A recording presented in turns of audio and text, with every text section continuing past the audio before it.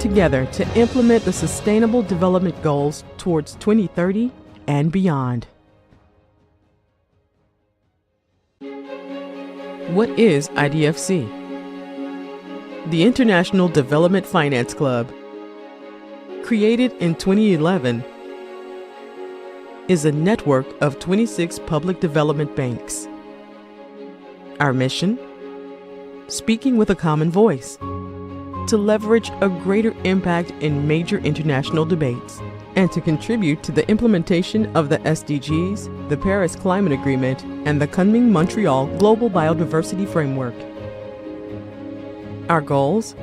Knowledge sharing and capacity building among the IDFC institutions, enhanced collaboration between members and partners, and pursuing advocacy on the role of public development banks. How does it work? All year long, the club is working on contributing to the international agenda, coordinating working groups on SDGs, gender, climate, and biodiversity, releasing common strategic and operational publications, and reporting their annual commitment towards climate and biodiversity. IDFC. Let's work together to implement the Sustainable Development Goals towards 2030 and beyond.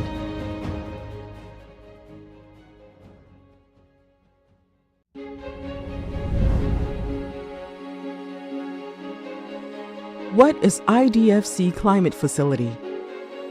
Created in 2019, the facility has been supporting IDFC members in enabling knowledge exchange and offering capacity development on climate-related topics.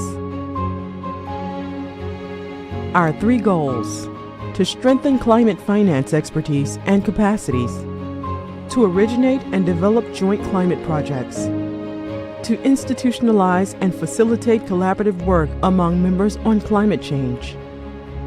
Our activity lines: knowledge sharing, capacity building, access to international climate finance, joint business opportunities. In the past couple of years, the IDFC had been supporting members in mainstream common principles on mitigation and adaptation, developing a framework for the operationalization of the Paris Agreement alignment, promoting a mentoring program between institutions, delivering climate toolbox including GHG accounting, climate risk assessment, Paris Agreement alignment and climate strategy, offering trainings on climate risk assessment, climate strategies, and adaptation, supporting events and partnerships to the international agenda, mobilizing resources and facilitating joint business opportunities and project proposal. IDFC Climate Facility. Let's work together to implement the Sustainable Development Goals towards 2030 and beyond. What is IDFC? The International Development Finance Club, created in 2011, is a network of 26 public development banks. Our mission? Speaking with a common voice, to leverage a greater impact in major international debates, and to contribute to the implementation of the SDGs, the Paris Climate Agreement, and the coming Montreal Global Biodiversity Framework. Our goals? Knowledge sharing and capacity building among the IDFC institutions, enhanced collaboration between members and partners, and pursuing advocacy on the role of public development banks. How does it work? All year long, the club is working on contributing to the international agenda, coordinating working groups on SDGs, gender, climate, and biodiversity, releasing common strategic and operational publications, and reporting their annual commitment towards climate and biodiversity. IDFC. Let's work together to implement the Sustainable Development Goals towards 2030 and beyond.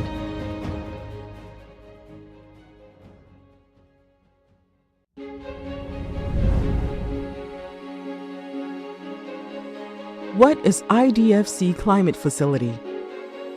Created in 2019, the facility has been supporting IDFC members in enabling knowledge exchange and offering capacity development on climate-related topics.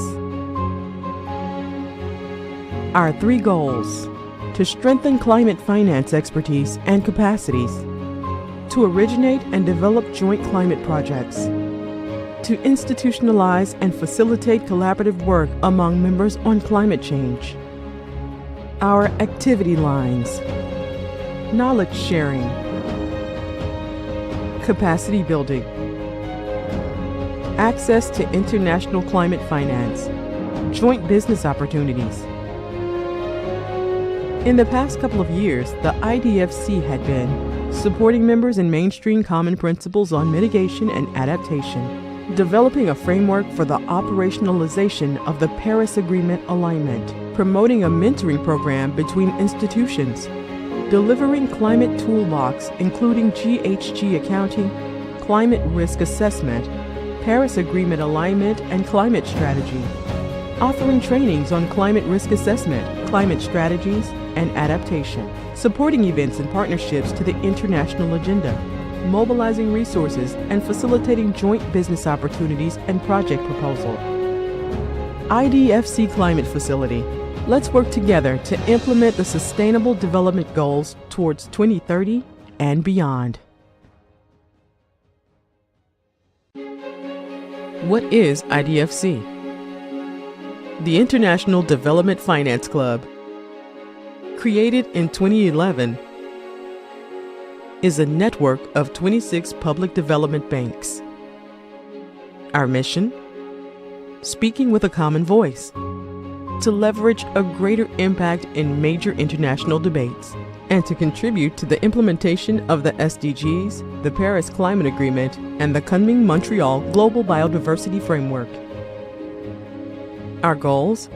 Knowledge sharing and capacity building among the IDFC institutions, enhanced collaboration between members and partners, and pursuing advocacy on the role of public development banks. How does it work? All year long, the club is working on contributing to the international agenda, coordinating working groups on SDGs, gender, climate, and biodiversity, releasing common strategic and operational publications, and reporting their annual commitment towards climate and biodiversity. IDFC. Let's work together to implement the Sustainable Development Goals towards 2030 and beyond.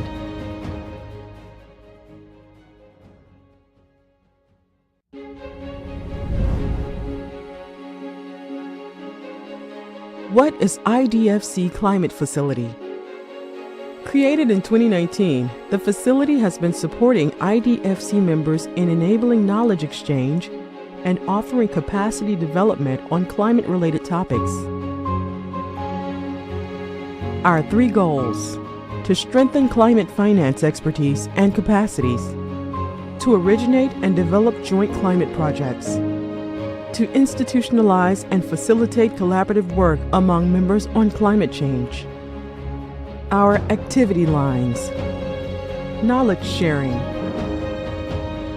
capacity building, access to international climate finance, joint business opportunities.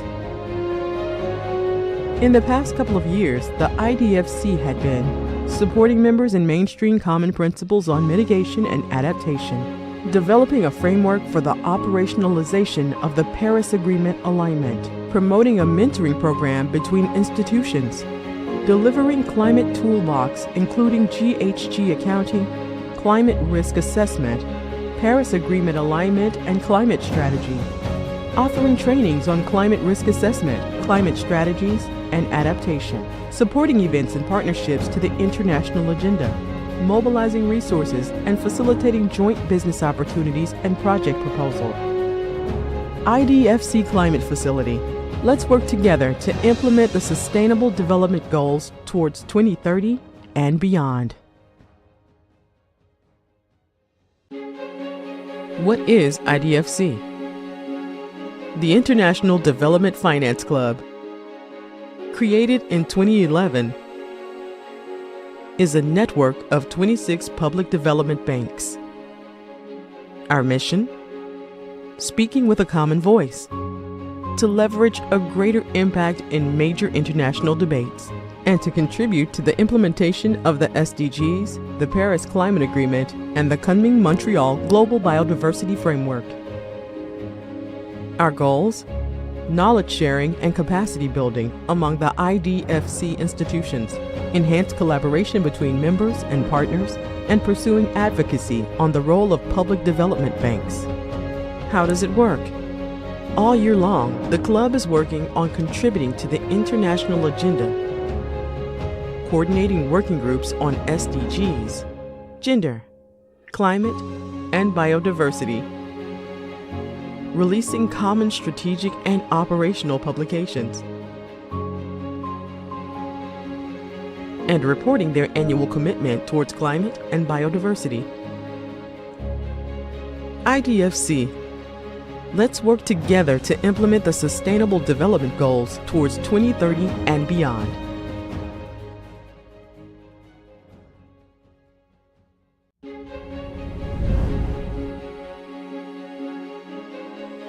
What is IDFC Climate Facility? Created in 2019, the facility has been supporting IDFC members in enabling knowledge exchange and offering capacity development on climate-related topics. Our 3 goals: to strengthen climate finance expertise and capacities, to originate and develop joint climate projects, to institutionalize and facilitate collaborative work among members on climate change. Our activity lines: knowledge sharing, capacity building, access to international climate finance, joint business opportunities. In the past couple of years, the IDFC had been supporting members in mainstream common principles on mitigation and adaptation, developing a framework for the operationalization of the Paris Agreement alignment, promoting a mentoring program between institutions, delivering climate toolbox including GHG accounting, climate risk assessment, Paris Agreement alignment and climate strategy, offering trainings on climate risk assessment, climate strategies, and adaptation, supporting events and partnerships to the international agenda, mobilizing resources and facilitating joint business opportunities and project proposal. IDFC Climate Facility. Let's work together to implement the Sustainable Development Goals towards 2030 and beyond. What is IDFC? The International Development Finance Club, created in 2011, is a network of 26 public development banks. Our mission? Speaking with a common voice, to leverage a greater impact in major international debates, and to contribute to the implementation of the SDGs, the Paris Climate Agreement, and the coming Montreal Global Biodiversity Framework. Our goals? Knowledge sharing and capacity building among the IDFC institutions, enhanced collaboration between members and partners, and pursuing advocacy on the role of public development banks. How does it work? All year long, the club is working on contributing to the international agenda, coordinating working groups on SDGs, gender, climate, and biodiversity, releasing common strategic and operational publications, and reporting their annual commitment towards climate and biodiversity. IDFC. Let's work together to implement the Sustainable Development Goals towards 2030 and beyond.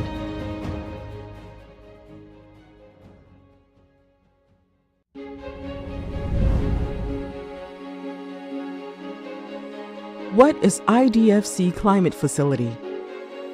Created in 2019, the facility has been supporting IDFC members in enabling knowledge exchange and offering capacity development on climate-related topics. Our 3 goals: to strengthen climate finance expertise and capacities, to originate and develop joint climate projects, to institutionalize and facilitate collaborative work among members on climate change. Our activity lines: knowledge sharing, capacity building, access to international climate finance, joint business opportunities. In the past couple of years, the IDFC had been supporting members in mainstream common principles on mitigation and adaptation, developing a framework for the operationalization of the Paris Agreement alignment, promoting a mentoring program between institutions, delivering climate toolbox including GHG accounting, climate risk assessment, Paris Agreement alignment and climate strategy, offering trainings on climate risk assessment, climate strategies, and adaptation, supporting events and partnerships to the international agenda, mobilizing resources and facilitating joint business opportunities and project proposal. IDFC Climate Facility. Let's work together to implement the Sustainable Development Goals towards 2030 and beyond. What is IDFC? The International Development Finance Club, created in 2011, is a network of 26 public development banks. Our mission? Speaking with a common voice, to leverage a greater impact in major international debates, and to contribute to the implementation of the SDGs, the Paris Climate Agreement, and the Kunming-Montreal Global Biodiversity Framework. Our goals? Knowledge sharing and capacity building among the IDFC institutions, enhanced collaboration between members and partners, and pursuing advocacy on the role of public development banks. How does it work? All year long, the club is working on contributing to the international agenda, coordinating working groups on SDGs, gender, climate, and biodiversity, releasing common strategic and operational publications, and reporting their annual commitment towards climate and biodiversity. IDFC. Let's work together to implement the Sustainable Development Goals towards 2030 and beyond.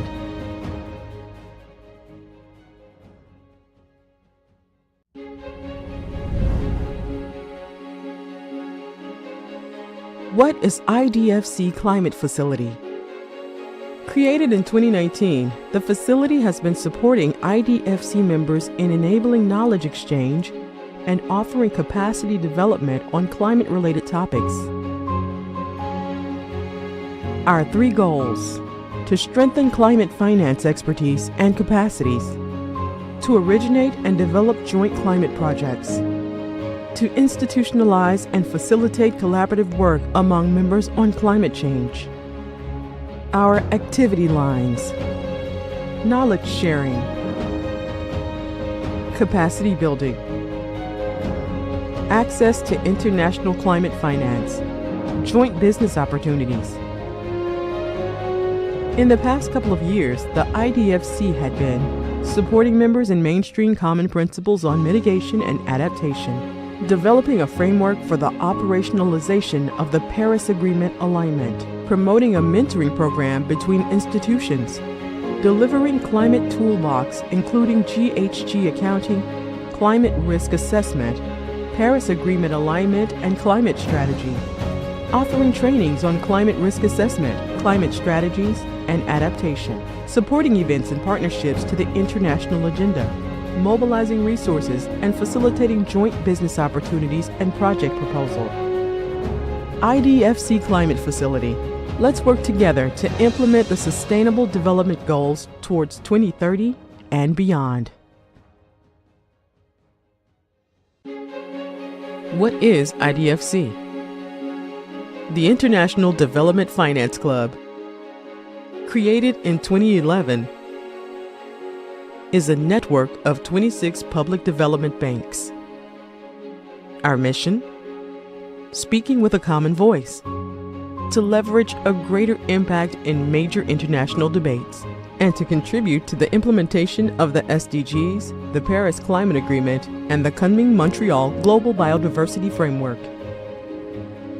Our goals: knowledge sharing and capacity building among the IDFC institutions, enhanced collaboration between members and partners, and pursuing advocacy on the role of public development banks.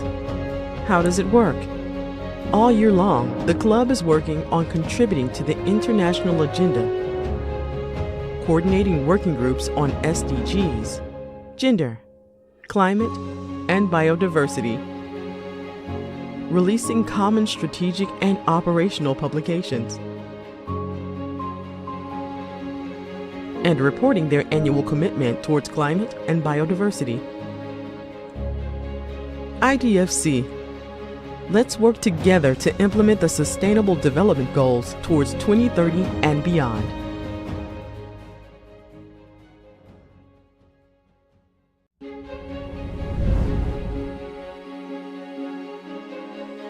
What is IDFC Climate Facility? Created in 2019, the facility has been supporting IDFC members in enabling knowledge exchange and offering capacity development on climate-related topics. Our 3 goals: to strengthen climate finance expertise and capacities, to originate and develop joint climate projects, to institutionalize and facilitate collaborative work among members on climate change. Our activity lines: knowledge sharing, capacity building, access to international climate finance, joint business opportunities.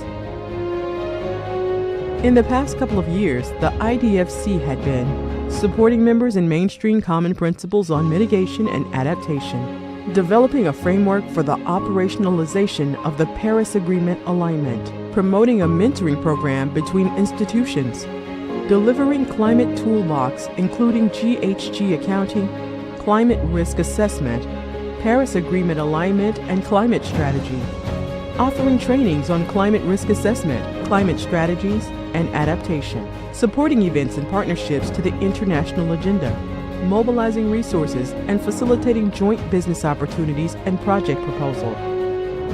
IDFC Climate Facility. Let's work together to implement the Sustainable Development Goals towards 2030 and beyond. What is IDFC? The International Development Finance Club, created in 2011, is a network of 26 public development banks. Our mission? Speaking with a common voice, to leverage a greater impact in major international debates, and to contribute to the implementation of the SDGs, the Paris Climate Agreement, and the coming Montreal.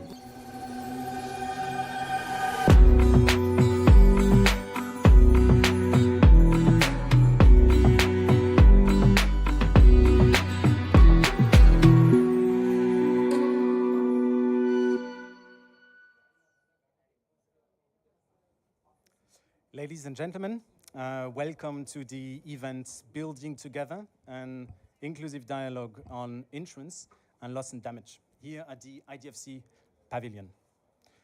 This year at COP, the expectations are high toward the outcomes of the Glasgow Sharm el-Sheikh work program and negotiations on pledges to the Loss and Damage Fund.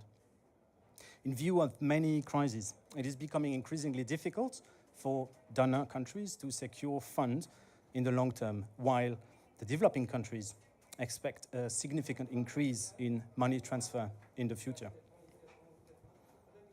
Our objective today is to explore possibilities that insurance and risk transfer mechanisms offer in mitigating and addressing loss and damage.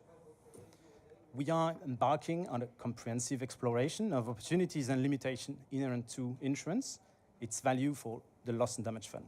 Moreover, we'll take a closer look at the potential roles of insurance within the evolving landscape of funding arrangements, set to be further refined at COP28, including the Global Shield Against Climate Risk a joint initiative between G7 and V20 to assist countries that are particularly affected by climate change.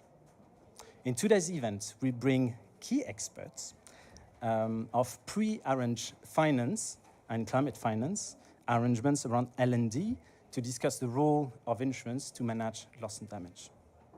Joining us today, we have the co-director of the Global Shield. I welcome Dr. Astrid Zwick to the panel.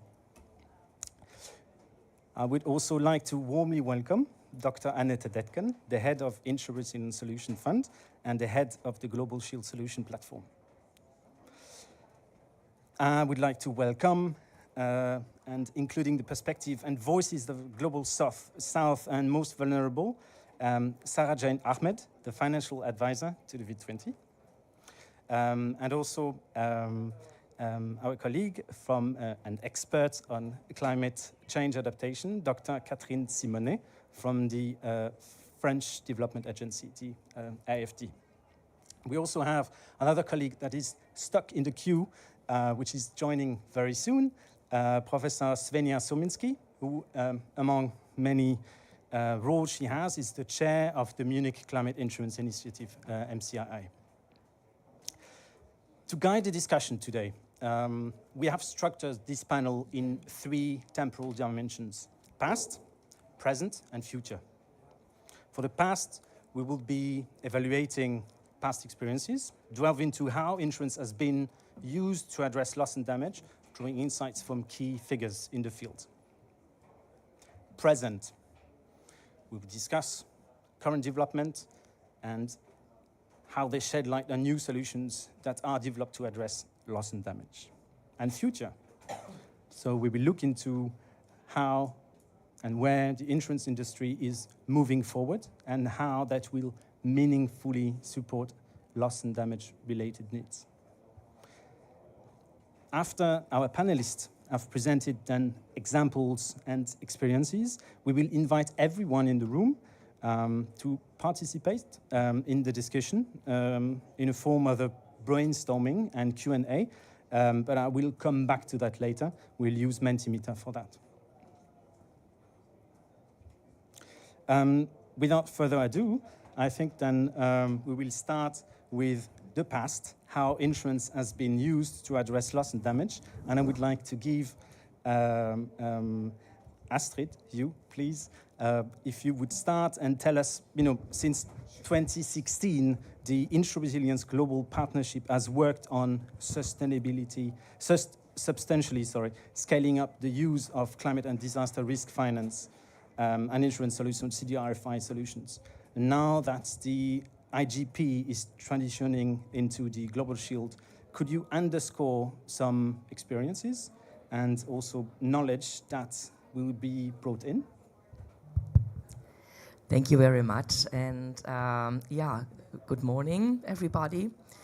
I'm happy to share some of the experiences we've had and some of the facts we gathered and under the Insurance Resilience Global Partnership, which is basically a foundation for the Global Shield. But I come to that as well in a minute. With the Insurance Resilience Global Partnership, we have also set out a Vision 2025, which set an ambitious target that we want to provide protection for at least 500 million poor and vulnerable people in the vulnerable countries. By the end of 2022, we I would say respectively the programs that were gathering underneath Insurance Resilience Global Partnership, that were about 29 programs with 475 projects in more than 120 countries, that reached 190 million beneficiaries worldwide. Sounds like a big number, and it's already quite an achievement. But to be honest, if you look at the numbers that we have heard over the last days in the debate, also especially with loss and damage, you say that it is a drop in the ocean, right? Nevertheless, we can learn from what we have started here, and then also I'm coming to the Global Shield, what this can do. But let me explain a little bit what impact we have encountered. So with the Injury Resilience Global Partnership, there are different approaches. You could provide protection cover to governments, communities, but also the individual, macro, meso, and micro level. And in general, the programs help really to inject fresh and fast liquidity after crisis has hit. So our, for example, regional risk pools are able to pay out within a few weeks only after a hurricane, a windstorm has hit, let's say, small island states, etc. I take an example. ARC, the African Risk Capacity, for example, since 2014 has signed 62 policies that were signed by the member states for cumulative insurance coverage and of about $720 million for the protection of 72 million vulnerable population in the participating countries. So money is paid after crisis hits, running through contingency plans, triggered through contingency plans, is paid to farmers so that they can purchase new seeds, they can purchase food, they can continue their living. An example, more in concrete, from 2019, Senegal has received 23 million US dollars from the African Risk Capacity Insurance Limited to assist in providing early action to support more than 975,000 people affected by drought during the agricultural season. So that's quite an example, and I think we can learn a lot about here. But we cannot continue with this business as usual. I mean, that everybody looks and provides solutions on a single, in an individual way. We need to better coordinate action. We need to collaborate to be really able to scale up here. And that's what probably paves the way to further discussions here on the panel, but it also paves the way towards the Global Shield. That's really a big collaborative effort here. And I stop here because we'll delve into that a little later. Thank you. Thank you very much, Astrid. Yeah, exactly. So we talk a bit now about the past, and you were talking about synergies, partners, but I think I'd like to ask you, Annette, about ownership. So, based on the experience ISF has in working with local partners from the private, the public, and sector, but also NGOs, what experience can you share where the leadership of these local actors has been leveraged to develop and adopt insurance solutions for loss and damage? And I would ask if you could keep these 2 minutes, would be perfect. Sorry, my apologies, I didn't say this before.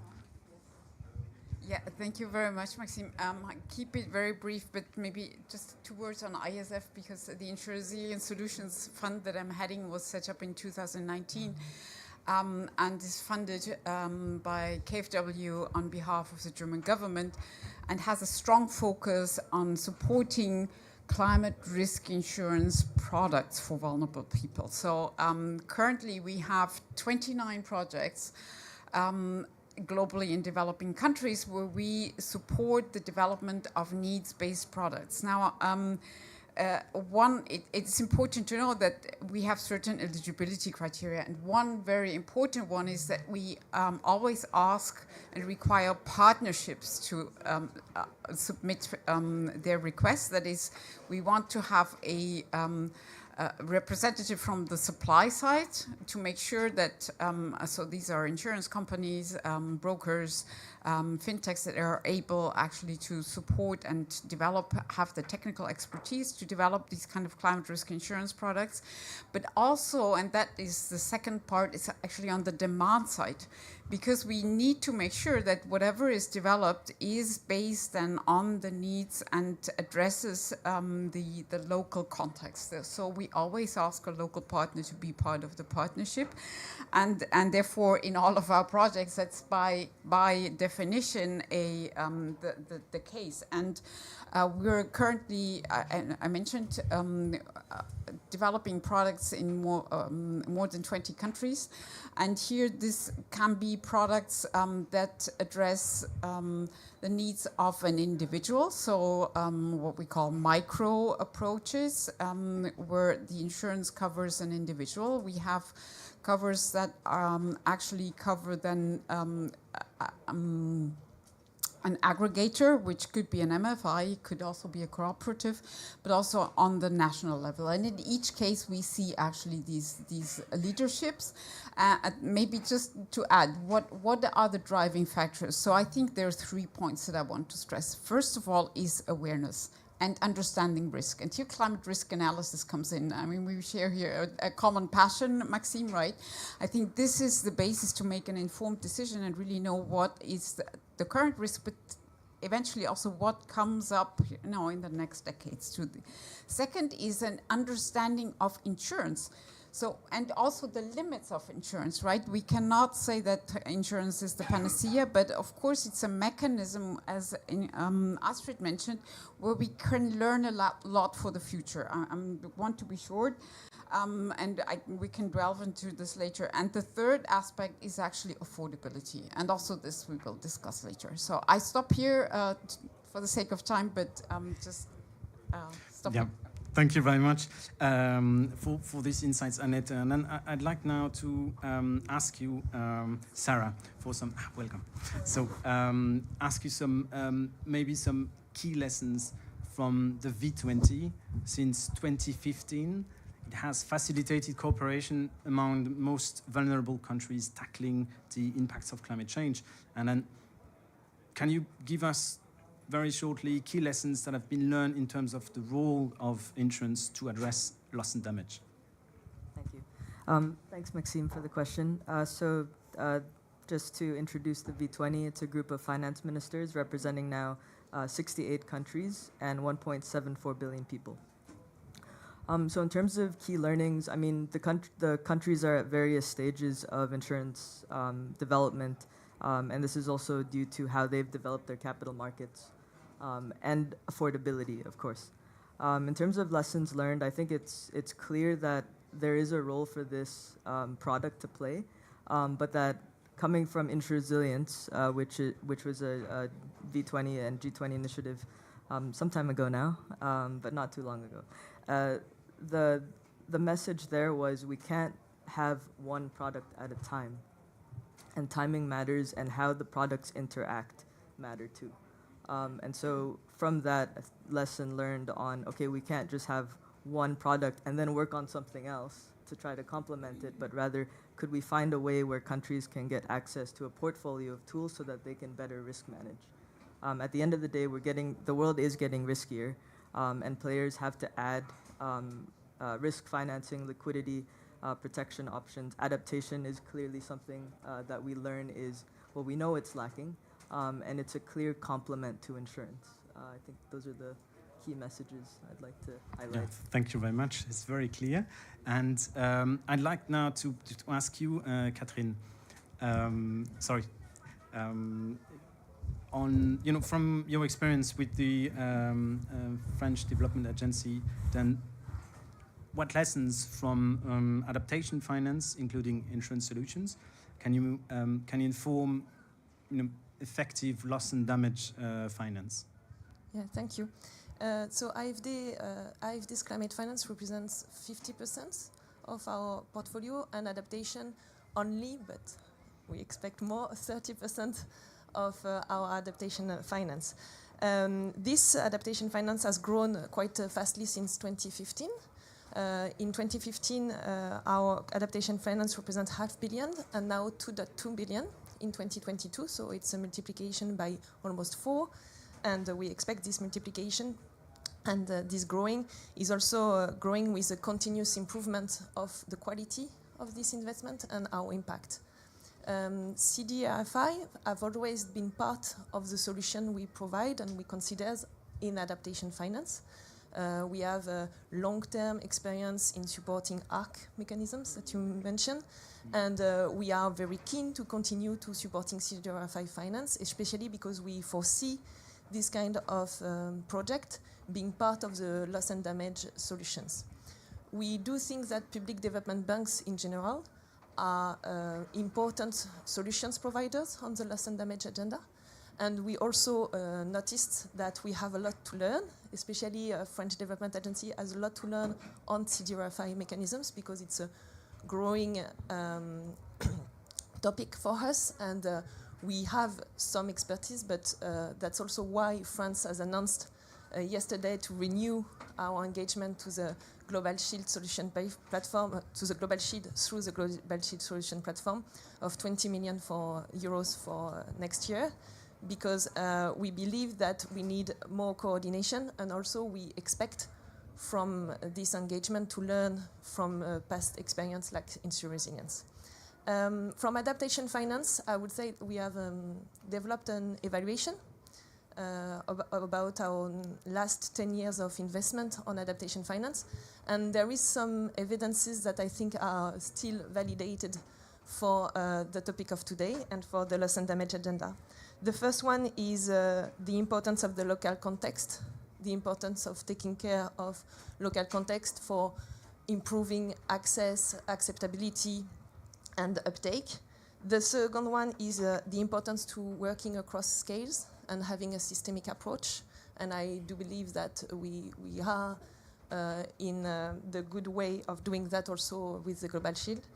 And the last one is about data and research.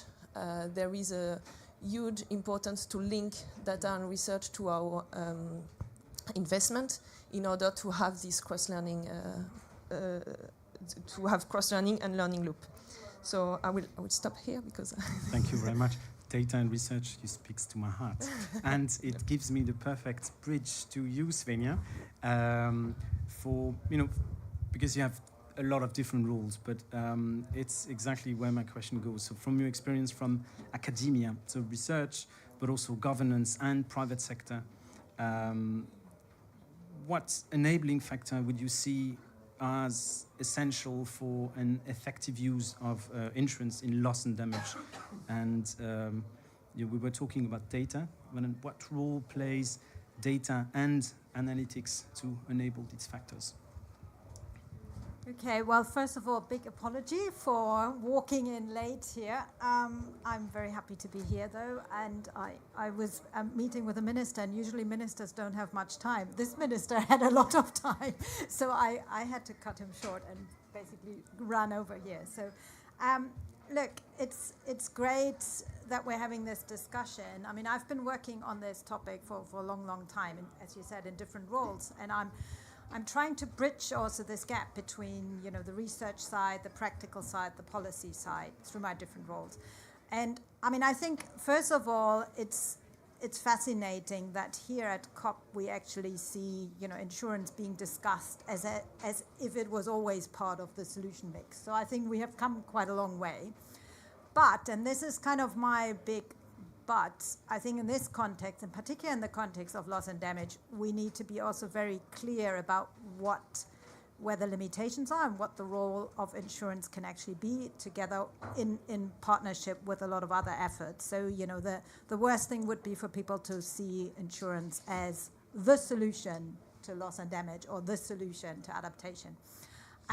So in my role at the as the chair of the Munich Climate Insurance Initiative, we've been working on this for more than 15 years and very closely with many of you here on this panel. And I think the key thing to actually use insurance in an effective way is, you shouldn't start with insurance, you should start with an understanding of what the underlying risk drivers are, what the issues are, and what is already being done about the risk. Because, you know, we have by now, at least in many places, adaptation action starting to take place. So what we really need to do is understand that much better and integrate that also into our tools and models. And at MCII, we're working, I think, in a couple of countries. I think it's also in Thailand and Egypt to enhance our understanding of risk. So that really needs to be at the starting point. And then I think it needs to be driven by local needs. What are the local needs? And a lot of the solutions, you know, when we started this journey, there was this hope that we would have like something that sits readily on the shelf and we could just apply that across the board. I think this is really difficult with insurance, and there have been also some misunderstandings of what insurance is and what it isn't. So again, you know, what are the local needs? You know, who are we trying to support and make then this as, you know, as sort of appropriate as possible. But also be, as I said at the beginning, be clear about the limitations. So I think, you know, it's exciting, and I think we're all on the right journey, but let's make sure that we also build our knowledge on, you know, on some of the failures in the past where actually insurance has been tried and maybe was not successful. And I think that's where academia can also bring some insights. So yeah, just as a starting point, I'm looking forward to more discussions. Many thanks. So we had like an overview of past endeavors around loss and damage and insurance. And then now in this session, we would like to look into what about the present. And then I would give you, Astrid, maybe ask you one question. So we talked a lot about Global Shield. It's been launched last year. And can you tell us how is it different from other initiatives? And I think you might have some slides. If you want to use them, you are welcome. And Annette, you said maybe you want to jump in as well, and then very welcome.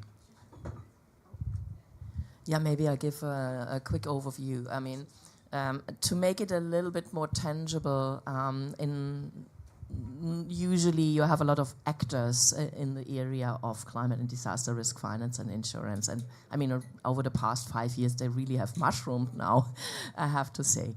And everybody is approaching different ministries, different representatives of the ministries with different single solutions.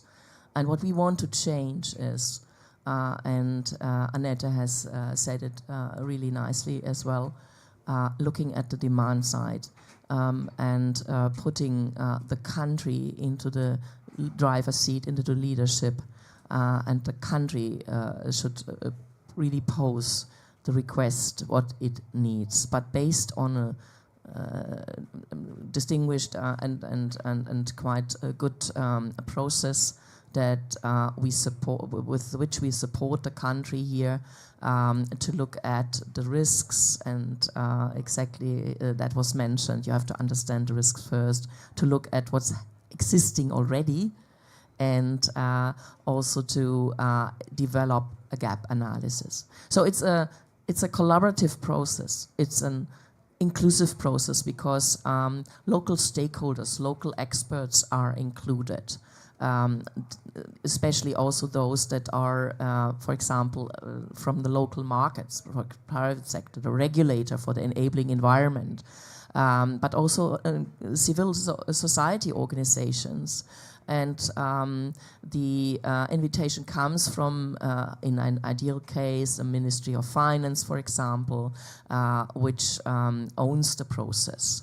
And the whole effort is done that we convene the actors at a local as well as a global scale to support a country more holistically with a more strategic approach. And I can show something like what it looks like. This is what I was talking about. We run through a process. It's a new process, and we are currently learning. And we had started with Ghana, one of our pathfinding countries, to look at what exists already in the country, to conduct a gap analysis, and also now Ghana was able to pose the request on what it really needs, and it's a suite of a lot of solutions that Ghana needs, and we will hand this over to the new finance vehicles that really, in a very specific, on a more granular level, dig deeper into what type of solutions there should be. And I stop here because Annette can much better explain how it looks like. But I think I have another slide. This is the... no, this is not the one I wanted to show. Nevertheless, I think I stop here and would hand over to Annette explaining maybe the next step or when it is handed over to the finance vehicles. Yeah, thank you very much, Astrid. I think I can be really short because you have explained it very well already. So I'm a big fan of the Global Shield. Why? I'm heading the Global Shield Solutions platform, but based on my experience in the Insurance Resilience Solutions Fund, where I mentioned that we have many proposals. We have seen almost 400 proposals for requests to support product development.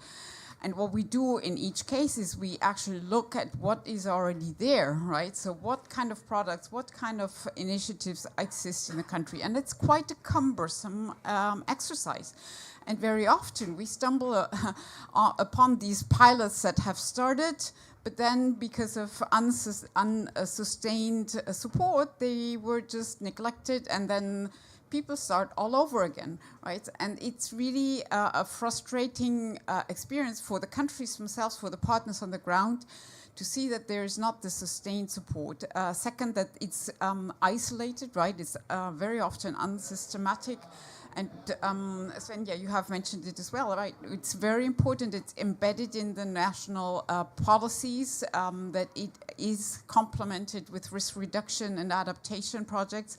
Now, this is something that with this process that is now set up in the countries should actually be better prepared, right? So, and then also that not all donors jump in and do different things, but that it's coordinated, and therefore also the different vehicles, financing vehicles that will support in the countries, they are coordinated via the coordination hub. It's the name of the program, right, more or less. In its DNA is really this closer cooperation. I think this is the key point, and that's the reason why I'm such a big fan of it. Thanks. Thank you very much. And I think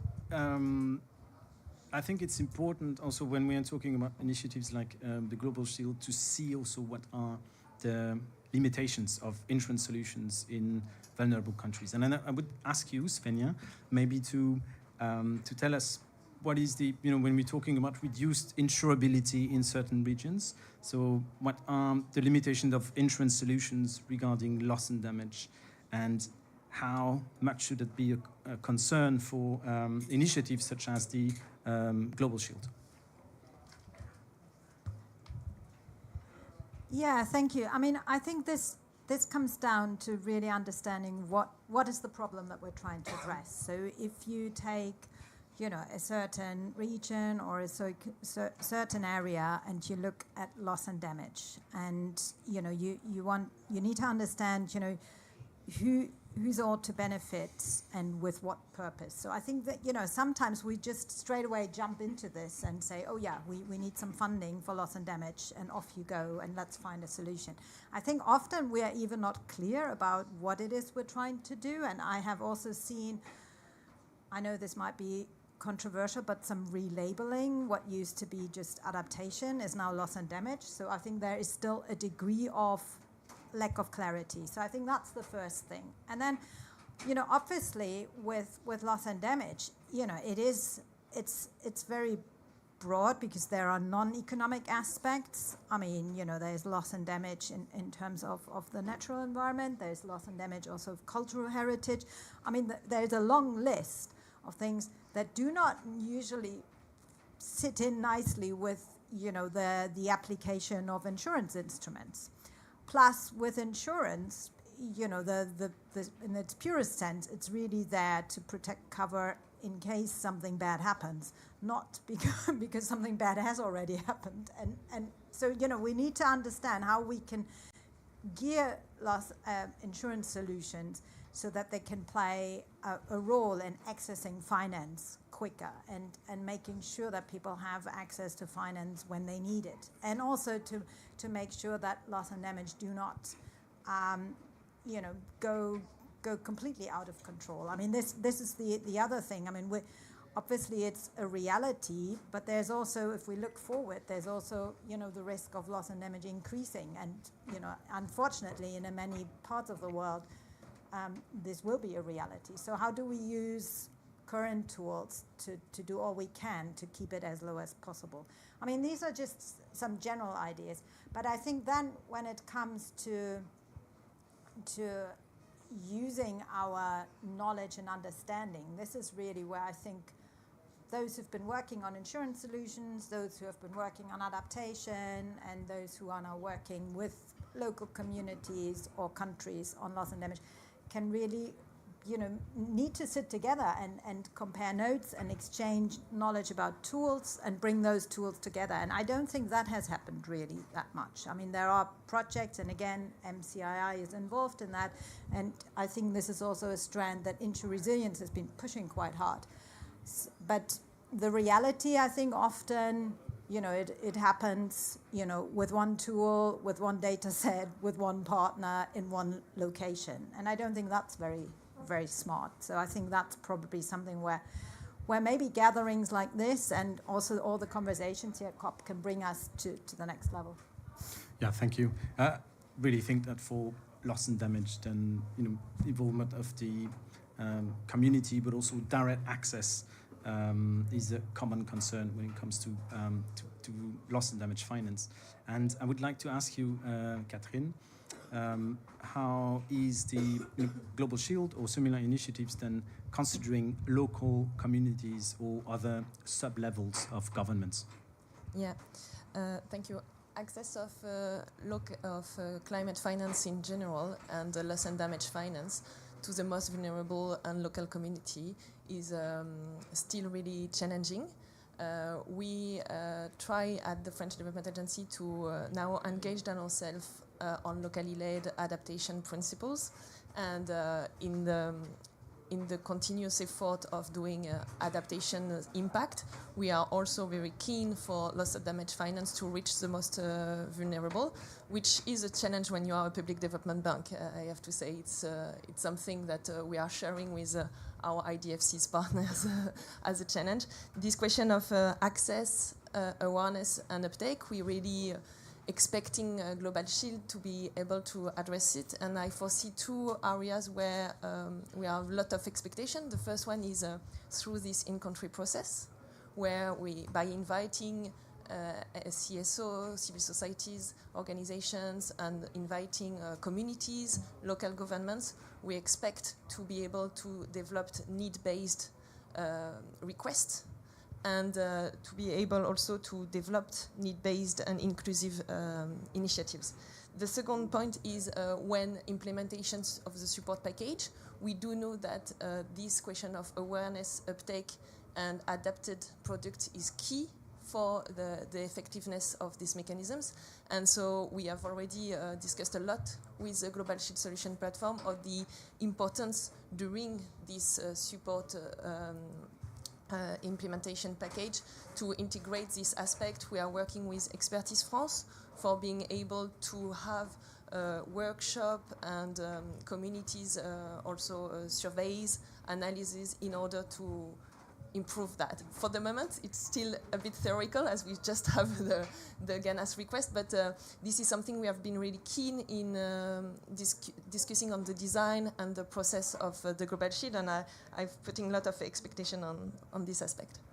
Yeah, many thanks. And you were talking about accessibility of funding, and I would like to ask you, Sarah, about that, because we know Global Shield is focused on a group of Pathfinder countries. But what is the vision, let's say, to reach more vulnerable people and also other countries? Thank you. I mean, to reach more countries. More countries, yeah. Thank you. I think what's interesting about the Pathfinder countries is that they're quite diverse in terms of regions, but also income level and risk. And so I think with that, with all the lessons that will come out of the pathfinding countries, there is an interest to expand. And this is also because we know for sure that countries are not buying the optimal level of insurance from their risk pools. And that's due to affordability. And affordability, just to highlight, is due to three things. One is fiscal space, one is uncertainty, that's overpriced, and the other point is lack of adaptation. And so when we look at the Global Shield and its role and expansion to other countries, the partnership or the cooperation element is quite critical, because it means that a lot of these risk carriers or implementation partners will have to try to figure ways to address these risks. Fiscal space, long-term financing perhaps, or debt relief. They can work with bilateral or multilateral governments, institutions to try to make that happen. Uncertainty is overpriced. Data analytics, that's where they can come in. Lack of adaptation. They all have investment arms, I'm certain, and they could come in on the adaptation front. The other thing I'd like to highlight as well is when you go down to the community level, it's not that there's nothing there. I think it's just that the way that you would distribute changes. It depends on what their key industry is, whether maybe it's a fisher or a fishing village, and there is a wholesale buyer or a wholesale market, and that is likely the best way to distribute. So there's also digitization that's coming through in many of these countries, where mobile phones can now share with you data on whether to harvest early or harvest later, depending on weather patterns, but it can also send you money in order to replace anything that was lost. So there are options and opportunities. It's just that it's not going to be the same everywhere, and so I think it's tough then for development partners to come in to try to scale anything just because of that local element. But that said, that doesn't mean it's impossible. There are active regional players and national players that can come in then and support going down to those different levels. The other thing just on adaptation and loss and damage, I know it seems very complicated in terms of it's very gray in some instances, and they kind of look like they could be the same thing. It really does depend on context. I recall a colleague from a small island state, the Marshall Islands, said that adaptation investment is actually like their loss and damage investment. So that's complicated, right? That sounds complicated in a sentence, but if you think about what that person was trying to say, is that when they build those seawalls, they're trying to prevent them from sliding in or getting impacted by sea level rise. So I think what's important to do now is, because there is this complication depending on context, is figure expenditure lines. So what is an adaptation expenditure line and what is a loss and damage expenditure line? Because for communities that experience, let's say, flood, adaptation would be livelihood diversification. Loss and damage would be livelihood replacement. But you can't just choose one. You'll need to do both in an increasingly risky world. And then if we think about infrastructure, replacing the bridge, that's the loss and damage. Making sure the bridge doesn't topple over again due to an extreme weather event is adaptation. So you can't build the bridge the same and then not have the adaptation component, or else you're building in that risk again. So the point is, there is a way to do this, and it's not as complicated, and we just need to figure the expenditure lines and learn by doing. So the V20's Loss and Damage Fund has a list of expenditure lines there for loss and damage and adaptation. It's a starting point, and every country will have a way of defining these things. I know, and then from the donor front, where the resources are being mobilized, it's important that monitoring and evaluation is done at the portfolio level. You won't be able to go down to the project level as well, especially for local level. And that is just something that we need to come to terms with, because we're running against the clock. It's 2023. I really hope this World Bank hosted Loss and Damage Fund shows delivery within a year or two, because if we wait 4 years until this is up and running, I think we will be sustaining more and more losses and damages. Like the V20s lost 20% of wealth in the last 2 decades. If we had 20% more in all of our bank accounts, it changes our ability to invest. It changes the affordability of insurance.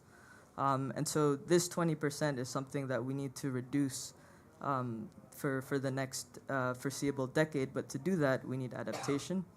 We need the uncertainty not to be overpriced. And we need fiscal space. Yeah, thank you very much, Sarah. So we've looked into the past, present, and now, and also for the sake of time, I would ask you to give me just one line about the future. So maybe 2 lines.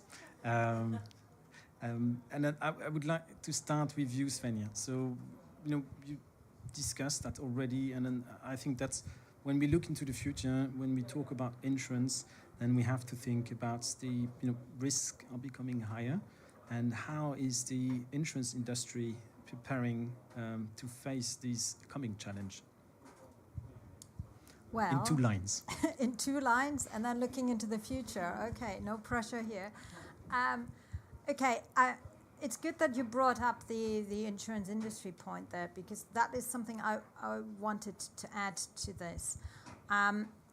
Capacity building and risk understanding and so on needs to happen everywhere, and dare I say it, also within the insurance industry, and particularly when it comes to understanding loss and damage in the context of most vulnerable countries.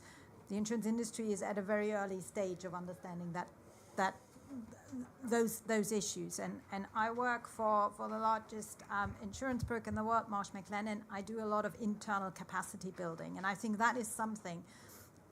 Internal capacity building about the needs, the tools, but also the limitations. And I think this is the key point about the future. I mean, unfortunately,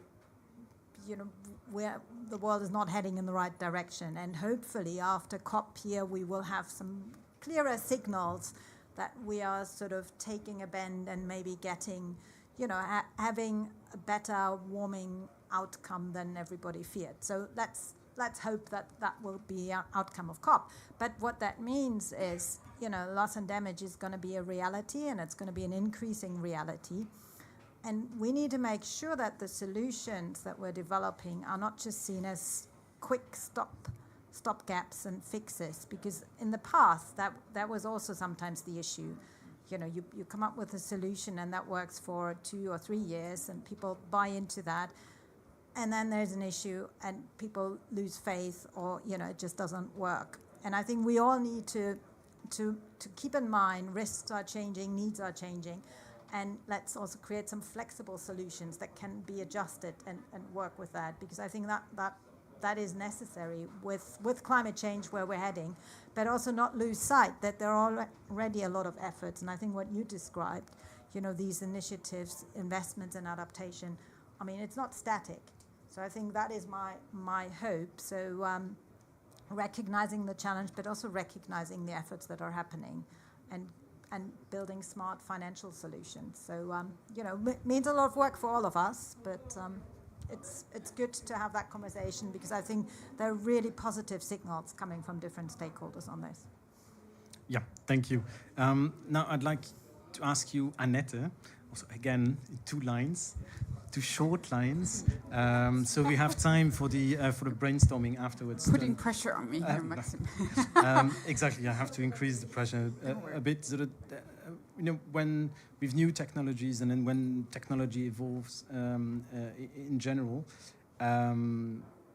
how do you the access to these technologies in low-income countries is somehow limited. So how do you see this evolving? How do you see breaking the walls and bringing climate risk analytics to most vulnerable regions? Yeah, okay, so if you want me to include that in my 2 lines, I try to be still very short. I think what I mentioned earlier, a key point is in order to have local engagement is understanding of risk. And it's sad to say risk awareness is rising because we're seeing more and more events, right? And so there is a demand to have more knowledge and understanding of risks. And the Global Risk Modeling Alliance that I'm heading together with Nick Moody from the private sector side, we support that in hopefully also a more sustainable way. And here we're in line with the Global Shield, not just coming with a report, but really doing also local capacity development such that these local partners can do the analysis themselves, learn and develop that together with their partners. And here, just as Sarah mentioned, we don't have time to lose, right? It's really a high time that we come up with solutions. And here it's very important that we learn from the experience of the private sector, from the academia, from the public sector, and move together. Let's just stop here. Thank you very much. I would jump now to you, Sarah. And then we had this year the Accra Marrakesh agenda. It set 4 key priorities. And number 4 is revolutionize risk management for our climate insecure world economy. So what do you think is the role that insurance can play in this context? And then how does it relate to addressing loss and damage? Very shortly, in 2 sentences, 2 points. Okay. So risk management in this context is the surveillance of risk, but also the availability of tools. The insurance industry can play both sides. And just to add, my other sentence, is the industry needs to look as well beyond just governments and beyond the private sector, international private sector, let's say. It can look at regional domestic players, and it can also look at other institutions such as the IMF that don't have the risk analytics capacity that they have. And so they could be quite the service provider for the IMF as well. Thank you very much. I think I'd like to address with Catherine last question for the future. So we are living in a world where crises are happening everywhere in the Sahel, in Ukraine, in Middle East, and so on and so forth. And how do you see with probably more crises unraveling, how should insurance and other financial solutions adjust to serve these conflict regions that will be still on the map and still need access to these funds? Yeah, I think the tragic international context of these years makes really important to address the issue of climate security. Climate security is a topic that we can see also in the negotiation at the moment that is becoming a topic. Yesterday was the day dedicated to peace, and there is a lot of advocacy that has been rose to address the climate finance more directly to fragile context, because if local action is critical, fragile countries are even more the less beneficiaries of this climate finance, and it's difficult to access for these fragile countries and fragile population to access climate finance. We used to have dedicated fund for this kind of countries, and these funds are often not yet sufficiently climate designed. And so I think with loss and damage, we reduce a bit this gap, and the loss and damage agenda will help us to work on the coordination between insurance, for instance, and humanitarian development, and humanitarian development nexus. And I do foresee a lot of opportunities for insurance also to work, and insurance mechanisms, risk pooling, to improve this access of the most fragile population. For instance, with the adaptive social protection, we see a lot of areas for climate finance to reach this fragile population. Yeah, thank you very much. And I think I'd like to close the future. The part with question to you, Astrid, when the helicopter passed. We are in 2050, so 30 years, almost 2053, and you are looking back at today, so some visioning. So what do you think the results would be that the Global Shield has achieved, and what would be the successes that you would be reporting globally on loss and damage? Very shortly. Okay, very shortly. This is one generation from now, almost one generation from now. So looking at what Sarah has said, we have 68 countries in the V20 group, and it's more than 1.7 billion people, I suppose. So even, I mean, with the Global Shield having reached out to those people and more, beyond even the V20 group, and having provided them with the capacity, the knowledge, and the solutions to cope with climate impact. And it's, I mean, insurance is magic, but it's not the only part in the suite of solutions. And we've just heard adaptive social protection systems, for example, and others. So that governments understand better what are the most appropriate solutions for the different types of risk they encounter, and that they can cope well. Many thanks. Thank you very much. I would like to thank all of you on the panel, and I would now give the word to the audience with a very, I think, shorter collective brainstorming using Mentimeter. So we will show on the screen a QR code that you can scan, and there is also a code. You can type in this code when you go to www.menti.com, and you can type in the code. This is 2805 5493. 2805 5493. If you are in the panel and then cannot look back. I will see what I can do with the time. This is a word cloud, so you will type in some words, and then we can have some reactions on that. And then we will have, I think, not time for all questions, but then we will start with the first question when you are all set up. So when you are set up, can you just raise your hand shortly if you are already on the Mentimeter, so I can see where we are? I have 1, 2, 3. Okay, we're not there. Exactly, so you can, okay, so I can see, I cannot read that. 6, thank you. So, once you are there, you will have one question about affordability and accessibility, and basically what strategies can improve the affordability and accessibility of insurance in vulnerable communities, and how can we improve distribution channels and reduce costs. So we can see we have multi-stakeholder participation. There is a character limit, digitization, market buildings, premium subsidies.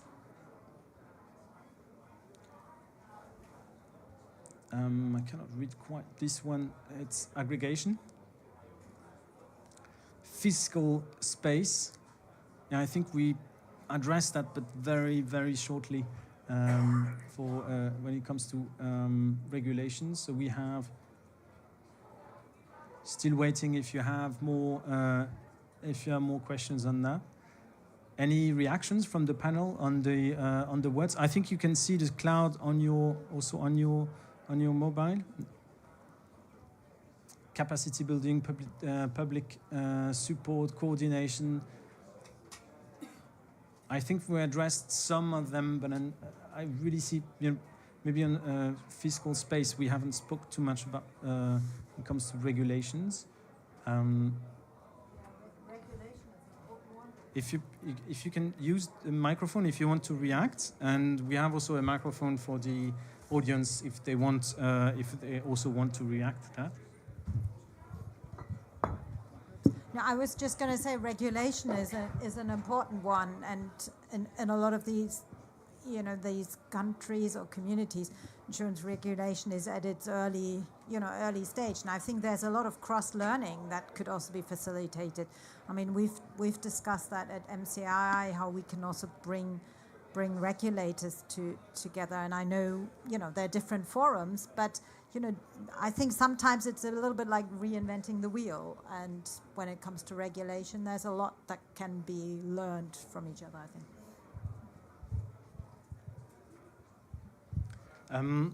I think so. I have to choose now. It's a tough decision. Question and answer or another Mentimeter. So I would take the temperature in the audience. If there are some questions, you can raise your hand so I can see. Great. So we're going to make a second question, and then I think after that, then I have to close the session because we come at the end. And the second one would be on policy integration. How can insurance and risk transfer be seamlessly integrated into climate policies and frameworks? So we're going to see, as before, a cloud of answers. Your answer. If you do not see this page, then you have to refresh on the app.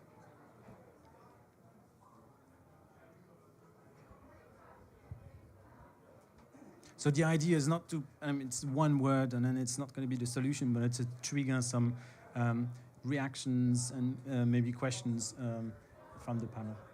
Finance ministries.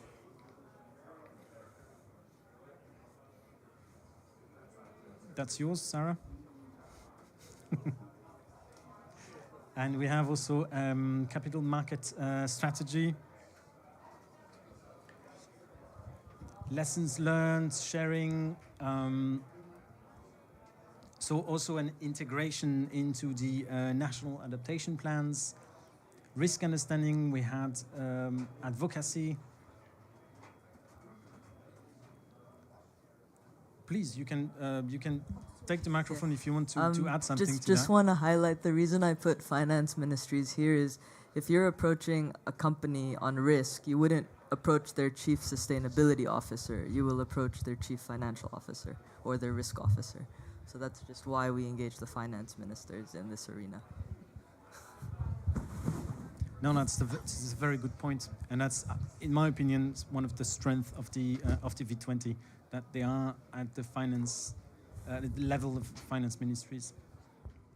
Can I just briefly comment? Please. I think one very important aspect that is also important is that there is an understanding of the instrument on the decision makers level, right? So where can insurance and what kind of mechanism, it's not just a product, right?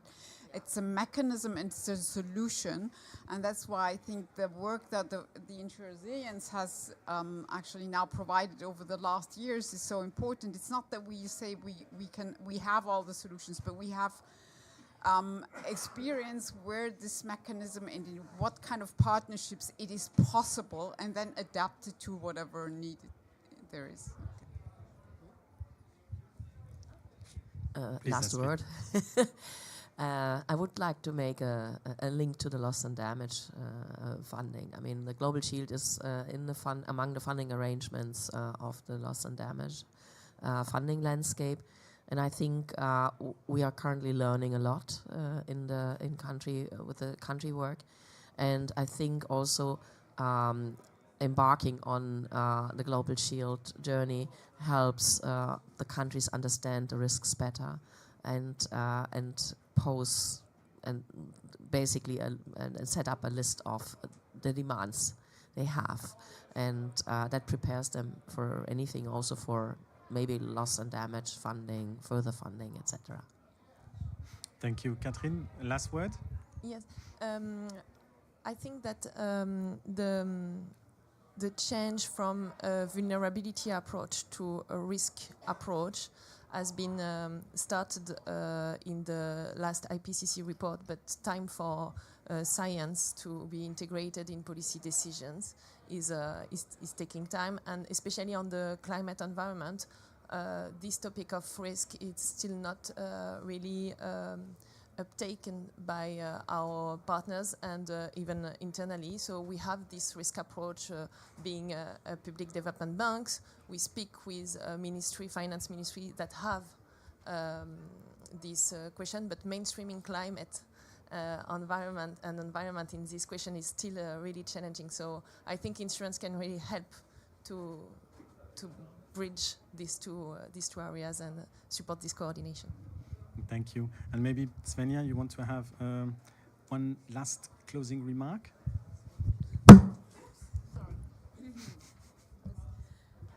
Yeah, I mean, I just wanted to say on the Ministry of Finance, there's a coalition of Ministry of Finance, and they've been quite active on the mitigation side.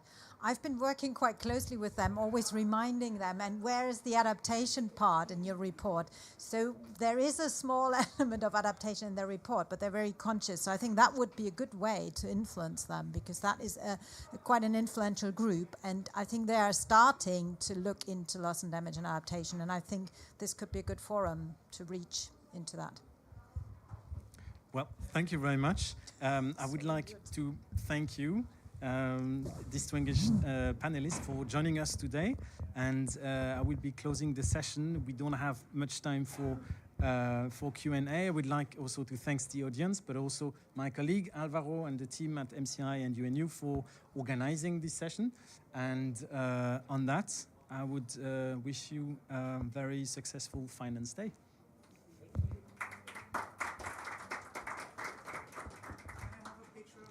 Yes, can we make a picture of the panelists?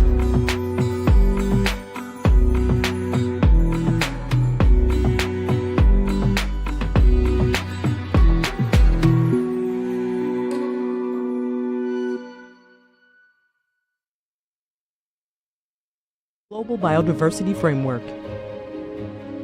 Our goals: knowledge sharing and capacity building among the IDFC institutions, enhanced collaboration between members and partners, and pursuing advocacy on the role of public development banks.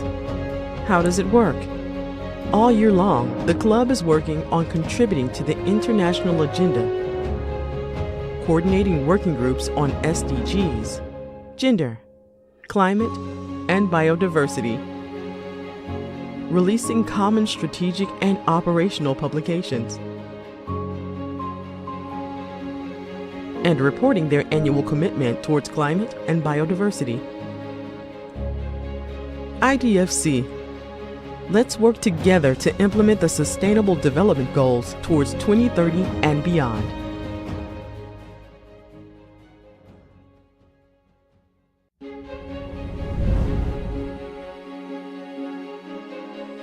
What is IDFC Climate Facility? Created in 2019, the facility has been supporting IDFC members in enabling knowledge exchange and offering capacity development on climate-related topics. Our 3 goals: to strengthen climate finance expertise and capacities, to originate and develop joint climate projects, to institutionalize and facilitate collaborative work among members on climate change. Our activity lines: knowledge sharing, capacity building, access to international climate finance, joint business opportunities. In the past couple of years, the IDFC had been supporting members in mainstream common principles on mitigation and adaptation, developing a framework for the operationalization of the Paris Agreement alignment, promoting a mentoring program between institutions, delivering climate toolbox including GHG accounting, climate risk assessment, Paris Agreement alignment and climate strategy, offering trainings on climate risk assessment, climate strategies, and adaptation, supporting events and partnerships to the international agenda, mobilizing resources and facilitating joint business opportunities and project proposal. IDFC Climate Facility. Let's work together to implement the Sustainable Development Goals towards 2030 and beyond. What is IDFC? The International Development Finance Club, created in 2011, is a network of 26 public development banks. Our mission? Speaking with a common voice, to leverage a greater impact in major international debates, and to contribute to the implementation of the SDGs, the Paris Climate Agreement, and the coming Montreal Global Biodiversity Framework. Our goals? Knowledge sharing and capacity building among the IDFC institutions, enhanced collaboration between members and partners, and pursuing advocacy on the role of public development banks. How does it work? All year long, the club is working on contributing to the international agenda, coordinating working groups on SDGs, gender, climate, and biodiversity, releasing common strategic and operational publications, and reporting their annual commitment towards climate and biodiversity. IDFC. Let's work together to implement the Sustainable Development Goals towards 2030 and beyond.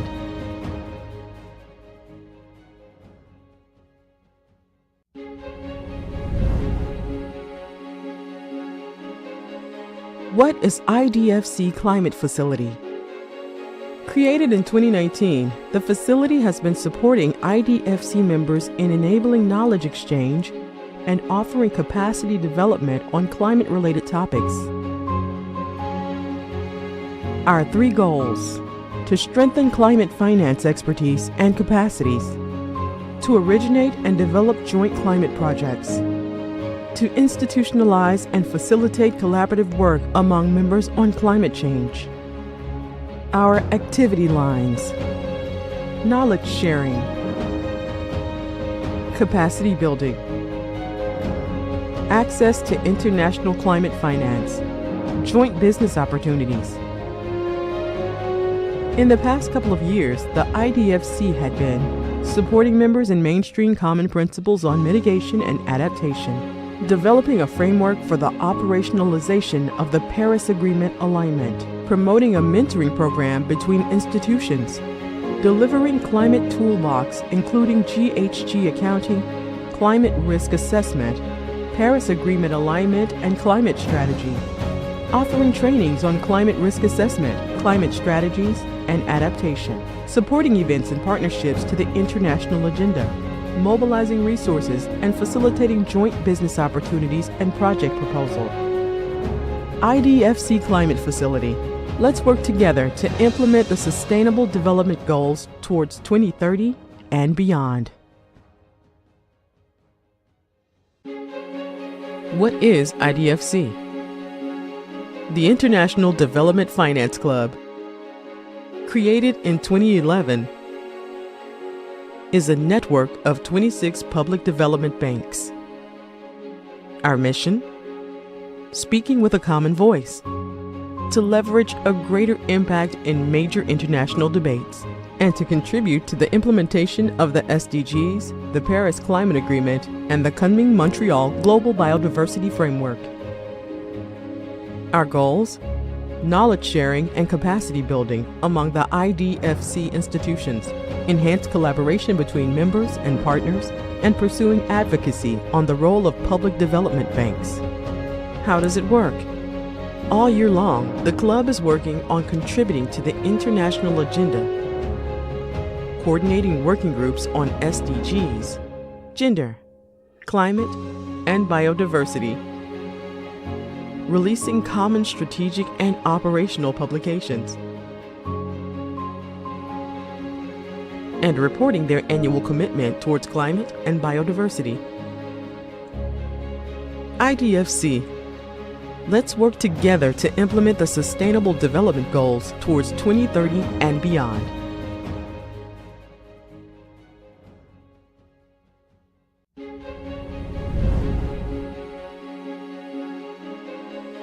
What is IDFC Climate Facility?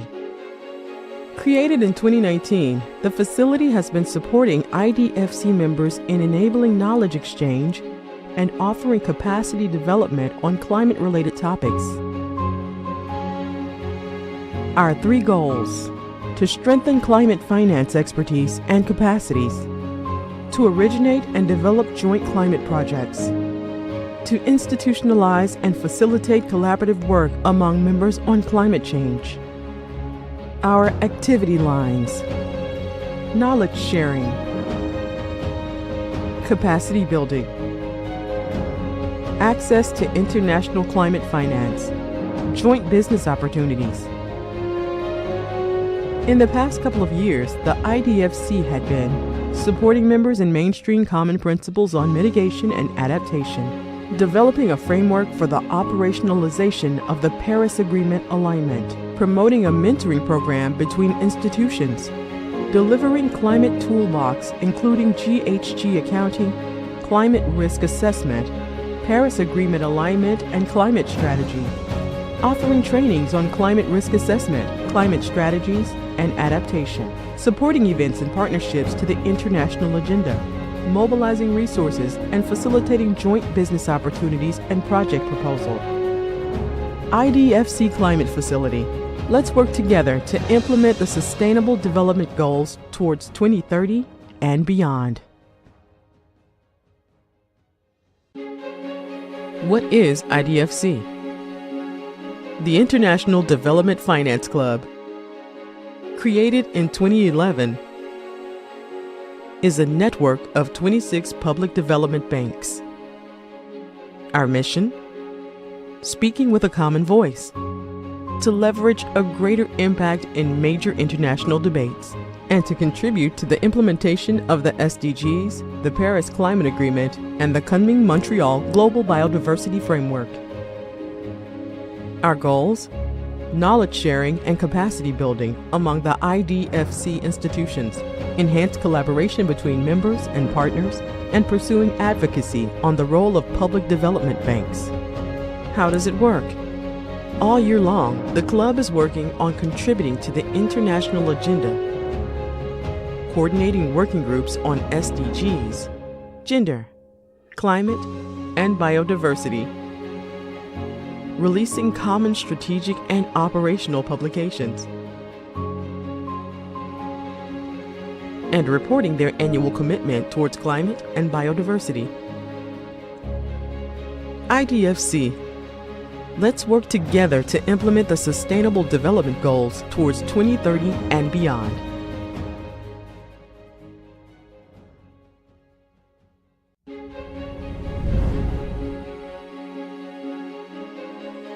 What is IDFC Climate Facility? Created in 2019, the facility has been supporting IDFC members in enabling knowledge exchange and offering capacity development on climate-related topics. Our 3 goals: to strengthen climate finance expertise and capacities, to originate and develop joint climate projects, to institutionalize and facilitate collaborative work among members on climate change. Our activity lines: knowledge sharing, capacity building, access to international climate finance, joint business opportunities. In the past couple of years, the IDFC had been supporting members in mainstream common principles on mitigation and adaptation, developing a framework for the operationalization of the Paris Agreement alignment, promoting a mentoring program between institutions, delivering climate toolbox including GHG accounting, climate risk assessment, Paris Agreement alignment and climate strategy, offering trainings on climate risk assessment, climate strategies, and adaptation, supporting events and partnerships to the international agenda, mobilizing resources and facilitating joint business opportunities and project proposal. IDFC Climate Facility. Let's work together to implement the Sustainable Development Goals towards 2030 and beyond. What is IDFC? The International Development Finance Club, created in 2011, is a network of 26 public development banks. Our mission? Speaking with a common voice, to leverage a greater impact in major international debates, and to contribute to the implementation of the SDGs, the Paris Climate Agreement, and the coming Montreal Global Biodiversity Framework. Our goals? Knowledge sharing and capacity building among the IDFC institutions, enhanced collaboration between members and partners, and pursuing advocacy on the role of public development banks. How does it work?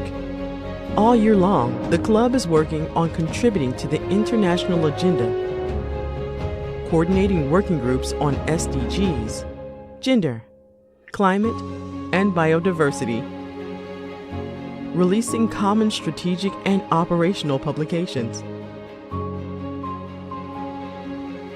and reporting their annual commitment towards climate and biodiversity. IDFC.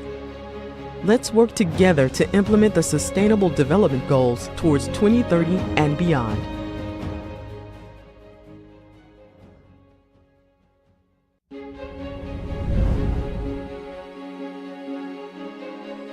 What is IDFC Climate Facility? Created in 2019, the facility has been supporting IDFC members in enabling knowledge exchange and offering capacity development on climate-related topics. Our 3 goals: to strengthen climate finance expertise and capacities, to originate and develop joint climate projects, to institutionalize and facilitate collaborative work among members on climate change. Our activity lines: knowledge sharing, capacity building, access to international climate finance, joint business opportunities. In the past couple of years, the IDFC had been supporting members in mainstream common principles on mitigation and adaptation, developing a framework for the operationalization of the Paris Agreement alignment, promoting a mentoring program between institutions, delivering climate toolbox including GHG accounting, climate risk assessment, Paris Agreement alignment and climate strategy, offering trainings on climate risk assessment, climate strategies, and adaptation, supporting events and partnerships to the international agenda, mobilizing resources and facilitating joint business opportunities and project proposal. IDFC Climate Facility. Let's work together to implement the Sustainable Development Goals towards 2030 and beyond. What is IDFC? The International Development Finance Club, created in 2011, is a network of 26 public development banks. Our mission? Speaking with a common voice, to leverage a greater impact in major international debates, and to contribute to the implementation of the SDGs, the Paris Climate Agreement, and the coming Montreal Global Biodiversity Framework. Our goals? Knowledge sharing and capacity building among the IDFC institutions, enhanced collaboration between members and partners, and pursuing advocacy on the role of public development banks. How does it work? All year long, the club is working on contributing to the international agenda, coordinating working groups on SDGs, gender, climate, and biodiversity, releasing common strategic and operational publications, and reporting their annual commitment towards climate and biodiversity. IDFC. Let's work together to implement the Sustainable Development Goals towards 2030 and beyond.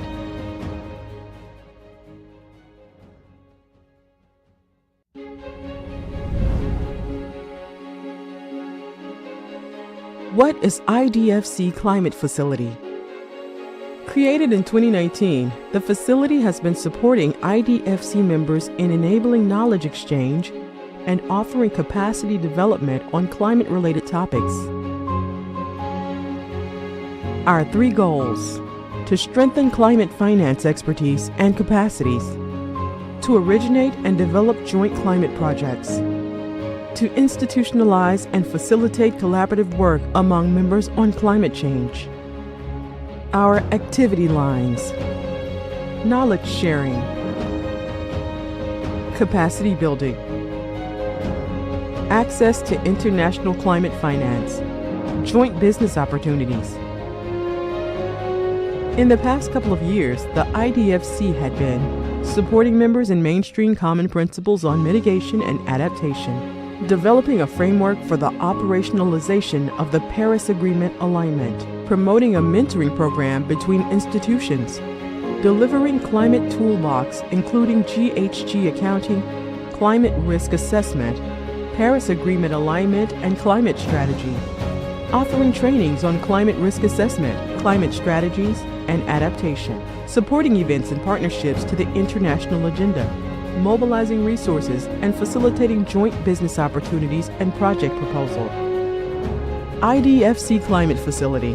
Let's work together to implement the Sustainable Development Goals towards 2030 and beyond. What is IDFC? The International Development Finance Club, created in 2011, is a network of 26 public development banks. Our mission?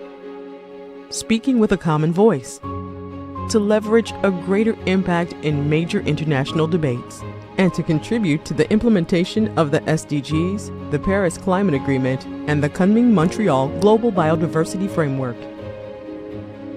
Our goals? Knowledge sharing and capacity building among the IDFC institutions, enhanced collaboration between members and partners, and pursuing advocacy on the role of public development banks. How does it work? All year long, the club is working on contributing to the international agenda, coordinating working groups on SDGs, gender, climate, and biodiversity, releasing common strategic and operational publications, and reporting their annual commitment towards climate and biodiversity. IDFC. Let's work together to implement the Sustainable Development Goals towards 2030 and beyond.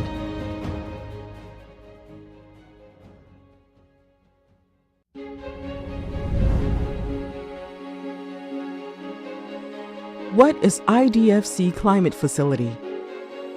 Created in 2019, the facility has been supporting IDFC members in enabling knowledge exchange and offering capacity development on climate-related topics. Our 3 goals: to strengthen climate finance expertise and capacities, to originate and develop joint climate projects, to institutionalize and facilitate collaborative work among members on climate change. Our activity lines: knowledge sharing, capacity building, access to international climate finance, joint business opportunities. In the past couple of years, the IDFC had been supporting members in mainstream common principles on mitigation and adaptation, developing a framework for the operationalization of the Paris Agreement alignment, promoting a mentoring program between institutions, delivering climate toolbox including GHG accounting, climate risk assessment, Paris Agreement alignment and climate strategy, offering trainings on climate risk assessment, climate strategies, and adaptation, supporting events and partnerships to the international agenda, mobilizing resources and facilitating joint business opportunities and project proposal. IDFC Climate Facility. Let's work together to implement the Sustainable Development Goals towards 2030 and beyond. What is IDFC? The International Development Finance Club, created in 2011, is a network of 26 public development banks. Our mission? Speaking with a common voice, to leverage a greater impact in major international debates, and to contribute to the implementation of the SDGs, the Paris Climate Agreement, and the Kunming Montreal Global Biodiversity Framework. Our goals: knowledge sharing and capacity building among the IDFC institutions, enhanced collaboration between members and partners, and pursuing advocacy on the role of public development banks. How does it work? All year long, the club is working on contributing to the international agenda, coordinating working groups on SDGs, gender, climate, and biodiversity, releasing common strategic and operational publications, and reporting their annual commitment towards climate and biodiversity. IDFC. Let's work together to implement the Sustainable Development Goals towards 2030 and beyond.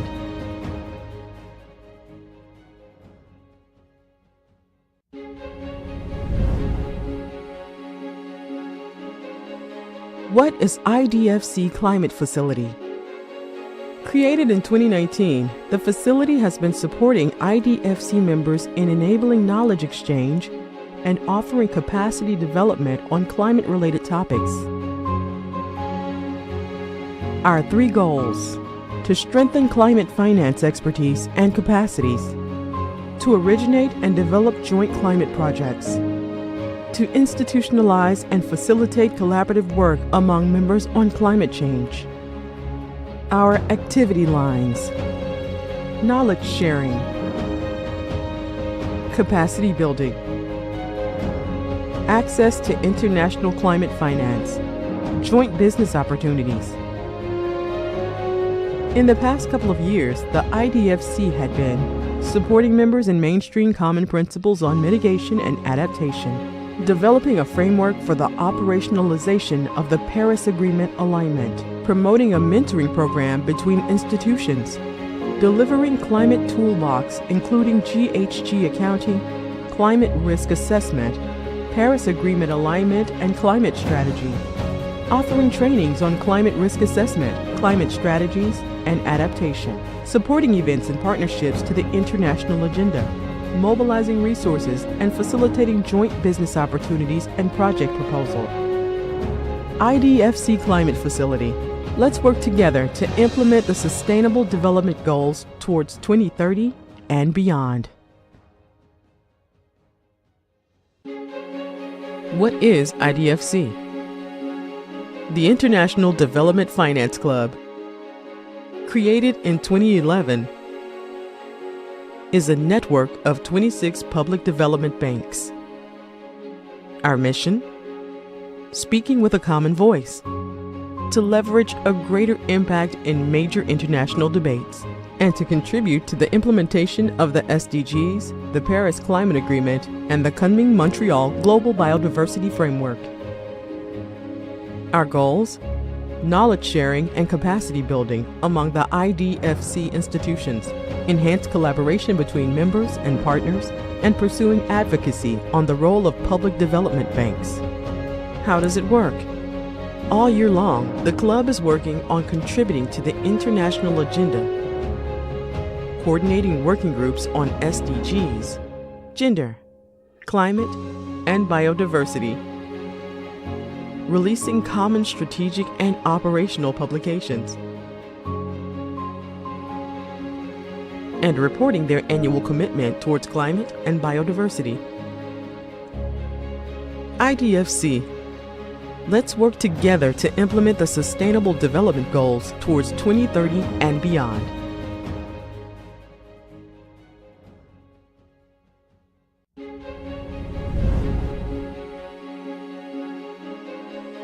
What is IDFC Climate Facility? Created in 2019, the facility has been supporting IDFC members in enabling knowledge exchange and offering capacity development on climate-related topics. Our 3 goals: to strengthen climate finance expertise and capacities, to originate and develop joint climate projects, to institutionalize and facilitate collaborative work among members on climate change. Our activity lines: check, knowledge 1, 2, 3, sharing, 4, 5, 6, 7, 8, 9, 10, testing. capacity Microphone building, here at COP28. Lower down. access to international climate finance, joint business opportunities. In the past couple of years, the IDFC had been supporting members in mainstream common principles on mitigation and adaptation, developing a framework for the operationalization of the Paris Agreement alignment, promoting a mentoring program between institutions, delivering climate toolbox including GHG accounting, climate risk assessment, Paris Agreement alignment and climate strategy, offering trainings on climate risk assessment, climate strategies, and adaptation, supporting events and partnerships to the international agenda, mobilizing resources and facilitating joint business opportunities and project proposal. IDFC Climate Facility. Let's work together to implement the Sustainable Development Goals towards 2030 and beyond. What is IDFC? The International Development Finance Club, created in 2011, is a network of 26 public development banks. Our mission? Speaking with a common voice, to leverage a greater impact in major international debates, and to contribute to the implementation of the SDGs, the Paris Climate Agreement, and the Kunming-Montreal Global Biodiversity Framework. Our goals?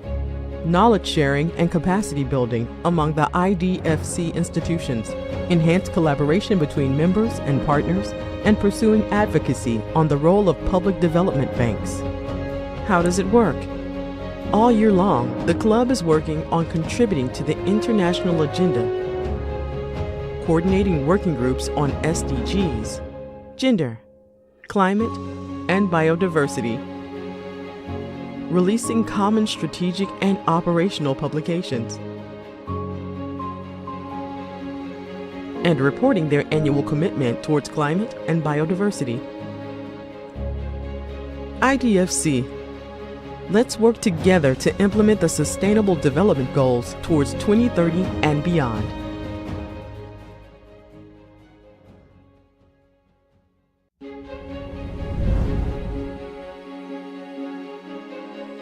What is IDFC Climate Facility? Created in 2019, the facility has been supporting IDFC members in enabling knowledge exchange and offering capacity development on climate-related topics.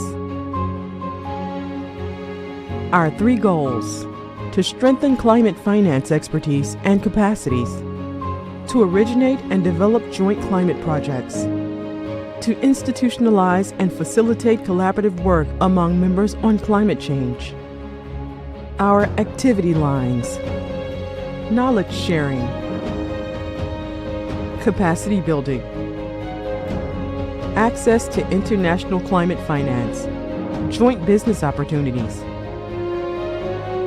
In the past couple of years, the IDFC had been supporting members in mainstream common principles on mitigation and adaptation, developing a framework for the operationalization of the Paris Agreement alignment, promoting a mentoring program between institutions, delivering climate toolbox including GHG accounting, climate risk assessment, Paris Agreement alignment and climate strategy, offering trainings on climate risk assessment, climate strategies, and adaptation, supporting events and partnerships to the international agenda, mobilizing resources and facilitating joint business opportunities and project proposal.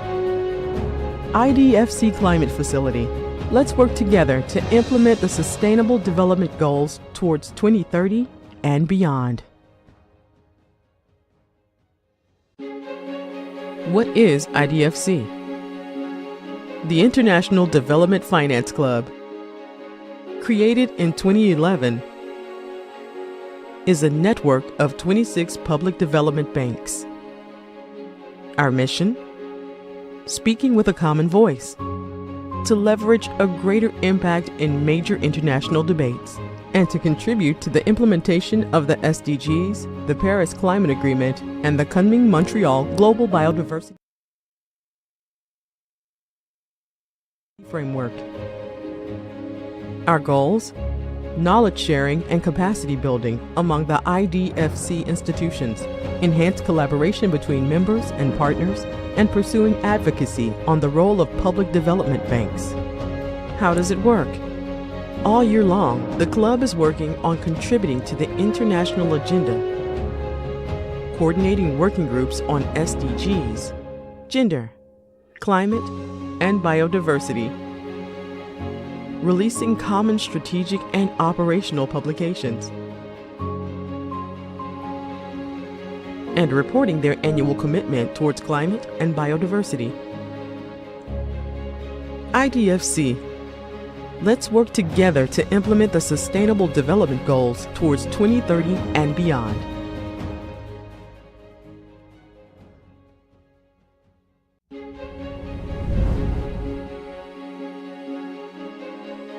What is IDFC Climate Facility? Created in 2019, the facility has been supporting IDFC members in enabling knowledge exchange and offering capacity development on climate-related topics. Our 3 goals: to strengthen climate finance expertise and capacities, to originate and develop joint climate projects, to institutionalize and facilitate collaborative work among members on climate change. Our activity lines: knowledge sharing, capacity building, access to international climate finance, joint business opportunities. In the past couple of years, the IDFC had been supporting members in mainstream common principles on mitigation and adaptation, developing a framework for the operationalization of the Paris Agreement alignment, promoting a mentoring program between institutions, delivering climate toolbox including GHG accounting, climate risk assessment, Paris Agreement alignment and climate strategy, offering trainings on climate risk assessment, climate strategies, and adaptation, supporting events and partnerships to the international agenda, mobilizing resources and facilitating joint business opportunities and project proposal. IDFC Climate Facility. Let's work together to implement the Sustainable Development Goals towards 2030 and beyond. What is IDFC? The International Development Finance Club, created in 2011, is a network of 26 public development banks. Our mission? Speaking with a common voice, to leverage a greater impact in major international debates, and to contribute to the implementation of the SDGs, the Paris Climate Agreement, and the Kunming-Montreal Global Biodiversity Framework. Our goals? Knowledge sharing and capacity building among the IDFC institutions, enhanced collaboration between members and partners, and pursuing advocacy on the role of public development banks. How does it work? All year long, the club is working on contributing to the international agenda, coordinating working groups on SDGs, gender, climate, and biodiversity, releasing common strategic and operational publications, and reporting their annual commitment towards climate and biodiversity. IDFC. Let's work together to implement the Sustainable Development Goals towards 2030 and beyond.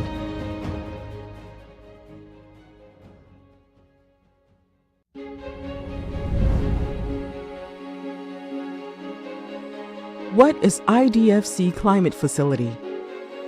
Created in 2019, the facility has been supporting IDFC members in enabling knowledge exchange and offering capacity development on climate-related topics. Our 3 goals: to strengthen climate finance expertise and capacities, to originate and develop joint climate projects, to institutionalize and facilitate collaborative work among members on climate change. Our activity lines: knowledge sharing, capacity building, access to international climate finance, joint business opportunities, In the past couple of years, the IDFC had been supporting members in mainstream common principles on mitigation and adaptation, developing a framework for the operationalization of the Paris Agreement alignment, promoting a mentoring program between institutions, delivering climate toolbox including GHG accounting, climate risk assessment, Paris Agreement alignment and climate strategy, offering trainings on climate risk assessment, climate strategies, and adaptation, supporting events and partnerships to the international agenda, mobilizing resources and facilitating joint business opportunities and project proposal. IDFC Climate Facility. Let's work together to implement the Sustainable Development Goals towards 2030 and beyond. What is IDFC? The International Development Finance Club, created in 2011, is a network of 26 public development banks. Our mission?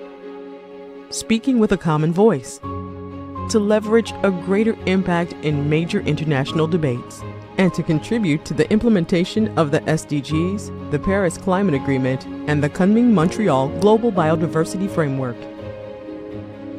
Our goals? Knowledge sharing and capacity building among the IDFC institutions, enhanced collaboration between members and partners, and pursuing advocacy on the role of public development banks. How does it work? All year long, the club is working on contributing to the international agenda, coordinating working groups on SDGs, gender, climate, and biodiversity, releasing common strategic and operational publications, and reporting their annual commitment towards climate and biodiversity. IDFC. Let's work together to implement the Sustainable Development Goals towards 2030 and beyond.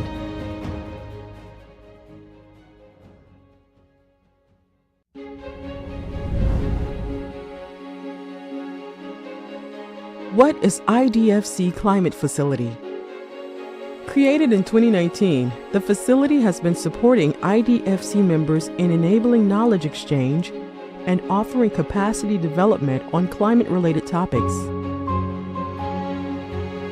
Our 3 goals: to strengthen climate finance expertise and capacities, to originate and develop joint climate projects, to institutionalize and facilitate collaborative work among members on climate change. Our activity lines: knowledge sharing, capacity building, access to international climate finance, joint business opportunities. In the past couple of years, the IDFC had been supporting members in mainstream common principles on mitigation and adaptation, developing a framework for the operationalization of the Paris Agreement alignment, promoting a mentoring program between institutions, delivering climate toolbox including GHG accounting, climate risk assessment, Paris Agreement alignment and climate strategy, offering trainings on climate risk assessment, climate strategies, and adaptation, supporting events and partnerships to the international agenda, mobilizing resources and facilitating joint business opportunities and project proposal. IDFC Climate Facility. Let's work together to implement the Sustainable Development Goals towards 2030 and beyond. What is IDFC? The International Development Finance Club, created in 2011, is a network of 26 public development banks. Our mission? Speaking with a common voice, to leverage a greater impact in major international debates, and to contribute to the implementation of the SDGs, the Paris Climate Agreement, and the Kunming-Montreal Global Biodiversity Framework. Our goals? Knowledge sharing and capacity building among the IDFC institutions, enhanced collaboration between members and partners, and pursuing advocacy on the role of public development banks. How does it work? All year long, the club is working on contributing to the international agenda, coordinating working groups on SDGs, gender, climate, and biodiversity, releasing common strategic and operational publications, and reporting their annual commitment towards climate and biodiversity. IDFC. Let's work together to implement the Sustainable Development Goals towards 2030 and beyond.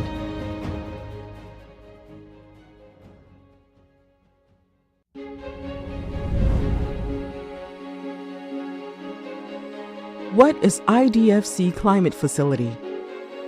Created in 2019, the facility has been supporting IDFC members in enabling knowledge exchange and offering capacity development on climate-related topics. Our 3 goals: to strengthen climate finance expertise and capacities, to originate and develop joint climate projects, to institutionalize and facilitate collaborative work among members on climate change. Our activity lines: knowledge sharing, capacity building, access to international climate finance, joint business opportunities. In the past couple of years, the IDFC had been supporting members in mainstream common principles on mitigation and adaptation, developing a framework for the operationalization of the Paris Agreement alignment, promoting a mentoring program between institutions, delivering climate toolbox including GHG accounting, climate risk assessment, Paris Agreement alignment, and climate strategy, offering trainings on climate risk assessment, climate strategies, and adaptation, supporting events and partnerships to the international agenda, mobilizing resources and facilitating joint business opportunities and project proposal. IDFC Climate Facility. Let's work together to implement the Sustainable Development Goals towards 2030 and beyond. What is IDFC? The International Development Finance Club, created in 2011, is a network of 26 public development banks. Our mission? Speaking with a common voice, to leverage a greater impact in major international debates, and to contribute to the implementation of the SDGs, the Paris Climate Agreement, and the Kunming-Montreal Global Biodiversity Framework. Our goals? Knowledge sharing and capacity building among the IDFC institutions, enhanced collaboration between members and partners, and pursuing advocacy on the role of public development banks. How does it work? All year long, the club is working on contributing to the international agenda, coordinating working groups on SDGs, gender, climate, and biodiversity, releasing common strategic and operational publications, and reporting their annual commitment towards climate and biodiversity. IDFC. Let's work together to implement the Sustainable Development Goals towards 2030 and beyond.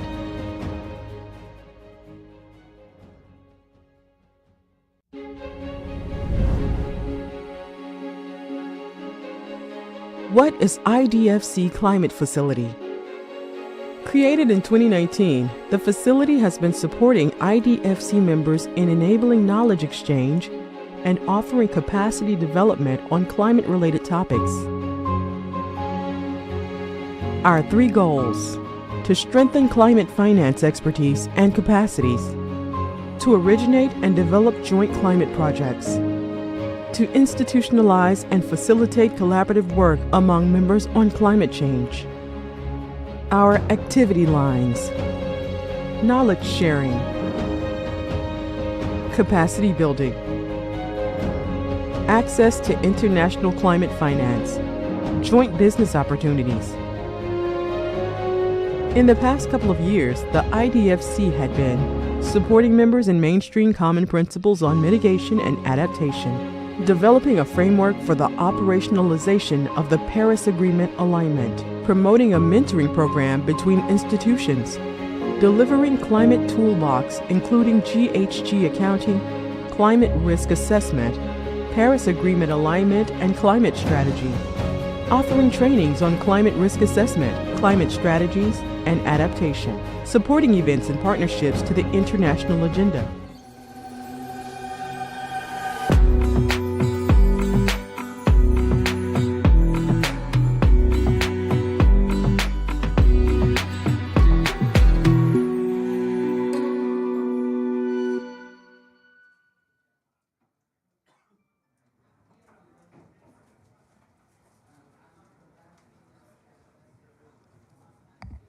So good morning, everyone. It's my pleasure to be here today with all of you in this important topic we're about to discuss. So this side event is being organized by COP28, the Central American Integration Bank, and Taiwan ICDF. And it's very important for us as a region in Central America to have these topics being talked about, because having people centered at the core of climate finance, it's definitely one of the needs for our region. So without further ado, I want to start with this event called Towards Accountable Climate Finance, establishing a people-centric financial mechanism to facilitate a just transition. And I would like to give the floor to Mr. Alex Chai so he can have an opening remark, and then we can talk a little bit more with our panelists. That is a great team that we have pulled together today. So Mr. Alex, please. Have the floor.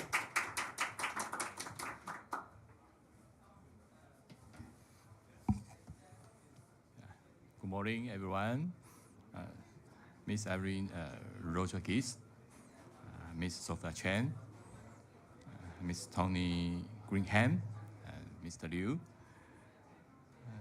On behalf of the International Cooperation and Development Fund of Taiwan ICDF, it is my great pleasure to address today's event. First, I would like to express my gratitude to COP28 for co-organizing this event alongside with the Taiwan ICDF. Together, we have built this platform to discuss people-centered financial mechanism and their role in just transition to a green economy. But what do we mean by people-centric and just transition? Simply put, these terms express that benefits of a sustainable society should be shared throughout the population, while also supporting those who may lose economically. This is the third consecutive year of Taiwan ICDF is organizing a side event with COP28 at the United Nations Climate Change Conference. In 2023, we are highlighting our efforts to assist government and business in coping with transition-related challenges and inequalities. Perhaps more importantly, we are sharing our progress with bringing vulnerable groups such as women, youth, and low-income households into the conversation by providing them with targeted assistance. In addition, we are discussing our success with catalyzing resources from the public and private sectors for the benefit of all people. The world is facing persistent extreme weather and unprecedented natural disasters. Record-breaking droughts, heat waves, and floods plague the world. The ongoing climate emergency threatens the lives and livelihood of all people, as well as the health and the security of the ecosystem we all rely on. If left unaddressed, climate change will push up to 130 million people into poverty within the next 10 years and generate a 2% loss in global GDP per capita by 2030. As climate change grows in intensity, it is imperative we step up and take concrete actions to achieve net zero emission by 2050. However, if transition initiatives and policies are not planned and managed carefully, they can inadvertently harm economic livelihood, and even the environment.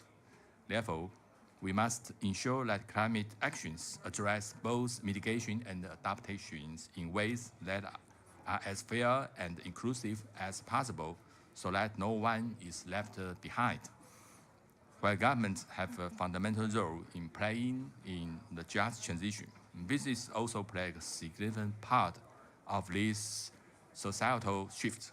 Each year, more companies and investors commit themselves to sustainability, including by developing green technologies, adopting green business model, and making green investments. At the same time, we are witnessing new financial mechanisms being developed to finance such initiatives and improve government's access to funds for sustainable infrastructure and measures. In fact, this is why we are here today to discuss how people-centric financial mechanisms can enable a just transition to a net zero economy. We are delighted to have experts from our own development organizations, COP28 and the Taiwan ICDF.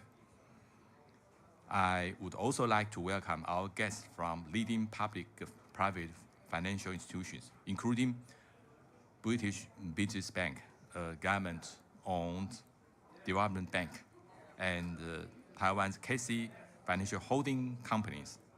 They will also share their experience and the insights to lay the work for green, equitable, and inclusive development. The world is still in the middle of fighting climate change. As a responsible member of the international community, Taiwan is committed to assisting our allied and our like-minded countries with overcoming this crisis. I'm honored to share with you today Taiwan's 4 major strategies for achieving net zero, compromising energy transition, industrial transformation, life transformation, and the social transformation. The Taiwan ICDF is very willing to share this experience and practice, and will continue to work together with our development partners to build a path towards a sustainable, fair, and inclusive future. In closing, I would look forward to the great success of this event and wish every one of you good health. Thank you.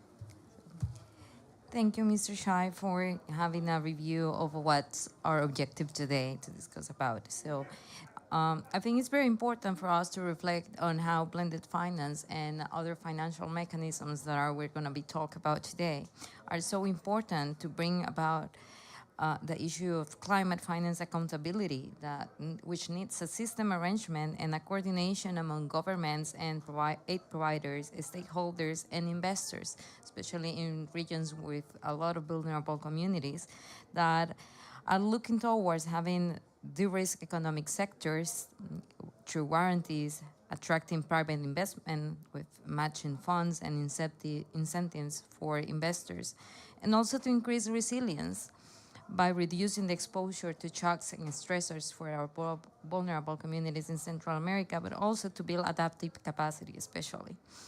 So with that in mind, we look toward discussing blended finance for Central America and some cases in Europe about what for small companies have been doing the British bank. So we can help address issues like high poverty rates, high inequality, and climate change vulnerability, which are 3 problems that we are here to talk about today with this focus on blended finance.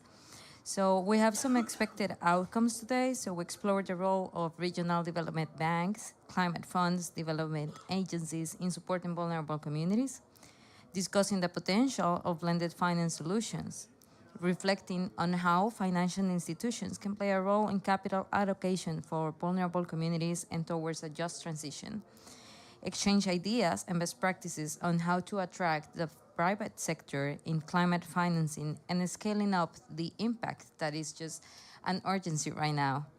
So without further ado, I want to explain how the session will go.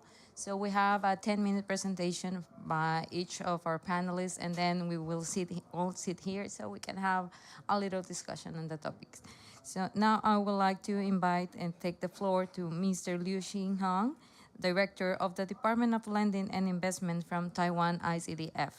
So Mr. Liu, please be welcome, and the floor is yours.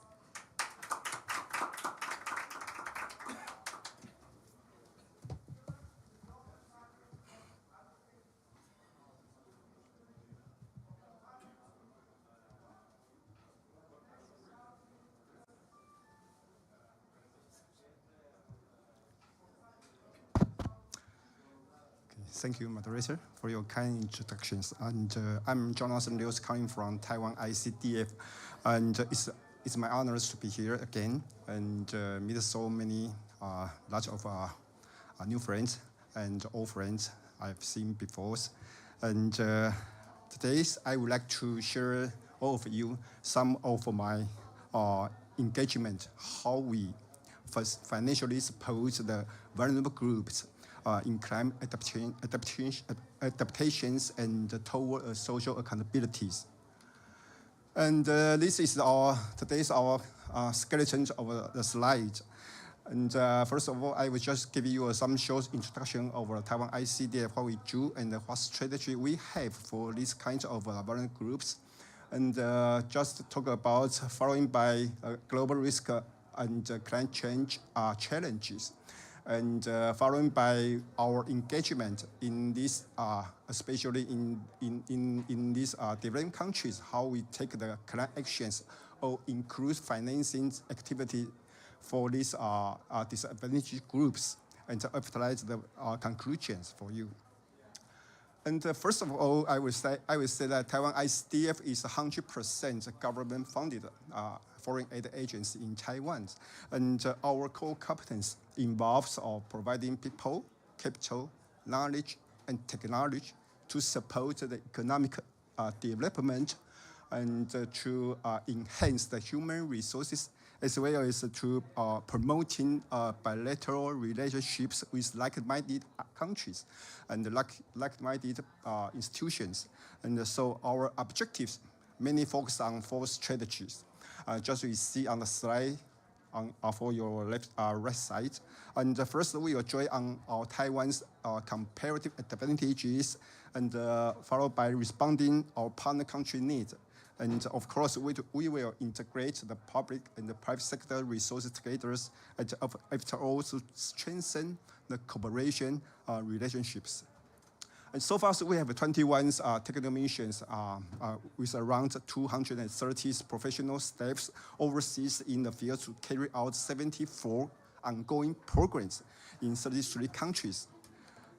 And our priorities, our work is tailor-made to local needs of each different countries.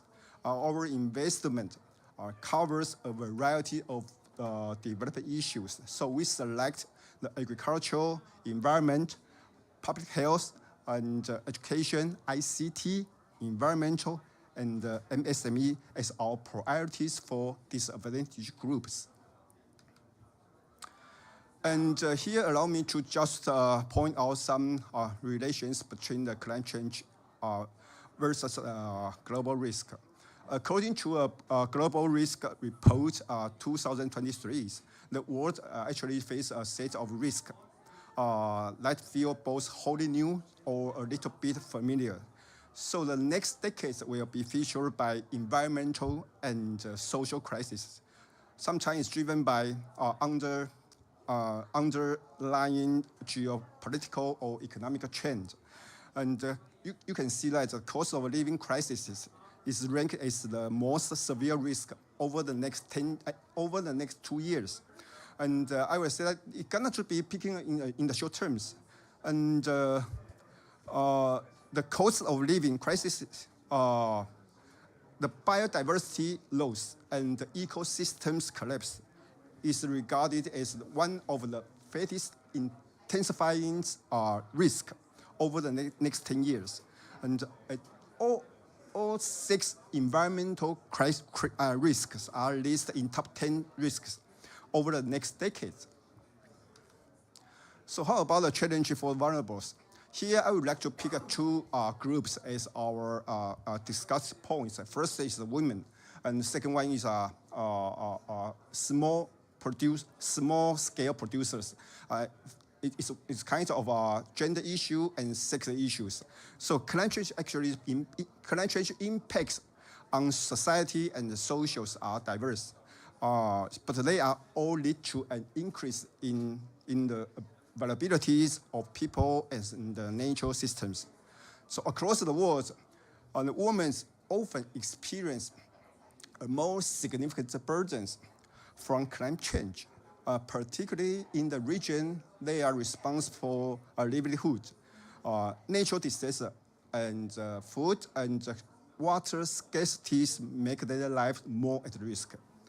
So in many developing countries, small-scale producers always play pivotal roles in informal sectors, and the natural disaster caused by climate change, such as a rainfall pattern change and a pest outbreak, can threaten the food security, and small-scale producers are more likely to experience economic hardships as they often lack of access to resources, credit, and land properties. And let me just give you some cases of our engagement for climate actions. And the first is our first case is our partnership with Central America Bank for Economic Integrations in Guatemala. Basically, this is the first time the Taiwan ICDF and the CAPE cooperate on gender issues. And these facilities basically covers credit guarantee, soft loan, and technical assistance, which are going to improve the woman's ability to access the financial resources by sharing the credit risk with the financial institutions. In the meantime, the technical assistance are also introduced for the financial institution under the CAPE Global Credit Lines, and to strengthen their ability to develop more appropriate financial products and services only for women. That's very special is that on this case, the European Union and UN Women have joined this guarantee fund as well. And through these platforms, the Taiwan ICDF can work very closely with international partners, very closely to contribute the gender's equalities and toward to a social accountability in Central America. And this case, I will talk about the facility for emergency and the crisis.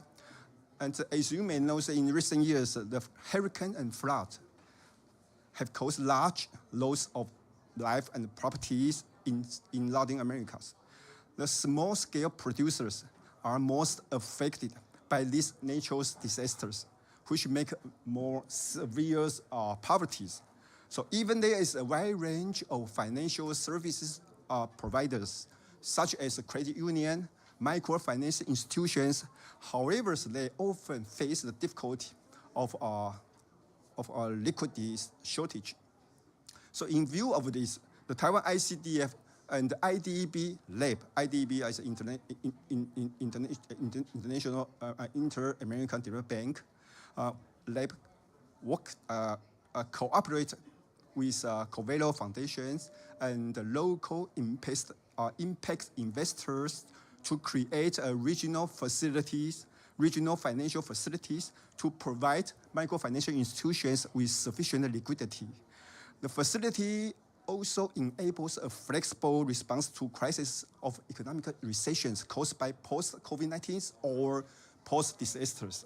So I'm sure that it's very imperative for the small-scale producers to recover their productive activities and to improve their quality of life as soon as possible.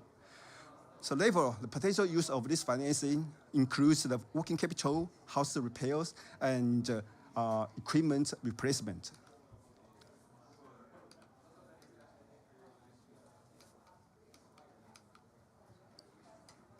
Next one. Okay. Next one, please. No, that's my. Yeah, next slide. Oh yeah, okay. And this facility I would like to share with you is we call it CREF. It's a Credit Risk Abatement Facility. This facility is actually an integrated solution for green finance in Caribbean regions, small island state. It was launched by CARICOM Development Fund in 2020 and comprised 3 pillars. First is the credit risk enhancement and technical assistance, as well as green financing. We just signed a contribution agreement with CDF last month to offer additional funding, mainly used on partial credit guarantees that would reduce the credit risk faced by financial institutions when they have found some kinds of on-lending operation to women-led enterprises for renewable energy or energy efficiency investment. So the women-led enterprises with viable green business models could be financially supported by local financial institutions under this framework. They don't need to worry about how insufficient collateral or transaction records or credit record they have. They don't need to worry about that. So the facility actually can essentially address the market value. That's the values of market could provide adequate or affordable financing for women-led enterprises interested in renewable energy and energy efficiency investment. And in conclusions, I will say that the impacts of climate change are not just the main issues of these centuries. And many disadvantaged groups still face a number of social, economic, psychological, or physical limitations that make them difficult to become bankable.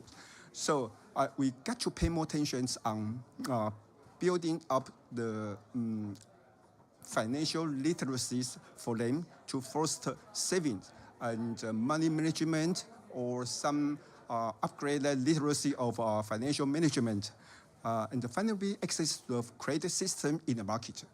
And secondly, I will say that under the financial constraints of the 8 ODA resources we have, as a foreign aid agency here, Taiwan ICDF are happy to play the roles of a catalyst to partnership with multilateral or bilateral like-minded countries or institutions, and harmonize the private sectors and private sectors resources together to amplify the fundings or financing effect, whatever is in forms of grants or loans from different stakeholders mandate to achieve.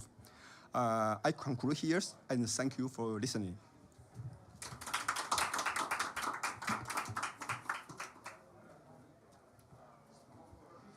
Thank you, Mr. Liu. So now I call to the floor to Mrs. Sophia Shen, Chief Investment Officer from Cathay Financial Holding Company. So we'll receive her with a round of applause, please.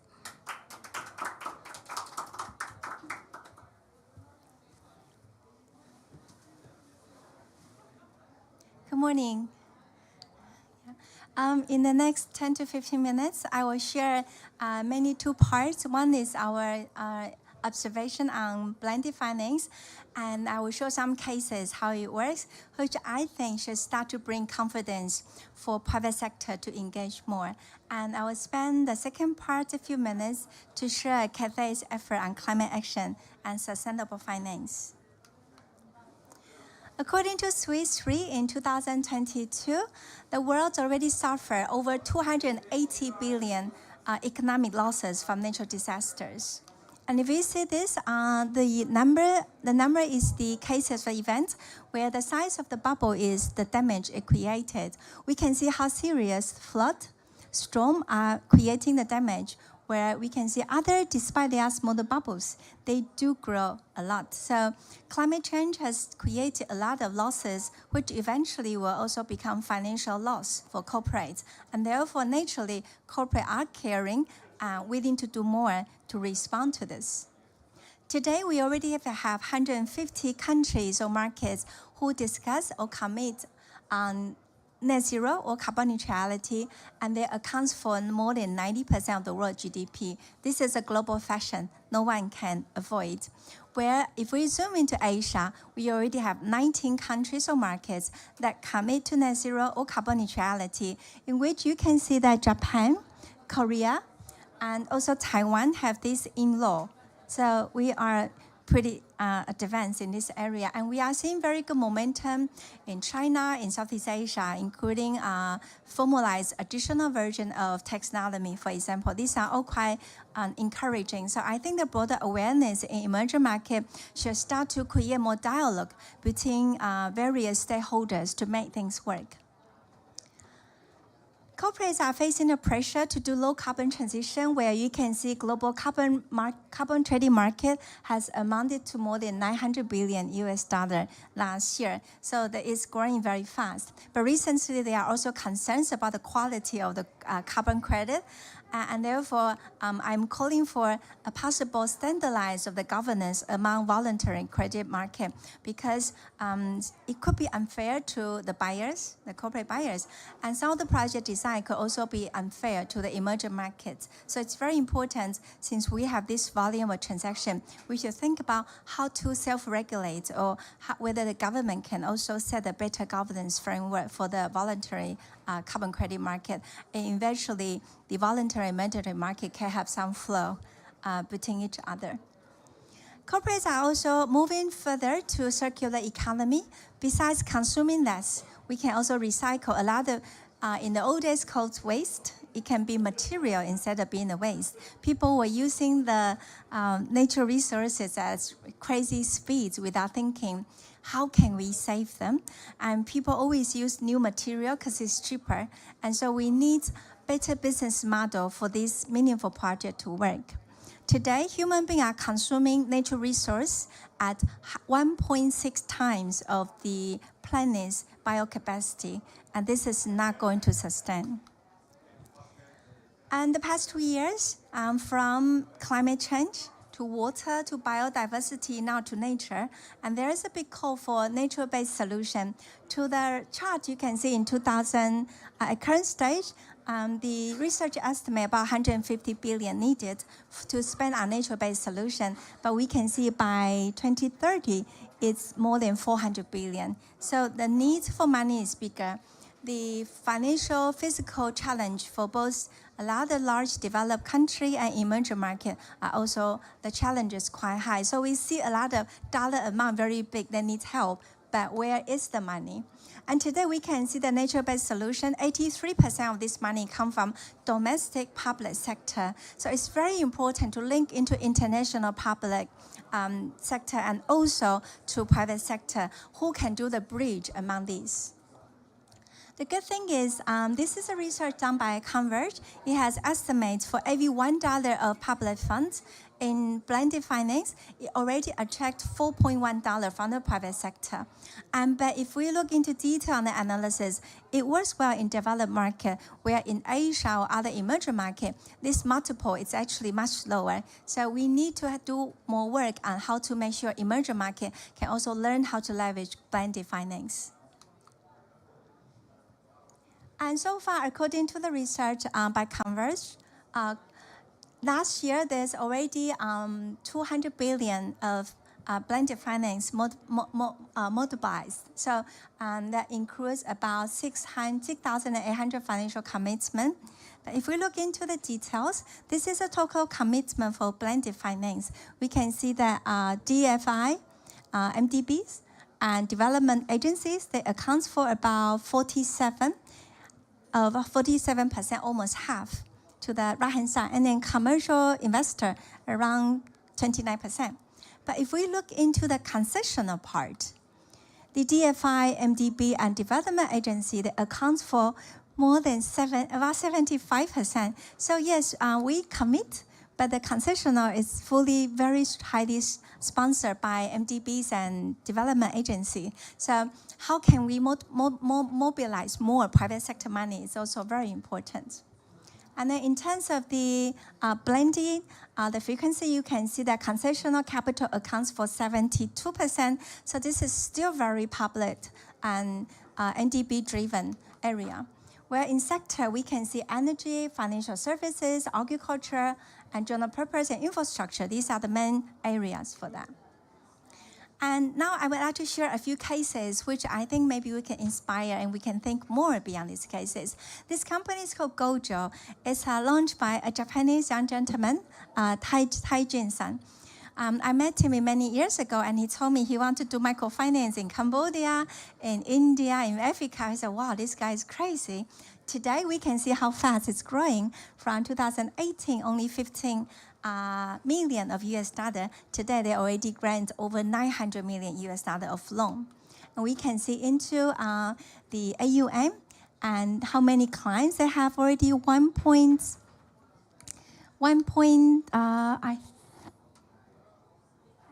Actually 1.8 million customers. And you can see female, it's quite a high percentage. And the default rate, delinquency ratio more than 30 days. You can see 2020 to 21 is higher because of COVID. But they are trying to find solution for them, help them to repay. And you can see the delinquency ratio in this year has improved as the economy recovered. And by before 2020, you can see the delinquency ratio is quite low. They start with some cross guarantee. And then, for example, in India, once the credit record is long enough, they start to reduce the cross guarantee months. And once they are really stronger, they can be independent. So depending on guarantee, credit enhancement could be a temporary solution if you properly building their, doing good job in their capacity building. This is a simple case, and I think it's in Mexico. And the Swiss Re insurance companies, you can see to the right-hand side. This is in Mexico, in the seashore. They believe protecting the seashore environment and the coral reef is very important for tourist industry.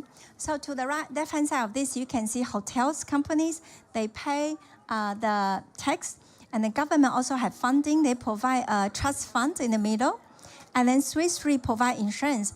If there is a natural disaster or a hurricane that hurts the ocean seashore, they get insurance claim. They can rebuild the area so they can continue to restore the coral reef. So this is quite easy ways. It's mainly from like donation and capacity building. And this is a work by Root Capital. The disease for coffee bean affects the livelihood of farmers a lot. So the Root Capital, they form a fund called Coffee Farmer Resilience Initiative. So they work with development institutions, private corporates, and foundations to deploy the capital.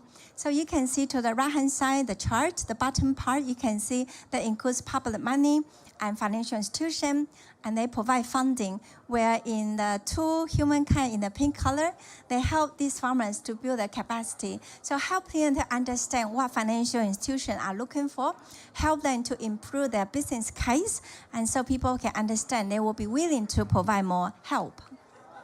This is another case. I think this is in Fiji Island. To the left-hand side, you can see there's a grant fund, where to the right-hand side, there are investment funds. So the idea is someone help this project to make it understandable, to help them to become bankable, investable over time.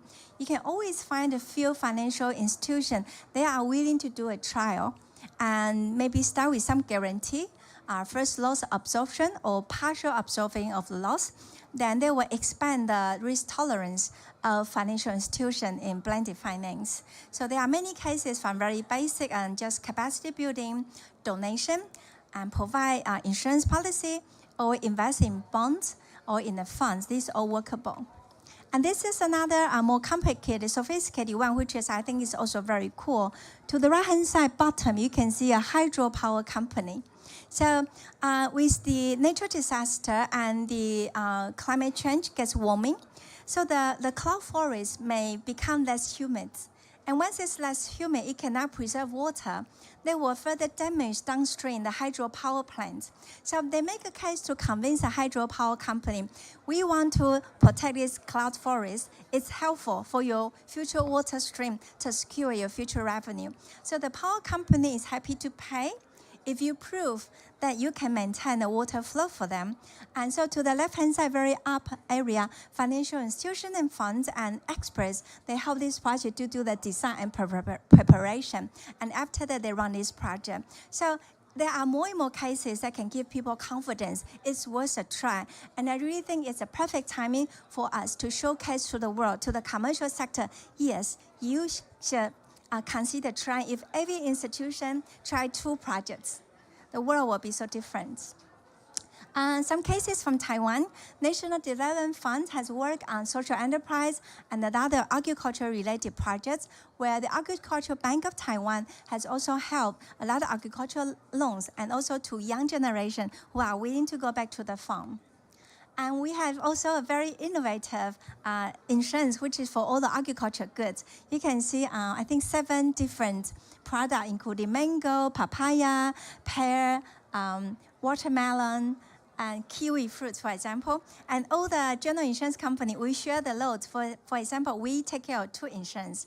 Some insurance policy based on the speed of the wind, some based on the loss of typhoon, some based on the flood, some based on the temperature. So the government will subsidize some of the insurance premium, where if some event occurs, hits the criteria, the farmers can get the insurance claim, so they can go back to rebuild their farm. For Cathay Financial Holdings, we are one of the global leaders, I hope, in terms of ESG and climate actions and social contribution. So you can see we have got very good recognition from both international to the right-hand side, and left-hand side we are also identified as the best family-friendly employee in Taiwan. We care about empowerment a lot. And we focus on climate, health, and empowerment. We care about employees, we care about clients, we care about young generation, and we care about women. And we have accumulated from low carbon investment and loan, infrastructure, inclusive financial products, water resources, all combined, it's about 1.4 trillion Taiwan dollar. So that's about 40 billion US dollar in aggregate. And we are the biggest in micro insurance in Taiwan. A lot of the poor family, all they need is a father or the major income generator who have a basic protection. So in case something happens, their family will not get into difficulty. Our commercial insurance market share is 20%. Our micro insurance market share is 30%. So we spend a lot of time to identify what is a weak spot in the society and what can we do. We also, in the bottom part of this, we help the agriculture companies who are in Taiwan, and also I think they participate in some of the ICDF project in Caribbean islands to help these farmers to do better smart agriculture. Cathay, we take care of guava and mango insurance. So it comes from some funds from the government to subsidize the insurance premium, where we set some criteria on the claim settlement. So there are many ideas that we can work together. And this is a snapshot of our journey since 2014, when I started to lead the responsible investment team. You can see 2016, we joined Asia Investor Group on climate change. Myself is a chairperson now. In 2017-18, we are the first Taiwan financial institution to engage the corporate we invest, accent to do better climate governance. We are the first Taiwan financial institution who joined TCFD in year 2022. We are the first one joining RE100. We are certified number 6 in Asia, I think, by SBTI. And the past year and this year, we have joined a lot of nature-related initiatives. We think the best way is go to international initiative, work with them, learn from them, and try to bring this insight back to Asia, back to Taiwan, so we can localize and make people feel they can also contribute.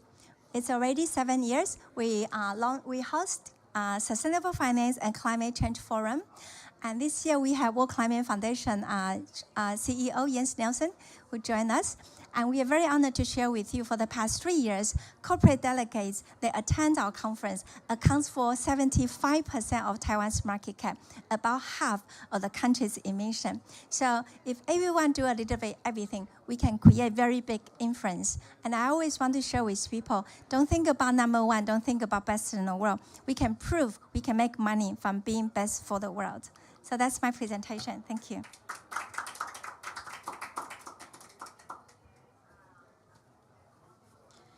Thank you, Ms. Cheng, for that incredible presentation. That's good cases, really make a lot of hope for the world.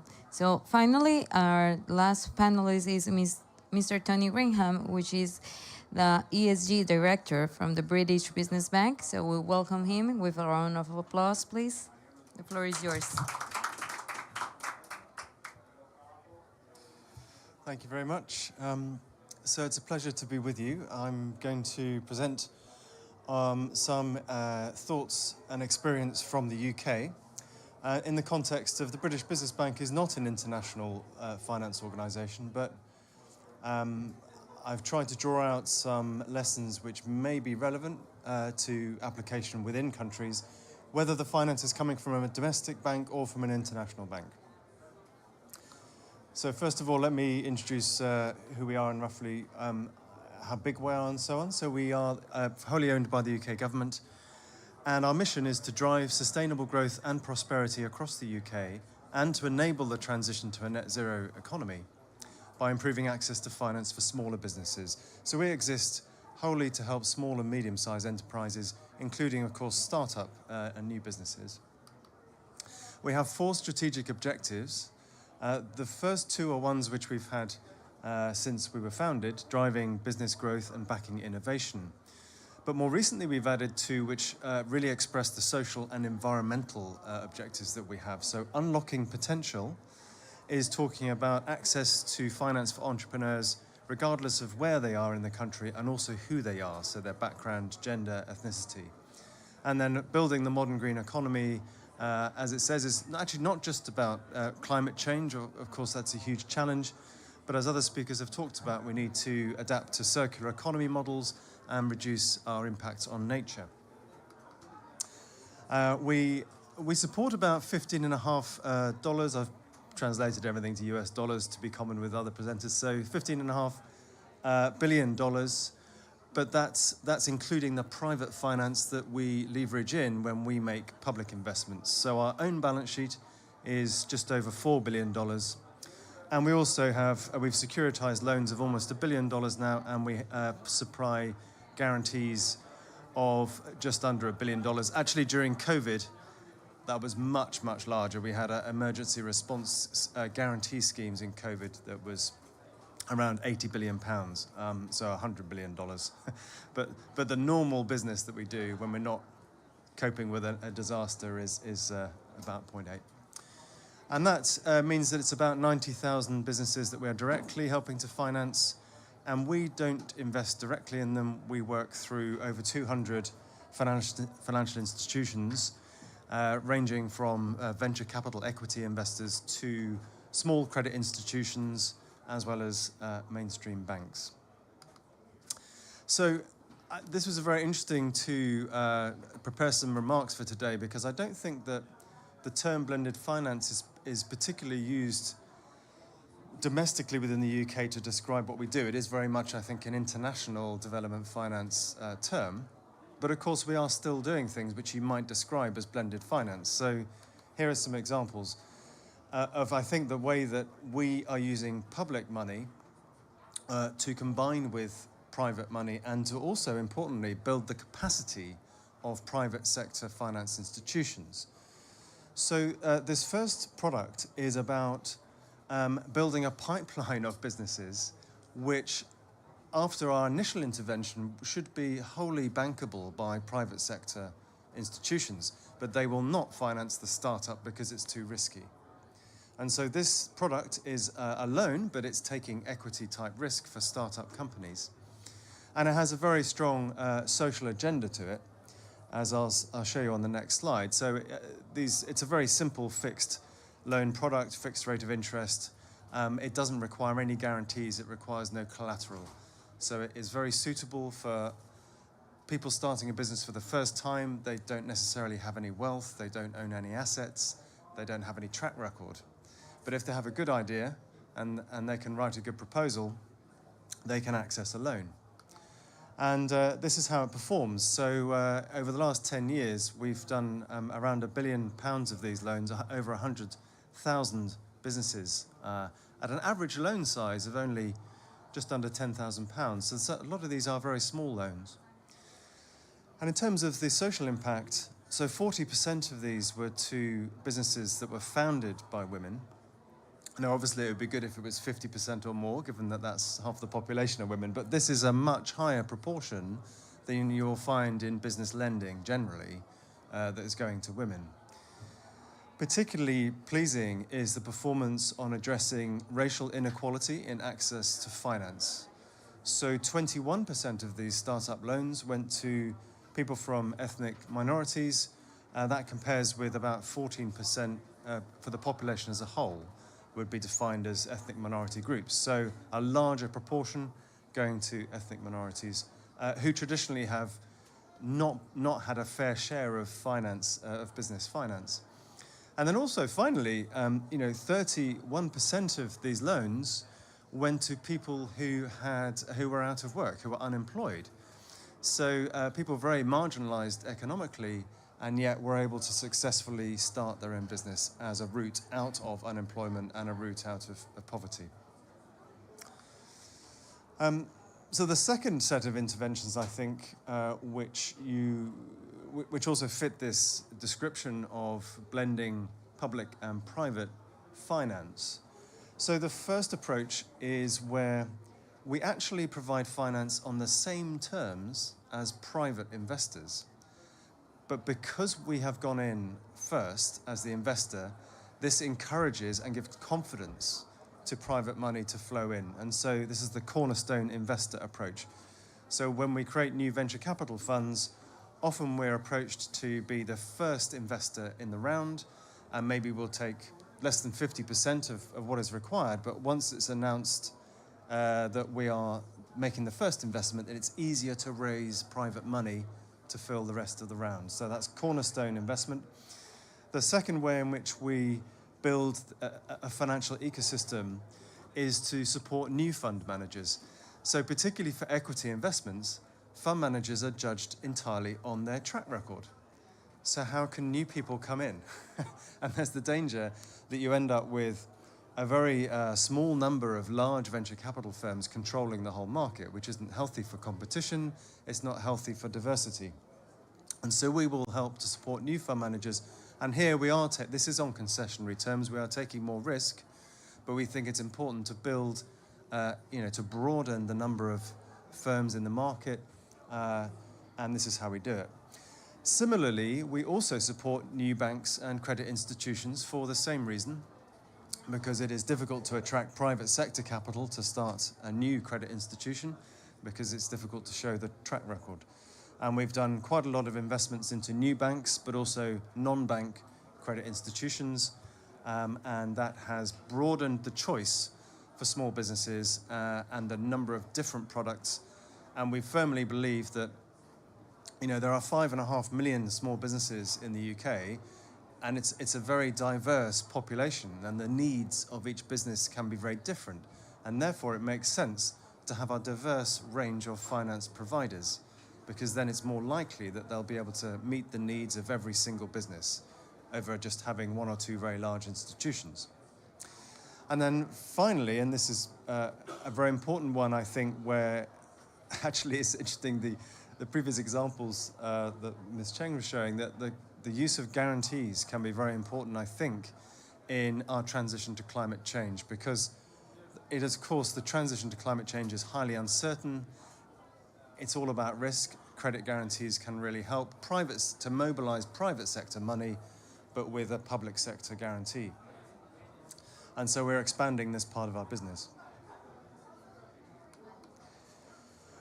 And finally, this is a very important element of the startup loans, is public funding for business advice.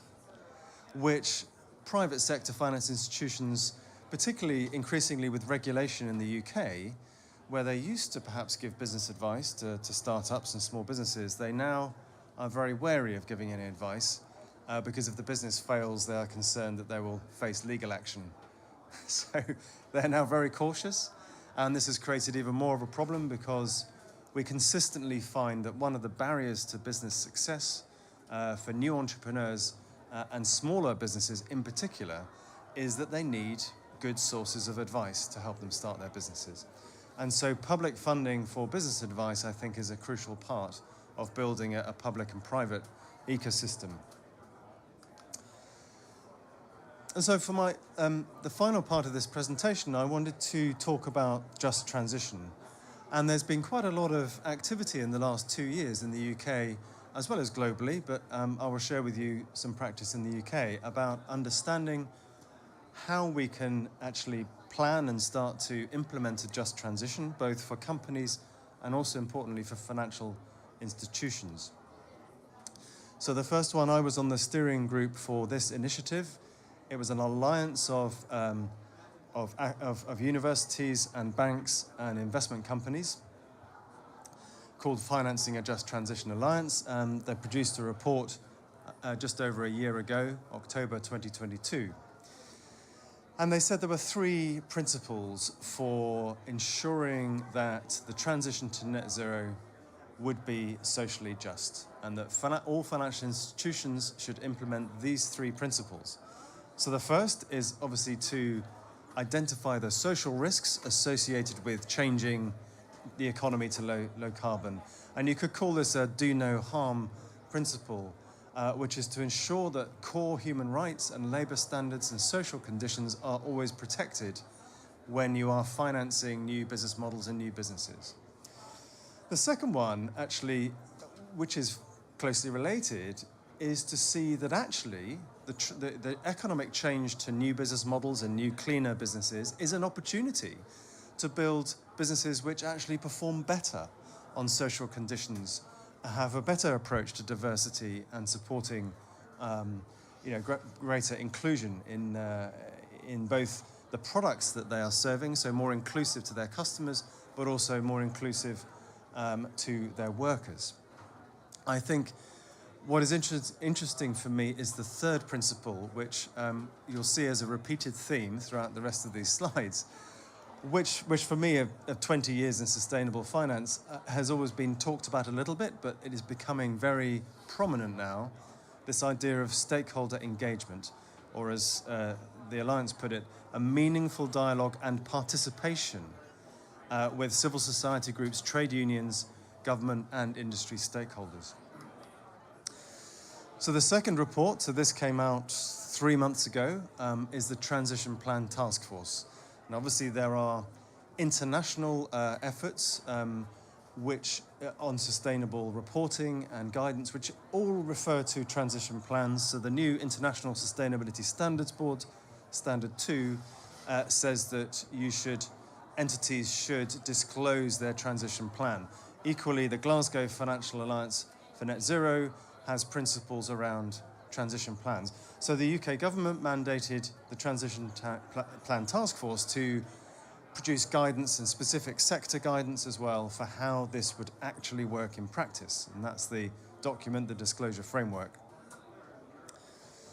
And what's, again, interesting here is that there are 5 categories of disclosures. The third one is describing how you engage.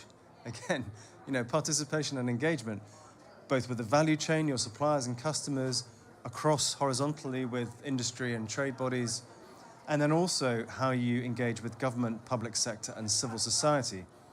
And this is interesting because it is encouraging greater transparency over what corporations are secretly asking governments for, at the same time as publicly they are portraying a green and socially just face. And this is a problem I perceive quite often with companies, that they are not very honest about the difference between what they are asking for in law and what they are telling their shareholders and the public. But also, of course, the engagement with civil society is interesting to see that is in there. Now, what do we mean by engagement? This is from some research that I led before I joined the British Business Bank. So this isn't British Business Bank research, but I thought you'd find it interesting. So the traditional academic literature on engagement all dates back to 1969, an American academic, Sherry Arnstein, who talked about 5 different levels of engagement. Now, all of them have their place. So at the bottom rung of the ladder is simply informing. So this is reporting and transparency. It's a very important part of engagement. But then it gets a little bit more interesting when you allow to have information to come back to you. So this is receiving information, but this is still very passive. You're not actually at this point face-to-face with any groups. That starts to happen with engaging. And this is where you enable conversations, but here you're only really allowing people to give you their opinion on the plan you have already produced. So it's still useful, but it's a consultation, basically. Consultations very rarely change the plan that is being consulted on. So then we climb to the 4th one, collaboration. Now this is where you engage with people before you have written your plan, and you invite their input and their feedback and their thoughts and their experience and their wisdom to help you write the plan. The 4th level of engagement. This is now very high quality participation. The 5th and final one, the highest level, is where you share power. Now this is very unlikely as an approach for private companies, but there have been very good examples of this where city governments, for example, have actually given the final decision to citizens. So participatory budgeting is a very good example of this in the public sector. So all I would say is when we are talking about participation, if we're talking about engagement, trying to be very clear about which level it is that you're engaging, that you're doing, and be really clear, because often an expectation is raised with civil society that you are having a higher level of participation. They think they're going to have a higher level of participation than you're actually intending. And then this leads to disillusionment and criticism and disappointment, which nobody wants to see. But why is it beneficial? Why is all this guidance telling us to engage with stakeholders in doing transition plans? Here's some research, again, that I worked on about 4 years ago. And it was actually engaging with UK citizens around economic policy, which is generally considered an expert domain, and ordinary members of the public perhaps don't get into the technicalities of economics, but we showed that they can absolutely engage with complicated economic policy decisions. And what we found that the benefits of engaging with citizens around economic policy was, firstly, that it helped to help citizens understand better the complexities of the challenges that we're facing, which raises the overall quality of dialogue and participation. But secondly, the citizens themselves are bringing new ideas and new policy and knowledge and experience into the decision-making process that the experts didn't have already. So the combination of expert knowledge with citizens' experience leads to a better overall decision and plan. This, therefore, similarly, the third point is that it may include aspects of economic policy that the experts hadn't thought were relevant, but turned out to be very relevant to the citizens that are experiencing the effects of economic policy. So it leads to more complete and inclusive, holistic planning. And then finally, it has an impact on the economic institutions themselves, because it's not just a one-off engagement that improves a particular plan, but it can change the attitudes and the behavior of the experts within the institution themselves, so that when they make more decisions and future plans, even without engagement, that they will have had this experience and it would have broadened their thinking and knowledge about how to write a really good transition plan, to get back to that. And that's where I'll end finally. The final report I wanted to tell you about, actually, and this is nice to finish off on today because this was initiated at COP26 in Glasgow, where the UK government convened an independent panel called the Impact Task Force, and they were asked them to say, well, could you identify for investors in particular what would make investment in transition to net zero a socially just transition? And so, but it can be used, it's aimed really at investors, but really it's useful for anybody to read, not just financial institutions. And the three elements that they included must always be involved when financial institutions are approaching just transition. Not surprising, because the first is the environmental imperative, the second is the social imperative, but the third, once again, interestingly, is about increasing community voice. And it is the role, once again, of involving the people, the citizens, who experience the impacts of climate change and who will be affected by our investment decisions, should be included in that plan. So that's it for me. Thank you very much.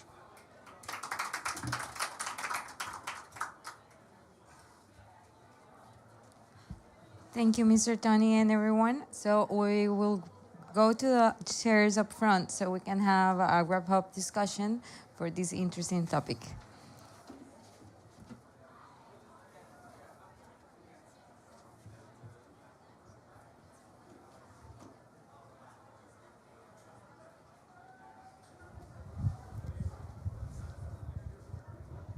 Okay, thank you.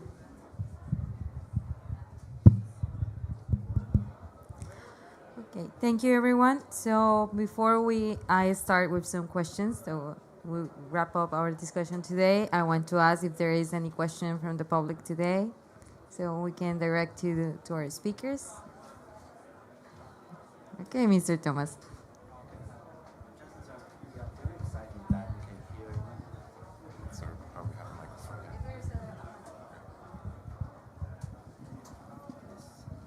We are very excited that we can hearing some exciting sharing from our excellent panelists here.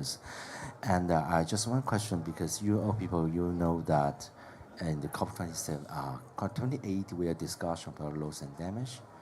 We just want to know the opinion from the different, for example, like development agency and the public agency, bank agency, and also private sector. How do you think about the loss damage, and how you think the function, how the loss and damage foundation will be function well to give the resources to the people should to get. Thank you. Okay, you get it all clear? Who wants to? Okay. Oh, well, I can resume your question and you correct me if I'm wrong. So he wants to know how can financial institutions work on loss and damage to finance the vulnerable communities, as well as you were talking on this blended finance scheme, but from the loss and damage approach. Yeah, thank you.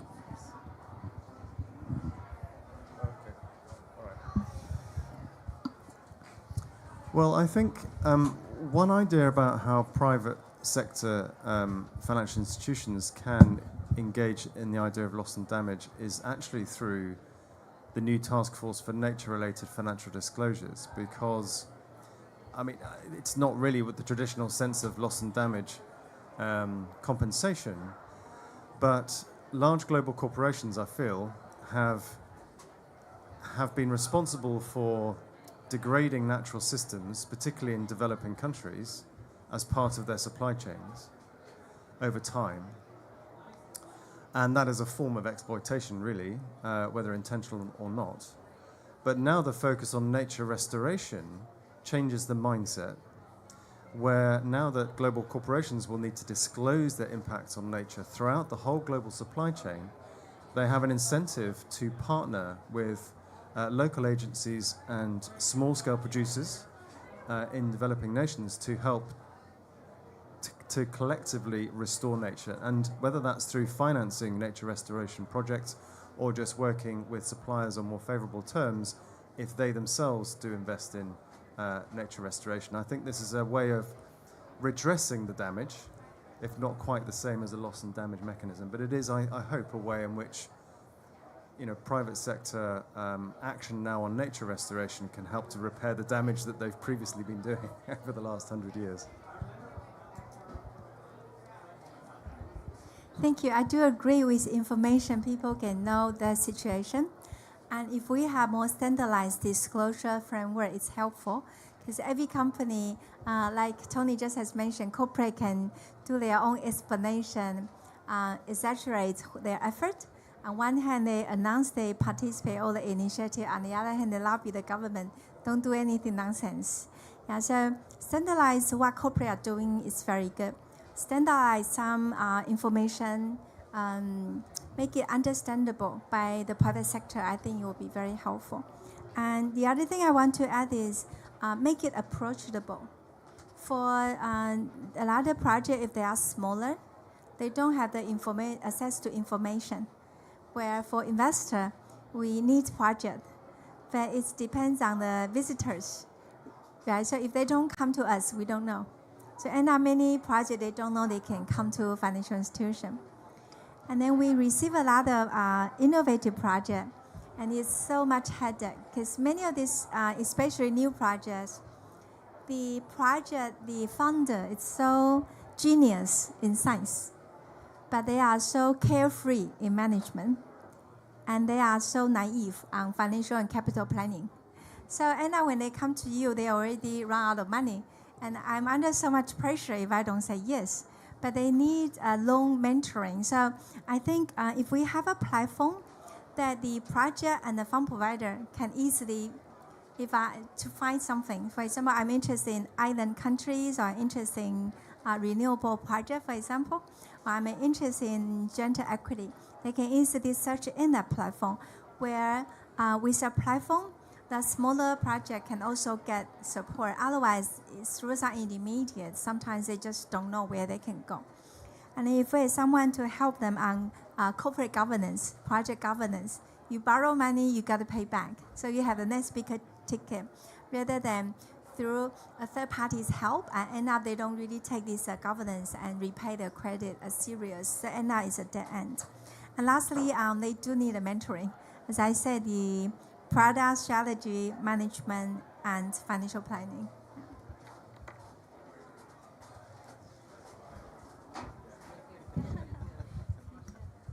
Okay, let me share some experience with ICDF, because ICDF is an NPO organization in Taiwan. And this issue is very pretty sensitive for us, because the loss and damage is just talk about the fundings. How can mobilize the fundings to the small island states, especially these kinds of states is much more affected by the climate change. And for NPO points of view, I would think that that's very important for these small island states to have some kind of due diligence work. If we want to raise some fundings for loss damage from the other donors, others international partners, they are sometimes they are pay more attention on how to supervise and how to know the next work they would like to do for their infrastructures or for their social development works in these small island states. So for my personal view, I think these are new issues for foreign aid agencies, and we are looking forward to have a small discussion with our allied countries or our friendly countries to know more about how they would like to do for their climate actions. And I will also think that maybe we can have establishing more special funds for this loss and damage for this specific countries, because there's totally different in different countries mandate. Thank you. Well, that gives me to one of my questions, and it comes from the fact that capacity building is a cornerstone for climate action, right? And we're all well aware of it. So I would like to reflect on what are the challenges and the opportunities that financial institutions have seen about how they can contribute to make this part of climate finance. Because you mentioned some mentoring programs, you also mentioned the mentoring program. So what are the big challenges and opportunities for financial institutions to make capacity building a part of climate finance beyond the traditional approach of subsidies and grants? It's actually very simple and very easy. The biggest challenge is, do you want to do it? And first of all, yes, we are here. I'm happy to talk to the entrepreneurs, startup, and their projects. Usually, I care about how they started. If they start with a very good intention, why not helping them to succeed? And then, but more than maybe half the time, you will find the team, they really fall in love with their product. And they thought it's an honor for other people. You don't know the product, you just give me the money. So a right mentality, in a proper company, you have CEO, you have chief marketing officer, you have the lead of operation, you have lead of finance. So some are good in product, some are good in management, some are good in the stakeholder inclusion and communication and capital planning. So the team, if they understand they do have areas to improve, we will love to talk to them, because only if they succeed, we can nurture more future star companies. So they need to be open-minded. And then I do appreciate if a team, you inspire them rather than mother them. Right? So if they listen to an idea, they really get it done, they come back 3 months later and say, I got this done, what's next?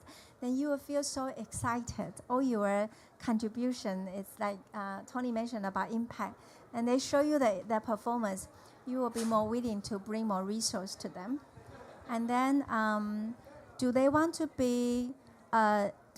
excel? Do they want to be a leader in their area? Because only if you got the ambition, it's worthwhile for us to provide this resource. So I want them to do better than me. If they had ambition, anything learnable, you should not be afraid. Yes, we always have some challenges, because when we have discussing with the microfinance institutions to carry out some our for our microloans, and we find that the credit system has different levels of banking. The banking is the top of one, and the microfinance institution and credit unions, they are different mandates. So first of all, I think the capacity building's work has to not only provide to the microfinance institution, but also you have to some resources for the client, because you not only just offer the funding for them, but you don't have any skill trainings or empower their financial literacies. How to build up their bankable is very important. So I think the challenge for microfinancing institution is that they have to change their mentalities to accept these kinds of disadvantaged groups as their potential clients in the near futures. Let's expand in large scale operational areas to different areas. That's my answer. Well, on this question of capacity building in companies or the advice, I think there are one challenge is that, as I mentioned, there are about 5.5 million small and medium-sized companies in the UK. At any one time, a very small proportion are actively seeking finance. And so the question is, how are you going to help all of the rest of them transition to net zero if they're not actually engaging with financial institutions? So I think this is a very good reason for encouraging cross-industry collaboration, which includes financial institutions, but also public sector institutions. And indeed, business advisors. We do a lot of work with accountants in terms of how we can collectively help to advise businesses on sustainability, on how they can transition to net zero. And there's one very good example of a cross-industry collaboration right now, which we're helping to sponsor, which is aimed to help it make it really easy for small businesses to measure their carbon emissions from electricity consumption by simply making use of smart meter technology and combining it with other data into accounting software, so that small businesses who really don't have the time to engage in elaborate carbon calculators and other sort of, don't have the resources that large companies have.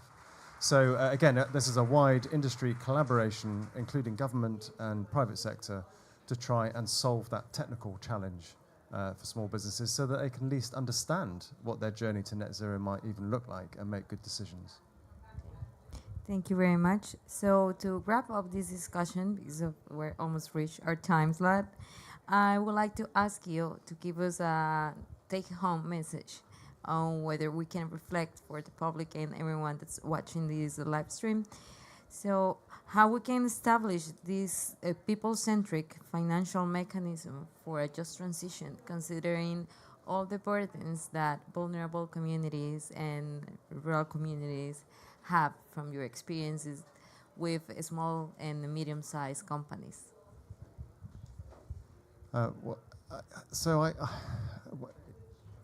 think that I guess my reflection from all of the conversation is that this idea of participation and involving people in planning, transition plans, is very powerful, and that's because it's a change in mentality from having very good social and environmental goals, but doing things to communities to try and achieve them, is we change the mentality to doing it with communities in order to achieve those goals. And that's possibly the most important message. And the result will be better as well as fairer. For medium and small business, there's only one advice: don't be shy, and believe everything is learnable. Be willing to understand your counterparty, what they are looking for. And I think if you are humble, respect the application, and do self-due diligence, get prepared, there are opportunities there to support you. I will say that we need to build more close linkage between the government levels and the institutional level, as well as the community level together, and to scale up the harmonize the effects, not only for financing, sometimes for human resources together, and to centralize and also to mobilize the funding from external resources. That's much more easy to working together to make some foreign aid work based on people-centric ideas. Thank you very much. So that will be for our session. I hope you all enjoyed this really incredible discussion and examples we had from all around the world, from Latin America, from Europe, from Asia. So it was indeed a very good opportunity for learning to myself, and I think that for a region where I come from such a high vulnerability to climate change, it really gave us a lot of thought for the next opportunities that are coming with small, medium-sized, and micro-enterprises from the vulnerable place where climate change is not gender neutral, and it's definitely something we have to work with the communities so we can respect how adaptation and mitigation leave no one behind. So thank you very much.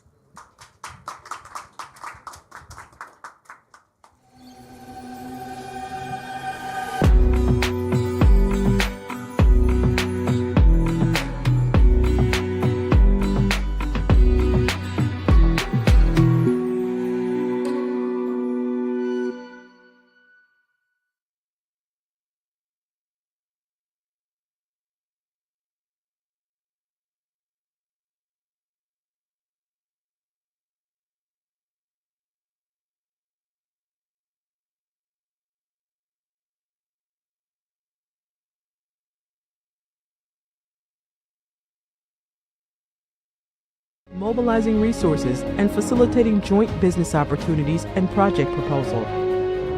IDFC Climate Facility. Let's work together to implement the Sustainable Development Goals towards 2030 and beyond. What is IDFC? The International Development Finance Club, created in 2011, is a network of 26 public development banks. Our mission? Speaking with a common voice, to leverage a greater impact in major international debates and to contribute to the implementation of the SDGs, the Paris Climate Agreement, and the coming Montreal Global Biodiversity Framework. Our goals: knowledge sharing and capacity building among the IDFC institutions, enhanced collaboration between members and partners, and pursuing advocacy on the role of public development banks. How does it work? All year long, the club is working on contributing to the international agenda, coordinating working groups on SDGs, gender, climate, and biodiversity, releasing common strategic and operational publications, and reporting their annual commitment towards climate and biodiversity. IDFC. Let's work together to implement the Sustainable Development Goals towards 2030 and beyond.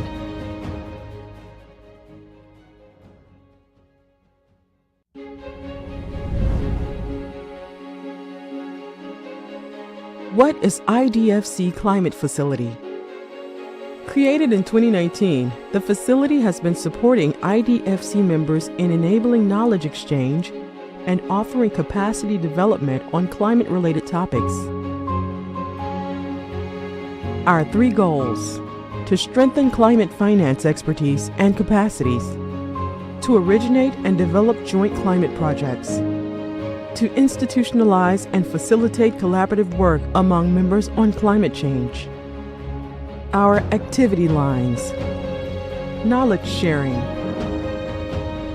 capacity building, access to international climate finance, joint business opportunities. In the past couple of years, the IDFC had been supporting members in mainstream common principles on mitigation and adaptation, developing a framework for the operationalization of the Paris Agreement alignment, promoting a mentoring program between institutions, delivering climate toolbox including GHG accounting, climate risk assessment, Paris Agreement alignment and climate strategy, offering trainings on climate risk assessment, climate strategies, and adaptation, supporting events and partnerships to the international agenda, mobilizing resources and facilitating joint business opportunities and project proposal. IDFC Climate Facility. Let's work together to implement the Sustainable Development Goals towards 2030 and beyond. What is IDFC? The International Development Finance Club, created in 2011, is a network of 26 public development banks. Our mission? Speaking with a common voice, to leverage a greater impact in major international debates, and to contribute to the implementation of the SDGs, the Paris Climate Agreement, and the coming Montreal Global Biodiversity Framework. Our goals: knowledge sharing and capacity building among the IDFC institutions, enhanced collaboration between members and partners, and pursuing advocacy on the role of public development banks. How does it work? All year long, the club is working on contributing to the international agenda, coordinating working groups on SDGs, gender, climate, and biodiversity, releasing common strategic and operational publications, and reporting their annual commitment towards climate and biodiversity. IDFC. Let's work together to implement the Sustainable Development Goals towards 2030 and beyond.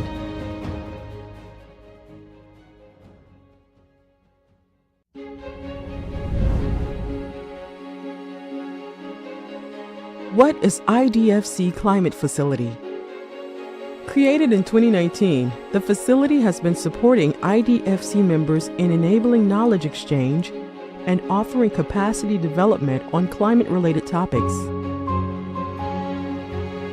Our 3 goals: to strengthen climate finance expertise and capacities, to originate and develop joint climate projects, to institutionalize and facilitate collaborative work among members on climate change. Our activity lines: knowledge sharing, capacity building, access to international climate finance, joint business opportunities. In the past couple of years, the IDFC had been supporting members in mainstream common principles on mitigation and adaptation, developing a framework for the operationalization of the Paris Agreement alignment, promoting a mentoring program between institutions, delivering climate toolbox including GHG accounting, climate risk assessment, Paris Agreement alignment and climate strategy, offering trainings on climate risk assessment, climate strategies, and adaptation, supporting events and partnerships to the international agenda, mobilizing resources and facilitating joint business opportunities and project proposal. IDFC Climate Facility. Let's work together to implement the Sustainable Development Goals towards 2030 and beyond. What is IDFC? The International Development Finance Club, created in 2011, is a network of 26 public development banks. Our mission? Speaking with a common voice, to leverage a greater impact in major international debates, and to contribute to the implementation of the SDGs, the Paris Climate Agreement, and the Kunming-Montreal Global Biodiversity Framework. Our goals? Knowledge sharing and capacity building among the IDFC institutions, enhanced collaboration between members and partners, and pursuing advocacy on the role of public development banks. How does it work? All year long, the club is working on contributing to the international agenda, coordinating working groups on SDGs, gender, climate, and biodiversity, releasing common strategic and operational publications, and reporting their annual commitment towards climate and biodiversity. IDFC. Let's work together to implement the Sustainable Development Goals towards 2030 and beyond.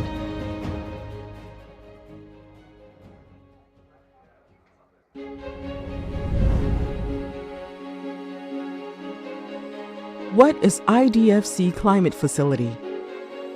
Created in 2019, the facility has been supporting IDFC members in enabling knowledge exchange and offering capacity development on climate-related topics.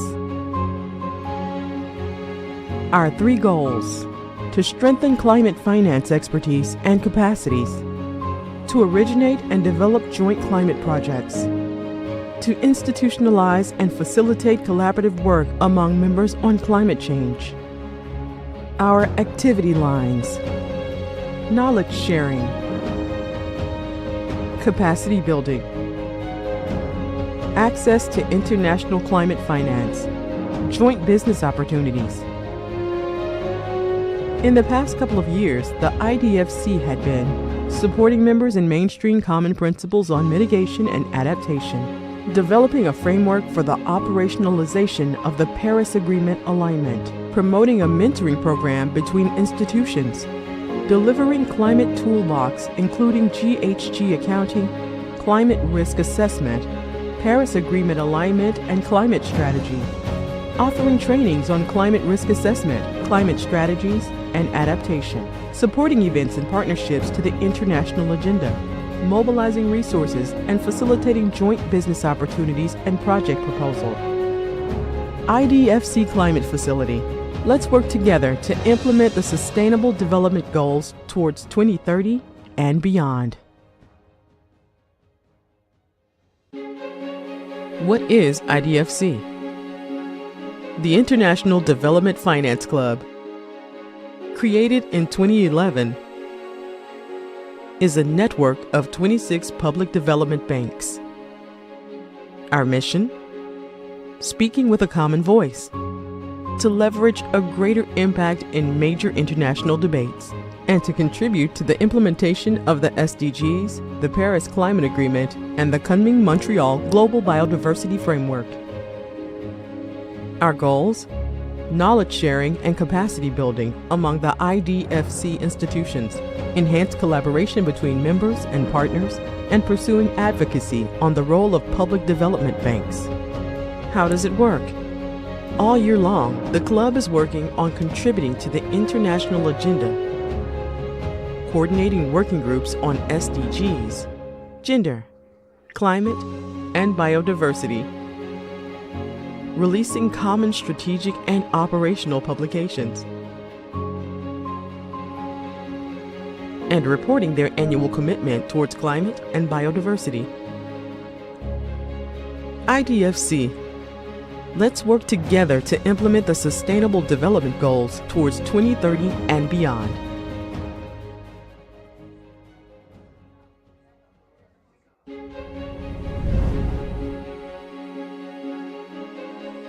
What is IDFC Climate Facility?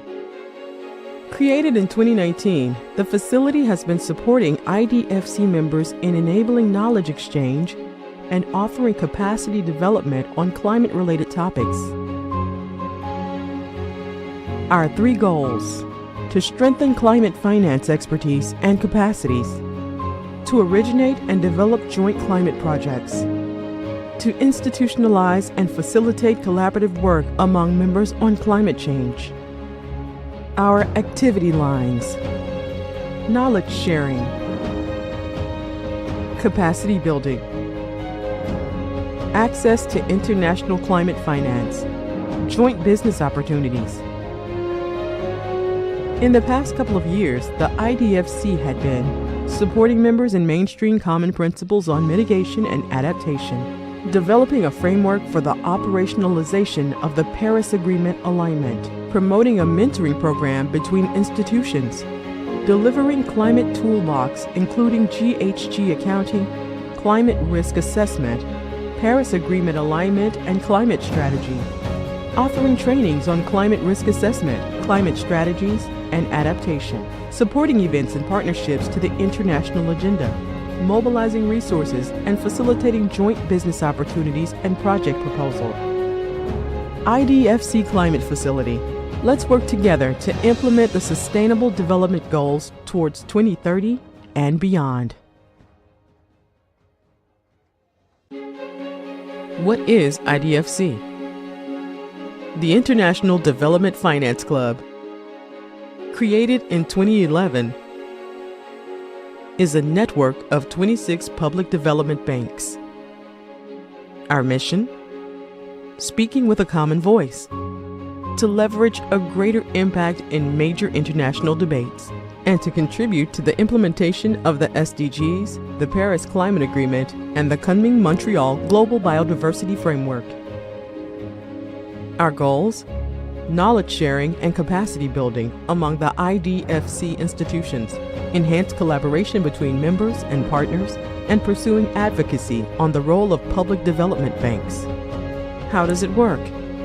All year long, the club is working on contributing to the international agenda, coordinating working groups on SDGs, gender, climate, and biodiversity, releasing common strategic and operational publications, and reporting their annual commitment towards climate and biodiversity. IDFC.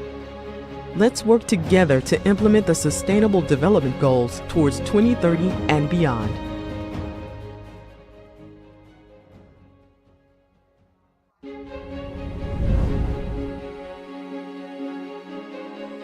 What is IDFC Climate Facility? Created in 2019, the facility has been supporting IDFC members in enabling knowledge exchange and offering capacity development on climate-related topics.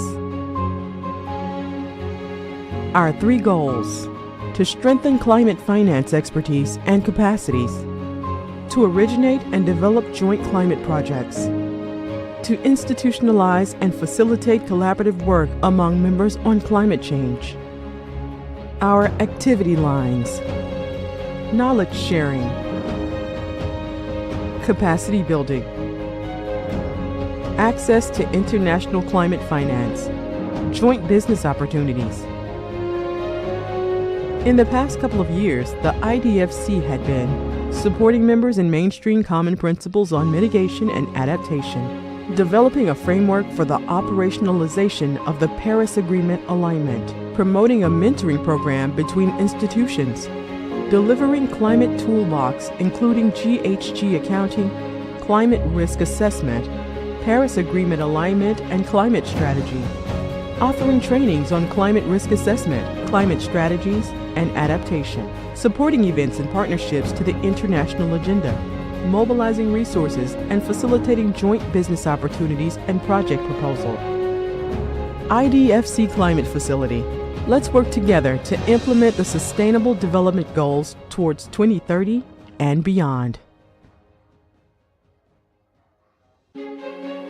What is IDFC? The International Development Finance Club, created in 2011, is a network of 26 public development banks. Our mission? Speaking with a common voice, to leverage a greater impact in major international debates, and to contribute to the implementation of the SDGs, the Paris Climate Agreement, and the Kunming-Montreal Global Biodiversity Framework. Our goals? Knowledge sharing and capacity building among the IDFC institutions, enhanced collaboration between members and partners, and pursuing advocacy on the role of public development banks. How does it work? All year long, the club is working on contributing to the international agenda, coordinating working groups on SDGs, gender, climate, and biodiversity, releasing common strategic and operational publications, and reporting their annual commitment towards climate and biodiversity. IDFC. Let's work together to implement the Sustainable Development Goals towards 2030 and beyond.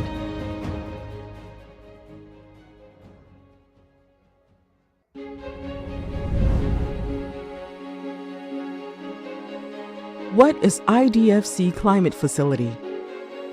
Created in 2019, the facility has been supporting IDFC members in enabling knowledge exchange and offering capacity development on climate-related topics.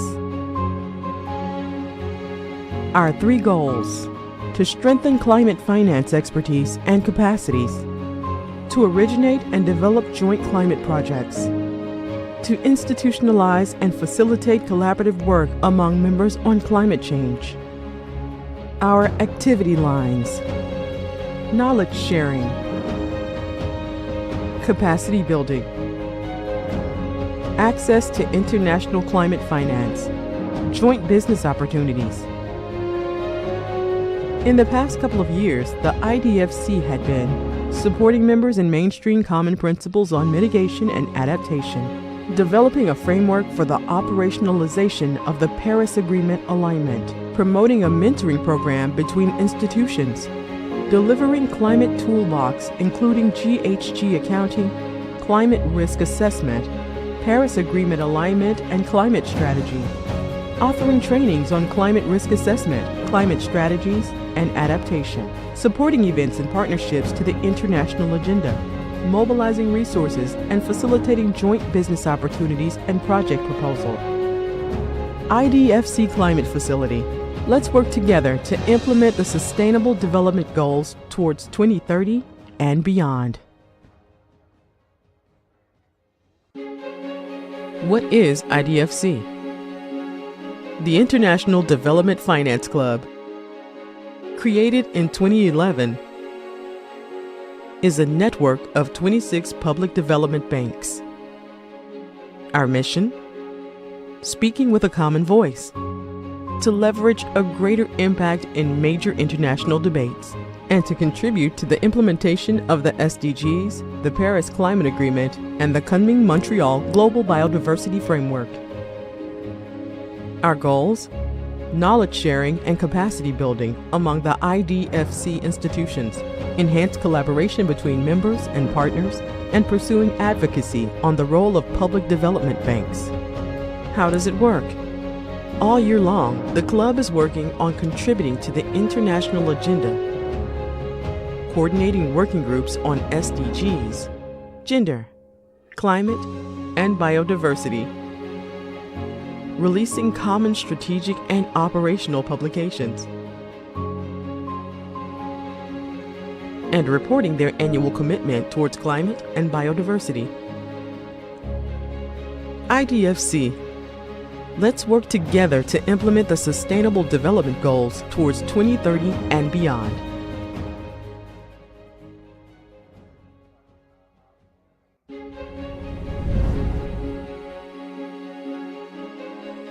What is IDFC Climate Facility?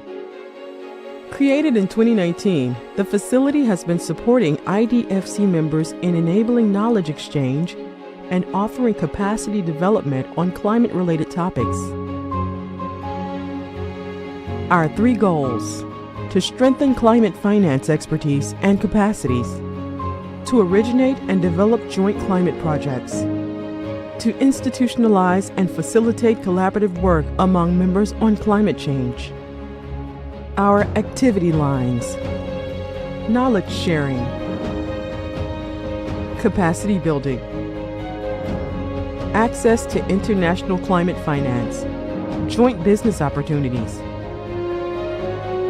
In the past couple of years, the IDFC had been supporting members in mainstream common principles on mitigation and adaptation, developing a framework for the operationalization of the Paris Agreement alignment, promoting a mentoring program between institutions, delivering climate toolbox including GHG accounting, climate risk assessment, Paris Agreement alignment and climate strategy, offering trainings on climate risk assessment, climate strategies, and adaptation, supporting events and partnerships to the international agenda, mobilizing resources and facilitating joint business opportunities and project proposal. IDFC Climate Facility. Let's work together to implement the Sustainable Development Goals towards 2030 and beyond. What is IDFC? The International Development Finance Club, created in 2011, is a network of 26 public development banks. Our mission? Speaking with a common voice, to leverage a greater impact in major international debates, and to contribute to the implementation of the SDGs, the Paris Climate Agreement, and the Kunming-Montreal Global Biodiversity Framework. Our goals? Knowledge sharing and capacity building among the IDFC institutions, enhanced collaboration between members and partners, and pursuing advocacy on the role of public development banks. How does it work? All year long, the club is working on contributing to the international agenda, coordinating working groups on SDGs, gender, climate, and biodiversity, releasing common strategic and operational publications, and reporting their annual commitment towards climate and biodiversity. IDFC. Let's work together to implement the Sustainable Development Goals towards 2030 and beyond.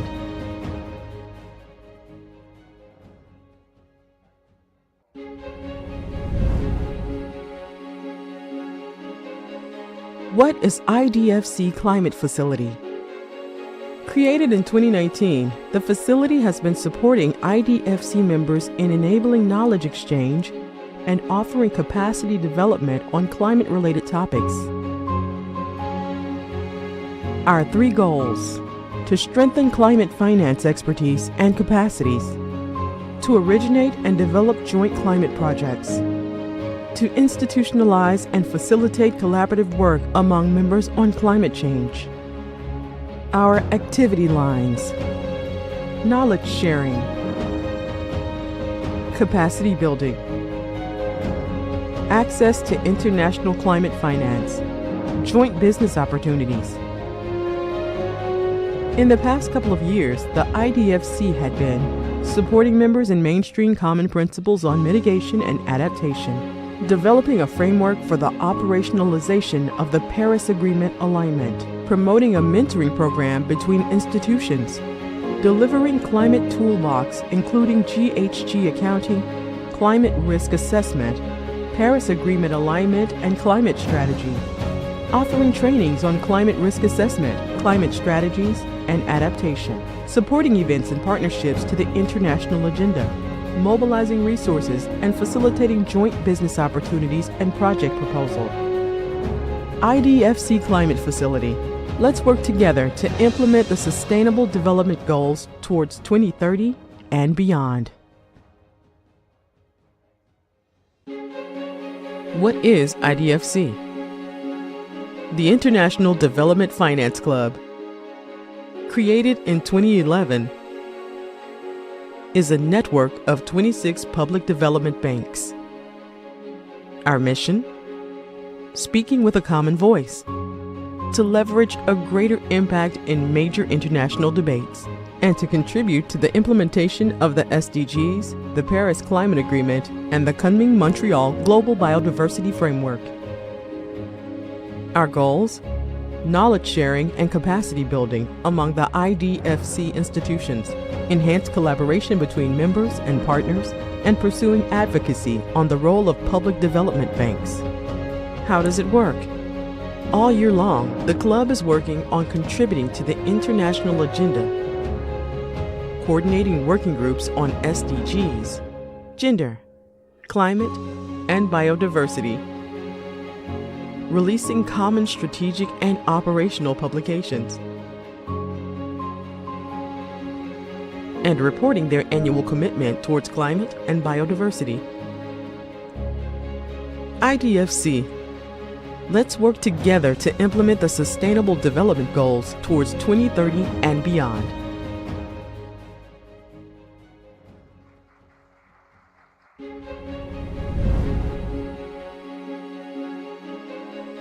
What is IDFC Climate Facility?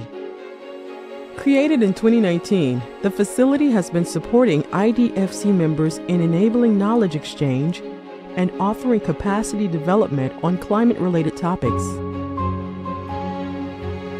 Our 3 goals: to strengthen climate finance expertise and capacities, to originate and develop joint climate projects, to institutionalize and facilitate collaborative work among members on climate change. Our activity lines: knowledge sharing, capacity building, access to international climate finance, joint business opportunities.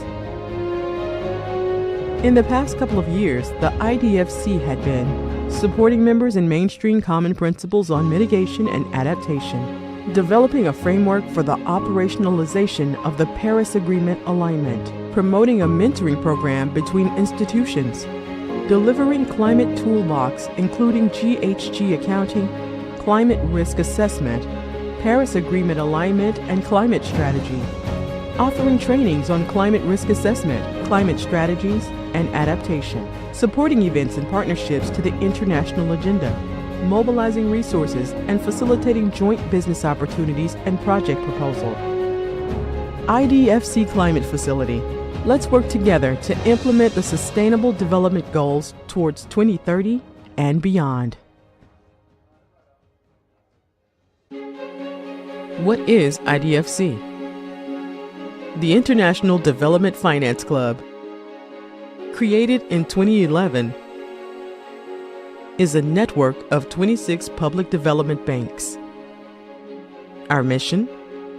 Speaking with a common voice, to leverage a greater impact in major international debates, and to contribute to the implementation of the SDGs, the Paris Climate Agreement, and the Kunming-Montreal Global Biodiversity Framework. Our goals? Knowledge sharing and capacity building among the IDFC institutions, enhanced collaboration between members and partners, and pursuing advocacy on the role of public development banks. How does it work? All year long, the club is working on contributing to the international agenda, coordinating working groups on SDGs, gender, climate, and biodiversity, releasing common strategic and operational publications, and reporting their annual commitment towards climate and biodiversity. IDFC.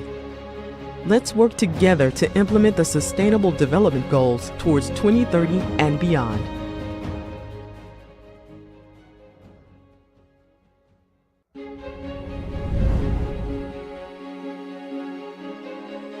What is IDFC Climate Facility?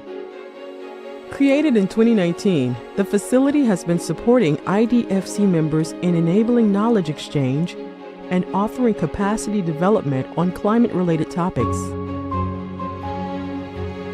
Our 3 goals: to strengthen climate finance expertise and capacities, to originate and develop joint climate projects, to institutionalize and facilitate collaborative work among members on climate change. Our activity lines: knowledge sharing, capacity building, access to international climate finance, joint business opportunities.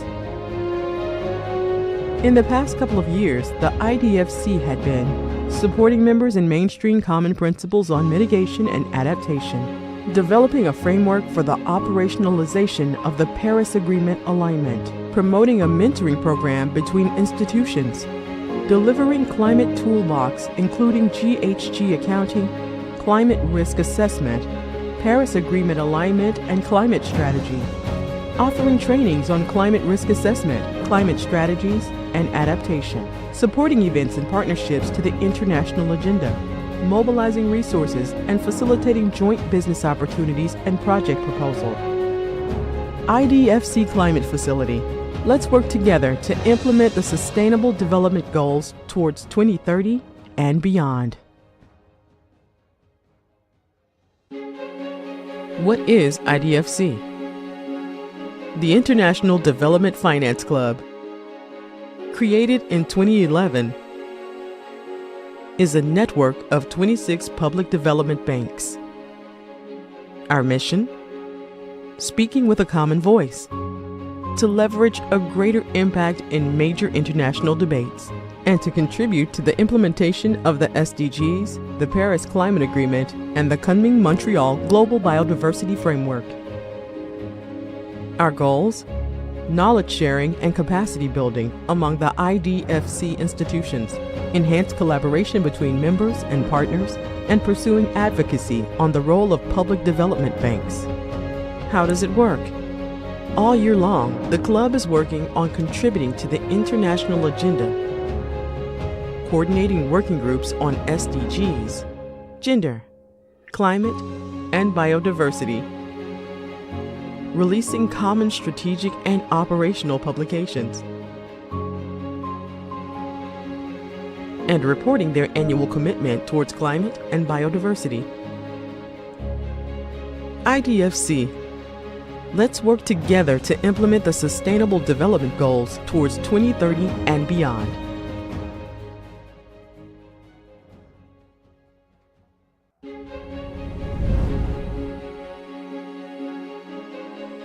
What is IDFC Climate Facility? Created in 2019, the facility has been supporting IDFC members in enabling knowledge exchange and offering capacity development on climate-related topics.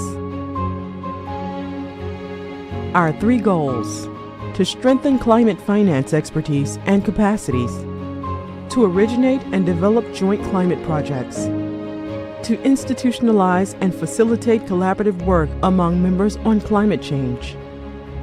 Our activity lines: knowledge sharing, capacity building, access to international climate finance, joint business opportunities.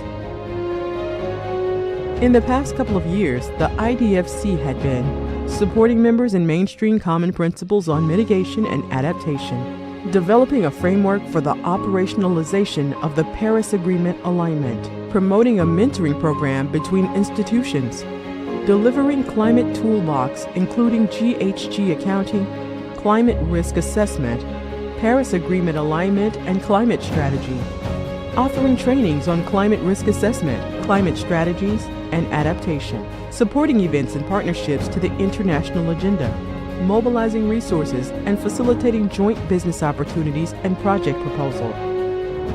IDFC Climate Facility. Let's work together to implement the Sustainable Development Goals towards 2030 and beyond. What is IDFC?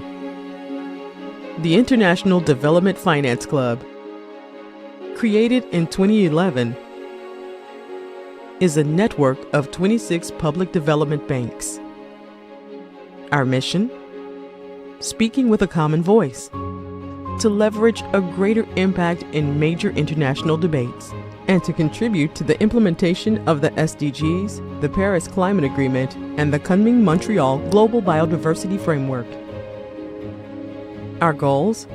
Knowledge sharing and capacity building among the IDFC institutions, enhanced collaboration between members and partners, and pursuing advocacy on the role of public development banks. How does it work? All year long, the club is working on contributing to the international agenda, coordinating working groups on SDGs, gender, climate, and biodiversity, releasing common strategic and operational publications, and reporting their annual commitment towards climate and biodiversity. IDFC. Let's work together to implement the Sustainable Development Goals towards 2030 and beyond.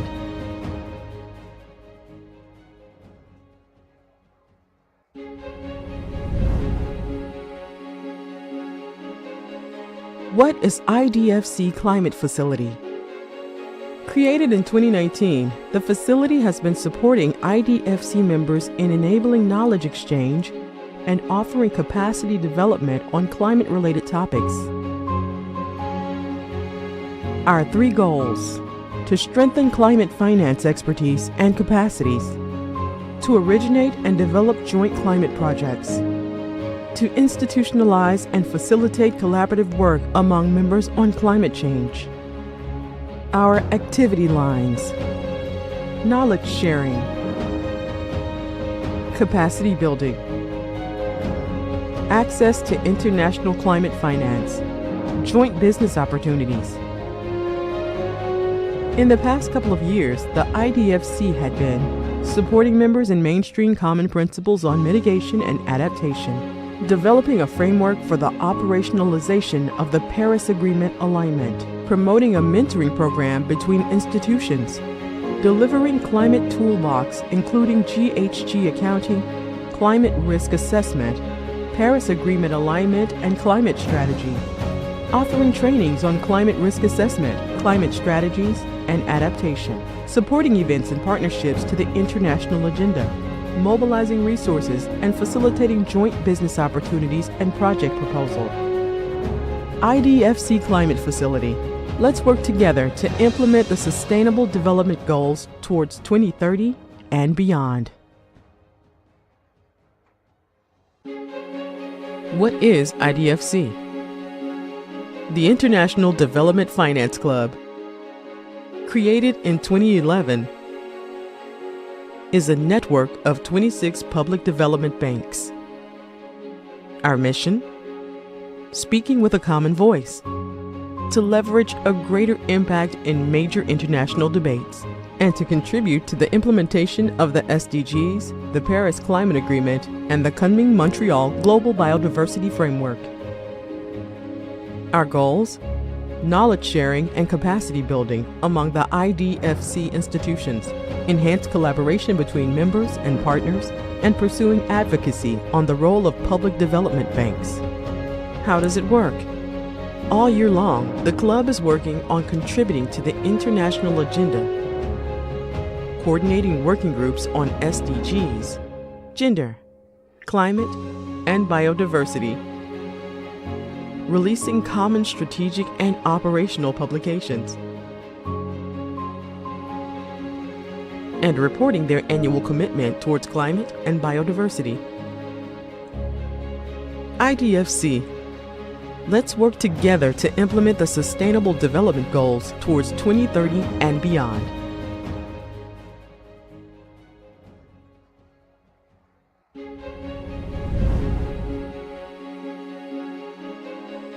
What is IDFC Climate Facility? Created in 2019, the facility has been supporting IDFC members in enabling knowledge exchange and offering capacity development on climate-related topics.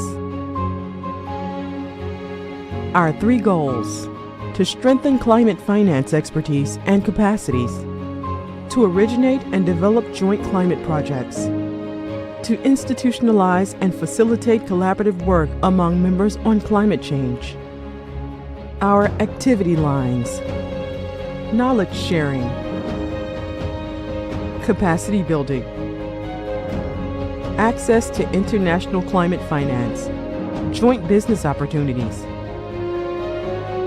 In the past couple of years, the IDFC had been supporting members in mainstream common principles on mitigation and adaptation, developing a framework for the operationalization of the Paris Agreement alignment, promoting a mentoring program between institutions, delivering climate toolbox including GHG accounting, climate risk assessment, Paris Agreement alignment and climate strategy, offering trainings on climate risk assessment, climate strategies, and adaptation, supporting events and partnerships to the international agenda, mobilizing resources and facilitating joint business opportunities and project proposal.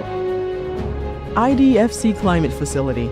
Let's work together to implement the Sustainable Development Goals towards 2030 and beyond.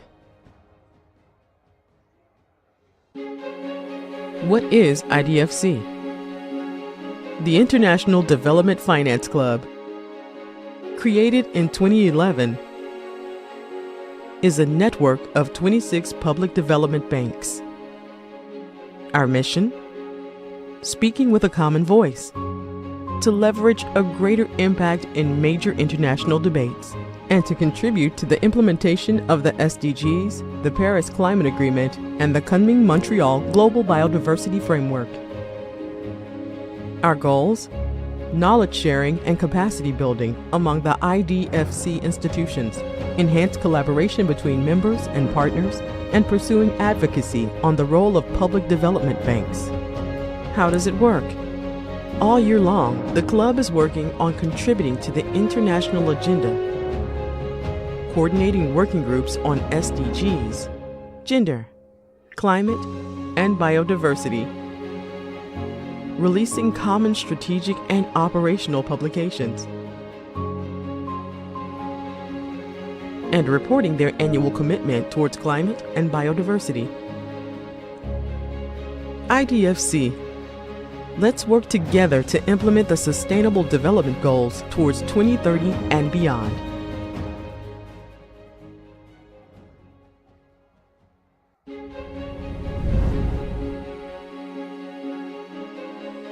What is IDFC Climate Facility?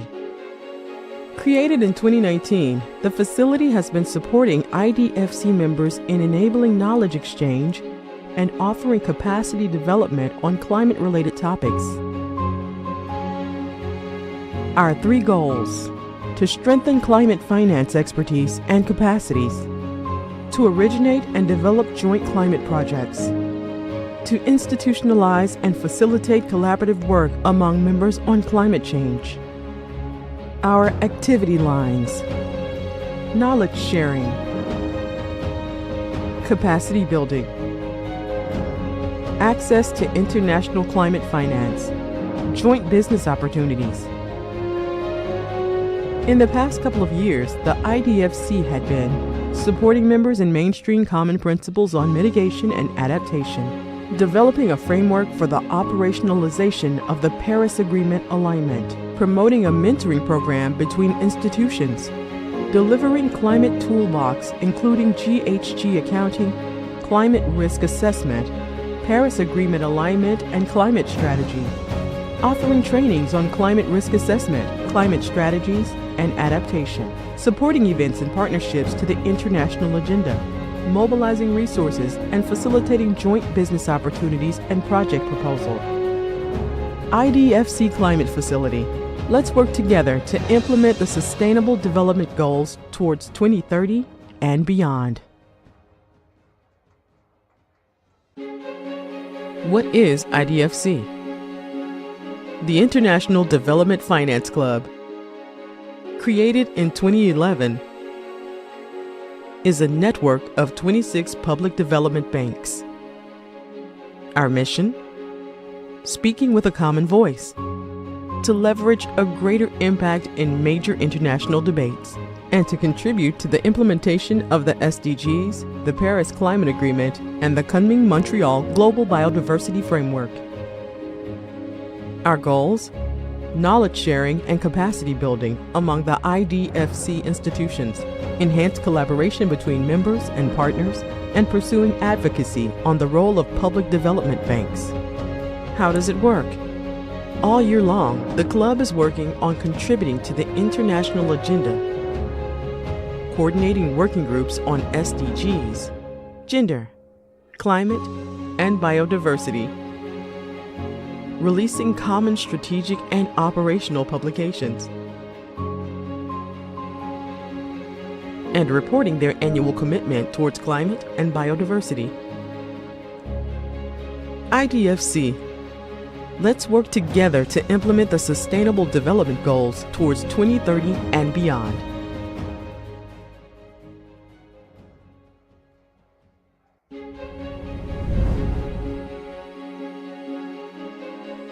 What is IDFC Climate Facility? Created in 2019, the facility has been supporting IDFC members in enabling knowledge exchange and offering capacity development on climate-related topics. Our 3 goals: to strengthen climate finance expertise and capacities, to originate and develop joint climate projects, to institutionalize and facilitate collaborative work among members on climate change. Our activity lines: knowledge sharing, capacity building, access to international climate finance, joint business opportunities. In the past couple of years, the IDFC had been supporting members in mainstream common principles on mitigation and adaptation, developing a framework for the operationalization of the Paris Agreement alignment, promoting a mentoring program between institutions, delivering climate toolbox including GHG accounting, climate risk assessment, Paris Agreement alignment and climate strategy, offering trainings on climate risk assessment, climate strategies, and adaptation, supporting events and partnerships to the international agenda, mobilizing resources and facilitating joint business opportunities and project proposal. IDFC Climate Facility. Let's work together to implement the Sustainable Development Goals towards 2030 and beyond. What is IDFC? The International Development Finance Club, created in 2011, is a network of 26 public development banks. Our mission?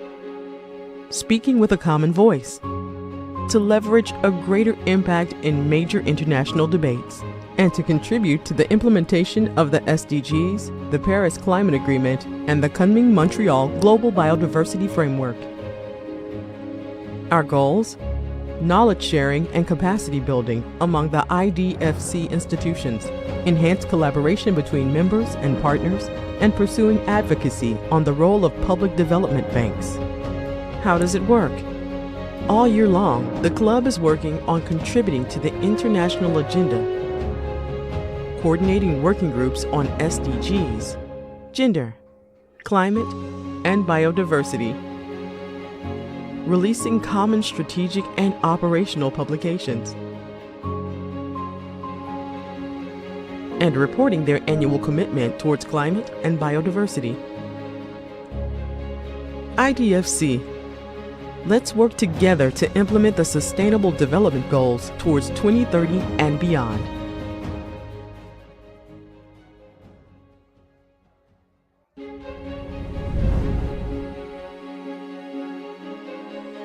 What is IDFC Climate Facility? Created in 2019, the facility has been supporting IDFC members in enabling knowledge exchange and offering capacity development on climate-related topics. Our 3 goals: to strengthen climate finance expertise and capacities, to originate and develop joint climate projects, to institutionalize and facilitate collaborative work among members on climate change. Our activity lines: knowledge sharing, capacity building, access to international climate finance, joint business opportunities. In the past couple of years, the IDFC had been supporting members in mainstream common principles on mitigation and adaptation, developing a framework for the operationalization of the Paris Agreement alignment, promoting a mentoring program between institutions, delivering climate toolbox including GHG accounting, climate risk assessment, Paris Agreement alignment and climate strategy, offering trainings on climate risk assessment, climate strategies, and adaptation, supporting events and partnerships to the international agenda, mobilizing resources and facilitating joint business opportunities and project proposal. IDFC Climate Facility. Let's work together to implement the Sustainable Development Goals towards 2030 and beyond. What is IDFC? The International Development Finance Club, created in 2011, is a network of 26 public development banks. Our mission? Speaking with a common voice, to leverage a greater impact in major international debates, and to contribute to the implementation of the SDGs, the Paris Climate Agreement, and the Kunming-Montreal Global Biodiversity Framework. Our goals? Knowledge sharing and capacity building among the IDFC institutions, enhanced collaboration between members and partners, and pursuing advocacy on the role of public development banks. How does it work? All year long, the club is working on contributing to the international agenda, coordinating working groups on SDGs, gender, climate, and biodiversity, releasing common strategic and operational publications, and reporting their annual commitment towards climate and biodiversity. IDFC. Let's work together to implement the Sustainable Development Goals towards 2030 and beyond.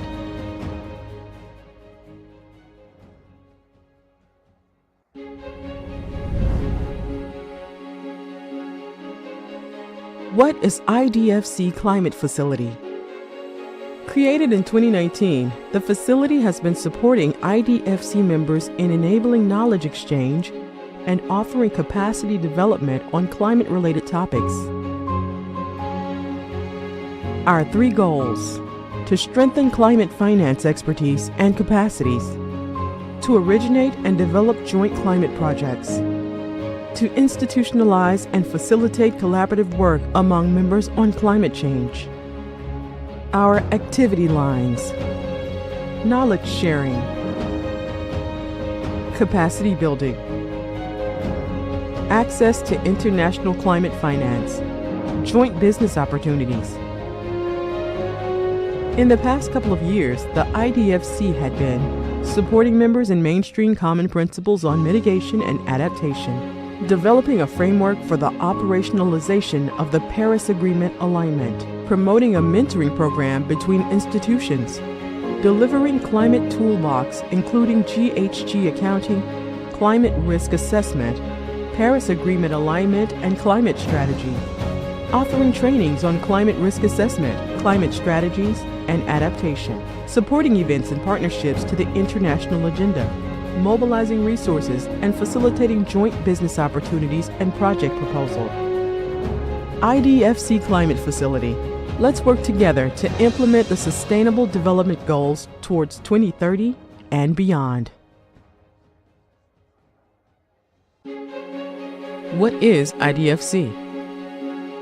The International Development Finance Club, created in 2011, is a network of 26 public development banks.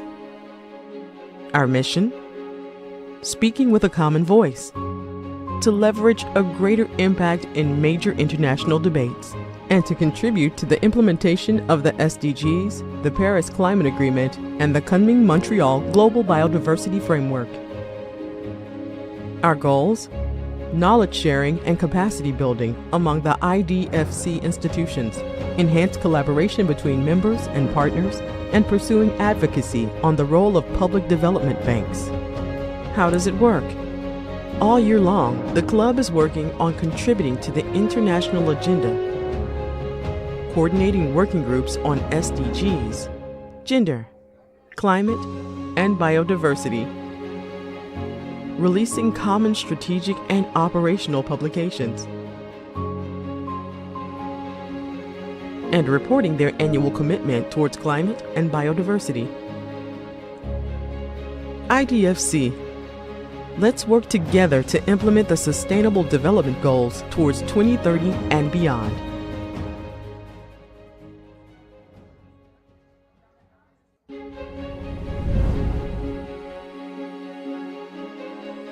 What is IDFC Climate Facility?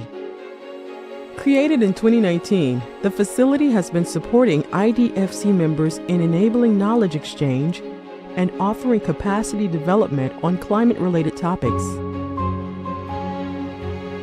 Our 3 goals: to strengthen climate finance expertise and capacities, to originate and develop joint climate projects, to institutionalize and facilitate collaborative work among members on climate change. Our activity lines: knowledge sharing, capacity building, access to international climate finance, joint business opportunities.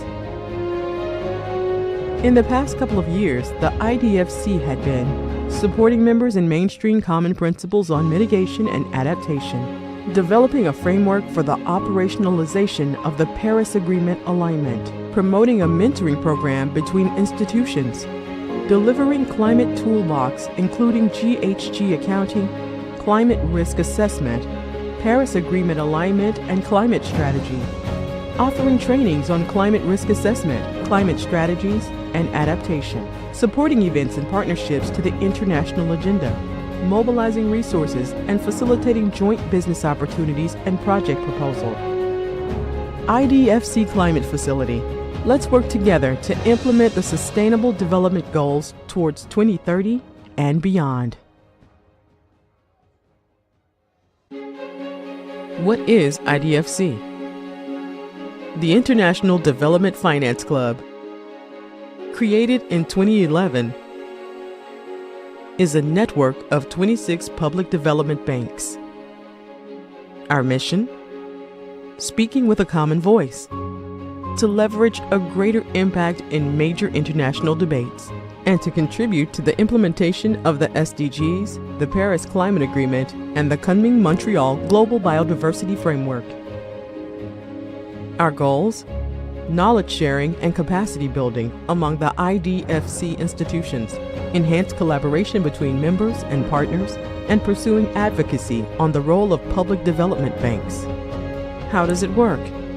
All year long, the club is working on contributing to the international agenda, coordinating working groups on SDGs, gender, climate, and biodiversity, releasing common strategic and operational publications, and reporting their annual commitment towards climate and biodiversity. IDFC. Let's work together to implement the Sustainable Development Goals towards 2030 and beyond.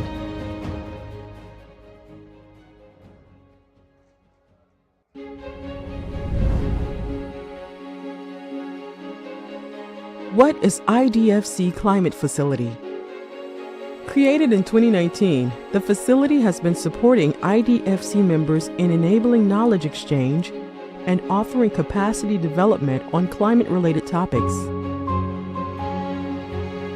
Our 3 goals: to strengthen climate finance expertise and capacities, to originate and develop joint climate projects, to institutionalize and facilitate collaborative work among members on climate change.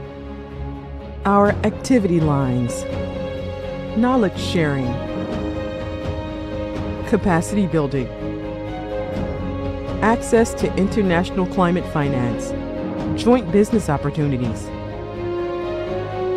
In the past couple of years, the IDFC had been supporting members in mainstream common principles on mitigation and adaptation, developing a framework for the operationalization of the Paris Agreement alignment, promoting a mentoring program between institutions, delivering climate toolbox including GHG accounting, climate risk assessment, Paris Agreement alignment and climate strategy, offering trainings on climate risk assessment, climate strategies, and adaptation, supporting events and partnerships to the international agenda, mobilizing resources and facilitating joint business opportunities and project proposal.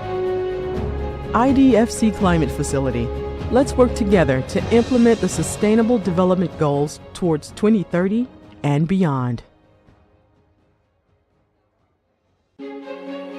What is IDFC? The International Development Finance Club, created in 2011, is a network of 26 public development banks. Our mission? Speaking with a common voice, to leverage a greater impact in major international debates, and to contribute to the implementation of the SDGs, the Paris Climate Agreement, and the Kunming-Montreal Global Biodiversity Framework. Our goals? Knowledge sharing and capacity building among the IDFC institutions, enhanced collaboration between members and partners, and pursuing advocacy on the role of public development banks. How does it work?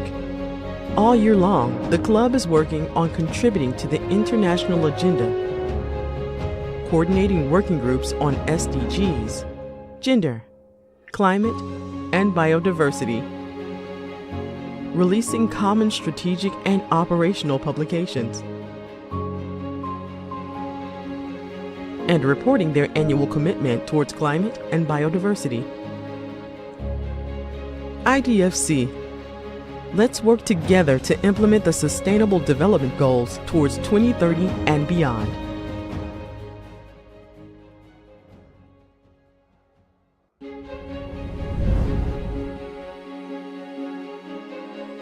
What is IDFC Climate Facility? Created in 2019, the facility has been supporting IDFC members in enabling knowledge exchange and offering capacity development on climate-related topics. Our 3 goals: to strengthen climate finance expertise and capacities, to originate and develop joint climate projects, to institutionalize and facilitate collaborative work among members on climate change. Our activity lines: knowledge sharing, capacity building, access to international climate finance, joint business opportunities. In the past couple of years, the IDFC had been supporting members in mainstream common principles on mitigation and adaptation, developing a framework for the operationalization of the Paris Agreement alignment, promoting a mentoring program between institutions, delivering climate toolbox including GHG accounting, climate risk assessment, Paris Agreement alignment and climate strategy, offering trainings on climate risk assessment, climate strategies, and adaptation, supporting events and partnerships to the international agenda, mobilizing resources and facilitating joint business opportunities and project proposal. IDFC Climate Facility. Let's work together to implement the Sustainable Development Goals towards 2030 and beyond. What is IDFC? The International Development Finance Club, created in 2011, is a network of 26 public development banks. Our mission? Speaking with a common voice, to leverage a greater impact in major international debates, and to contribute to the implementation of the SDGs, the Paris Climate Agreement, and the Kunming Montreal Global Biodiversity Framework. Our goals: knowledge sharing and capacity building among the IDFC institutions, enhanced collaboration between members and partners, and pursuing advocacy on the role of public development banks. How does it work? All year long, the club is working on contributing to the international agenda, coordinating working groups on SDGs, gender, climate, and biodiversity, releasing common strategic and operational publications, and reporting their annual commitment towards climate and biodiversity. IDFC. Let's work together to implement the Sustainable Development Goals towards 2030 and beyond.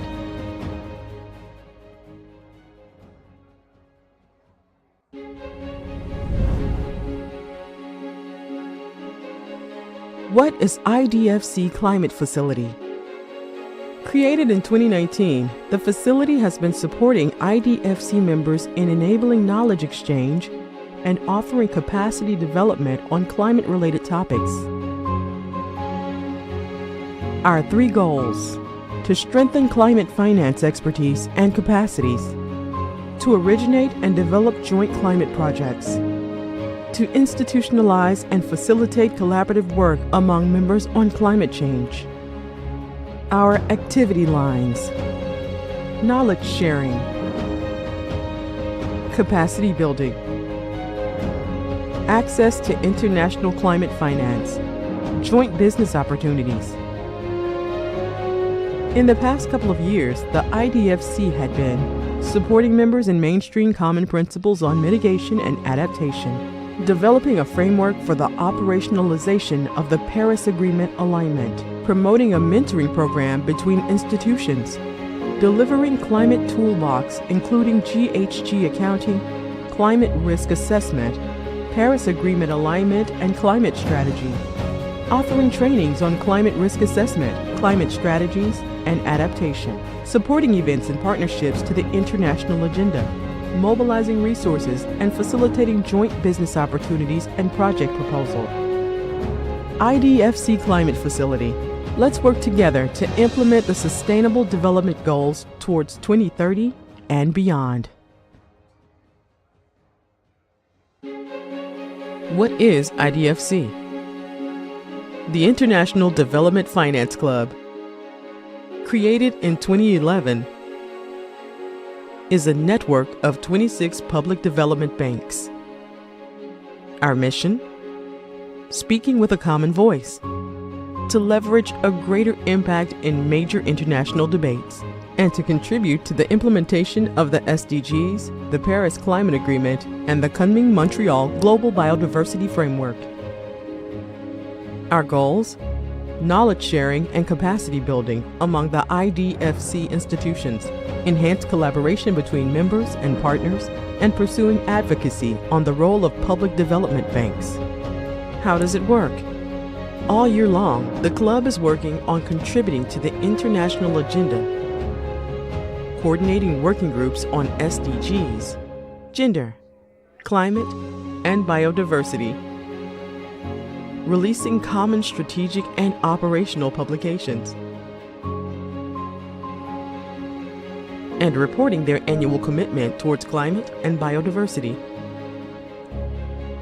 IDFC. Let's work together to implement the Sustainable Development Goals towards 2030 and beyond.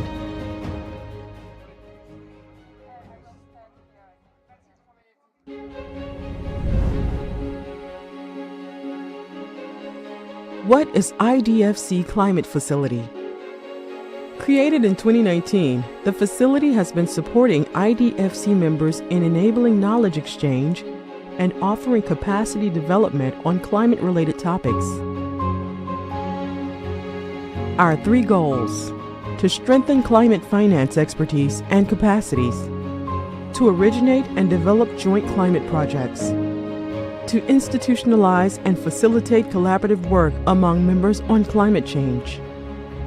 Our activity lines: knowledge sharing, capacity building, access to international climate finance, joint business opportunities.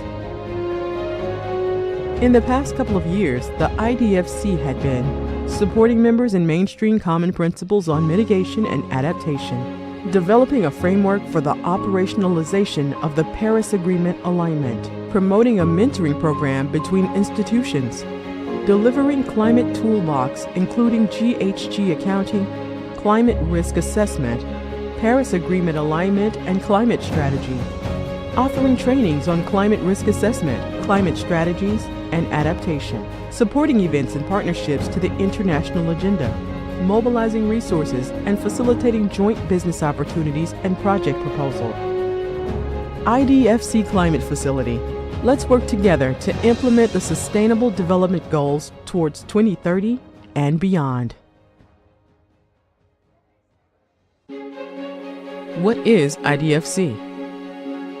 The International Development Finance Club, created in 2011, is a network of 26 public development banks. Our mission? Speaking with a common voice, to leverage a greater impact in major international debates, and to contribute to the implementation of the SDGs, the Paris Climate Agreement, and the Kunming-Montreal Global Biodiversity Framework. Our goals? Knowledge sharing and capacity building among the IDFC institutions, enhanced collaboration between members and partners, and pursuing advocacy on the role of public development banks. How does it work? All year long, the club is working on contributing to the international agenda, coordinating working groups on SDGs, gender, climate, and biodiversity, releasing common strategic and operational publications, and reporting their annual commitment towards climate and biodiversity. IDFC. Let's work together to implement the Sustainable Development Goals towards 2030 and beyond.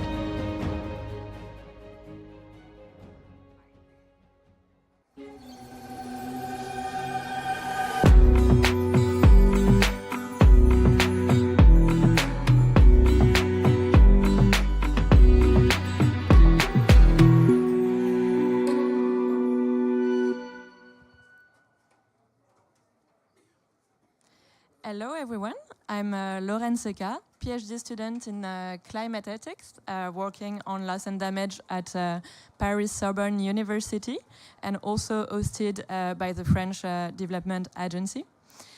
Welcome to our side event where we delve into the contribution of public development banks into the loss and damage agenda.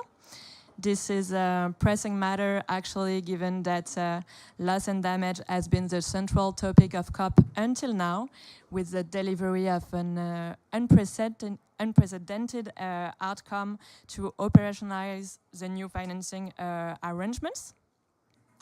The new Loss and Damage Fund has received pledges exceeding 500 million for capitalization, with additional commitments still flowing in. This is a strong signal towards climate justice, but that still needs to be implemented on the ground. Throughout the year, discussions within the Transitional Committee raised the importance of coherence and coordination between the fund and the wider financial arrangements, acknowledging, recognizing their role as contributors to this wide mosaic of solutions. AFD and KfW acknowledged the necessity of reflecting on their position in the loss and damage architecture. And in response, they have jointly published a paper to emphasize the role of public development banks in the loss and damage agenda and initiate a roadmap for contributing to this agenda. So the objective of this side event is to discuss the contribution of public development banks to the loss and damage agenda and the core characteristics of this engagement, focusing on pre-arranged finance. The side event is organized in 2 parts.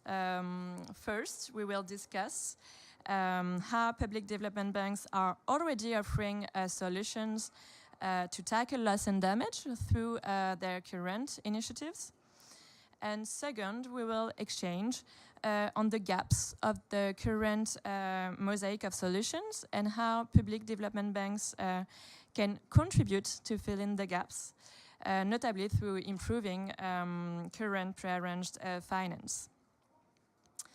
For discussing this topic, I'm very pleased to introduce our fantastic panelists. Barbara Schnell, who is Head of Department for Sectoral Policies at KfW. Mathilde Bord-Laurence, who is Head of Climate and Nature Division at AFD. Komlanvi Moglo, who is co-head of the IDFC facility.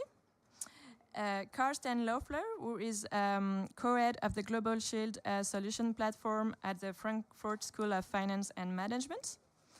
François Kayitakere, who is Director of Research and Development at African Risk Capacity. And Daniel Clark, who is with us online, who is Director of the Center for Disaster Protection. Welcome, Daniel. So let's begin with you, Mathilde. Could you please share with us how public development banks are currently offering solutions to tackle loss and damage through their ongoing initiatives? Thank you very much, Lauren. Do you hear me well? Yes. So thank you very much. I would like to take a step back. 2 years ago, the loss and damage agenda was, of course, high in the COP discussions, but not so well tackled within the DFI world or public development bank world. And some people within AFD had the cleverness to say, okay, I think we must start thinking about it and how it may change our mandate. There were not so many, and I pay tribute to this intuition, and a big thank you to the work of a few people within AFD, notably, and other banks, I'm sure it's the same, who have been very active in helping us setting a framework on the type of activities that we can cover, and also in pushing, and it has been also very important on the German side, pushing how we could also structure the discussion and the dialogue within the countries. So Lorraine, Catherine, Guillaume in Paris, thank you so much. Of course, the debate has been much more active over the past few months. You referred already to the Transition Committee work and the Loss and Damage Fund. It has been also very important within the discussion or related with the discussions in France, notably around the June summit on the new financing pact, which was about how to link development and climate, and how to make sure that no country would have to choose in between financing its climate and financing its development. There is still a lot of work to finalize the framework I was referring to. We've seen the work of the Transition Committee. We know that a lot is ahead of us in defining vulnerabilities, in defining the risk, in defining the mandate of the fund. So these are negotiations. We're not negotiators, but that we will follow very closely, because of course it will impact our tools. What is very important for us as a public development bank is to say that we have started, and we had started, in fact, to work on topics which are now part of this loss and damage agenda, with a view to work on the full spectrum, the continuum of finance in between adaptation, disaster risk management, and all financing tools which are related with this called climate and disaster risk finance and insurance, a vast acronym, CRDFI, and with the spirit of working on everything, preparing, avoiding and minimizing, and then addressing, of course, impacts of climate change. This means, and this is where most probably we will have to progress a lot, this entails working on a comprehensive assessment in each country, in each sector where we are working, of the climate risk of these sectors and countries, and how we can manage them, and then develop and put in front of those risks and of this framework the various financial tools that we will be able to develop. Some are going quite fast. I just came out of a high-level panel chaired by Mia Motley about the climate resilient debt clauses, where a number of MDBs, almost all of them, if not all, confirmed the implementation of this type of clauses, and where AFD also announced that starting from next year, these clauses would be available in 26 countries for covering two types of disaster for now, storms and earthquakes. So the second not being loss and damage, but and earthquakes to start with, but with the willingness to enhance and to have a more complete geographical spectrum and list of triggers over which we need to work on and coordinate ourselves with all the stakeholders able to develop this type of clauses. So we consider that with the work that we are doing, we participate to the mosaic of solutions that you referred to, Lorraine. Of course, because we're working first on the assessment of risk and vulnerabilities. This has been there for a while through our activities on adaptation and disaster risk management. Also because we have the possibilities to provide assistance and capacity building, to work with the countries on how they should plan with regard to these different risks and vulnerabilities, what type of investments would be needed, and also to support the governance on this topic, which is always critical, of course, for every sector that topics over which we work, but even more on this type of subject, which is really cross-cutting. We also have a number of projects and programs. We are working on social protection, for instance. We are able to work on topics related also to building back better after a disaster. We support the Global Shield, notably, and earlier we have been supporting the Africa risk capacity. And of course, with our adaptation finance, we also participate into this mosaic of solution through contingency loans as well on DRR and other tools. So we have developed a paper to show this type of work that we can do, hoping that it will help the dialogue happening here at the COP, hoping also that we would not be forgotten, because we can help delivering on the ground, and hoping also that the negotiator would pay attention to the gaps which have been identified in this paper related to knowledge, for instance. We believe we need to cover a lot of ground. If we have only two types of triggers in our CRDC clauses, it's because we lack knowledge on how to proceed with flood disasters, for instance, and other types. The other type of gap, of course, is a gap in funding. We need to increase our capacities in grants and loans, and concessional loans, of course, highly concessional loans mainly. The gap also to cover the nexus between the type of work that we can handle as public development bank, but also the humanitarian aspect, which is very important when we talk about loss and damage, and of course some remaining gaps on liquidity tools that we are trying to catch up with. Thank you, Mathilde, for this introduction. Let's now give the floor to Com l'Envie. Com l'Envie, could you provide us with some insights on how the West African Development Bank has designed tools to protect vulnerable populations from climate risks and impacts? Thank you very much for the wonderful introduction. And I think it resonates very well with us at the West African Development Bank. One of the things that I wanted to say before getting deep into this is that we have a very different scenario, when it comes to the West African region.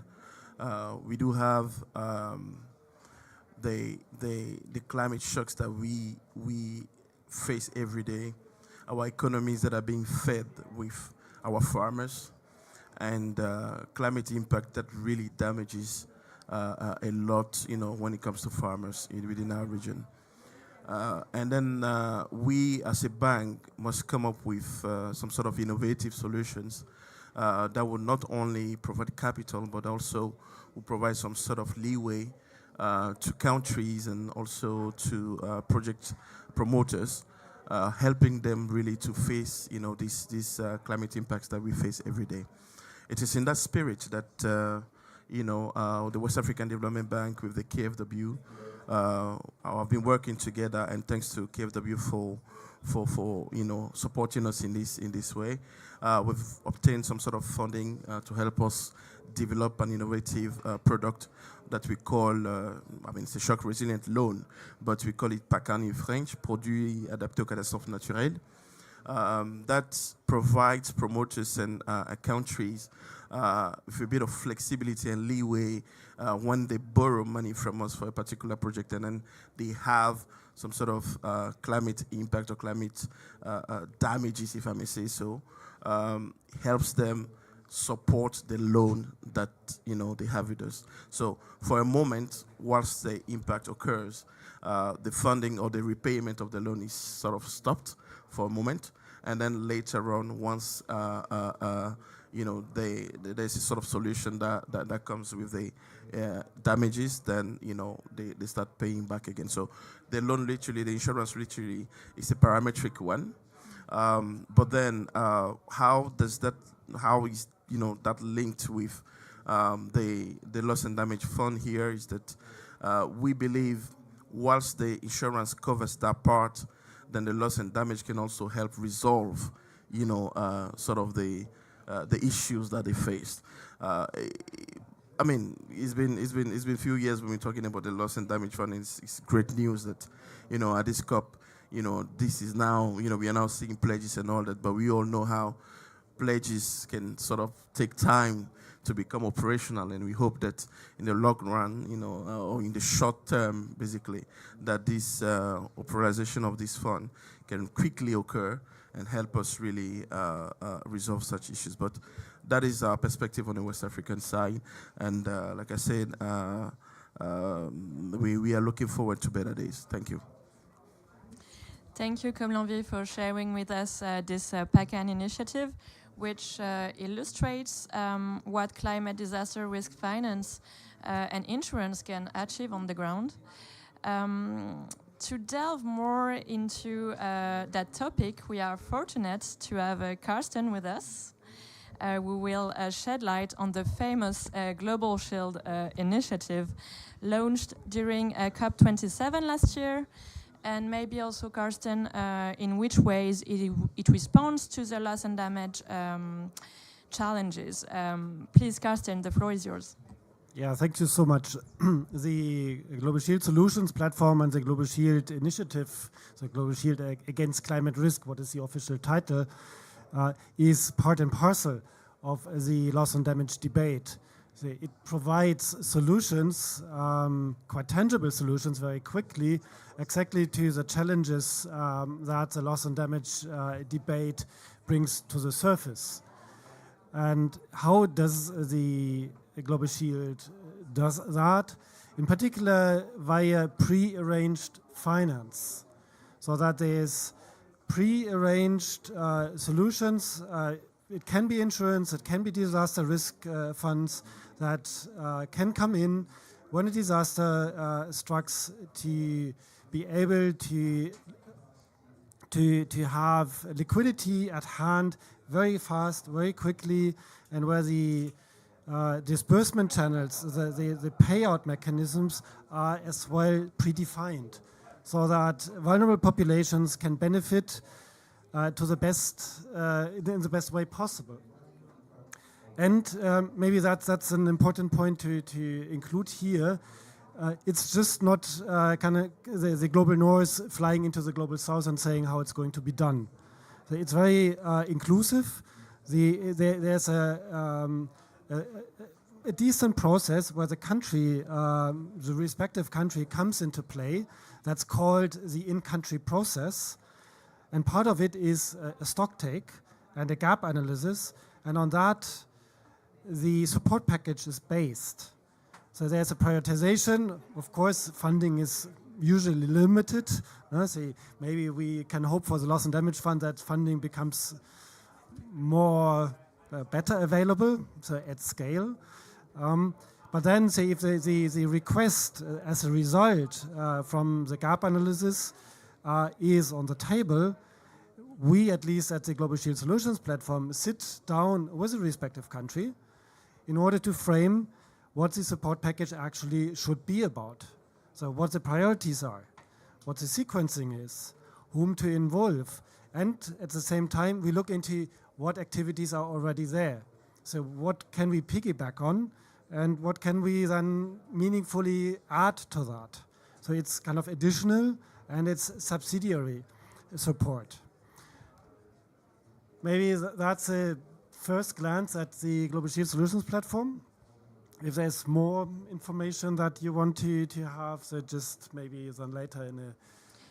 Yeah, I think we will have the occasion to go back to the functioning of the Global Shield. Thank you, Karsten, for this very insightful presentation. I take this point of inclusivity and the design of a wide solution platform focusing on complementarity as very important for delivering effective finance. Having gained such insights into the functioning of risk financing instruments, let's not stop there and take another step forward in our understanding of insurance tools. Through the highly instructive example of the African risk capacity, one of the 4 regional insurance pools created in 2014 that is pursuing a great agenda of innovation in the climate risk insurance sector. Please, François, the floor is yours. Yeah, thank you. I think here I would start with saying that the issues that were mentioned by Karsten, by Mathilde, and by Komla, I would say that we have a solution already. And that solution is the African risk capacity. And the African risk capacity mechanism was launched in 2014 and is framed as an agency of the African Union, especially the agency, which means that then it gets mandate to operate across the continent and also is close to member states, the member countries. So it becomes then the solution of the member countries. But it happens also because thanks to the support from donors and from our partners, KfW, AFD, and FCDO, and several partners. So that is actually a clear demonstration of this partnership and how it's working. African risk capacity provide mainly sovereign insurance, which means that it's providing insurance to government so that they can get access to financing when disaster strikes.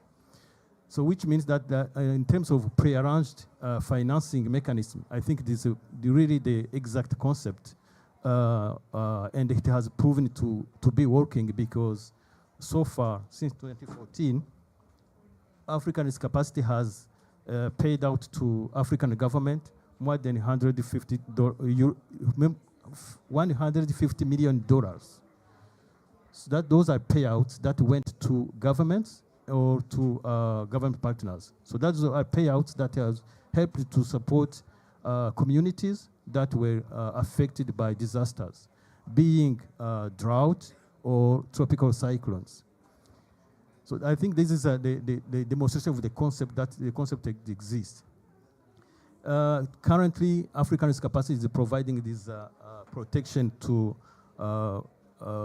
around 20 countries regularly.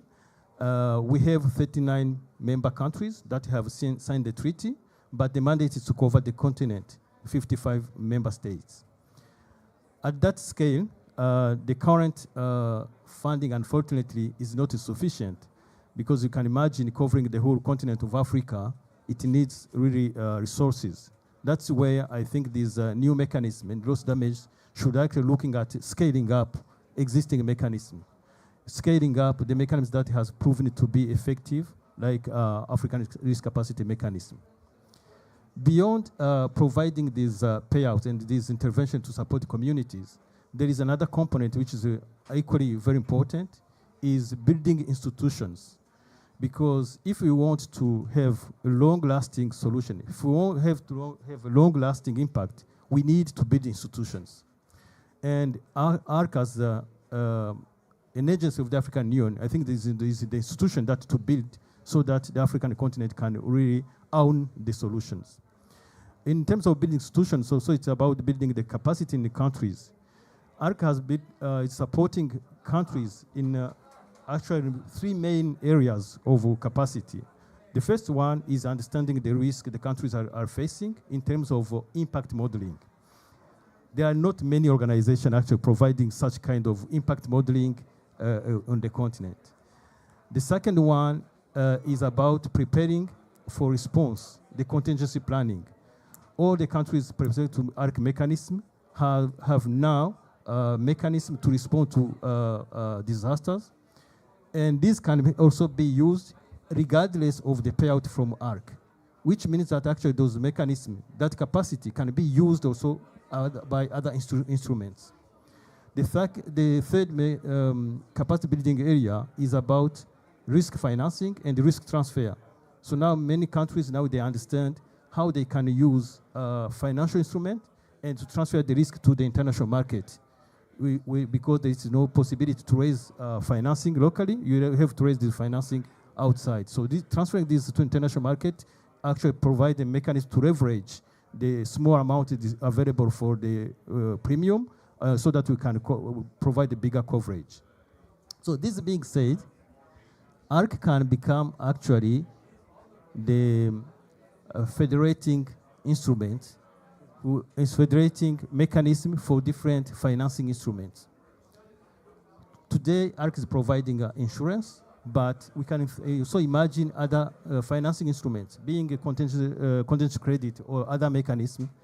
If you want to pre-arrange financing, it means that you need a reliable triggering mechanism. And ARC has built that capacity to provide this reliable triggering mechanism and reliable implementation mechanism. I will be stopping here in the continent. Thank you, Francois, for sharing this experience with us. We now move on to the second moment of our side event. The way public development banks engage in the loss and damage agenda cannot be limited to capitalizing on existing solutions. But in order to design a coherent and effective response to loss and damage, they must also address current challenges and gaps. And those challenges need to be addressed so that they can provide an effective but also a fair protection to vulnerable people. And this is very important. Barbara, could you please shed some light on these areas of progress and of innovation for public development banks? Yeah, thank you very much, Lorraine.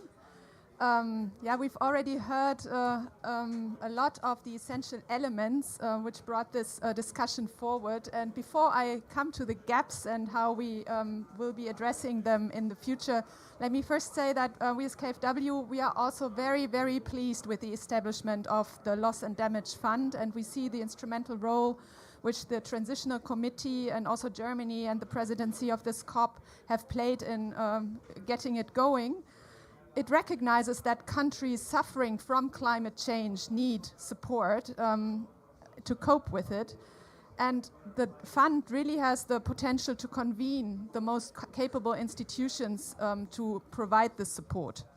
But it will take some time to become operational, and therefore, the fund will only channel part of the capital and the funds which are needed. So the public development banks will continue to play an important role in supporting our partner countries. So KfW is pretty well positioned to increase its bilateral support for loss and damage purposes. This includes the use of new instruments and approaches we have already tested. So we have acquired, for instance, like Agence Française, the fundamental capacity in analyzing climate risks. And we cooperate with risk insurance providers in that context, like Munich Re. We use their databases in order to analyze risks for all of our programs. And we have invested in a number of funds which actually provide solutions to products which ensure the populations against climate risks. We have invested in risk pools such as African risk capacity, which enable entire countries to cope with these risks. And François has described the way this is done, and I think this is very, very important work.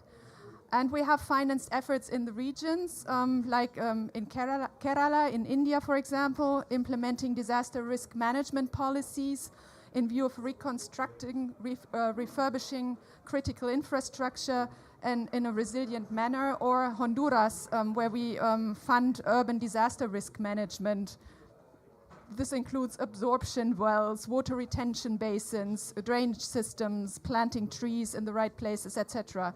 So we need to scale up what works in the context of these instruments, which works best, let's say. But then we have untapped potential when it comes to disaster risk management and supporting our partners, be it on a standalone basis or as a component of our programs. And pre-arranged finance approaches are very, very crucial in that regard. So we would also support piloting climate resilient debt clauses, which could automatically halt debt repayments triggered by climate-induced events. And we've been working also with BOAD on the shock resilient loan in that context. But we are also looking into the matter how this can be part of all of our loan agreements.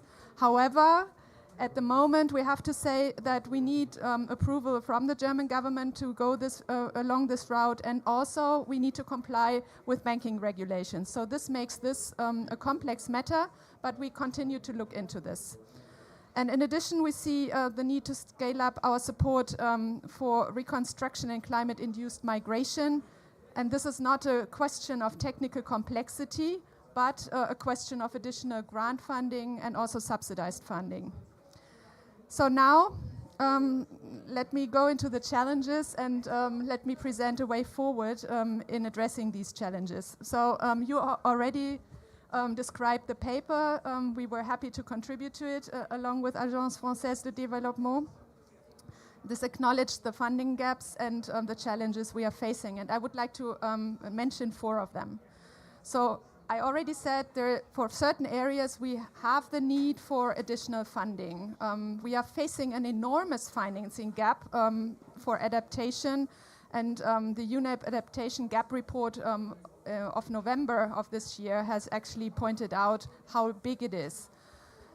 For instance, adaptive social protection schemes are very, very crucial. They cover risks of natural disasters for countries, entire populations, and risk pools such as ARC are playing a part in this. However, we need more of these schemes and more comprehensive ones. The way forward is we need to find new sources of funding, and development and climate-related funding is very scarce, so this shouldn't be cannibalizing other funding we apply to these sources. And for to get this funding available, political decisions need to be taken, and this is really beyond DFI's reach. And therefore, we also have to work on the political decision makers in order to go down that route. Then we need a better coordination when it comes to the humanitarian development nexus. And there, public development banks have a lot of expertise to actually address the time lag or to address the humanitarian needs in fragile contexts, and these experiences can be applied also to climate-induced catastrophes. There is a time lag between humanitarian aid and then building back better, and public development banks can try or can support or contribute to closing this gap. For this, communities and regions have to cooperate more closely. That's a challenge because when it comes to regions, they have different approaches to addressing catastrophes and damages related to that. And we need to get a more consistent approach in regions, and it's challenging, but it's feasible. And then liquidity in the aftermath of climate-related disasters. Many people say that crisis response is too slow in delivery, and we need to work on that. And our disaster risk financing needs to flow a lot quicker. And so these pre-arranged funding approaches, they play a very, very, very instrumental part in this endeavor. So we need to scale up what works well, shock-resilient loans, climate-resilient debt clauses, etc., and make it apply it to more programs. And last but not least, the knowledge gaps, we need to close them, and they are quite numerous still. They regard risks that cannot be predicted. They regard risks that are not preventable and will result in damage which occurs for sure. Then we have these slow onset events like sea level rise, drought, desertification,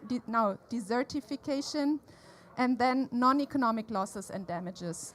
So we need to become more knowledgeable on these matters and do more research and find ways to address this. And Global Shield can actually play a very, very instrumental part in this effort.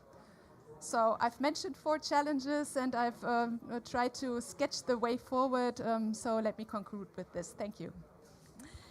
Thank you, Barbara. I really appreciate your insights in highlighting the ongoing work that the public development banks need to do to respond effectively to loss and damage. I was to end the floor to Daniel, but since we are very privileged to have with us Mr. Ibrahim Diong,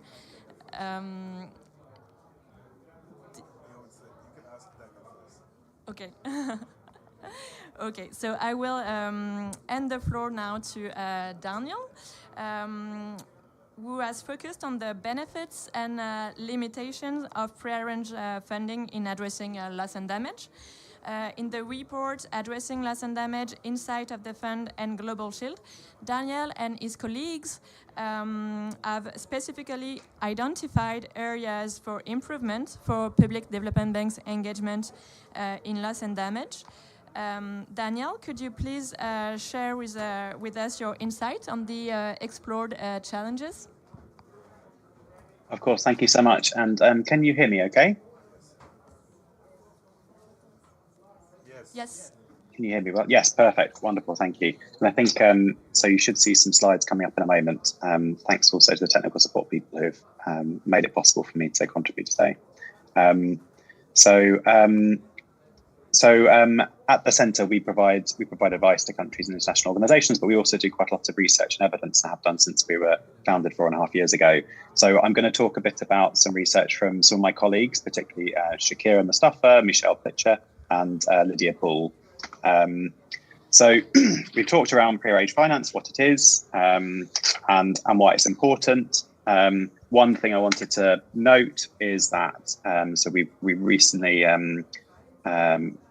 launched our flagship report on the state of pre-arranged finance, and in that it's clear that only about a third of all pre-arranged finance that counts as aid or aid-like flows is actually in the form of insurance.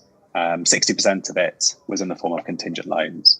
So public development banks are very heavily involved overall in pre-arranged finance as it is at the moment, both in terms of their own instruments, their own banking type products, as well as often financing the insurance products that are counted within that.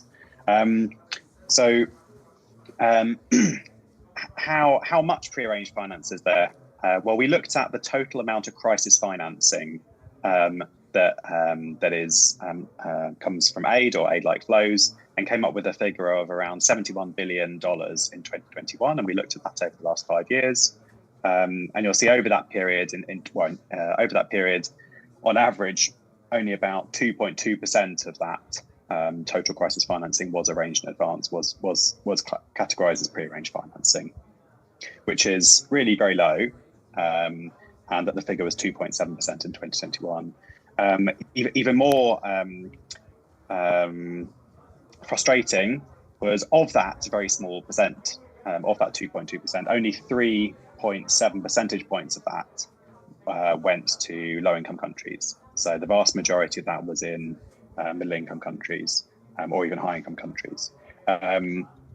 So that we've got challenges both in the, and I should say a part of that is because obviously a lot of low-income countries are either at risk of or near risk of debt distress, and so can't borrow more. So things like contingent loans are not really possible for them. So you see, for those countries, it tends to be insurance and particularly African risk capacity products, which form the bulk of the pre-arranged financing you find for those countries.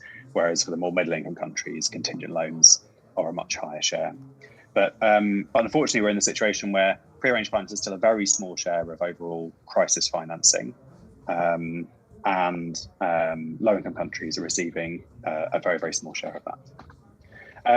So we've already heard from Kirsten about the Global Shield, so I just want to say a few things. One thing, in the overall objective of the Global Shield, there is that language around, so it's increasing protection for poor and vulnerable people, but there's that language around more and better pre-arranged finance against disasters. A couple of years ago, we launched quite a big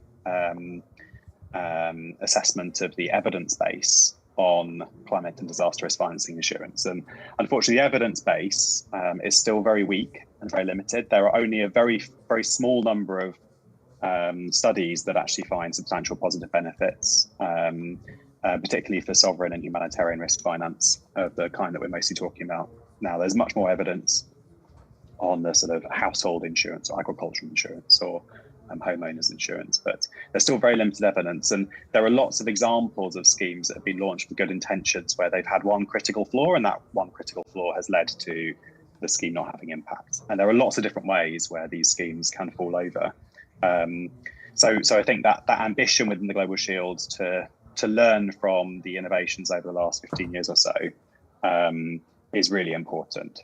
And I sort of congratulate the Global Shield for that. Delivering on the better. So it's still too, obviously the Global Shield is still relatively new. It's building on a large program of work supported by Insure Resilience and others, but it's still relatively new. Too early to tell whether it's going to be a success, but it's important to recognise there has been substantial progress made since the last COP, and these things do take time.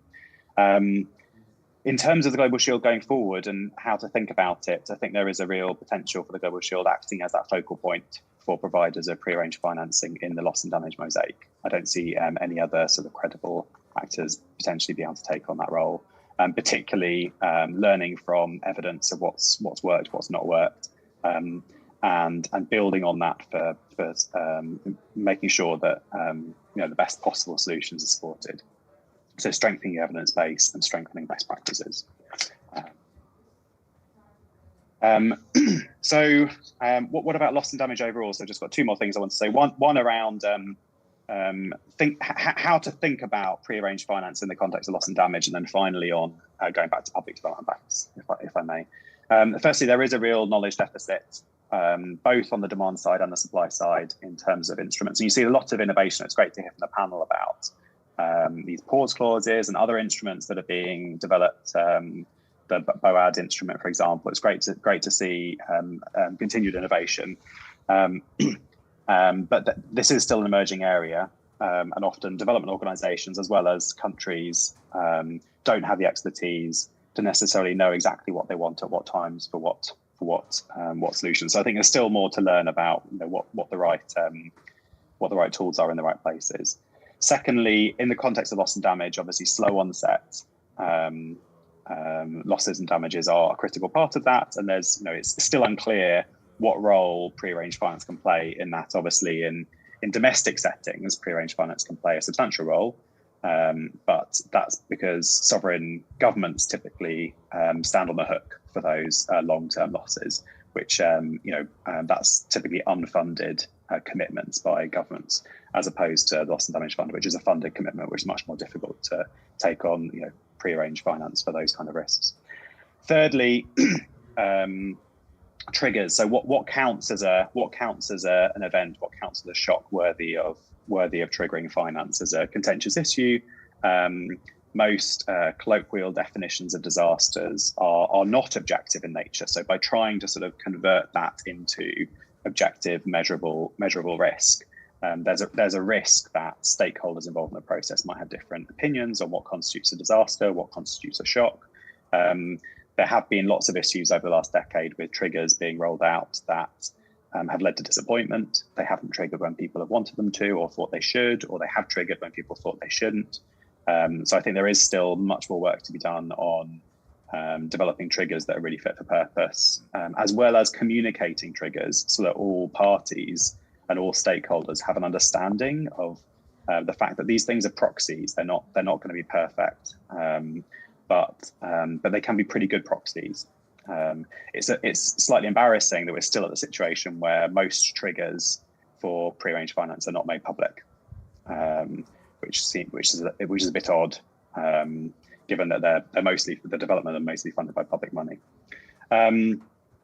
Next, there's a question around whether pre-arranged financing funding is new and additional or not. So we heard yesterday from Luxembourg announced the contribution to Global Shield, making it very clear that this is new and additional.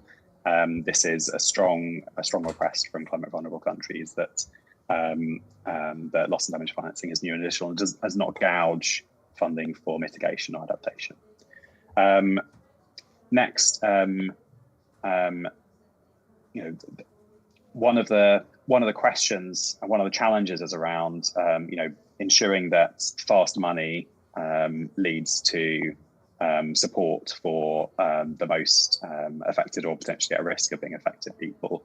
We've seen over the last decade or 15 years of disastrous finance, there is even if you make fast payouts, that doesn't necessarily translate into fast action, because fast action often requires shifting a culture within a line ministry to take preparedness seriously and to actually have things up and running to be able to disperse and to overcome those political bottlenecks within governments around who gets to decide which line ministry gets the money and which part of the line ministry and which project or which program, which part of public services get to receive the money. So there is continuing challenge in that. And then finally, on transparency and accountability. So we've been doing some work on this recently. Another paper, in fact, by Sophia Swithin, we launched earlier in the year around accountability when it comes to pre-arranged finance and different. That there is still a lack of a lack of transparency over what public money is being used to invest in for prearranged finance. There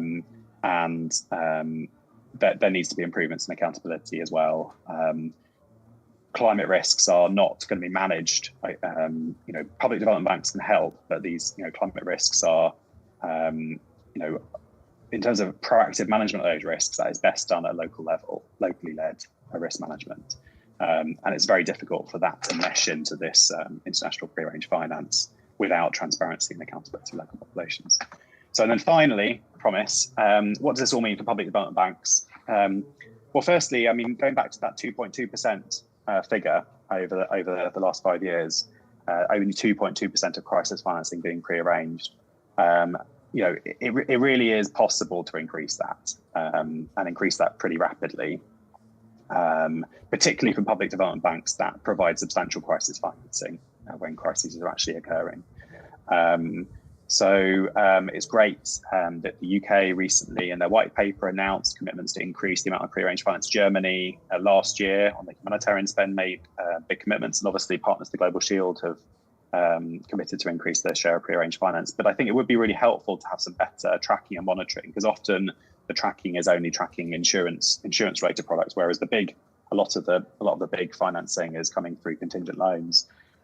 So we'd encourage public development banks to establish a baseline, work out how much prearranged financing there is, and monitor it, and maybe even set targets. And this is something that we will be setting up a community practice for this, and very happy to support, on the back of the prearranged financing report, which we're going to be doing every year now.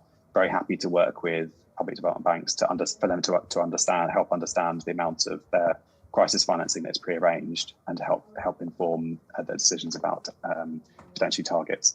Secondly, we've heard again in this panel around new instruments, which is helpful, and partnerships. So we heard from African Risk Capacity about their instrument, which is not, they're not a public development bank, but they're a public organisation, and there are obviously options for public development banks partnering with other organisations, particularly organisations that are development insurers, for example, using their instruments to supplement the list of instruments that public development banks have. And I think the more instruments that public development banks have, the more able they are to offer the best possible solutions to their clients. We're not there on the instruments yet, but so it's important to sort of use them well. And then, to note also that from a political perspective, there are often incentives not to prepare for tomorrow's, for the disaster that hasn't happened yet. It's often difficult to find funding for the disaster that hasn't happened.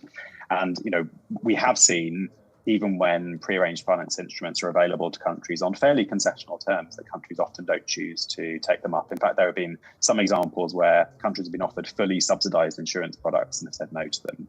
And I think it's important to understand those demand-side constraints and incentives are there, and to reflect on those to better improve the instruments and the offer to countries. But to note that, for example, the World Bank in their main line of contingent credit, they have essentially a 4-for-1 offer on that for the poorest countries, for IDA countries, where a country only has to use $1 of their own IDA envelope, and they get an additional $3 that tops up their country envelope. So getting these incentives right for countries can be helpful to get uptake. So that's on the scale where I think it's possible to do more. And then secondly, on this point around quality, I think we don't yet know where the best places are to deploy prearranged finance. Prearranged finance isn't a panacea, but it has a role. What are the best places to deploy it? Is it in providing quick liquidity for governments to avoid liquidity crunches, or actually is it for providing financing for particular public services to ensure they can maintain or scale up in the context of a disaster to better support populations?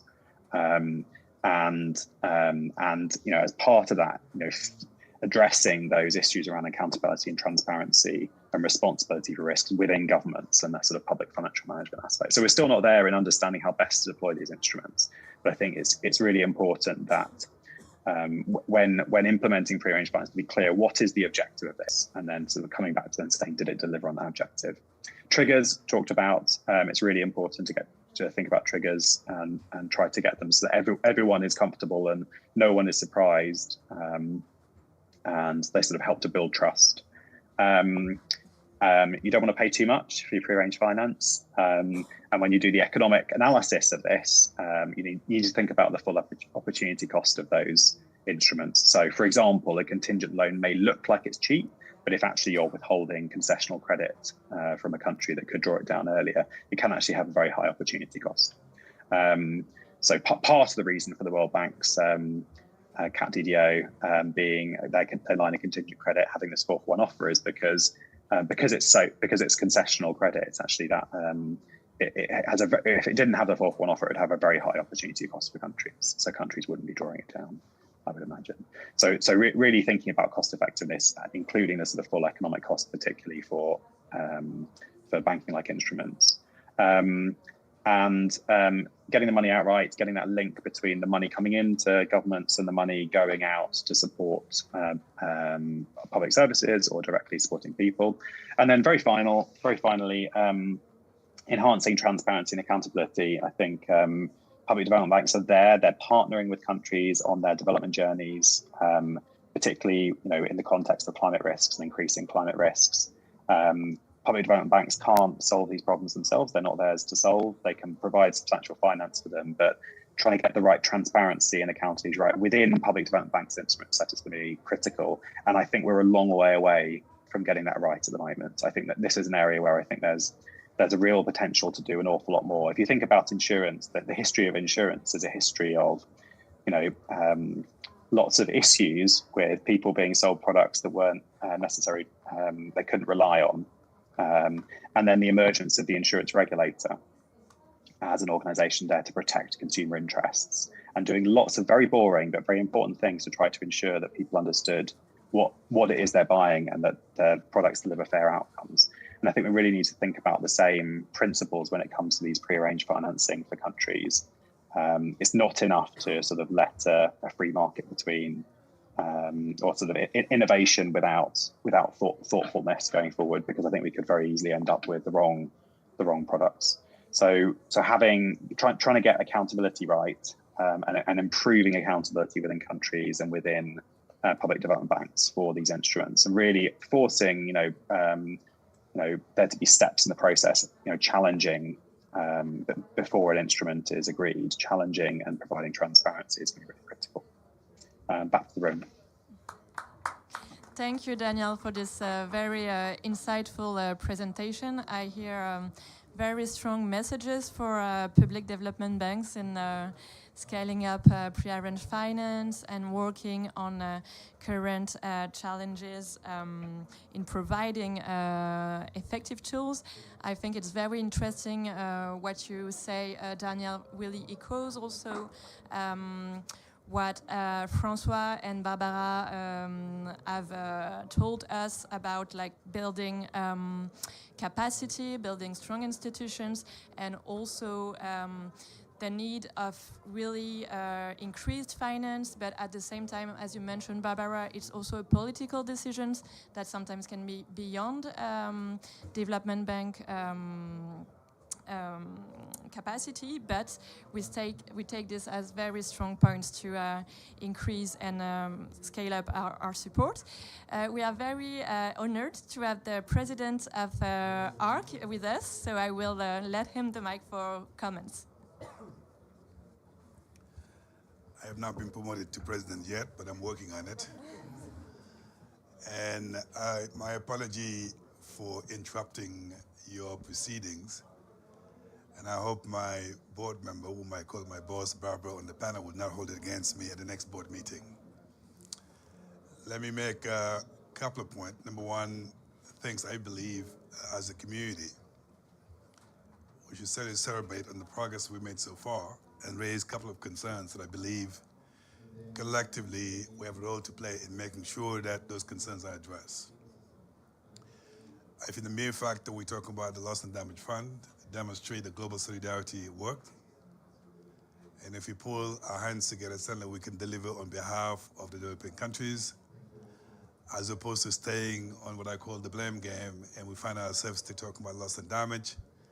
And while we do so, may I remind you, there's a lot of people in Africa who are suffering because of climate change. So that human face, in my view, should inspire all of us to make sure we are pragmatic we are tangible, but we also were impactful as opposed to remaining at the global level.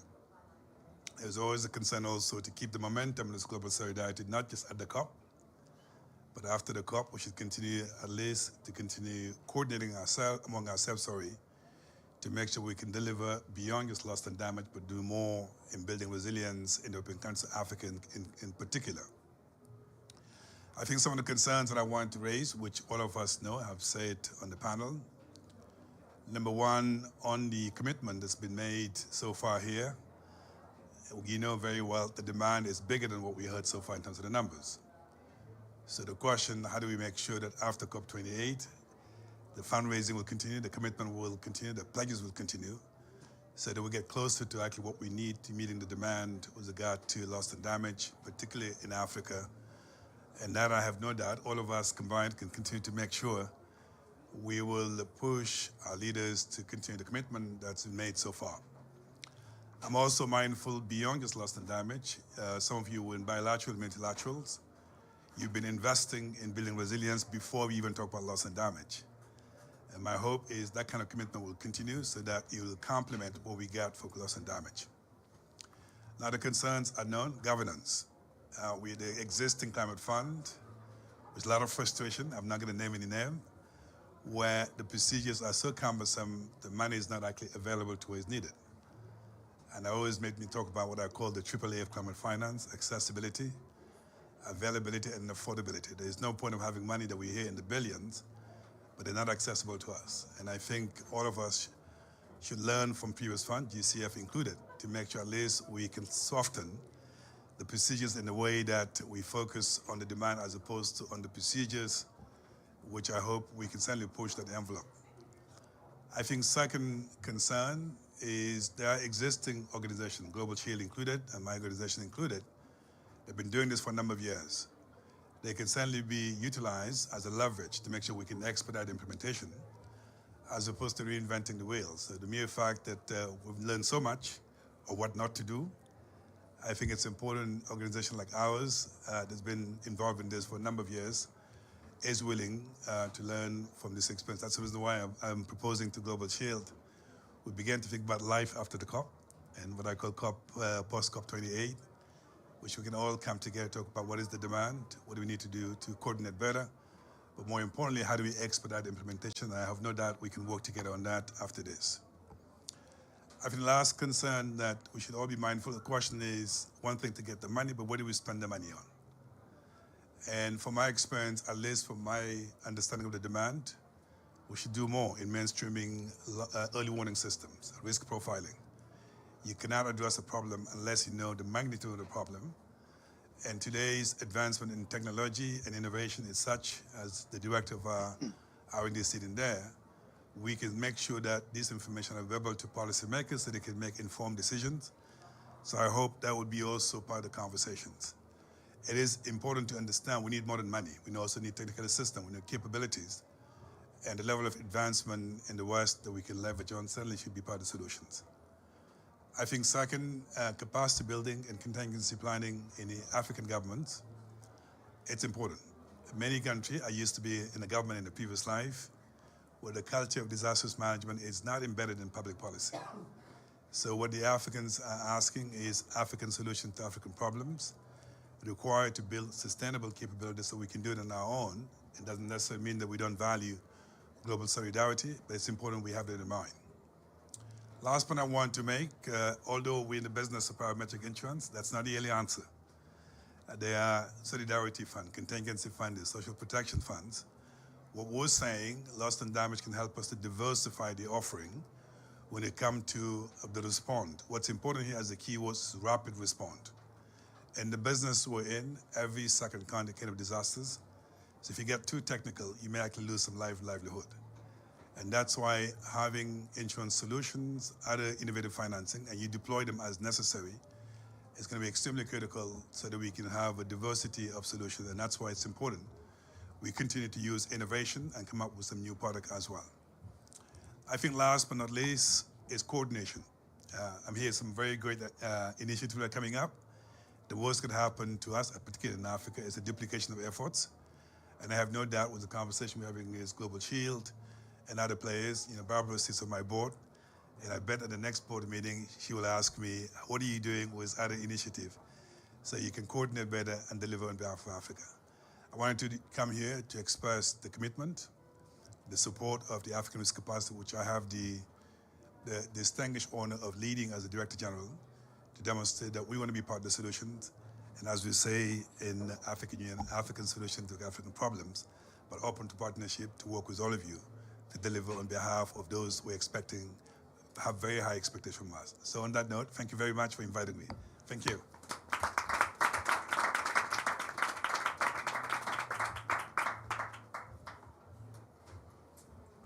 Thank you very much.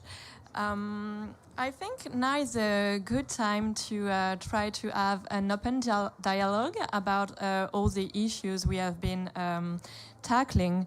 And I will also would like to open the floor. But first, I will have a few questions of my own.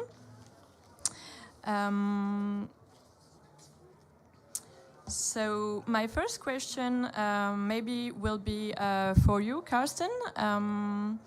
Daniel pointed out challenges that the initiatives like the Global Shield may face in terms of building trust and transparency, notably regarding the use of triggers, but also the need of transparency, considering what pre-arranged finance can do and what it cannot do.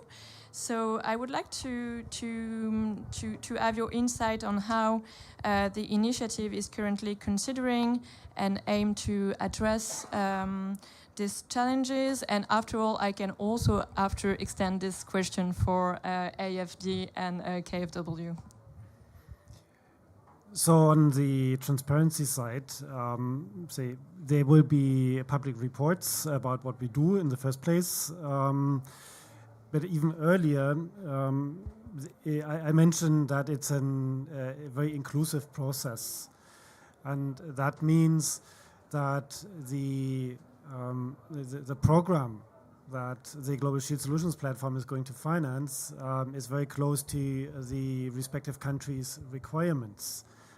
And even on in a governance structure, the country has a seat and a vote together with us as the implementing partner about what to do and what not to do.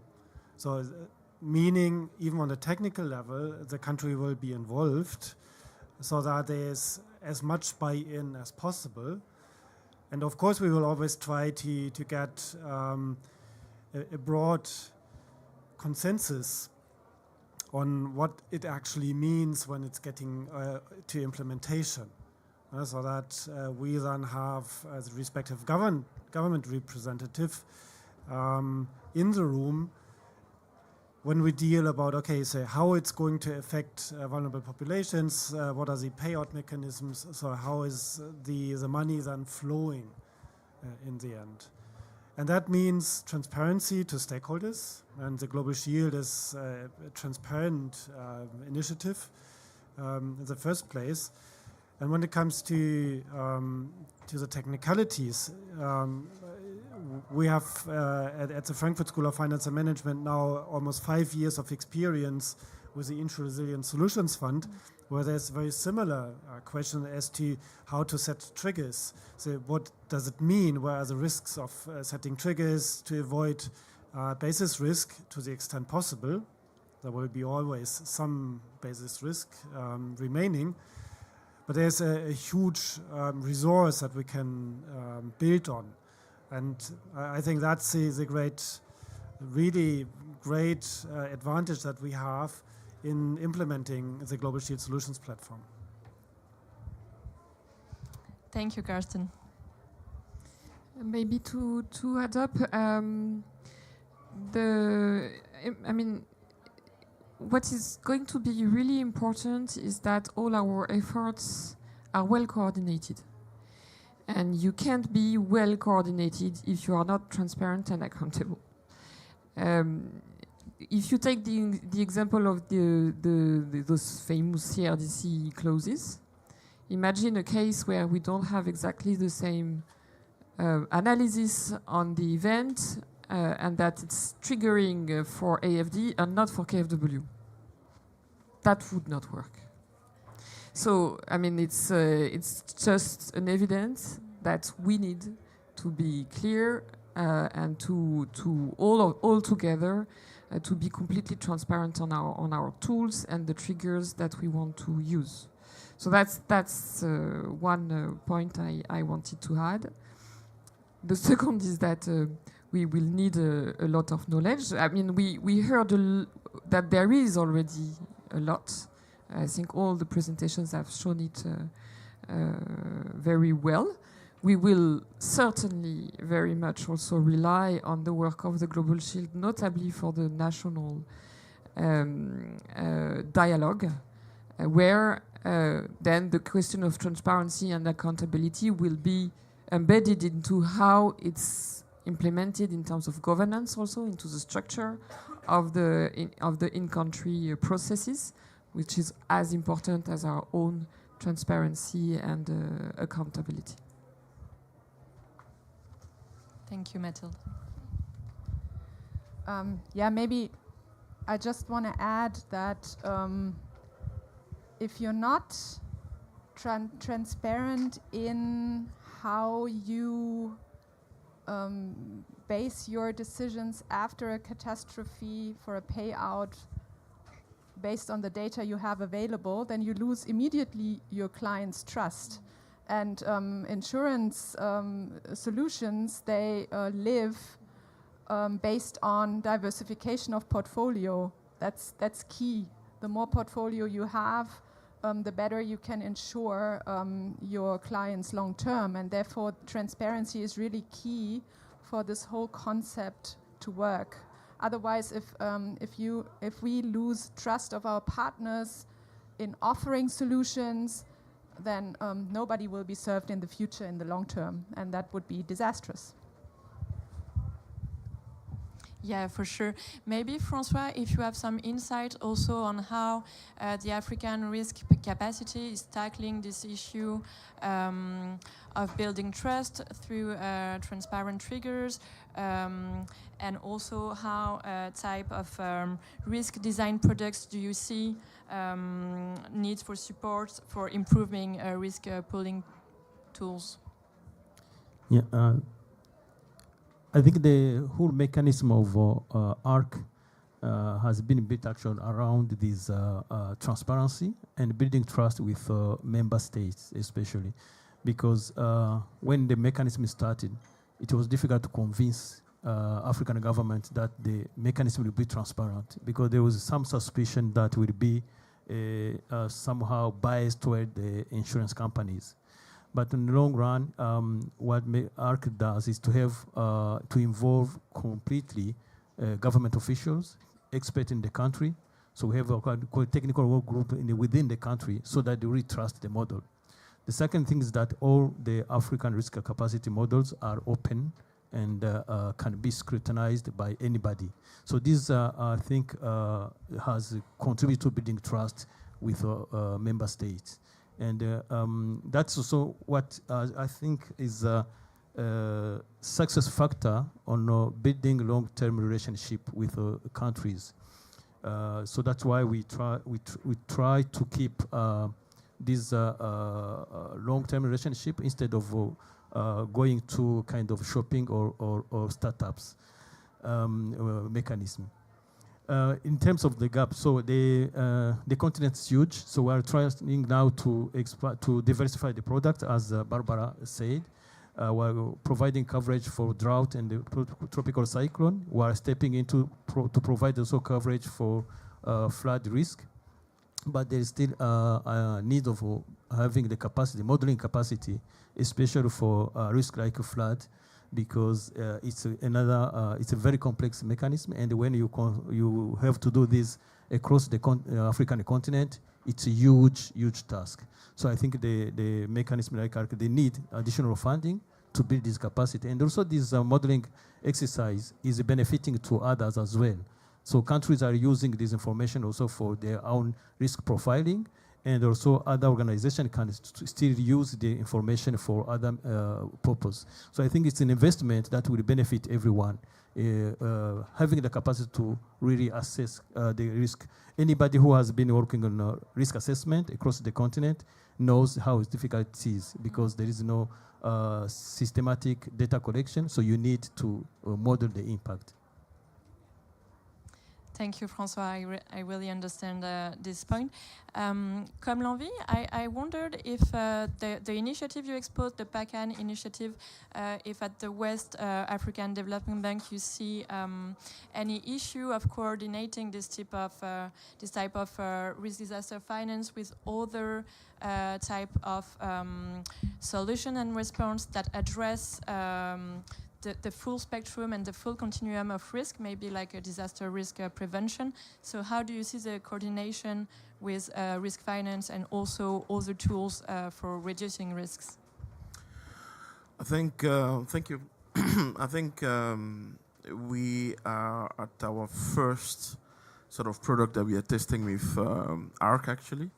And with the support of KfW, as I said. But what is interesting here is the sharing of experiences from everyone.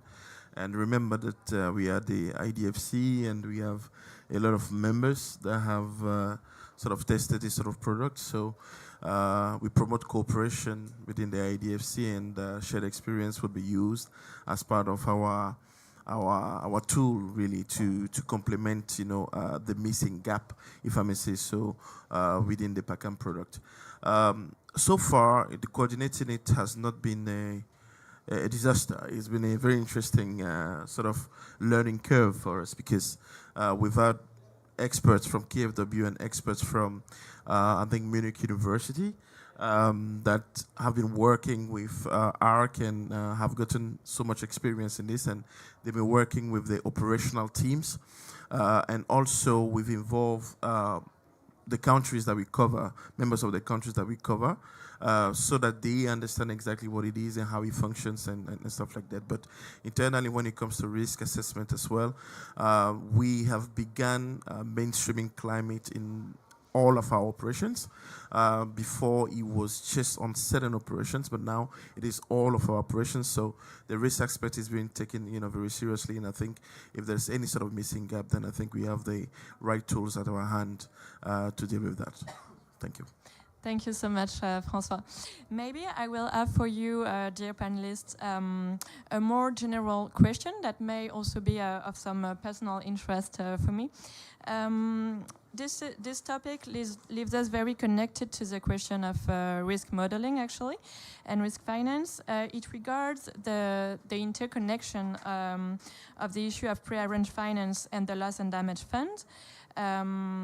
Discussions have been initiated very recently on the use of triggers and physical risk models for allocating resources within the loss and damage fund. It is also something that the transitional committee has underlined. And I personally think that it's very interesting because it really shows how fruitful the interconnection between the pre-arranged finance and the loss and damage fund can be. Using these triggers, we have experience in forecast-based finance, and translating this experience in the loss and damage fund can be very interesting. So I would like maybe to ask if you have some, do you think of this opportunity and this interconnection between sometimes initiatives that have been sometimes pitted against each other. So I think this can be interesting to have your insight on this. Maybe Daniel, if you want, or Barbara. Yeah, I'm very happy. Yeah, very happy to start off. I mean, it's a little bit like one of these big fundamental questions you have around discretion versus rules, and we see this a lot with finance. You see this in central banking. You also see it when it comes to risk. Do you want to have discretion? So you only know when a disaster is a disaster, or you only know when losses and damages have occurred. You have to see it to be able to know. Or can there be some rules that you agree beforehand that may either precisely say, what you're counting, or may be a proxy. And I think that, the big innovation that has spawned a lot of this prearranged finance for sovereigns is this idea of using proxies, using parametric indices or some kind of index as a proxy for whether something really big and bad, some sort of shock has happened. And I think there is, just from an efficiency perspective, there is a real role for proxies that may not be perfect, but may be good enough. In particular, because if you leave everything to discretion, everything tends to be quite slow. Response is slow, and if response is slow, then it can can be less effective. There are lots of questions the Loss and Damage Fund is going to be grappling with, and obviously the Transitional Committee has been grappling with.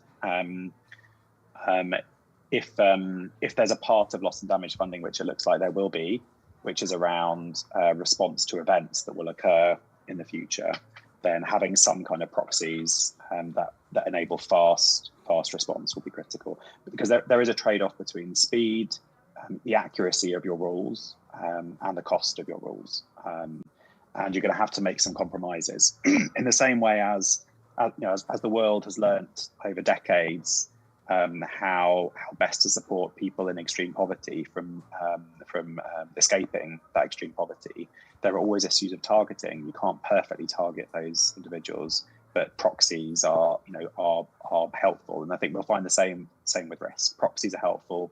We need to be serious about trying to make the proxies as good as possible. We need to have we want our triggers to be good, and they're not going to be perfect, but they're going to be part of the solution. Thank you, Danu. I would like now to open the floor and invite our audience, if they have some questions, to feel free to ask some. Yes. Thank you. Hello, I'm Nicholas from the Anticipation Hub, which is a knowledge and exchange platform hosted by the German Red Cross, the Federation, and the Red Cross Red Crescent Climate Center, and works to scale up anticipatory action. And I think, first of all, this is a super fantastic panel. I love it. It's really great. It's music to my ears that I hear, the development banks are now looking more how they can contribute to loss and damage. So congratulations to that. And we heard a lot about coordination, and I was wondering if there are plans for a joint development bank strategy to coordinate the investment. Say, for instance, if there's any attention that a bank focus on a certain instrument or a certain country, region, or specific activity. For instance, one more on system building, the other even for payouts or money out systems. And keen also to learn more, since this is a big topic in the discussion on the Loss and Damage Fund, on the planned attention on the accessibility. So if there's a possibility, for local actors to access these potential funds. And I'm asking this also because I said I work for the Anticipation Hub. Anticipatory action is a loss and damage approach that links, triggers to action plans. It's a money out system, as Daniel would say. And it requires a lot of upfront investment, basically echoing a bit what the Director General of ARC said, investment in forecasting capacities and plans and so on. And I'm just keen to more how we can here come together across sectors. Yeah, thanks. Thank you. We take another? Yeah. There was another question in the back. Please, feel free. Hi, I was wondering, so my name's Tom Mitchell, I'm from the International Institute for Environment and Development. I was wondering what the panel's views were of debt for loss and damage swaps. Thanks. Thank you. Thank you. I start? It's okay. In terms of coordination, so, I mean, you heard my message just before. I think without coordination, that would be a real problem. There are many ways which can help in terms of coordination. The Global Shield is certainly a place where coordination is going to happen. In many instances, I mean, in between, given the size of the partnership, the number of partners involved, and given the structure including in the in-country dialogue. The coordination, we rely very much on the Global Shield. By the way, I forgot, but Catherine reminded me to confirm or to re-announce that France will, through AFD, provide 20 more million next year to the initiative. So reaching out to 40 and hoping that it will continue years after years. So this is one part of the work which will help in terms of coordination. You are in an IDFC pavilion, so I think it was already explained. Our role is to try to coordinate also at least our analysis, our tools as members of this club. So we will use this, the common work that we do, the share of practice to coordinate also on tools and triggers and so on. And there is another level, another coalition, which is the Finance in Common initiative, who has launched yesterday an innovation lab. The first work of this lab will be to work on the CRDC clauses, so on the climate resilient debt clauses. For a start, I think we can try to ask a lot to this lab. The Finance in Common coalition, you may not know, is a movement gathering the 530 public development banks around the world. So here you have 26. You have public development banks everywhere in the world. So here you have 26 members of the IDFC, but in fact around the world you have 530, including the MDBs. They are part of this coalition and have hosted over the past 2 years the summit and the work stream. So this innovation lab is in fact actually launched by the IDB, who has been the first to implement those climate resilient debt clauses. So this is another part of a piece of work which can help in terms of coordination. Regarding access to finance, it's not only sovereign here. I mean, a lot of it is going to be through the states, but there is no reason why contingency clauses cannot be used in other type of tools and with other type of clients. Insurance is not only for countries. Insurance is not only an industry, by the way. It's also a principle for which you try to differentiate on how you finance certain type of events between public and private. So these are tools also which are going to be and should be very much accessible. And in addition to that, we have to work a lot on inclusivity to make sure to reach out to the most vulnerable people as fast as possible. This is certainly a large part of the work. On Debt for Nature, and then maybe you compliment on everything, or you want to compliment on that? I don't know. Yeah. Yeah, actually, in terms of coordination, I think the initiatives we have in place now all ask for coordination. No? Global Shield has this idea, the Loss and Damage Fund in the end as well. I mean, the way it is going to be set up, I think, is also a learning from the Green Climate Fund, and to have it quicker being operational, and I think this is why they probably chose this route now. So I think learning from existing schemes when it comes to triggers is crucial. We have already talked about that, and I think that really asks for a lot of know-how transfer, etc. When it comes to ensuring our respective portfolios, then of course you have to look, okay, which partner country are you working with? What are you funding there? And how can this come into play when it comes to the question how to ensure that against climate risks? So I guess some institution-specific aspect is always there. However, I guess we need to cooperate. Debt for loss and damage swaps. I'm pretty accustomed, and I have come across the debt for nature swap idea, where you provide an incentive for a certain country to invest savings from a restructuring of debt into into climate or biodiversity-specific areas. When it comes to debt for loss and damage swaps, maybe you want to elaborate a bit on the concept, but I mean, that would only be available. I mean, those funds would only be available after a disaster has caused loss and damages. So that's not the same concept like you have a country invest in a certain trajectory or so. So maybe help me a bit on the concept. So at the moment, when a country experiences the impact of a disaster, the first thing that they have to consider is, are they paying back their debt, making their debt service payment? So you've got your climate resilient debt clause component, of course, which gives you that option. But what about actually, rather than having the climate resilient debt clause, you created a mechanism to actually reduce the stock itself?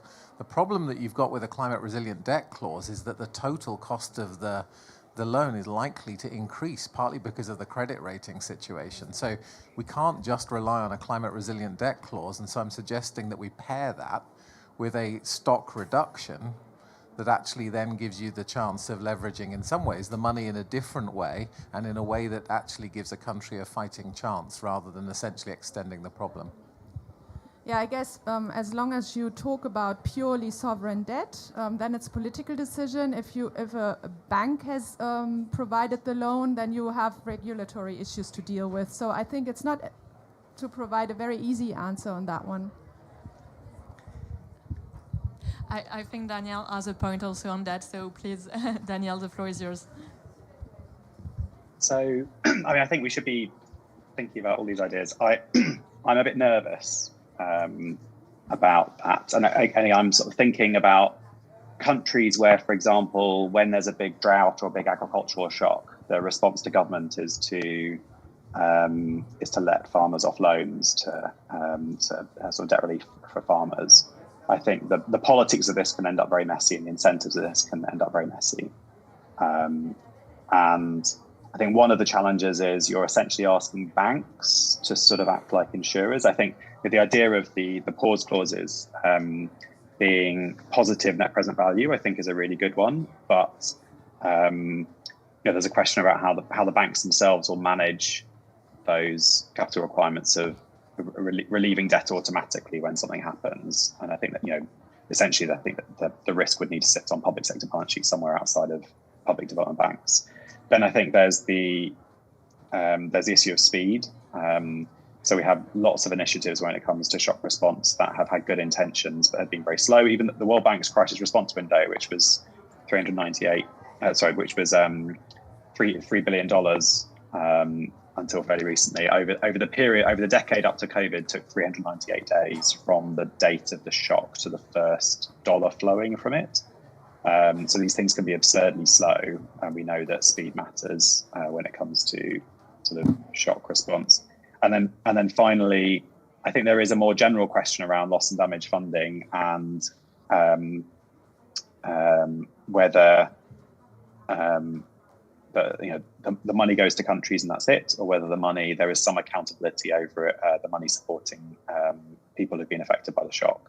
And I think for sort of debt swaps for loss and damage, there would be a question around what, if the intention was this was to be money that goes directly to government, that's fine. But if the intention was this was also supposed to be supporting the most at-risk people, then it may be helpful for there to be, that may be difficult to implement through an instrument that is essentially essentially the equivalent of a liquidity injection for government. Thank you, Daniel. Mathilde, I think you have a point also to No, add. but I think Daniel explained it well in a way. I mean, here we discuss what are in the hands of PDBs. The points you raised to me is more in the hand of the Club de Paris, and because it deserves a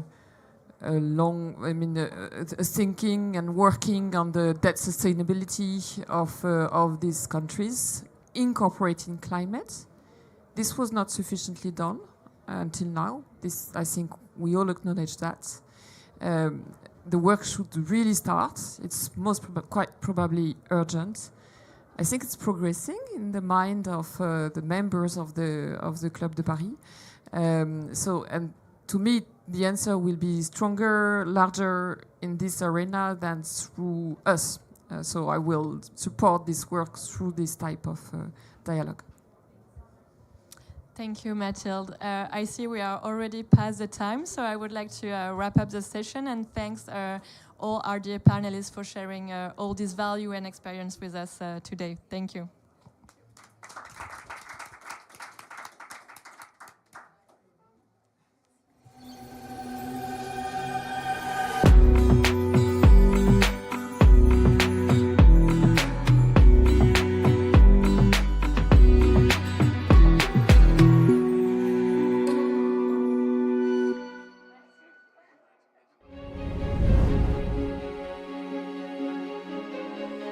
What is IDFC Climate Facility?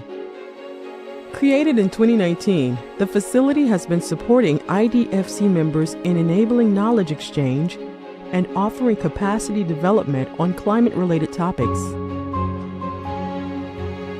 Our 3 goals: to strengthen climate finance expertise and capacities, to originate and develop joint climate projects, to institutionalize and facilitate collaborative work among members on climate change.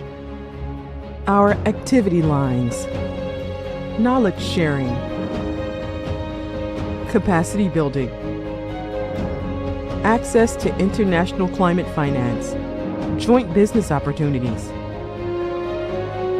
In the past couple of years, the IDFC had been supporting members in mainstream common principles on mitigation and adaptation, developing a framework for the operationalization of the Paris Agreement alignment, promoting a mentoring program between institutions, delivering climate toolbox including GHG accounting, climate risk assessment, Paris Agreement alignment and climate strategy, offering trainings on climate risk assessment, climate strategies, and adaptation, supporting events and partnerships to the international agenda, mobilizing resources and facilitating joint business opportunities and project proposal.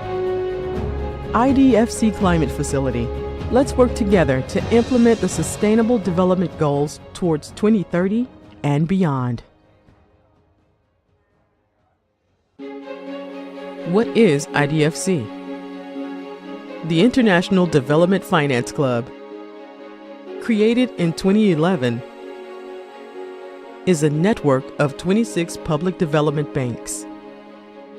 Our mission? Speaking with a common voice, to leverage a greater impact in major international debates, and to contribute to the implementation of the SDGs, the Paris Climate Agreement, and the Kunming-Montreal Global Biodiversity Framework. Our goals? Knowledge sharing and capacity building among the IDFC institutions, enhanced collaboration between members and partners, and pursuing advocacy on the role of public development banks. How does it work? All year long, the club is working on contributing to the international agenda, coordinating working groups on SDGs, gender, climate, and biodiversity, releasing common strategic and operational publications, and reporting their annual commitment towards climate and biodiversity. IDFC. Let's work together to implement the Sustainable Development Goals towards 2030 and beyond.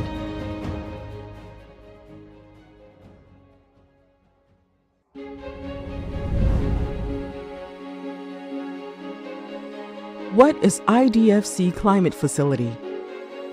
Created in 2019, the facility has been supporting IDFC members in enabling knowledge exchange and offering capacity development on climate-related topics. Our 3 goals: to strengthen climate finance expertise and capacities, to originate and develop joint climate projects, to institutionalize and facilitate collaborative work among members on climate change. Our activity lines: knowledge sharing, capacity building, access to international climate finance, joint business opportunities. In the past couple of years, the IDFC had been supporting members in mainstream common principles on mitigation and adaptation, developing a framework for the operationalization of the Paris Agreement alignment, promoting a mentoring program between institutions, delivering climate toolbox including GHG accounting, climate risk assessment, Paris Agreement alignment and climate strategy, offering trainings on climate risk assessment, climate strategies, and adaptation, supporting events and partnerships to the international agenda, mobilizing resources and facilitating joint business opportunities and project proposal. IDFC Climate Facility. Let's work together to implement the Sustainable Development Goals towards 2030 and beyond. What is IDFC? The International Development Finance Club, created in 2011, is a network of 26 public development banks. Our mission? Speaking with a common voice, to leverage a greater impact in major international debates, and to contribute to the implementation of the SDGs, the Paris Climate Agreement, and the Kunming-Montreal Global Biodiversity Framework. Our goals? Knowledge sharing and capacity building among the IDFC institutions, enhanced collaboration between members and partners, and pursuing advocacy on the role of public development banks. How does it work? All year long, the club is working on contributing to the international agenda, coordinating working groups on SDGs, gender, climate, and biodiversity, releasing common strategic and operational publications, and reporting their annual commitment towards climate and biodiversity. IDFC. Let's work together to implement the Sustainable Development Goals towards 2030 and beyond.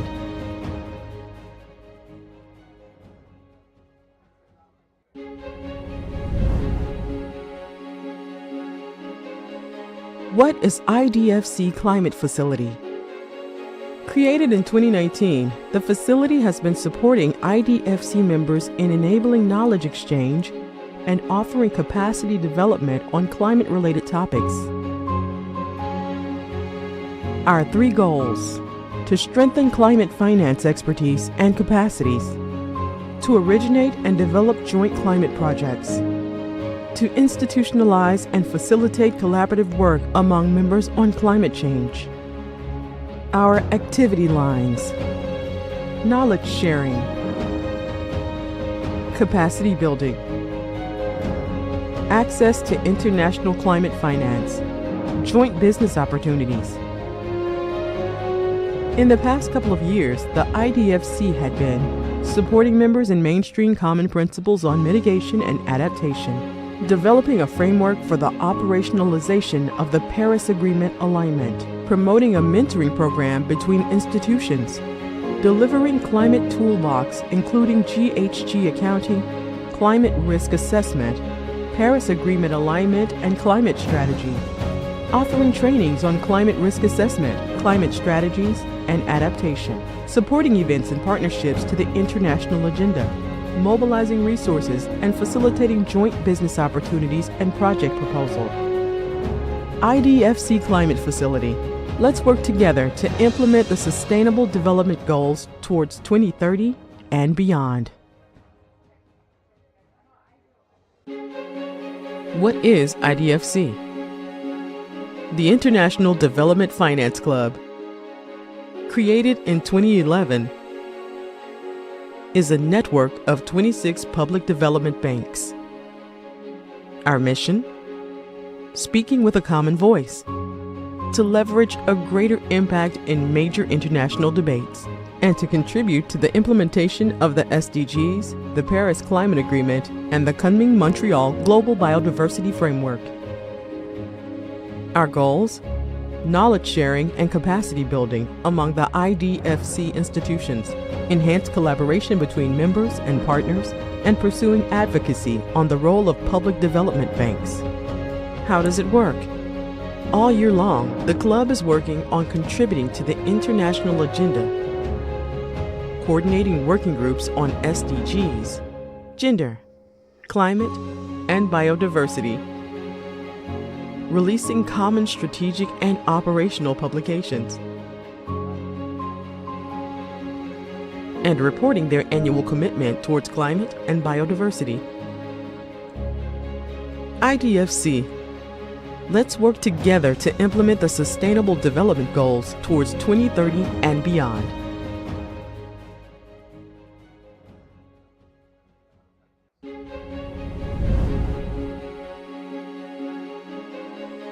What is IDFC Climate Facility? Created in 2019, the facility has been supporting IDFC members in enabling knowledge exchange and offering capacity development on climate-related topics. Our 3 goals: to strengthen climate finance expertise and capacities, to originate and develop joint climate projects, to institutionalize and facilitate collaborative work among members on climate change. Our activity lines: knowledge sharing, capacity building, access to international climate finance, joint business opportunities. In the past couple of years, the IDFC had been supporting members in mainstream common principles on mitigation and adaptation, developing a framework for the operationalization of the Paris Agreement alignment, promoting a mentoring program between institutions, delivering climate toolbox including GHG accounting, climate risk assessment, Paris Agreement alignment and climate strategy, offering trainings on climate risk assessment, climate strategies, and adaptation, supporting events and partnerships to the international agenda, mobilizing resources and facilitating joint business opportunities and project proposal. IDFC Climate Facility. Let's work together to implement the Sustainable Development Goals towards 2030 and beyond. What is IDFC? The International Development Finance Club, created in 2011, is a network of 26 public development banks. Our mission? Speaking with a common voice, to leverage a greater impact in major international debates, and to contribute to the implementation of the SDGs, the Paris Climate Agreement, and the Kunming-Montreal Global Biodiversity Framework. Our goals? Knowledge sharing and capacity building among the IDFC institutions, enhanced collaboration between members and partners, and pursuing advocacy on the role of public development banks. How does it work? All year long, the club is working on contributing to the international agenda, coordinating working groups on SDGs, gender, climate, and biodiversity, releasing common strategic and operational publications, and reporting their annual commitment towards climate and biodiversity. IDFC. Let's work together to implement the Sustainable Development Goals towards 2030 and beyond.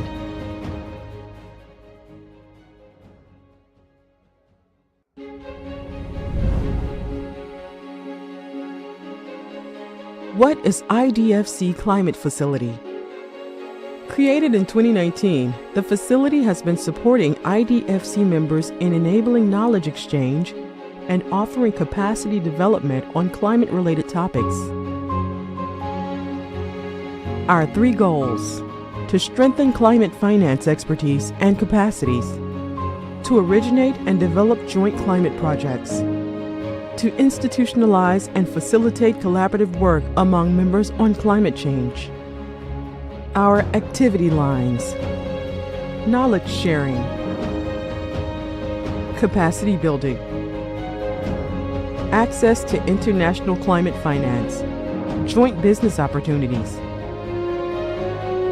In the past couple of years, the IDFC had been supporting members in mainstream common principles on mitigation and adaptation, developing a framework for the operationalization of the Paris Agreement alignment, promoting a mentoring program between institutions, delivering climate toolbox including GHG accounting, climate risk assessment, Paris Agreement alignment and climate strategy, offering trainings on climate risk assessment, climate strategies, and adaptation, supporting events and partnerships to the international agenda, mobilizing resources and facilitating joint business opportunities and project proposal. IDFC Climate Facility. Let's work together to implement the Sustainable Development Goals towards 2030 and beyond. What is IDFC? The International Development Finance Club, created in 2011, is a network of 26 public development banks. Our mission? Speaking with a common voice, to leverage a greater impact in major international debates, and to contribute to the implementation of the SDGs, the Paris Climate Agreement, and the Kunming-Montreal Global Biodiversity Framework. Our goals? Knowledge sharing and capacity building among the IDFC institutions, enhanced collaboration between members and partners, and pursuing advocacy on the role of public development banks. How does it work? All year long, the club is working on contributing to the international agenda, coordinating working groups on SDGs, gender, climate, and biodiversity, releasing common strategic and operational publications, and reporting their annual commitment towards climate and biodiversity. IDFC. Let's work together to implement the Sustainable Development Goals towards 2030 and beyond.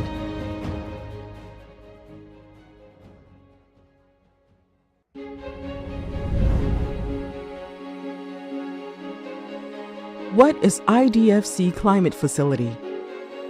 Created in 2019, the facility has been supporting IDFC members in enabling knowledge exchange and offering capacity development on climate-related topics.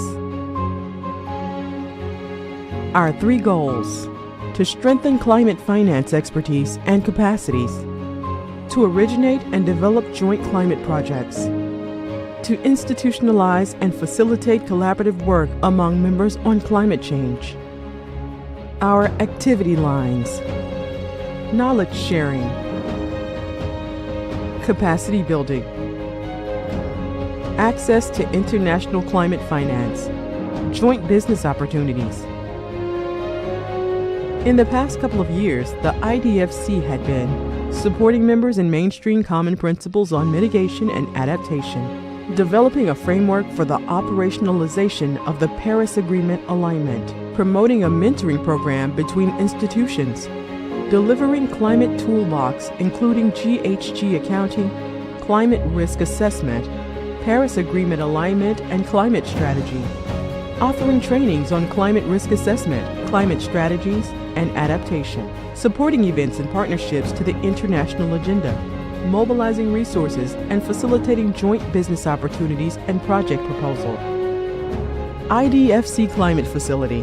Let's work together to implement the Sustainable Development Goals towards 2030 and beyond. What is IDFC?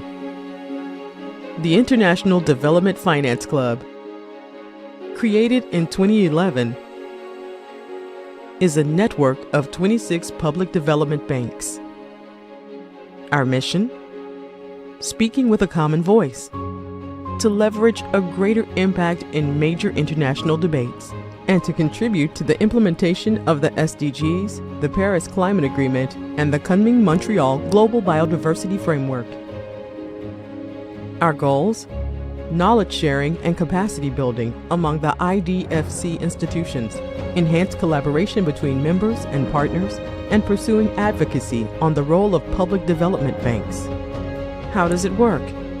All year long, the club is working on contributing to the international agenda, coordinating working groups on SDGs, gender, climate, and biodiversity, releasing common strategic and operational publications, and reporting their annual commitment towards climate and biodiversity. IDFC. Let's work together to implement the Sustainable Development Goals towards 2030 and beyond.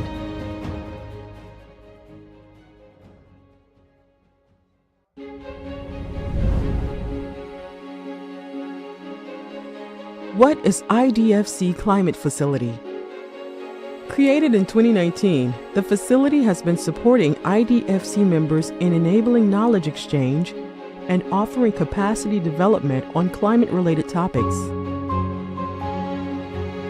Our 3 goals: to strengthen climate finance expertise and capacities, to originate and develop joint climate projects, to institutionalize and facilitate collaborative work among members on climate change.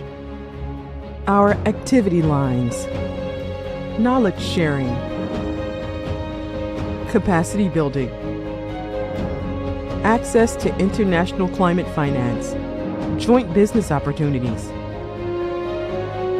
In the past couple of years, the IDFC had been supporting members in mainstream common principles on mitigation and adaptation, developing a framework for the operationalization of the Paris Agreement alignment, promoting a mentoring program between institutions, delivering climate toolbox including GHG accounting, climate risk assessment, Paris Agreement alignment and climate strategy, offering trainings on climate risk assessment, climate strategies, and adaptation, supporting events and partnerships to the international agenda, mobilizing resources and facilitating joint business opportunities and project proposal.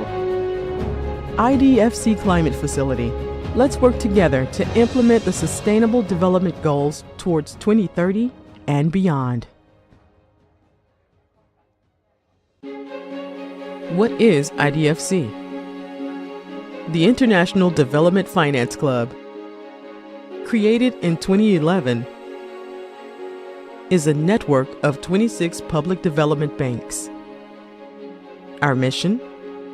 Speaking with a common voice, to leverage a greater impact in major international debates, and to contribute to the implementation of the SDGs, the Paris Climate Agreement, and the Kunming-Montreal Global Biodiversity Framework. Our goals? Knowledge sharing and capacity building among the IDFC institutions, enhanced collaboration between members and partners, and pursuing advocacy on the role of public development banks. How does it work? All year long, the club is working on contributing to the international agenda, coordinating working groups on SDGs, gender, climate, and biodiversity, releasing common strategic and operational publications, and reporting their annual commitment towards climate and biodiversity. IDFC. Let's work together to implement the Sustainable Development Goals towards 2030 and beyond.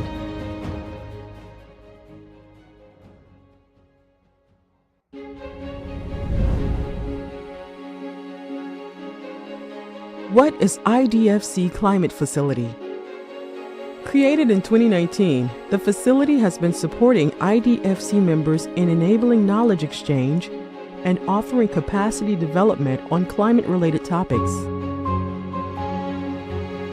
Our 3 goals: to strengthen climate finance expertise and capacities, to originate and develop joint climate projects, to institutionalize and facilitate collaborative work among members on climate change. Our activity lines: knowledge sharing, capacity building, access to international climate finance, joint business opportunities. In the past couple of years, the IDFC had been supporting members in mainstream common principles on mitigation and adaptation, developing a framework for the operationalization of the Paris Agreement alignment, promoting a mentoring program between institutions, delivering climate toolbox including GHG accounting, climate risk assessment, Paris Agreement alignment and climate strategy, offering trainings on climate risk assessment, climate strategies, and adaptation, supporting events and partnerships to the international agenda, mobilizing resources and facilitating joint business opportunities and project proposal. IDFC Climate Facility. Let's work together to implement the Sustainable Development Goals towards 2030 and beyond. What is IDFC? The International Development Finance Club, created in 2011, is a network of 26 public development banks. Our mission? Speaking with a common voice, to leverage a greater impact in major international debates, and to contribute to the implementation of the SDGs, the Paris Climate Agreement, and the Kunming-Montreal Global Biodiversity Framework. Our goals? Knowledge sharing and capacity building among the IDFC institutions, enhanced collaboration between members and partners, and pursuing advocacy on the role of public development banks. How does it work? All year long, the club is working on contributing to the international agenda, coordinating working groups on SDGs, gender, climate, and biodiversity, releasing common strategic and operational publications, and reporting their annual commitment towards climate and biodiversity. IDFC. Let's work together to implement the Sustainable Development Goals towards 2030 and beyond.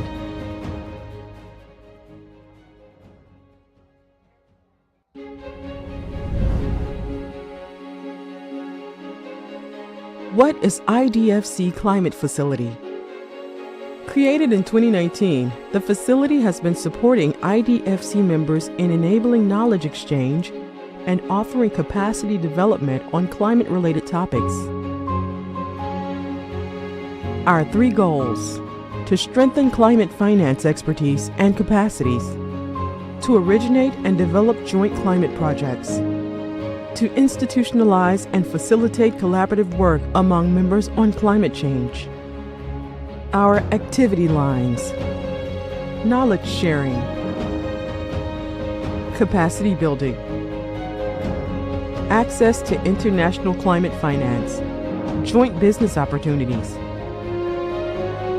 In the past couple of years, the IDFC had been supporting members in mainstream common principles on mitigation and adaptation, developing a framework for the operationalization of the Paris Agreement alignment, promoting a mentoring program between institutions, delivering climate toolbox including GHG accounting, climate risk assessment, Paris Agreement alignment and climate strategy, offering trainings on climate risk assessment, climate strategies, and adaptation, supporting events and partnerships to the international agenda, mobilizing resources and facilitating joint business opportunities and project proposal. IDFC Climate Facility. Let's work together to implement the Sustainable Development Goals towards 2030 and beyond. What is IDFC?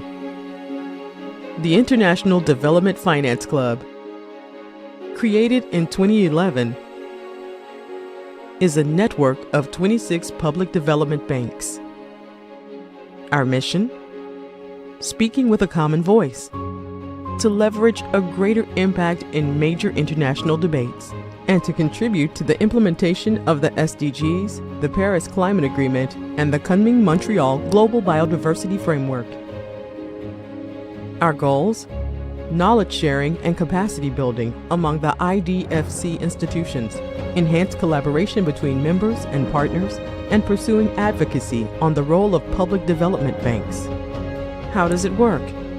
All year long, the club is working on contributing to the international agenda, coordinating working groups on SDGs, gender, climate, and biodiversity, releasing common strategic and operational publications,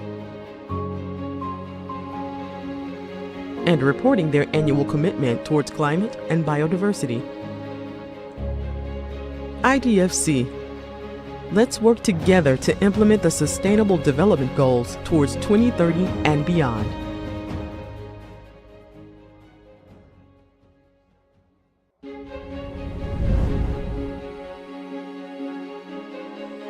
What is IDFC Climate Facility? Created in 2019, the facility has been supporting IDFC members in enabling knowledge exchange and offering capacity development on climate-related topics.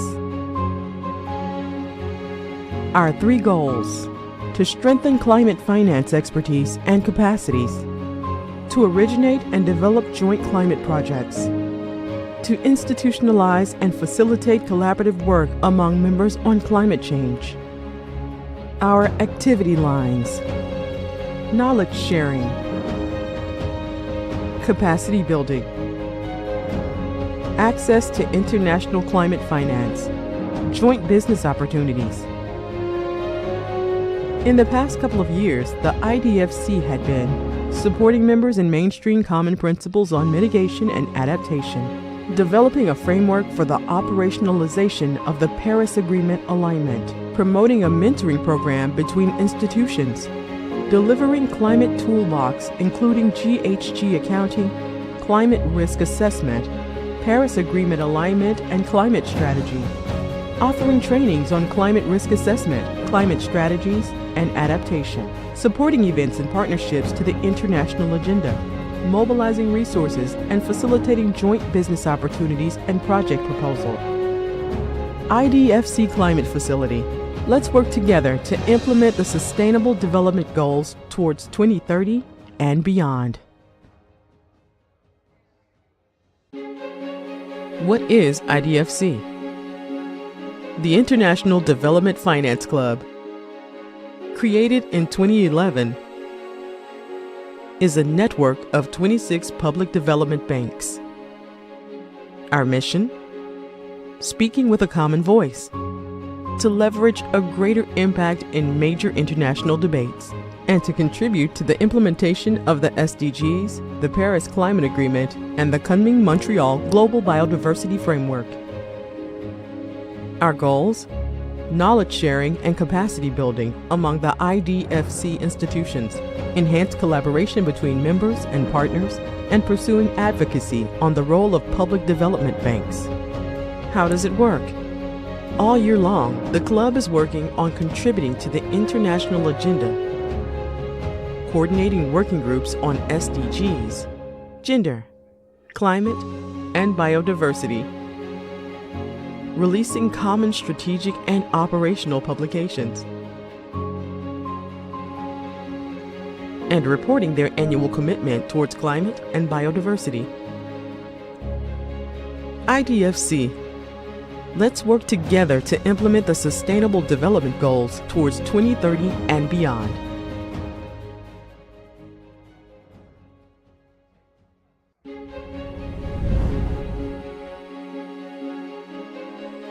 What is IDFC Climate Facility? Created in 2019, the facility has been supporting IDFC members in enabling knowledge exchange and offering capacity development on climate-related topics. Our 3 goals: to strengthen climate finance expertise and capacities, to originate and develop joint climate projects, to institutionalize and facilitate collaborative work among members on climate change. Our activity lines: knowledge sharing, capacity building, access to international climate finance, joint business opportunities. In the past couple of years, the IDFC had been supporting members in mainstream common principles on mitigation and adaptation, developing a framework for the operationalization of the Paris Agreement alignment, promoting a mentoring program between institutions, delivering climate toolbox including GHG accounting, climate risk assessment, Paris Agreement alignment and climate strategy, offering trainings on climate risk assessment, climate strategies, and adaptation, supporting events and partnerships to the international agenda, mobilizing resources and facilitating joint business opportunities and project proposal. IDFC Climate Facility. Let's work together to implement the Sustainable Development Goals towards 2030 and beyond. What is IDFC? The International Development Finance Club, created in 2011, is a network of 26 public development banks. Our mission? Speaking with a common voice, to leverage a greater impact in major international debates, and to contribute to the implementation of the SDGs, the Paris Climate Agreement, and the Kunming-Montreal Global Biodiversity Framework. Our goals? Knowledge sharing and capacity building among the IDFC institutions, enhanced collaboration between members and partners, and pursuing advocacy on the role of public development banks. How does it work? All year long, the club is working on contributing to the international agenda, coordinating working groups on SDGs, gender, climate, and biodiversity, releasing common strategic and operational publications, and reporting their annual commitment towards climate and biodiversity. IDFC. Let's work together to implement the Sustainable Development Goals towards 2030 and beyond.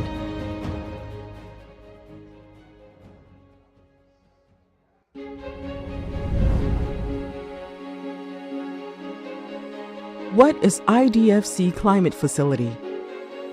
Created in 2019, the facility has been supporting IDFC members in enabling knowledge exchange and offering capacity development on climate-related topics. Our 3 goals: to strengthen climate finance expertise and capacities, to originate and develop joint climate projects, to institutionalize and facilitate collaborative work among members on climate change. Our activity lines: knowledge sharing, capacity building, access to international climate finance, joint business opportunities.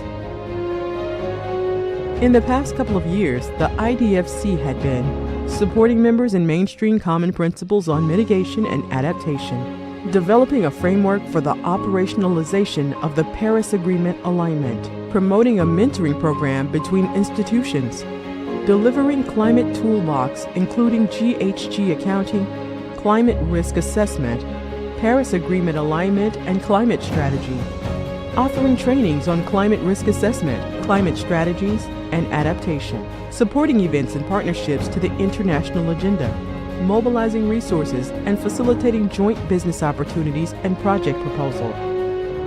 IDFC Climate Facility. Let's work together to implement the Sustainable Development Goals towards 2030 and beyond. What is IDFC? The International Development Finance Club, created in 2011, is a network of 26 public development banks. Our mission? Speaking with a common voice, to leverage a greater impact in major international debates, and to contribute to the implementation of the SDGs, the Paris Climate Agreement, and the Kunming-Montreal Global Biodiversity Framework. Our goals? Knowledge sharing and capacity building among the IDFC institutions, enhanced collaboration between members and partners, and pursuing advocacy on the role of public development banks. How does it work?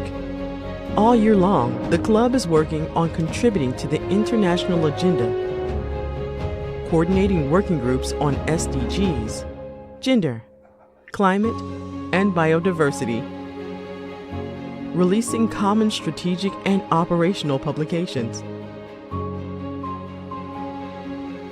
and reporting their annual commitment towards climate and biodiversity.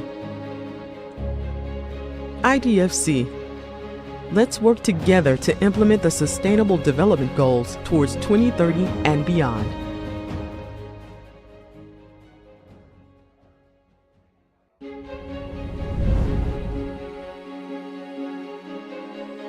What is IDFC Climate Facility? Created in 2019, the facility has been supporting IDFC members in enabling knowledge exchange and offering capacity development on climate-related topics. Our 3 goals: to strengthen climate finance expertise and capacities, to originate and develop joint climate projects, to institutionalize and facilitate collaborative work among members on climate change. Our activity lines: knowledge sharing, capacity building, access to international climate finance, joint business opportunities. In the past couple of years, the IDFC had been supporting members in mainstream common principles on mitigation and adaptation, developing a framework for the operationalization of the Paris Agreement alignment, promoting a mentoring program between institutions, delivering climate toolbox including GHG accounting, climate risk assessment, Paris Agreement alignment and climate strategy, offering trainings on climate risk assessment, climate strategies, and adaptation, supporting events and partnerships to the international agenda, mobilizing resources and facilitating joint business opportunities and project proposal. IDFC Climate Facility. Let's work together to implement the Sustainable Development Goals towards 2030 and beyond. What is IDFC?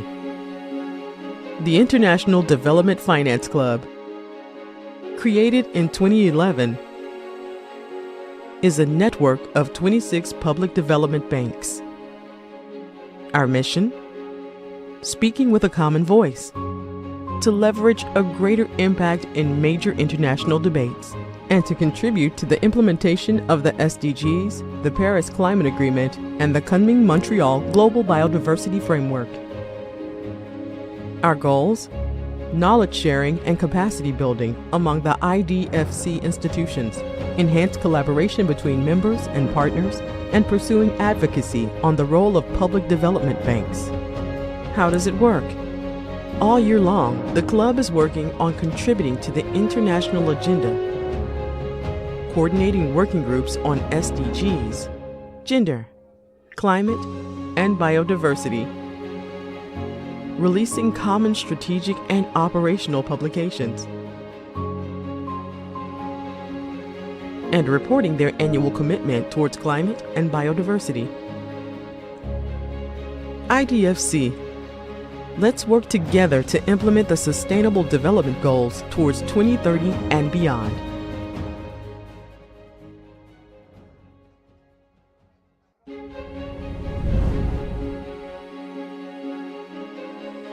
What is IDFC Climate Facility? Created in 2019, the facility has been supporting IDFC members in enabling knowledge exchange and offering capacity development on climate-related topics. Our 3 goals: to strengthen climate finance expertise and capacities, to originate and develop joint climate projects, to institutionalize and facilitate collaborative work among members on climate change. Our activity lines: knowledge sharing, capacity building, access to international climate finance, joint business opportunities. In the past couple of years, the IDFC had been supporting members in mainstream common principles on mitigation and adaptation, developing a framework for the operationalization of the Paris Agreement alignment, promoting a mentoring program between institutions, delivering climate toolbox including GHG accounting, climate risk assessment, Paris Agreement alignment and climate strategy, offering trainings on climate risk assessment, climate strategies, and adaptation, supporting events and partnerships to the international agenda, mobilizing resources and facilitating joint business opportunities and project proposal. IDFC Climate Facility. Let's work together to implement the Sustainable Development Goals towards 2030 and beyond. What is IDFC? The International Development Finance Club, created in 2011, is a network of 26 public development banks. Our mission? Speaking with a common voice, to leverage a greater impact in major international debates, and to contribute to the implementation of the SDGs, the Paris Climate Agreement, and the Kunming-Montreal Global Biodiversity Framework. Our goals? Knowledge sharing and capacity building among the IDFC institutions, enhanced collaboration between members and partners, and pursuing advocacy on the role of public development banks. How does it work?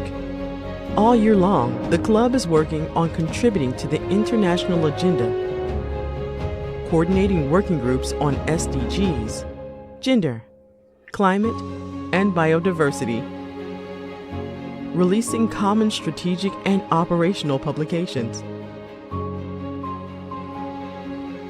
and reporting their annual commitment towards climate and biodiversity. IDFC. Let's work together to implement the Sustainable Development Goals towards 2030 and beyond.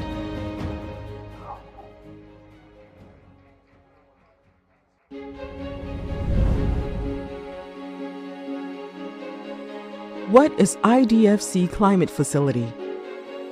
Created in 2019, the facility has been supporting IDFC members in enabling knowledge exchange and offering capacity development on climate-related topics.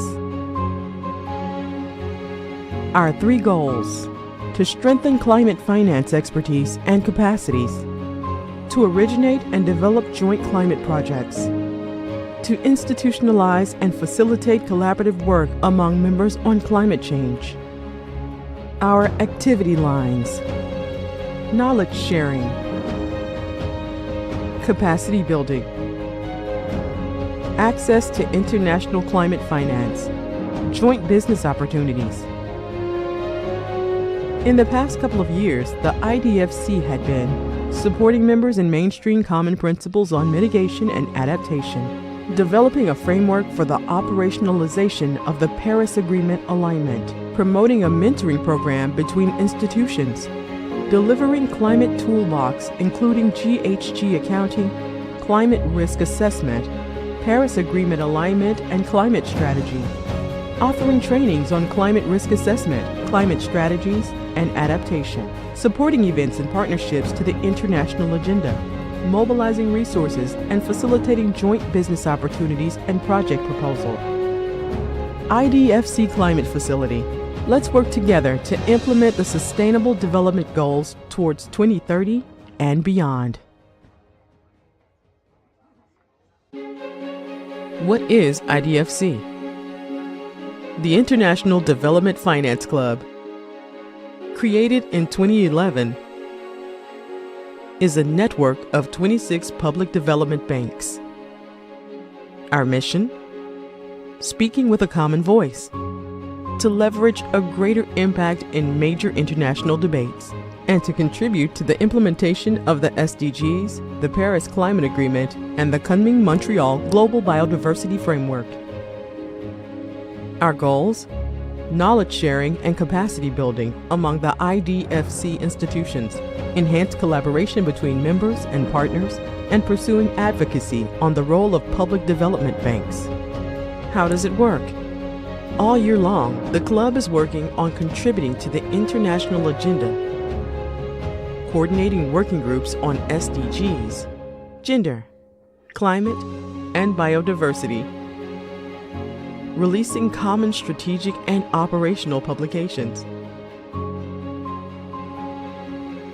and reporting their annual commitment towards climate and biodiversity. IDFC. Let's work together to implement the Sustainable Development Goals towards 2030 and beyond.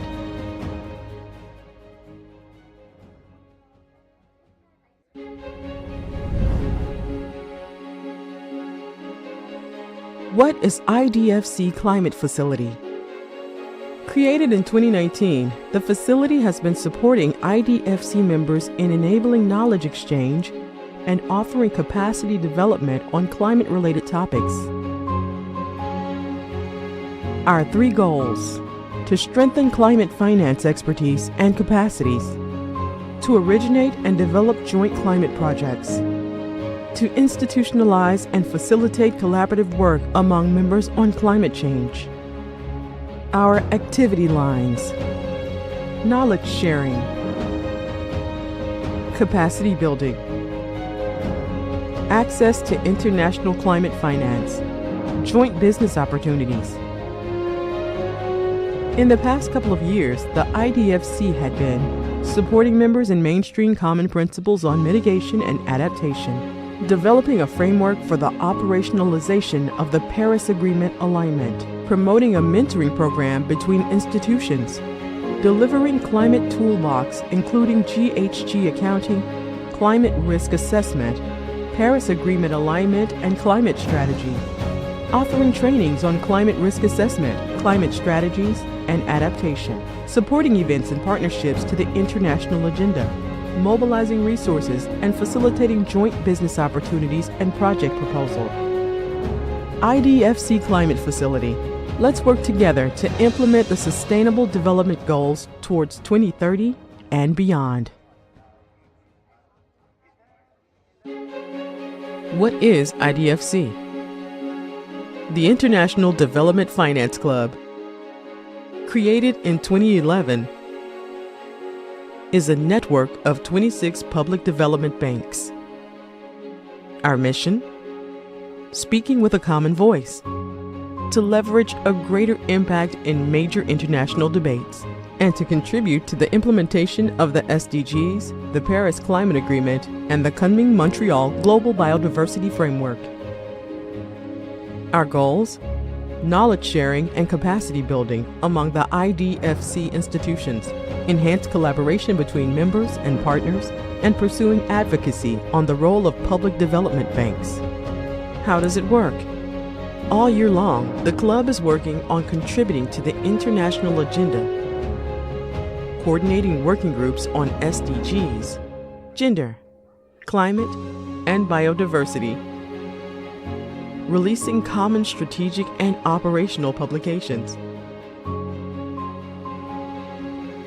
and reporting their annual commitment towards climate and biodiversity. IDFC. Let's work together to implement the Sustainable Development Goals towards 2030 and beyond.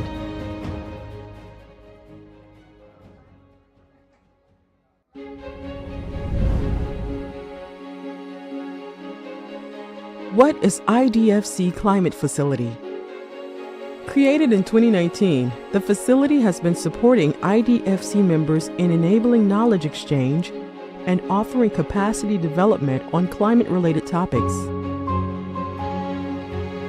Our 3 goals: to strengthen climate finance expertise and capacities, to originate and develop joint climate projects, to institutionalize and facilitate collaborative work among members on climate change.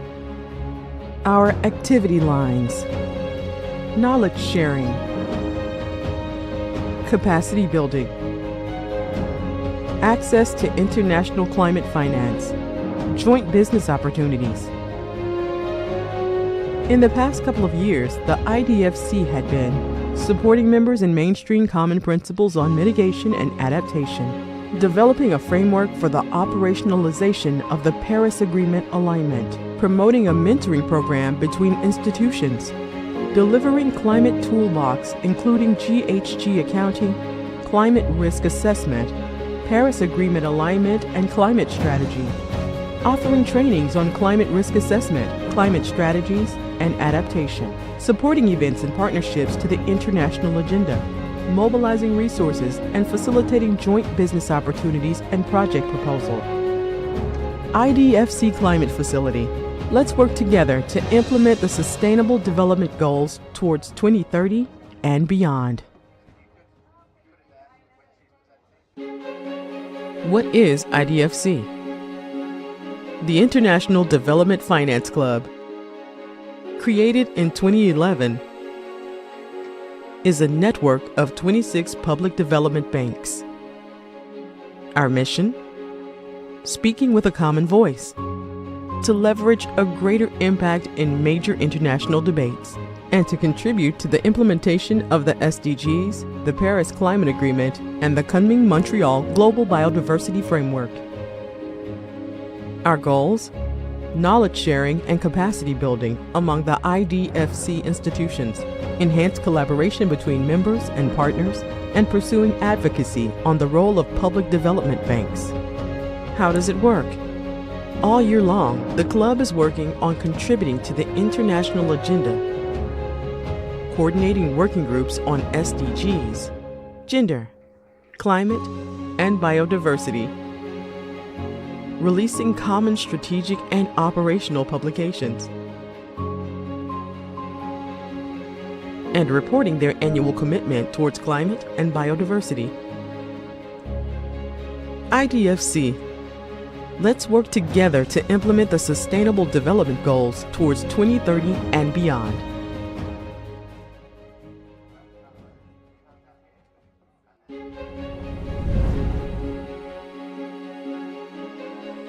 What is IDFC Climate Facility? Created in 2019, the facility has been supporting IDFC members in enabling knowledge exchange and offering capacity development on climate-related topics. Our 3 goals: to strengthen climate finance expertise and capacities, to originate and develop joint climate projects, to institutionalize and facilitate collaborative work among members on climate change. Our activity lines: knowledge sharing, capacity building, access to international climate finance, joint business opportunities.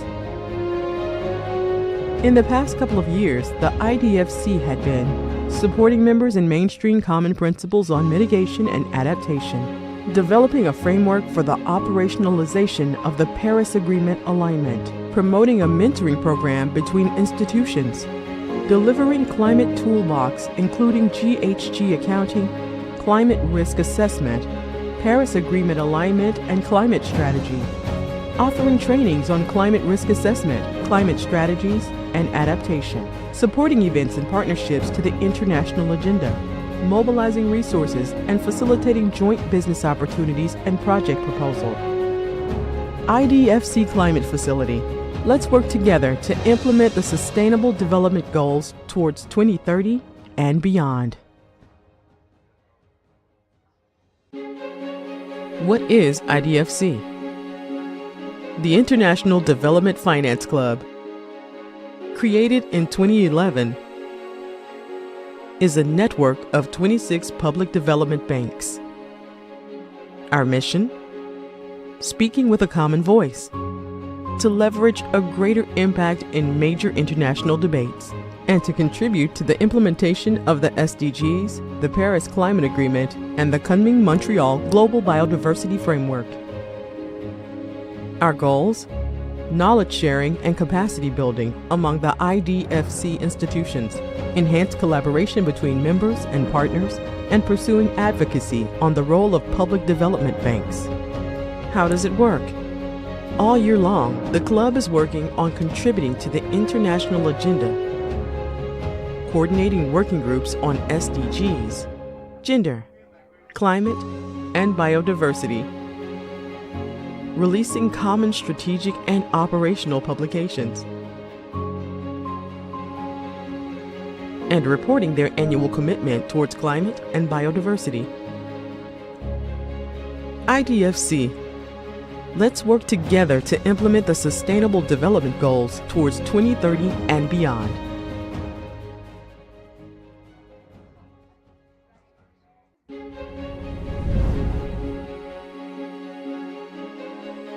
What is IDFC Climate Facility? Created in 2019, the facility has been supporting IDFC members in enabling knowledge exchange and offering capacity development on climate-related topics. Our three goals: to strengthen climate finance expertise and capacities, to originate and develop joint climate projects, to institutionalize and facilitate collaborative work among members on climate change.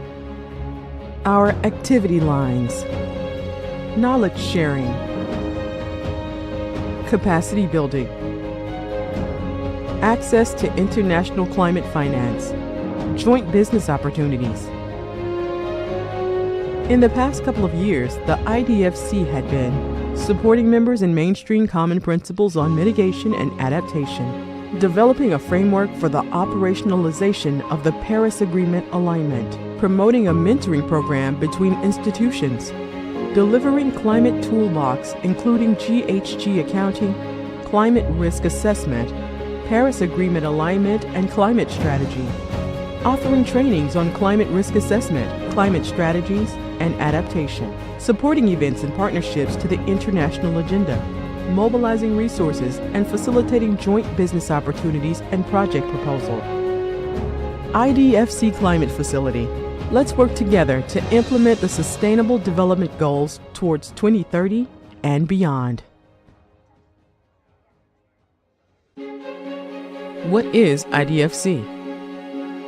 The International Development Finance Club, created in 2011, is a network of 26 public development banks. Our mission?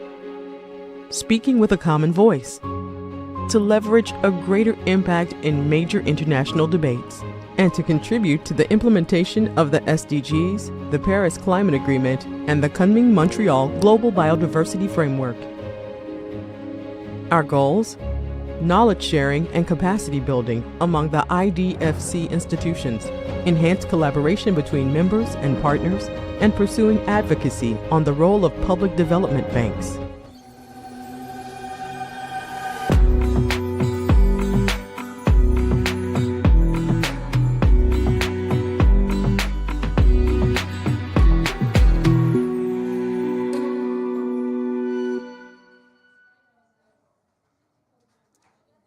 Okay, good afternoon, good evening, good morning for those who might be joining us online.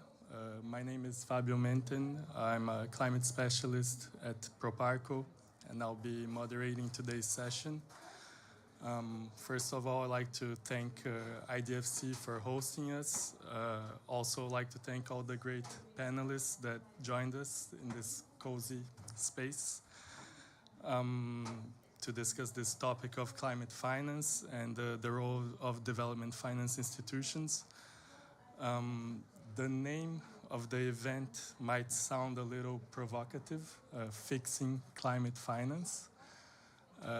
There might be some political issues and controversies, but the idea here today is really to set these aside and really take the time and learn with our colleagues, share experiences, and hopefully be able to use all this to optimize our action. So the event today will be divided in 3 sessions. First, we will have OECD presenting the state of climate finance from developed countries towards the developing countries. And then we will have the Research Institute, IIED, giving us some insight on some innovative financial tools to improve climate finance. The second part, we will have the development banks that are present here presenting what they're doing towards climate finance. So we have here I'll let you present yourselves afterwards, but we have here our European DFI colleagues from BII, FMO, and DEG, in addition to Proparco. We also have a good representation of the South with BNDES, and the person from Afrexim Bank might be joining in a couple of minutes. And then the third part is a roundtable discussion where we will be asking some questions, and So, well, with no further ado, I'll give the floor to Chiara from OECD to start the presentation.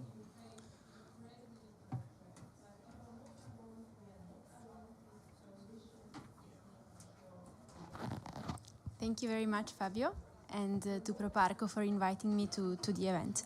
I indeed have a short presentation, so maybe to the panelists, if you want to have a look at the screen, since I will be presenting mostly graphs and figures. Just seeing if it works. Yes.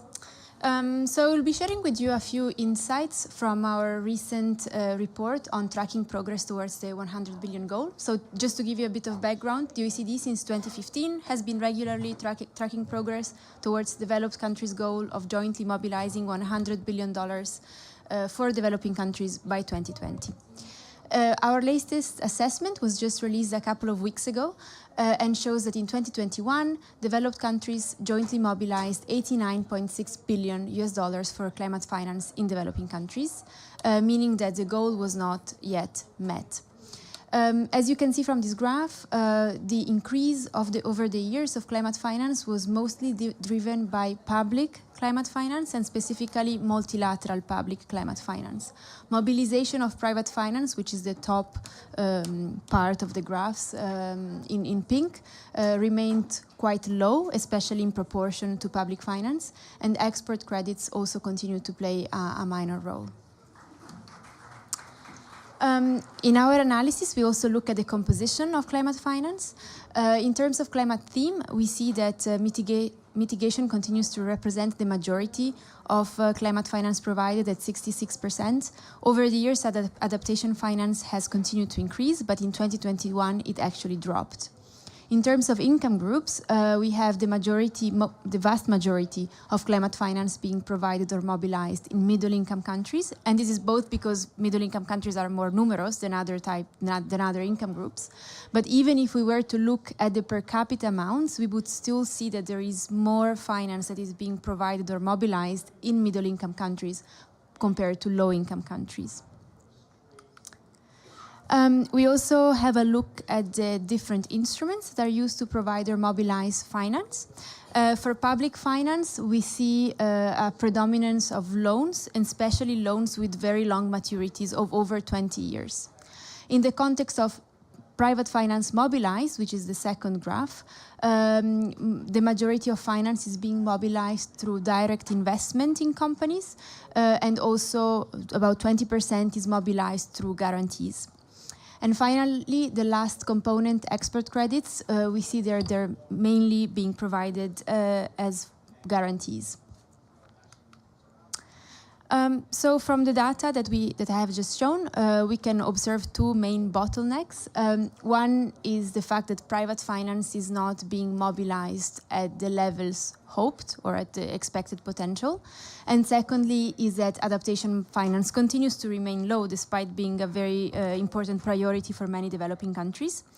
So this year, to try to tackle these two bottlenecks, we have also produced two in-depth analyses on these two issues, in which we try to identify very practical recommendations for international providers on how they can help and increase the mobilization of private finance on the one hand, but also scale up adaptation finance for developing countries.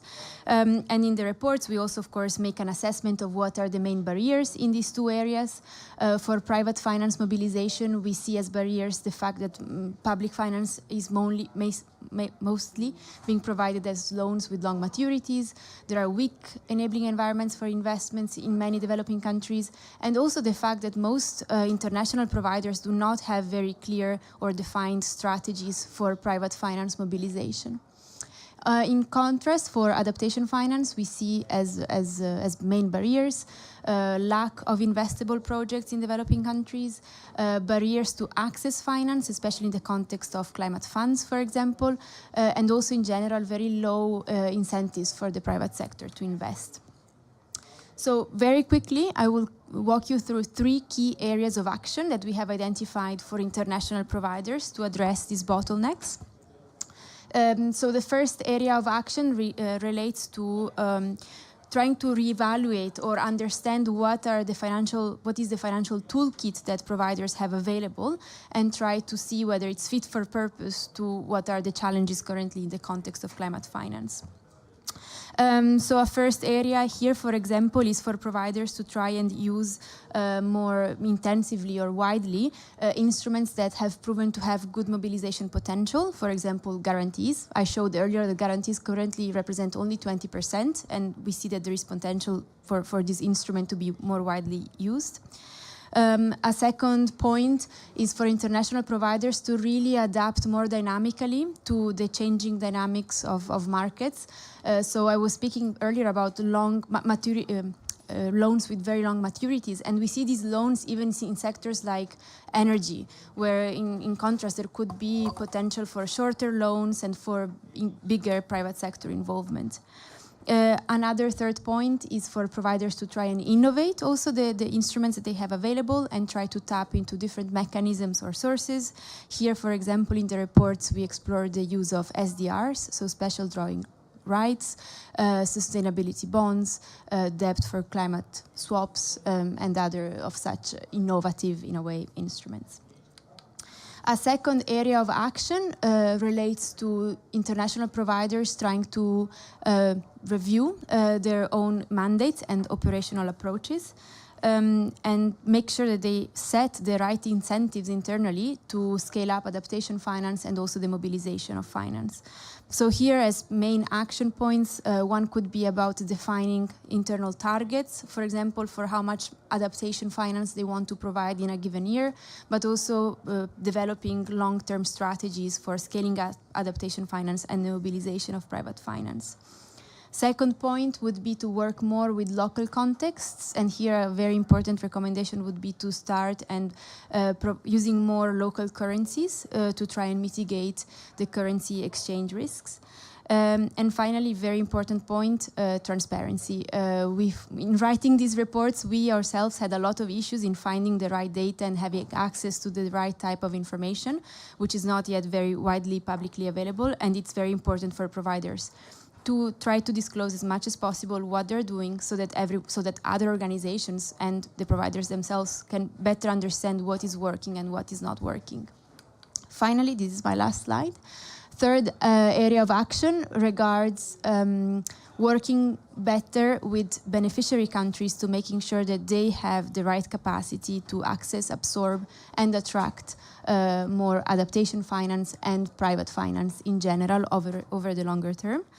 And here again, three main actions. The first one relates to helping developing countries develop project proposals and project pipelines.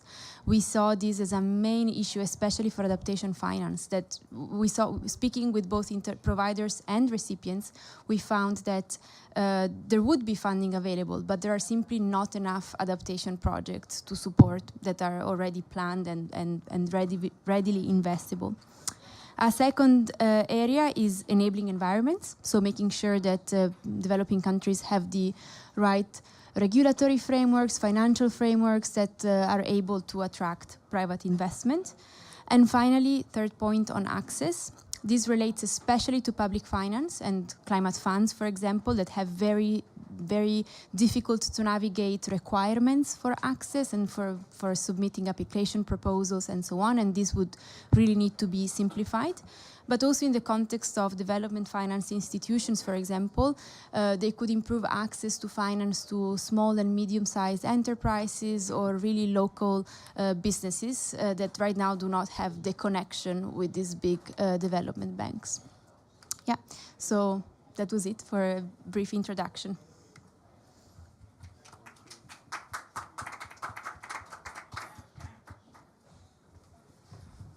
Thank you very much, Chiara.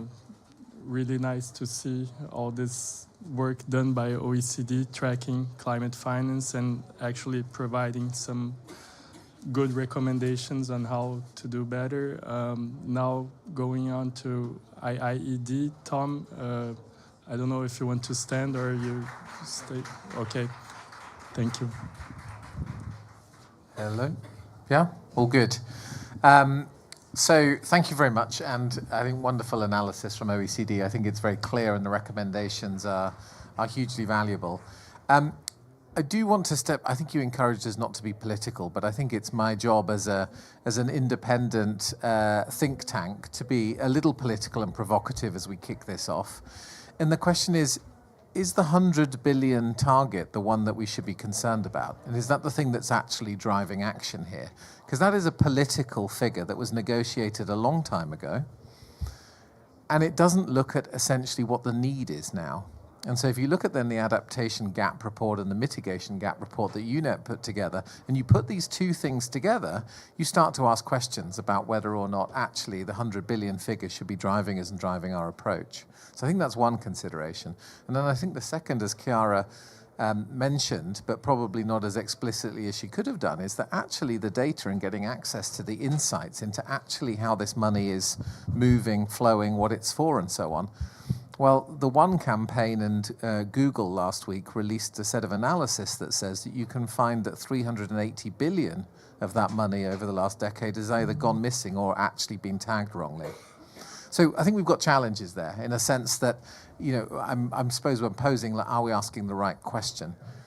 So then let's just take it from the perspective of needs. And I think you very rightly highlighted the fact that the adaptation challenge is a very significant one. And for those who may have spotted the adaptation gap report, it says basically about 10% of the money needed for adaptation is actually flowing. And so we've got a huge gap. And we're talking about a gap here of finance, now something in the order of about 300 billion a year, to actually support adaptation at scale. And a lot of that cost is actually falling on the shoulders of the people on the front line. Research that IIED did last week highlighted actually the biggest source of climate finance in the world is actually from smallholder farmers investing in their own farms, which actually is often a target for our work that we don't really look at here, is essentially what can we leverage in terms of huge amounts of public spending, but the public spending being of communities on their own challenges, and then of course privatized at the household level. So I'm just trying to put a little wider context here in the comments that I will then make around where we could look for innovation. And I think you've highlighted some of them already in your report. But with that, then the question then becomes is, well, how do you actually seek to address an adaptation finance gap at that scale? So the idea of continuing to mobilize a kind of grant funding or concessional loans and so on in the model that we've got at the moment is not going to be successful. We need to make a serious investment in building long-term markets for adaptation solutions that you've alluded to in your study here, which actually gives you a chance of considering adaptation as the new renewable energy market. And for that, you're going to take a lot of investment in the early stage generation of pipeline, of which things like the Dutch Fund for Climate and Development have made steps towards. But then the question is, well, at what scale could we really work on that early stage market dynamics? What we know from IIED's work and the work of others like Climate Kick or the ASAP program is there's huge amounts of demand. We're seeing hundreds and hundreds of SMEs and MSMEs beginning to emerge across Africa on adaptation, which at the moment are suffering from multiple valleys of death because there simply isn't the support structures and really overlapping kind of capital stack that allows them to scale. So as I think as a group of DFIs and IDFC members, the idea of calling for and requiring essentially a long-term strategy for an intensive, multifaceted market-building initiative on adaptation is crucial. That is the only way to effectively fill that gap if you're not going to go for international taxation of fossil fuel businesses. So that's one of the strategies here, and so I would encourage, not an innovative finance tool itself, but it is a strategy for the long term that really needs to be explored, and is even better if the DFIs around the table are collaborating on that in a way that goes far beyond just pipeline development. It's not a pipeline development where you can pick one project at a time. Second, I think reality then is to say, well, can you actually tackle adaptation itself one investment at a time?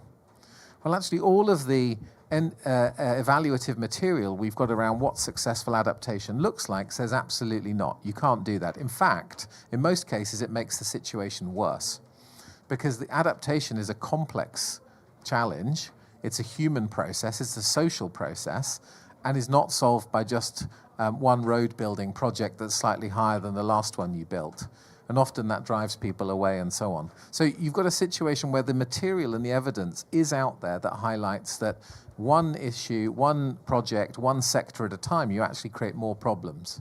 So you need to start working through portfolios, country-driven approaches, portfolios where actually the investment sits within a much wider approach to strengthening adaptation at multiple scales. That's beginning to emerge. There's groups like African Climate Foundation that are starting to work on national investment strategies for adaptation and so on, but that type of work needs to really continue now, because doing it in isolation and cherry picking just on the basis of some spreadsheet calculations is not going to get an outcome. Now let me just pick up some of the other innovative finance tools that were mentioned. And so one that IIED has certainly been working on for some time now is the way in which you can use social protection systems in countries to be able to get the money where it matters to support climate change adaptation. And social protection systems around the world already support 2.5 billion people. They're already there redistributing money to alleviate poverty, but you can actually redistribute the money with a goal of strengthening adaptation or mitigation measures as well, and we've got really good examples of where that can happen. And so why can't we be in a situation where actually you can elevate the money or the support that flows through social protection schemes on the basis of early warnings? So you get an early warning, drought's about to happen, and you've got a social protection schemes that supports people in those areas, then you can actually uplift the amount of money temporarily through a social protection scheme to get money to the front line. The impacts of that are huge. You can reduce humanitarian spending by 70%. Adaptation, reduced migration issues, has much wider benefits, a lot of work on empowerment, and we've got good evidence for this. So then the question becomes, well, how do you fund that? What's the actual mechanism through which you can increase that support? Well, there's multiple different ways you can do that. So one is that you can start to look at some of the approaches to debt and to either debt swaps or contingent disaster contingent debt clauses, of which the DFIs have a role to play in the debt restructuring options here, because they actually offer the guarantees that payback will happen. There's plenty of examples of this now. But we're in the first generation of some of these schemes. We now need to look at, well, how do you make them more efficient? How do you make them more of a standard product? How do you not need to invest huge amounts of technical assistance and legal support each time? But the point is, we can't continue in a situation where there's massive debt each time something happens and it gets ramped up to a ceiling. We need to have a set of mechanisms that are going to support that debt reprofiling in such a way that it gets resources to where it matters most fastest.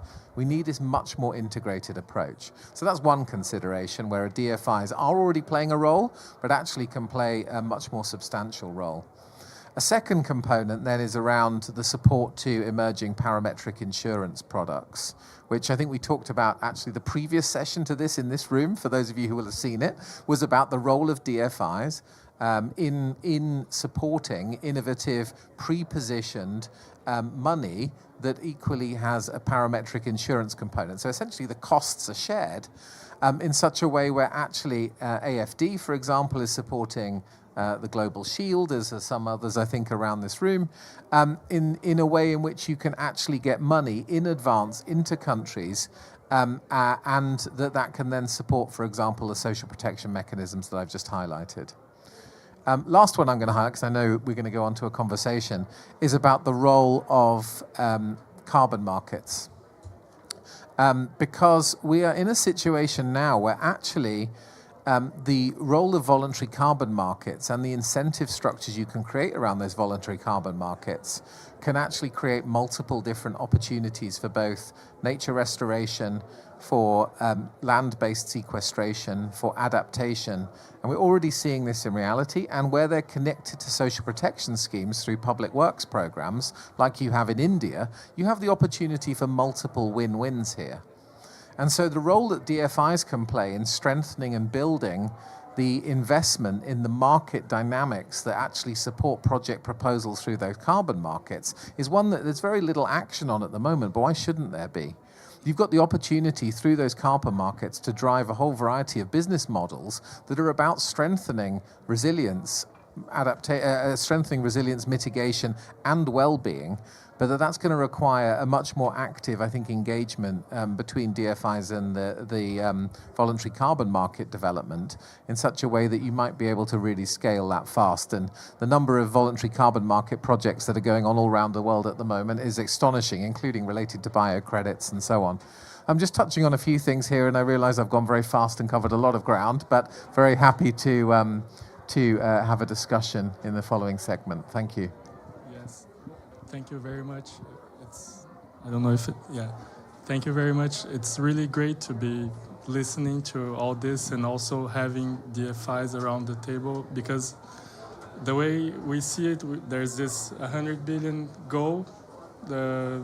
All the DFIs, they say, okay, what is the definition of climate finance? We have lists of activities that are eligible to climate finance, and we're providing finance to this, but we are far from using all this innovation that can be used, and also in order to better mobilize private finance and all that. So I'm glad to be hearing all this. So let's go on to the presentations of the DFIs, 3 minutes for each one.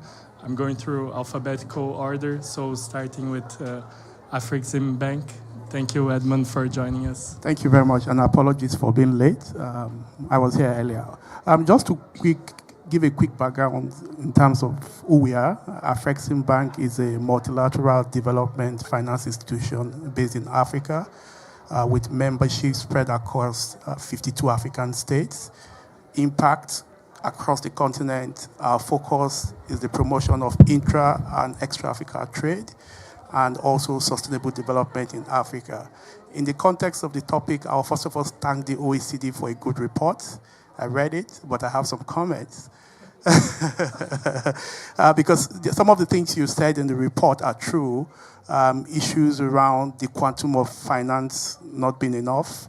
There's still opportunities for collaboration, innovative financial instruments to further drive the adaptation agenda. But I'll start by saying that from an African perspective, if you look at adaptation, Africa is one of the most impacted continents because adaptation is an existential risk to development in Africa today. In terms of financial flow, structure, and scale, Africa is said to require close to $2.7 trillion between 2020 and 2030. In terms of NDC requirements, it's over $200 billion annually. So the target of $100 billion, there's a huge financial gap that needs to be filled up today. The other things we see is what's the structure of financing to Africa. Most of the finance that come for adaptation are largely debt instruments. We are not seeing more of concessional financing.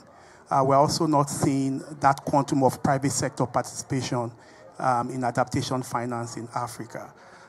In addition to that, there are still other structural problems in terms of products. We talk about innovative finance. So today, if you say, what's the quantum of Africa's contribution to green and sustainability bond issuance across the globe? We probably have one of the least number of bond issues across the globe. That shows you that there's quite a lot not happening.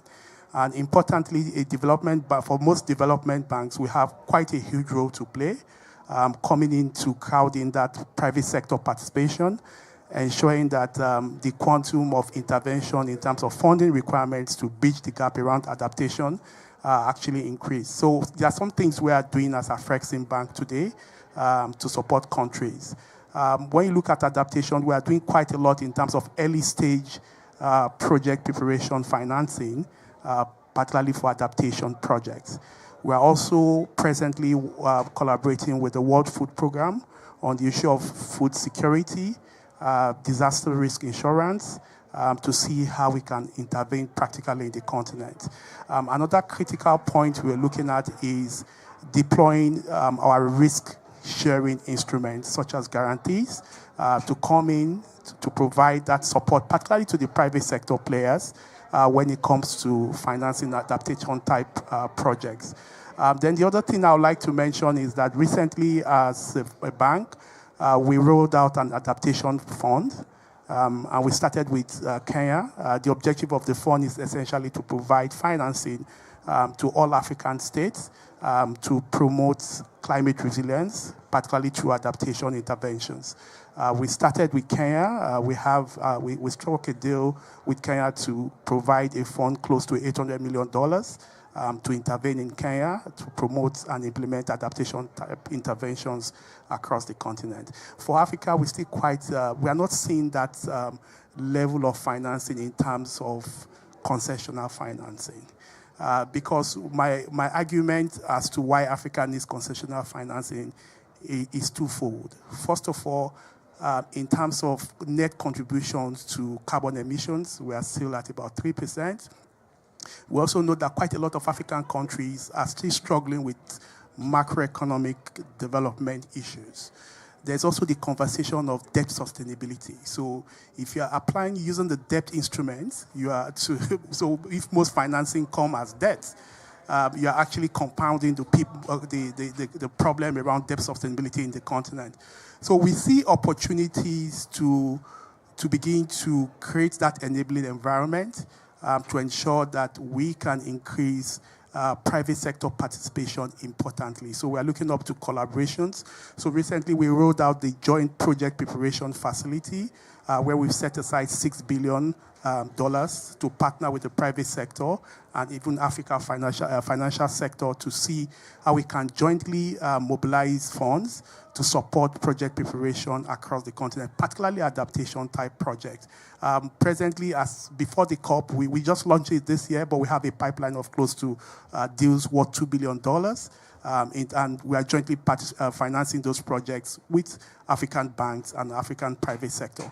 So we see quite a lot of opportunities, and for us, our emphasis is how do we address other issues around access to adaptation finance. When I mean access to adaptation, how do you get projects or transactions to be structured in a way that they become bankable and more attractive to the private sector? So we are looking at providing capacity building and advisory support in terms of deal structuring to the private sector, just to ensure that we bring that portion of the financing space, stakeholder base, into adaptation finance. There are so many funds today. There's the African Adaptation Fund. But if you look at the quantum of need versus resource that is available, there is really quite a lot to do. Lastly, to your report, I saw the recommendations, very useful recommendations, but I feel that there still needs to be some work, sort of work in terms of practicality of some of the solutions. Solutions that engender not just public sector multilateral financing, but more emphasis on private sector financing. We know that the NDC targets are largely met. So if you compare the targets in terms of actual resource contributions, we still have a lot to do in terms of resource mobilization to close that critical financing gap for adaptation finance in Africa. Thank you very much, Edmund. BII, Nicola. Great. Thanks, Fabio. So I just wanted to give an overview of how BII approaches climate in our sort of investment decision making. So for those of you who don't know us that well, we are the UK's development finance institution. We invest exclusively in Africa, South Asia, Southeast Asia, and a bit of the Caribbean. So quite focused on the sort of poorer markets, I guess, in the emerging economy spectrum. So are facing some particular challenges in that respect. So the first thing to say, we had a new corporate strategy agreed last year, and climate became front and center in that sort of broader 5-year strategy, which basically in practice means that each of our investments are evaluated for their contribution to sustainability, so climate mitigation and adaptation, inclusivity and productivity. So it's really a core part of how we evaluate sort of investments. And more broadly, our approach to climate and our investment decision making is obviously to deliver more climate finance. So over this 5-year strategy period, we have a 30% climate finance target of our commitments over that time frame. But then also obviously making sure that all of the investments that we make are Paris aligned, so are aligned with the mitigation and adaptation goals.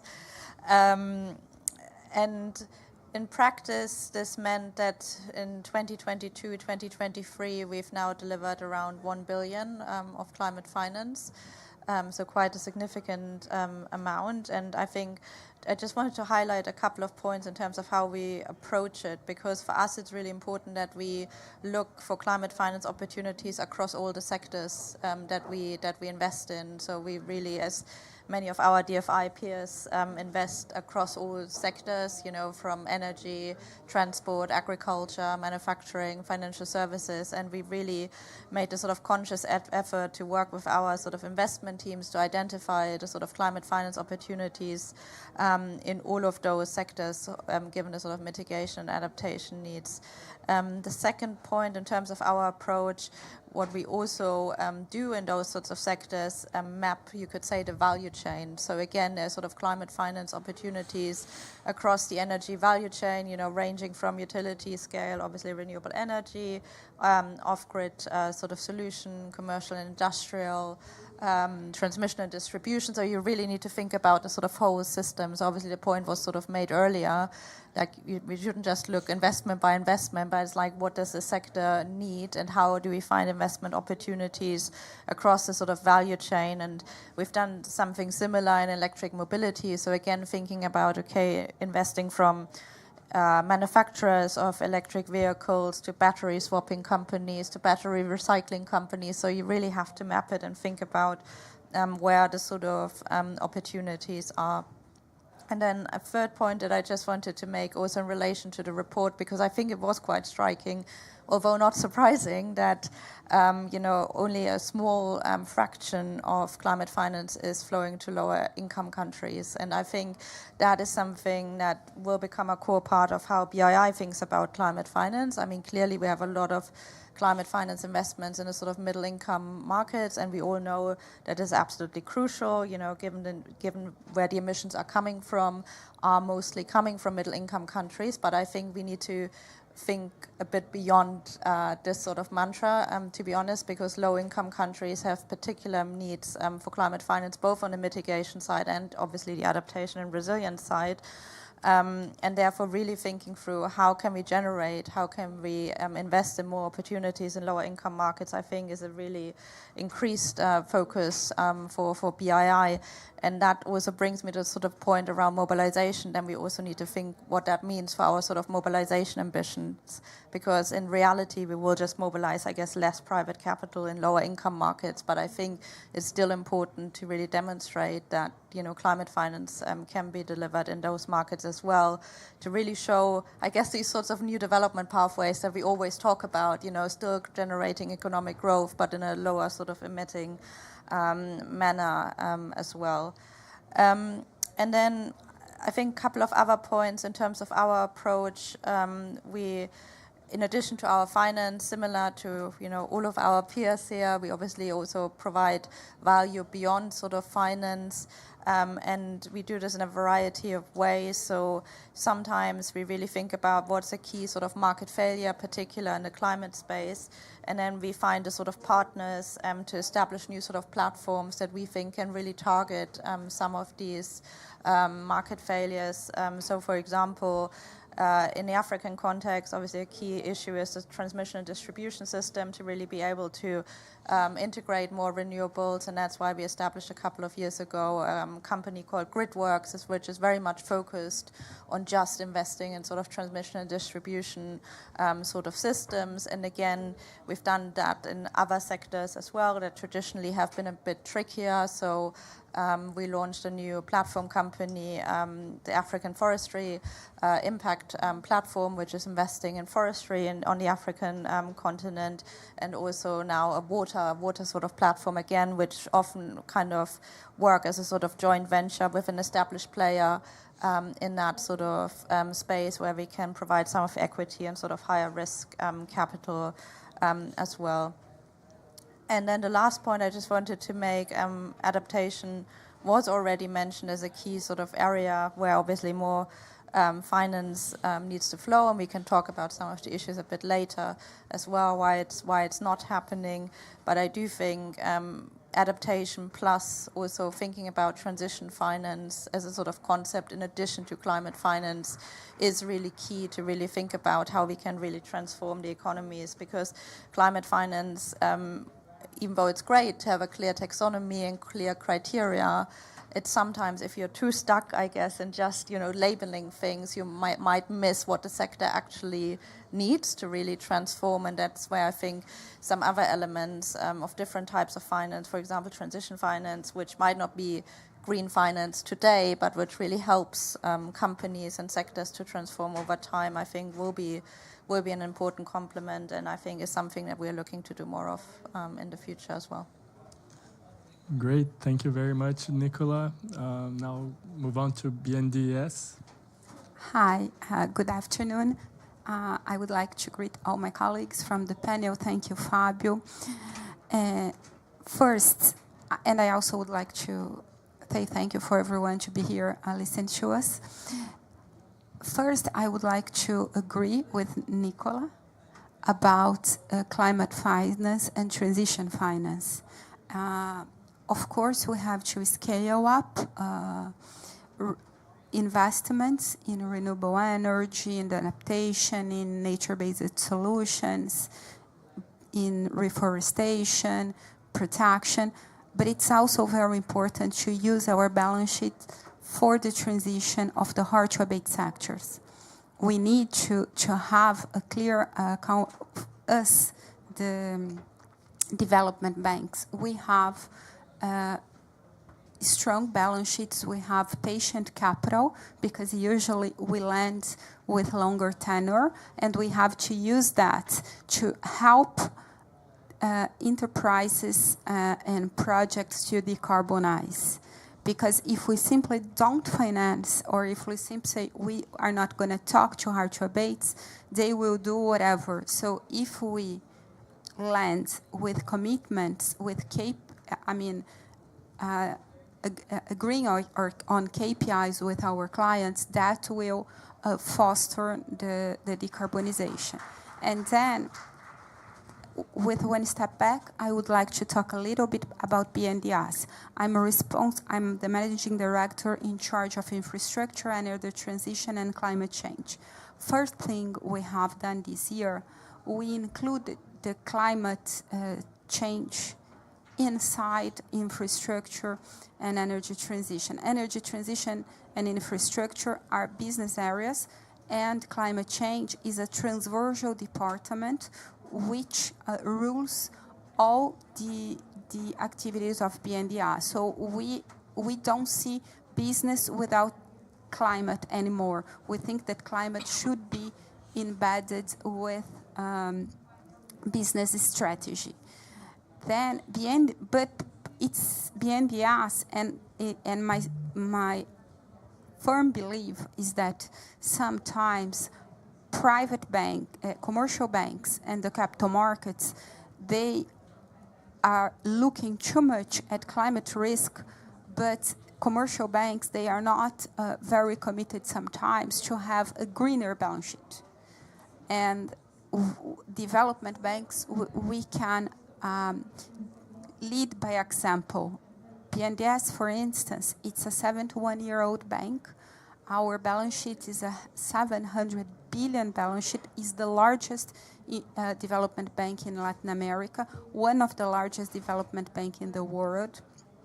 Just in infrastructure and energy transition, we will approve 52 billion reais of project finance this year.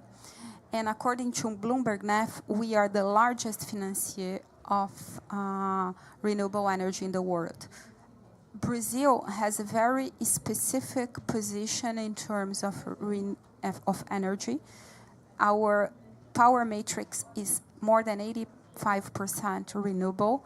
Our energy matrix is 40% renewable, compared to OECD, which is just 14% renewable. So if we just, and our biggest problem, Brazil is the 5th largest greenhouse gas emitter, because 50% from our greenhouse gas emission comes from deforestation, 25% comes from land use. So if we just look at the energy sector, we met Paris Agreement. We are there already. The world has to triple investments in renewable to try to achieve Paris Agreement, but Brazil is there yet. Our problem is different. We have to mobilize capital for reforestation and for conservation, for nature-based solutions, and this type of capital, usually reforestation projects, they don't pay off. They are not. If we just consider the net present value of those projects, is negative, because the value comes from the externality. So our great focus now is on reforestation. Of course, we'll continue to be doing what we do in infrastructure. We are going 35% of infrastructure project fine. We are growing in renewable, but that's our business as usual. Our main challenge now is to focus on projects that are not viable yet, like reforestation, green hydrogen. Brazil will have the cheapest hydrogen in 2030 in the world, because we have very cheap renewable energy, a little bit more than $24 per kilowatt. So Brazil is very competitive in renewable energy. But and financing, SAF, reforestation, green hydrogen, those are projects that still needs a combination of blended finance, of climate finance, and helping the hard-to-abate to decarbonize. I think if we see climate finance without transition finance, I mean, we will not be successful. We have to use our balance sheet. We have to join forces, cooperate. I mean, BNDES, we will approve 52 billion reais for energy transition and infrastructure. But Brazil has $370 billion of capital requirement for infrastructure and energy transition. Without the private sector, we're not going to be there. We need to mobilize commercial banks, capital markets, international funding, and different from the other development banks, we can cooperate a lot with all the multilaterals, because we have deep knowledge of Brazil. Everything we do is in Brazil. We are not abroad. We are not in Asia, in Africa. So, I mean, the way you have to contribute to others is with the local knowledge that BNDES has. By no means BNDES is the most knowledgeable bank when it comes to sectors like infrastructure, energy transition, nature-based solutions, reforestation. We are ahead of the commercial banks in Brazil. Usually in Brazil, if there is a project structured by BNDES, then capital markets come, because we are a seal of quality, and we have seen that in some capital markets transition in water and sanitation this year. And in Brazil, when there is a change in the regulatory framework on one specific sector, then if BNDES steps in structuring auctions, PPPs, then usually it's, and we have done that in water and sewage. We have unlocked investments in water and sewage because BNDES has stepped in to start structuring auctions. So we can contribute a lot to our partners. I think that the only way, we have to reduce by 45% greenhouse gas emission by 2030. We just have 7 years. And without cooperation, we are not going to be there because greenhouse gas emission is still growing. So if you come to Brazil, please, I welcome you to BNDES. Thank you very much. Thank you very much. Yeah, we know very well how the sector and water in Brazil has been unlocked, and we had 2 big deals this year at Proparco. So yeah, Monica back from DEG. Yeah, excellent. Thank you.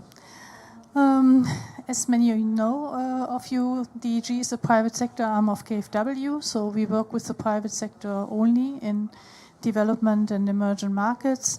We are doing so for 60 years, providing sustainable impact, financing sustainable impact in those countries.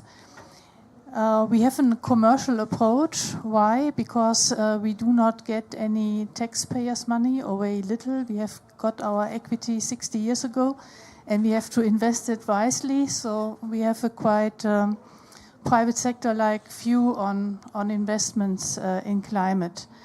As I said, over the 60 years, we mainly focused on impact and profitability. With our global outreach, we have seen the rapidly evolving global warming. So we had added climate more strongly on our agenda 2-3 years ago. And we want to combat climate change by the reduction pathway being Paris-aligned. And so we have committed to be CO2 neutral by 2040, which is a quite ambitious goal for more commercial institution. We have committed to it. We have put it on our website. So how we are going to reach it? We thought a lot how we can incentivize us as an institution to meet this goal, and we basically reach it by first avoiding fossil energy and gas, and then reducing CO2 emissions in 2 ways. One is to increase the portion of our portfolio being almost neutral, like renewable energy. And then second, to reduce the emissions intensity of the sectors we are working with. So we, like you, BII, we want to continue to work with all sectors because we think that's the role of a development bank. We will take even high emitters, but always with the idea to bring the CO2 emission intensity down. That will not leave us to CO2 neutrality by 2040, so we have to neutralize, and we do this by investing in carbon sink projects. And we are very happy that in Brazil we have many opportunities to invest there. Unfortunately, it's one of the few countries so far offering the regulatory framework to invest in carbon sink projects. That's a big issue. In order to motivate our staff, we have set different targets, so we have to be profitable. Luckily, only profitable businesses can be impactful and can be positive on climate, so there's not a contradiction.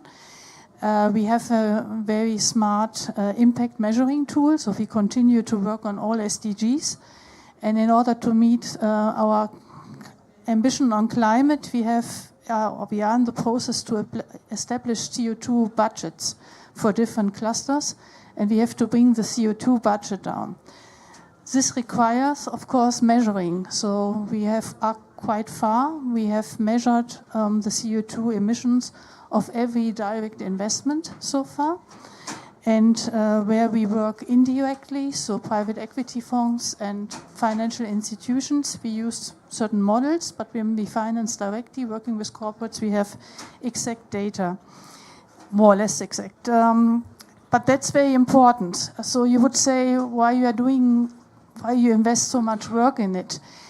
We very much believe that there will be a CO2 pricing in the future. So it's an investment in the future. We have to know what the emissions are, because there will be a price on it, and we have to see the cost of investing still in CO2 emissions. So we see it really from a market perspective.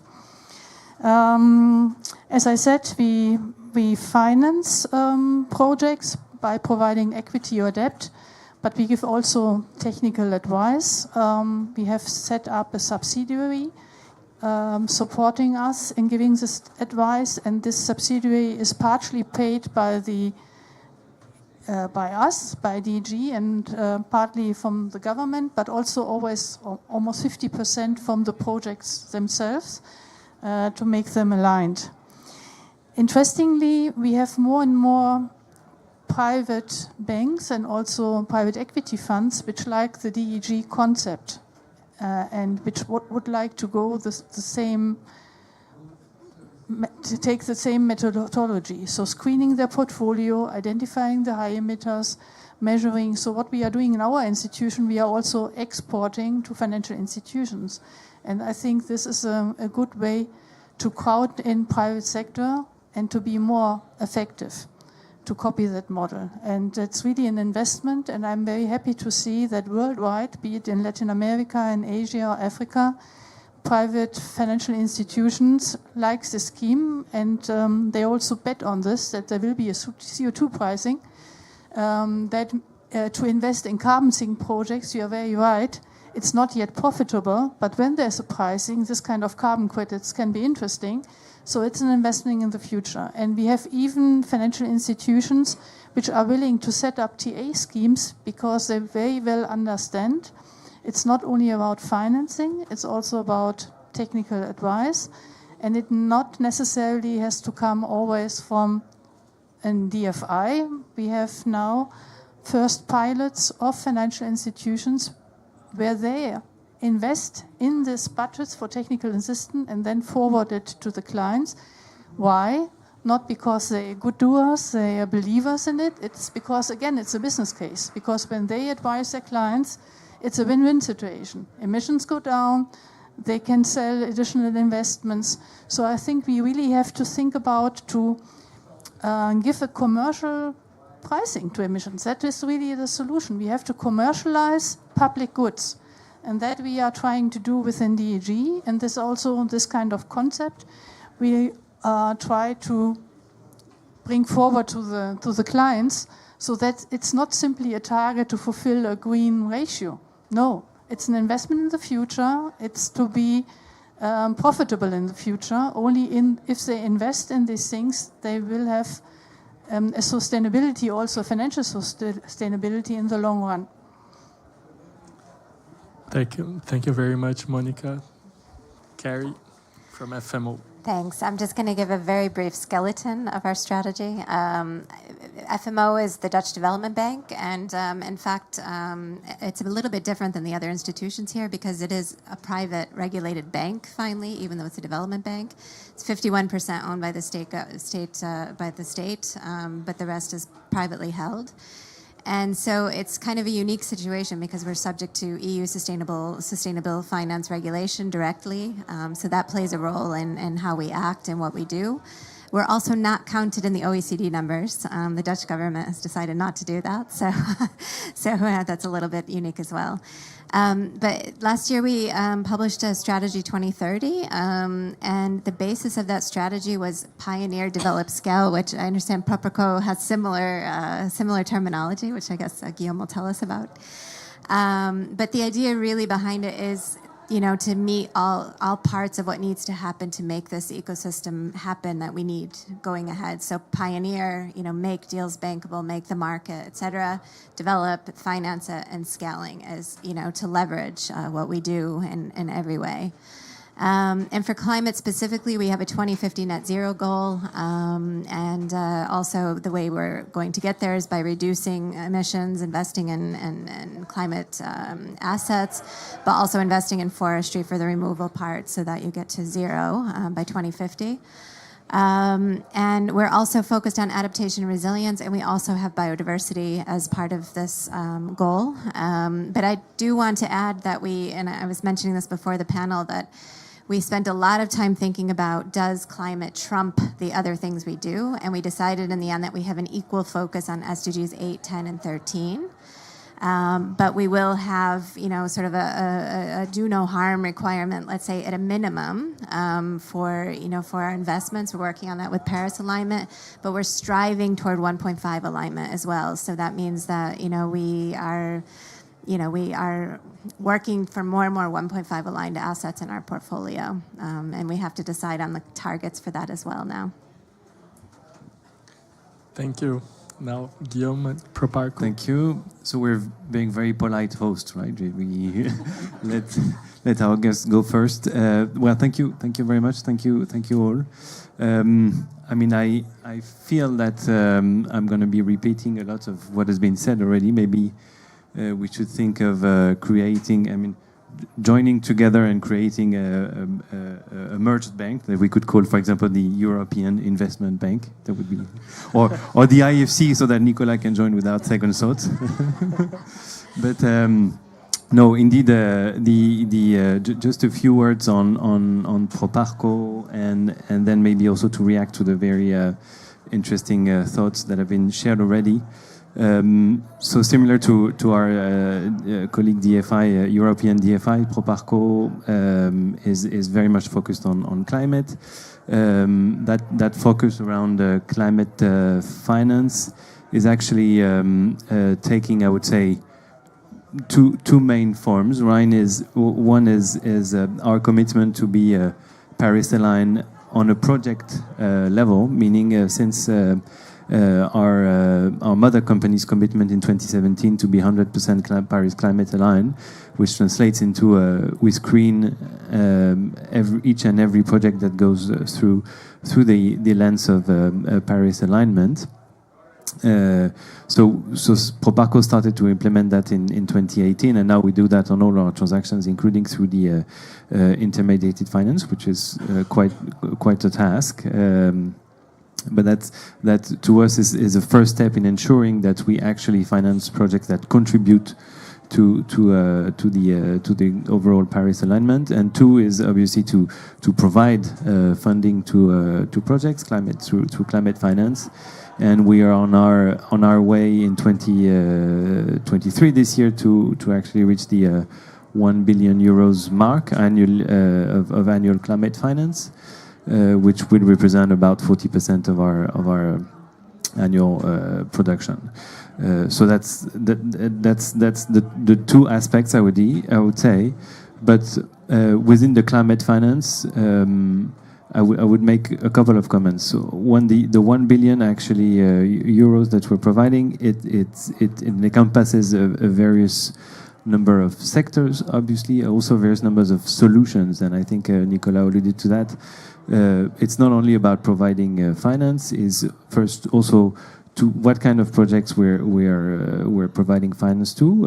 If you look at, for example, the renewable energy sector, our renewable energy portfolio today, or our new projects today, don't look at all like the one we were doing 5, 6, 7 years ago.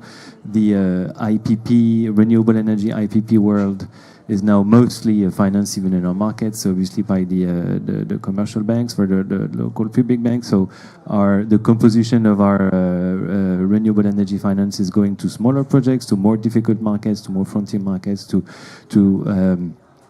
also sometimes new technologies or new funding schemes. So that's one. Two, diversity of products as well. We are not only providing loans, but also increasingly trying to provide grants, meaning working with the local financial markets also for that, so that the local banks increasingly take exposure to these kind of projects, and also capacity building, technical assistance support. So that variety of financial solutions and financial and non-financial solutions that we are offering to our clients, I guess all go into the direction of mainstreaming climate finance, and also trying to make sure that the local markets really grow and take more into consideration those topics. Maybe last comment. what we're trying to, because what you said, Tom, around in particular adaptation finance being a topic of not only a project by project work that we should do, but also look at the territory level or country level, is extremely relevant, I found, and that's also why in particular we are, as I said, trying to empower and work with the local players, with the local markets, because they have that knowledge, and today obviously the local banks, they're also in a way discovering that adaptation finance topic. They're coming to us and say, well, what it is that we're talking about, how can we approach our clients on that, and two, the work that we do, what we're trying to do at least, is increasingly work with our mother company, because obviously it's also a very public policy topic, related topic, and we shouldn't have private finance on one hand, private sector on one hand, and then some other people working on the public sector, and those two words not being connected to each other. So it's very, very important that we make the link on our side, private sector finance, DFI, we make the links with the policymakers or the institutions that make that link with the policymakers, and also on the other hand, that the public sector doesn't think that the private sector will come because they have decided that the private sector has to come, right? The private sector will come if there's an environment that is conducive for the investment, where the rules are clear, well, the regulatory environment allows for those investments to happen, and so that's very important that both sides of the table understand what the needs and requirements of each other are. And I'll stop there. Thank you very much, Guillaume. So now let's move on to the last part of this side event. We're going to ask some questions for debate. The questions are directed to everyone, so feel free to react, and let's keep the discussion as open as possible. The first question was about, despite an increase in climate finance worldwide, the emissions are still growing, so that we ask ourselves, is climate finance really being effective? And so maybe I will direct this to Chiara first. So what do we know about the effectiveness of climate finance so far? Thank you. I just have a few words to spend on this question. I think part of the question is also, are the emissions growing because climate finance is not being effective enough, or because it's not enough in terms of levels? And that's a very good point. Sorry, I was not speaking in the mic. Because I think the latest estimates for developing countries' needs are in the range of trillions per year, 2.4 trillions per year in all developing countries, excluding China. So it's clear also from the OECD reports that the scale of the levels of climate finance that are being provided are much lower than that. But in terms of effectiveness, it's a very good question, and I have to say that the OECD, in the report that we released 2 years ago on climate finance, we wanted to include a chapter on effectiveness of this climate finance. And the report released 2 years ago does not include this chapter because we could not write it. We could not find enough data and information publicly available on how the climate finance that is being provided is being used.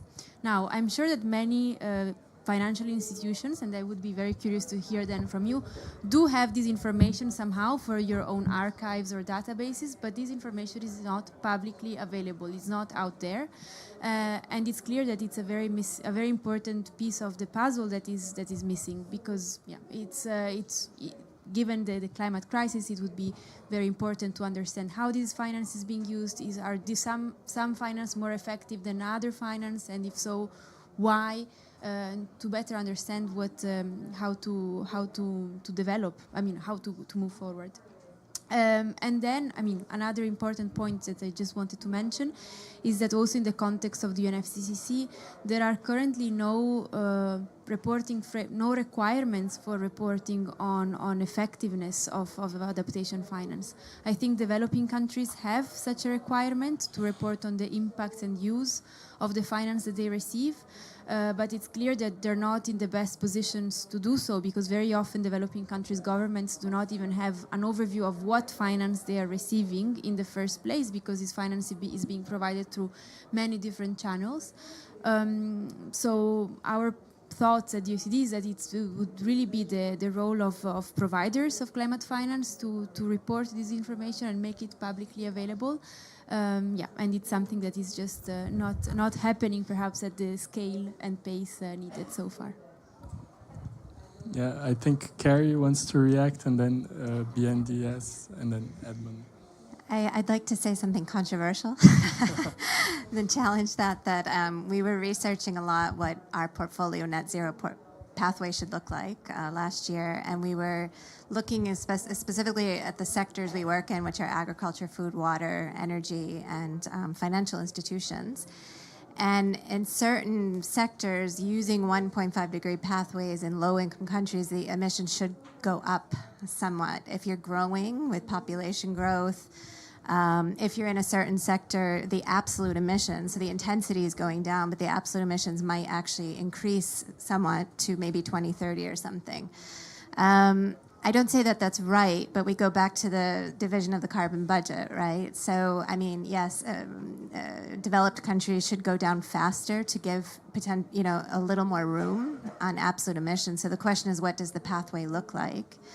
And of course, it's about low emission growth, or otherwise we're in very big trouble. So it's very limited, and it's about reducing intensity. But the question itself, I just wanted to remark on. Yeah. Thank you. Please. Yeah. Okay. At BNDES, I can tell that we were very successful on promoting renewable energy.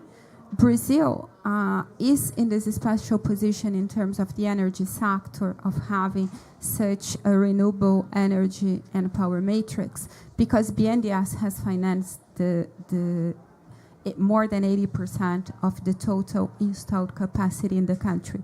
BNDES has financed the hydros. Later, BNDES unlocked investments in wind and solar in early 2000. That's why our matrix is 85% renewable. So that's directly linked with the successful of BNDES promoting these industries. On the other hand, we have a big elephant in the room in Brazil, which is Amazon, and how we solve the problem of deforestation. Deforestation in Brazil is pretty much related to crime, not to GDP. And we have to be aggressive in trying to unlock finance of reforestation, and we haven't been successful in that yet. We also have to promote land use improvement in Brazil, not on the agricultural side, but on the cattle side. Brazil has a lot to do, and we have to learn how we can push on that. What we are doing now, BNDES is launching a big fund to finance what we call the arch of deforestation. It's going to be the arch of the restoration. And we just are deploying blended finance in the amount of 1 billion reais, and we are trying to put efforts to unlock on this. So if I have to answer your question, we are successful in certain areas, in certain sectors, not so much in other sectors. And like you guys, we finance various sectors in Brazil, because, I mean, we are the biggest in Brazil, so we have to be present in all the sectors. And we need to know how we can replicate the successful that we have on some sectors to other sectors. Thank you very much. I'll also speak from an African perspective, and I also want to sound controversial, if you permit me. And I say the reason why climate finance is not effective in Africa is a simple question of demand and supply. There is a disproportionate balance between the supply of climate finance and demand. So that's one consideration. The other consideration is the deployment of climate finance. Does not really take full cognizance to need. And this I'll give practical example to give you a picture of it. So today, we talked about the fact that the volume of finance required for climate intervention in Africa alone from now to 2030 is over $2 trillion. And if you look across Africa today, there are obvious challenges from a mitigation perspective and even from an adaptation perspective. Africa has a huge potential for renewable energy supply, and you can implement renewable projects, solar projects across the whole of North Africa and the Sub-Saharan Africa, as the case may be. But today, the reverse is the case. So energy access in Africa is still quite low. Close to 600 million people living in Africa today do not have access to electricity supply. That's a paradox. You have the potential to build renewable energies power sources, and you are still not able to meet the need. You don't need anything. You just need capital. You need technology to implement. So if you're assessing impact, these are clear indicators of the fact that we still have a lot to do. The other point I want to raise is also the flow of adaptation type climate finance. So today, if you look at across Africa, the Horn of Africa, for instance, and some part of East Africa suffered huge amount of drought in terms of, with threats to food security and human and livelihood, essentially. We see that in spite of these climate-induced disasters, financial flows in terms of early warning systems, intervention systems to promote food security and agriculture is still quite below the expected standards. I talked about also the fact that climate finance is skewed more towards public sector finance, development assistance type finance for multilateral institutions, and even DFIs like yourselves are the ones financing climate interventions, essentially in Africa. And the fact is that we need to change this trajectory in terms of the direction in terms of the kind of impact we want to see. The scope, size, and scale of financing has to change. I know everybody's doing I know we are working with KFW, AFD, Propaco. There's still a lot to be done in terms of the flow of finance to address climate issues. Then the other point I want to just talk about generally in terms of the effectiveness of climate finance in Africa is also the issue of awareness. There's a conversation around awareness of the need to address climate issues. So there are most banks in Africa today, most development banks are actually trying as much as possible, like our bank, to get the private sector players on board. So it ceases to be a conversation between the government and the international DFIs and the African DFIs to drive the climate agenda. So to the extent that these obvious gaps exist, we can't at this point in time say that climate finance flow and impact on the African continent is at the expected levels. Thank you. I think Monica asked for the mic. And then... Sorry, that's the wrong one. Yeah, I'm going to be very brief. I just want to comment on Chiara. One what do we know about the effectiveness of climate mitigation finance? We know very little because the data quality is so poor. And I think we really have to work on it. We cannot only use models because the models don't represent the reality. And if we really want to be effective, this starts with measuring. And we have to know the CO2 emissions of every institution and of every corporate. This is very labor intensive, but I think we have to do it. We need a strict follow-up reporting. We have to establish baselines, and that's only possible if we all do measuring and if we agree on the right definitions to do so and do this together. I just learned this morning that only 25% of the energy sources worldwide are renewables, more or less. That's very low, but I'm quite optimistic that this will increase because renewables get cheaper and cheaper. Changed a lot over the last years, and I think through the EU regulation, and I'm quite happy to see that also the Chinese government is following more or less the EU regulation now. Through regulation, there will be a lot of pressure on renewables, so I'm not worried that this will expand and there we will be effective. What we have to tackle, I think, are really the high emitters, and Kerry is fully right. Every continent has its right to grow, and we have, in particular in Africa, a fast-growing population, and they have also the right to have a decent infrastructure, that they have goods to buy, and therefore you need steel, you need cement, and I think it can't be sufficient only to focus on green investments. We really have to work with the high emitters and have to find solutions there. And there are also solutions. It's not renewable energy. There the energy intensity is not high enough, so we have to work through other kind of solutions. And there we need innovation.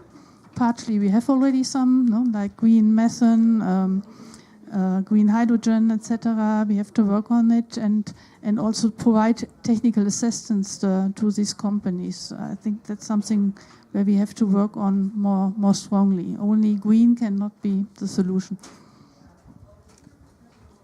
I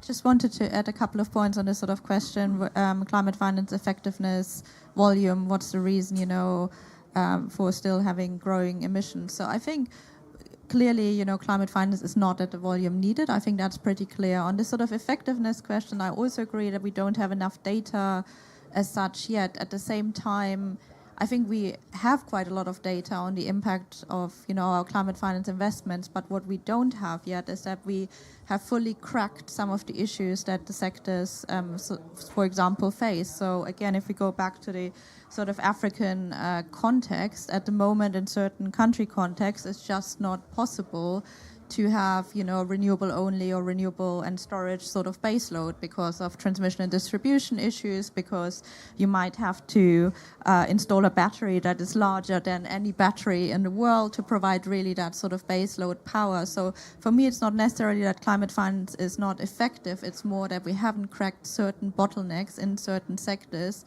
that really allow us to, solve the sort of sector-wide problems. And then the second point is, again, coming back to the point, it's not only about climate finance, also about Paris alignment, which I think a lot of us have talked about.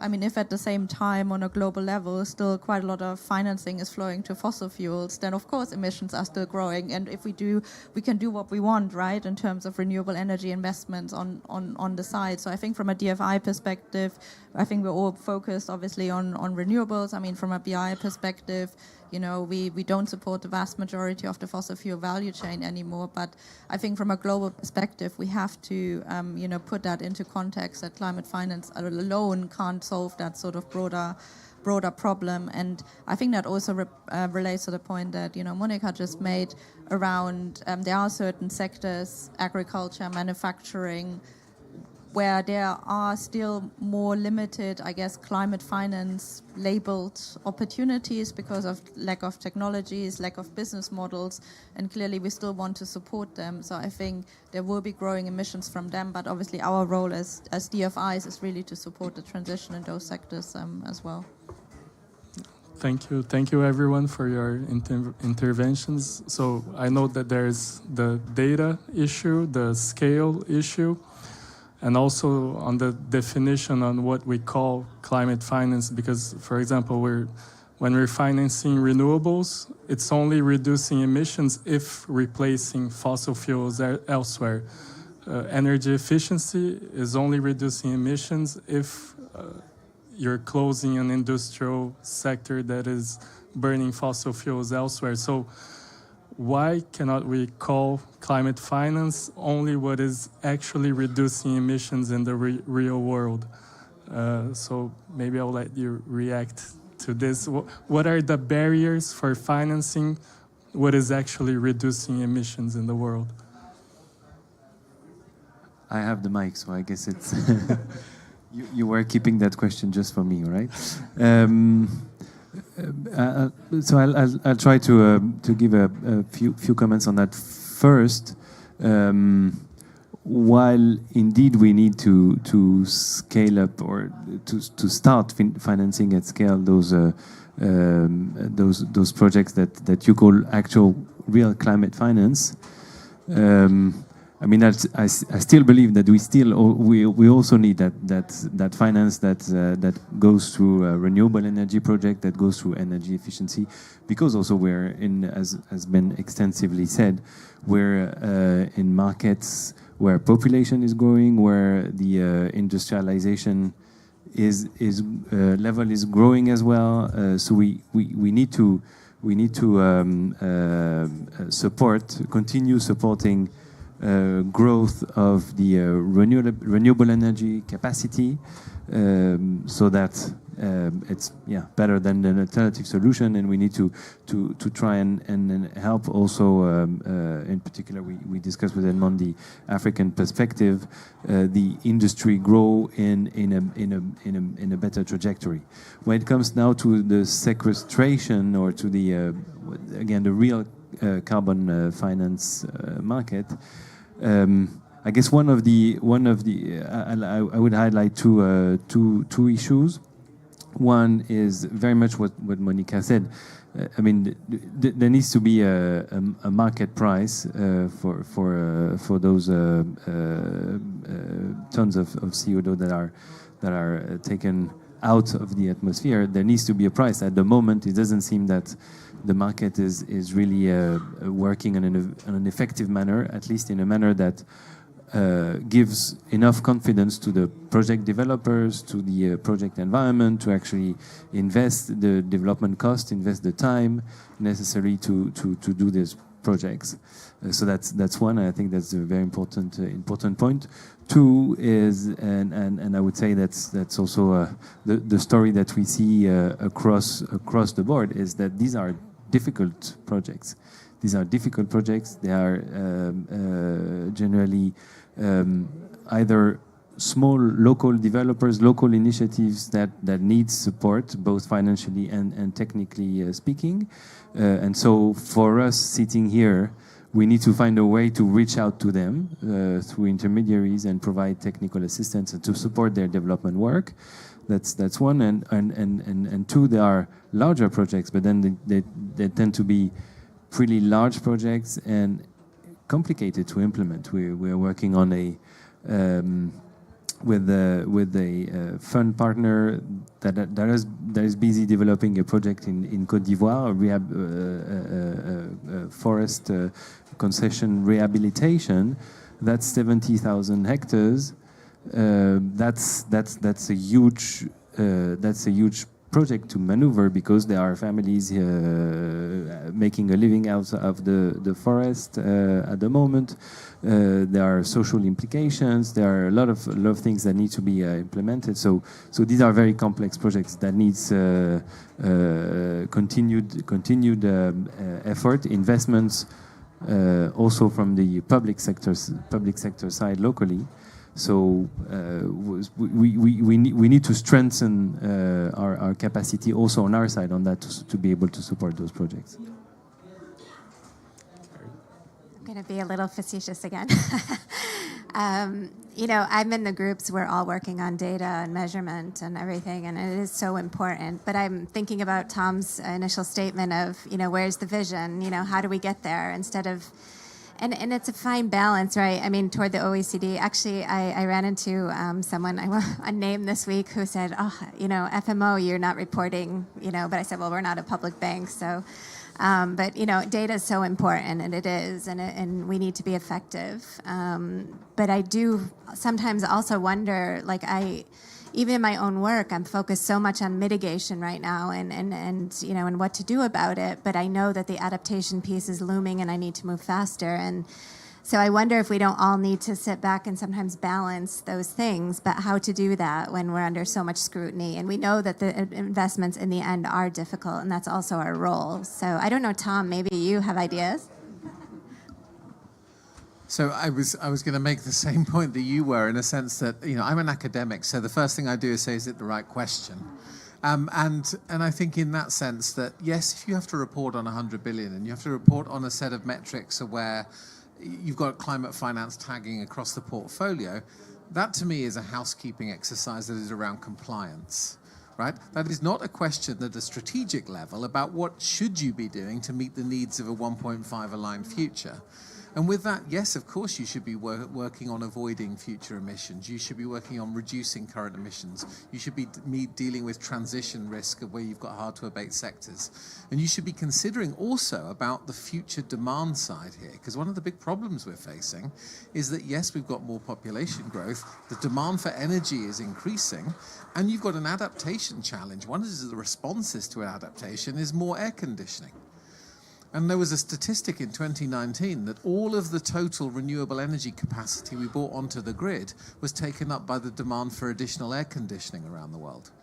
And so I think you've got to look at an integrated strategy, and that's why, Monica, I was interested in what you were saying, in a sense that this does need to be a holistic view about a net zero transition.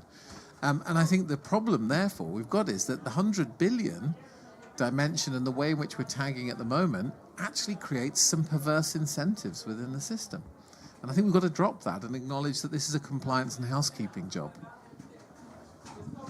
Thank you very much. I also want to intervene again from an African perspective. So for Africa, the conversation around transition is quite sensitive. Why? Because we found ourselves on the path of development where most of the fossil fuel dependent we have so many dependent economies on fossil fuel, and unfortunately most of those economies are still grappling with the basics of development, issues around on the development as the case may be. So that's where the conversation comes around what's an ideal transition path for those countries. What are the sort of quick wins in terms of alternate options to achieve the targets around climate mitigation and climate adaptation. A quick win, again, in this regard, from an African perspective, there are discussions to say Africa has a huge carbon sink, which can also provide another opportunity to reduce carbon emissions in the continent. So why not put a price to that, increase financing, afforestation, to ensure that we build that capacity. So today in Africa, we don't have a formal voluntary carbon market, for instance. So most of the certifications of carbon credits takes place outside the continent. So you have countries in the Congo Basin, for instance, that have huge potentials in terms of carbon sink, but can't access the opportunity, the financial opportunities it presents. So one of the things we are doing as a bank is a collaboration with the United Nations Economic Commission for Africa under the auspices of what we call the African Carbon Market Initiative. The idea behind that is let's quickly put together frameworks that, first of all, will expedite that process of beginning to get the requisite financing from carbon credit sales, and at the same time pursuing the net zero objectives of reducing emission. There are also discussions around how do we begin to localize trade value chains to ensure that carbon emissions from shipping, for instance, are brought down, where manufacturing of movement of goods through movement of goods out of the continent for manufacturing purposes, and the same reverse trip back to the continent are actually addressed, so to speak. Then still on the issue of direction of finance, again for Africa, we know that as a continent, climate mitigation is quite important. But the climate adaptation issues are existential challenges. People can see them. People live them today in Africa. So if you look at even the flow, the structure of financing to Africa today, it's more tilted towards mitigation finance. So everybody wants to give you money to pursue mitigation, but less people want to give you money to pursue adaptation. So in this regard, the approach should be a balance. So you use one as an incentive to achieve the other. So you pursue adaptation and support African countries to implement initiatives that helps them reduce their gross emission across the board. So, like I get, the carbon sink is a very good example, and there are several opportunities that we have in the continent to address it. And one of the conversations, the last point I want to make on this is the fact that we can't divorce carbon emissions in Africa from the issue of development. There's a strong nexus between both of them.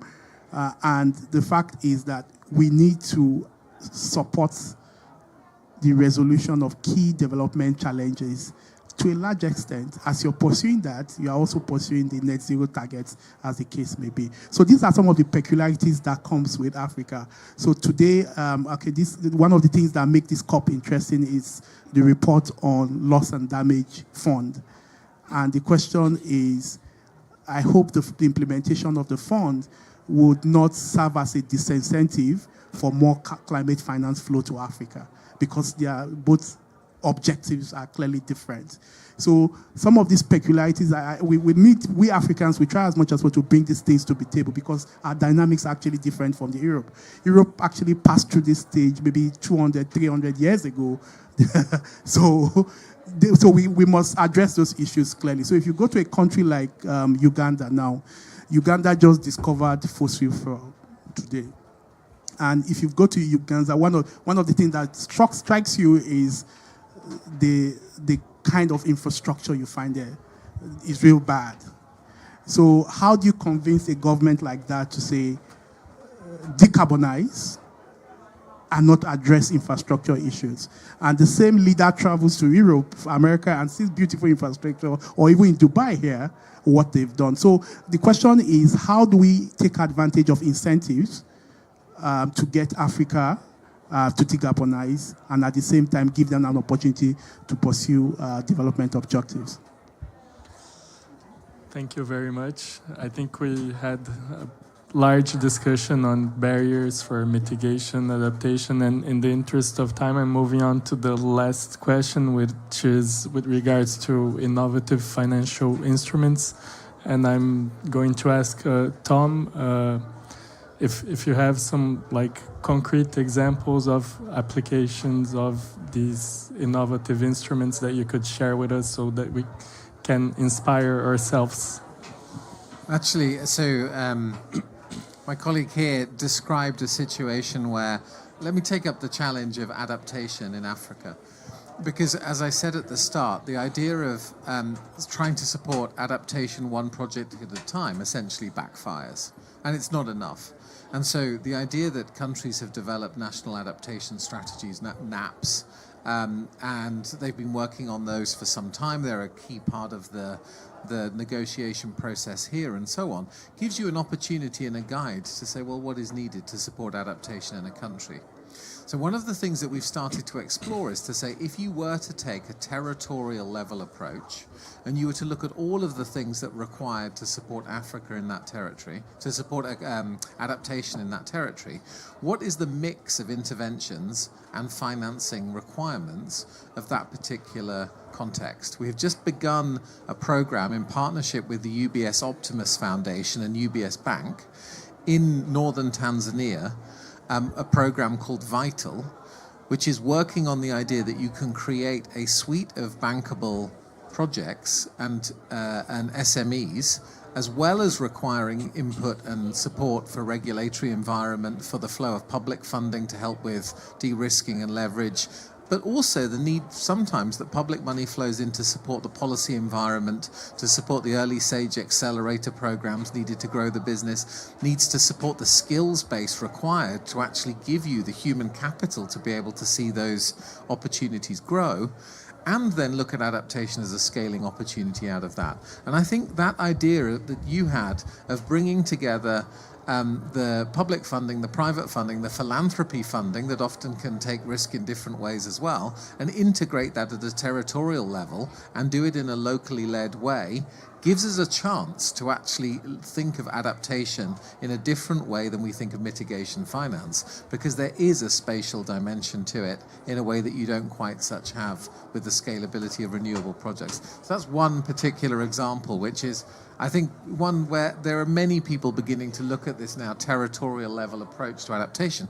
But what it requires is intermediary organizations who are able to combine the different types of finance flow and design portfolios or systemic interventions that can give you a chance. And so that requires the money to be working a little bit differently.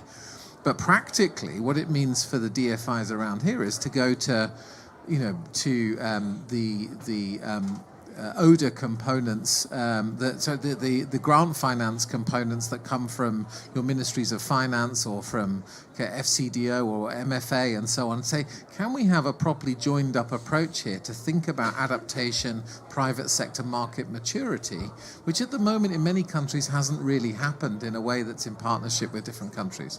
So I think that's one example where we really should build on that. A second one is the way in which we're starting to see these debt sustainability measures emerge, which we had a discussion at the previous session. You say, well, what's the role of DFI in like debt sustainability and so on? Well, actually, this matters hugely, because if you're in a situation where a country is extremely indebted, it's hit its debt ceiling, you can't alpha in significant loan capital into a sovereign level, and actually it makes a situation where the lending rates at the bank level are so extremely high that you actually can't really effectively finance projects. And so to create the enabling environment about a debt landscape, then there needs to be work on debt sustainability. Yes, it's a Paris Club issue. Yes, it's a discussion at a political level. But if you look at where the tools are that actually give you a chance of reprofiling debt, they come with a level of guarantees about repayment. And there are DFIs very active now in actually doing debt sustainability or debt swap deals where you actually see a level of guarantee that your lower repayment rates can be guaranteed. And that makes a huge difference in being able to tackle a situation where you simply can't lend at the rates that can give you sustainability. So there are plenty of those emerging, and there's a million conversations around debt around this venue. But I think those two together, and particularly when it comes to adaptation in Africa that you've been highlighting, are ones that we should be exploring more. And at the moment, that's not really part of the landscape here. Thank you very much. Anyone wants to react to that? No? Question from the floor, please. But I think... Okay. Pick up the mic.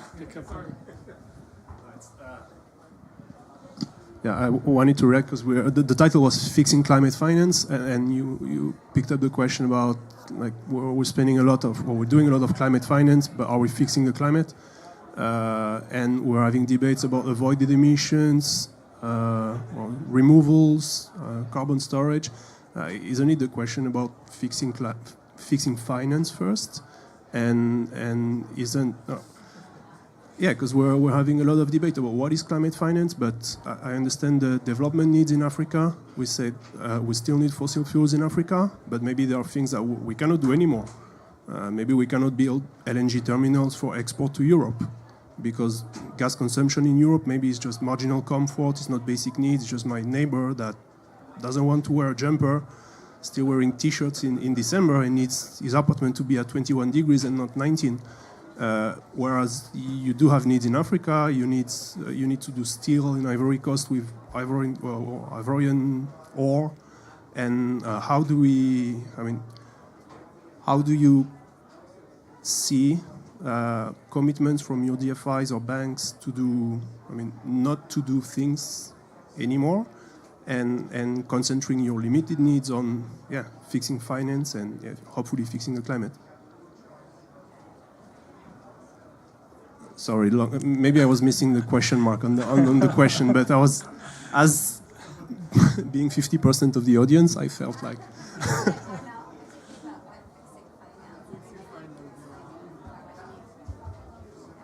you explain what you mean more by fixing finance? Yeah, well, I think we're spending a lot of effort, and you are, and the OECD is tracking climate finance. But if you go back to the question of Fabio, it's like we still have these little CO2 molecules going up in the atmosphere, and the basic problem is whether methane or CO2. We have to find a way to stop or limit this, and finance is still supporting projects that emit emissions and will still emit. But how can finance contribute to redirect these molecules, or at least link it to essential needs or project that, because we understand the needs in Africa, and I think it's a good question for DFIs, because when you'll still finance emissive, or you all said you'll still finance emissive sectors, but how do you assess the fact that what you finance is actually needed in a 1.5 or 2 degree world? I mean, I'm happy to try to start with that. I mean, I think, one thing that I think is sort of missing in a lot of climate discussions is going back to the SDG goals and the way that they work together, right? That, I mean, it's you need everything to be sort of in harmony to work together. So I think, I think focusing on trying to achieve the different objectives together in a balanced way, but making sure that you're within the the pathway that you're supposed to be at is one thing. The other is really understanding what incorporating risk into your profile, actually, and transition risk and physical risk are very important drivers to banks, I think, but also toward our clients. And I think if you really start to think about transition risk, and also just not thinking about short-term objectives, but medium and long-term objectives. We had a whole discussion last week at FMO, and I don't think it's so important, but it was interesting in any case about dairy and a low-income country. And we started, and I don't think it's true, but we were questioning, is it a Dutch idea that you need milk as your nutritional, as your nutritional basis? Because we believe really that milk is important to growth and health and food security. But it could be that there are better sustainable alternatives, because you could see it as a transition risk, actually, that you're hooking people on milk, and as the population grows, is not sustainable in the future. So I think if we start to take a medium-term perspective also on what we're doing, and look at it from a sustainability perspective within the boundary of the climate, what climate needs, within social needs, you might have better answers. And I think we're, still, everyone in the world is still forced to think too short-term. You have targets, you have, and if we could maybe take a medium-term view. And at FMO, we've been, in our own training and thinking, we've been putting ourselves in the position of, saying to to the different people we're working with, okay, so today, would you finance this asset today? And you give them the different parameters. And then you say, okay, today, now we're in 2040, would you still finance this asset? And what's interesting is, I think a lot of people, think they would, and often I disagree. But the other thing is that that's only 17 years away. And when you start to look at infrastructure deals, a lot of times the maturity is already that long. So we actually don't really have that that luxury anymore. Even it's so fast, and of course we're hitting the 1.5 limit already. So I think this, incorporating risk, short, medium, long-term sustainability thinking is very important. I wanted to respond to your Guillaume. Okay. But, yeah, go ahead. I wanted to respond to the point around innovative finance. There's a discussion that has been happening that does innovative finance mean deploying new financial instruments for intervention in climate action? or rather, should innovative financing for climate not involve assessing the effectiveness of existing instruments and identifying the ones that are more effective in addressing the issue of climate finance? Because why I'm saying this again is I bring it to the context of Africa. So you need to move away from complex financial instruments to instruments that actually deliver impact.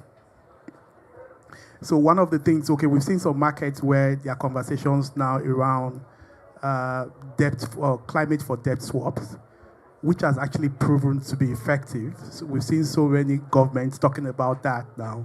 That's a good instrument that achieves two purposes. First of all, it helps countries pursue climate objectives.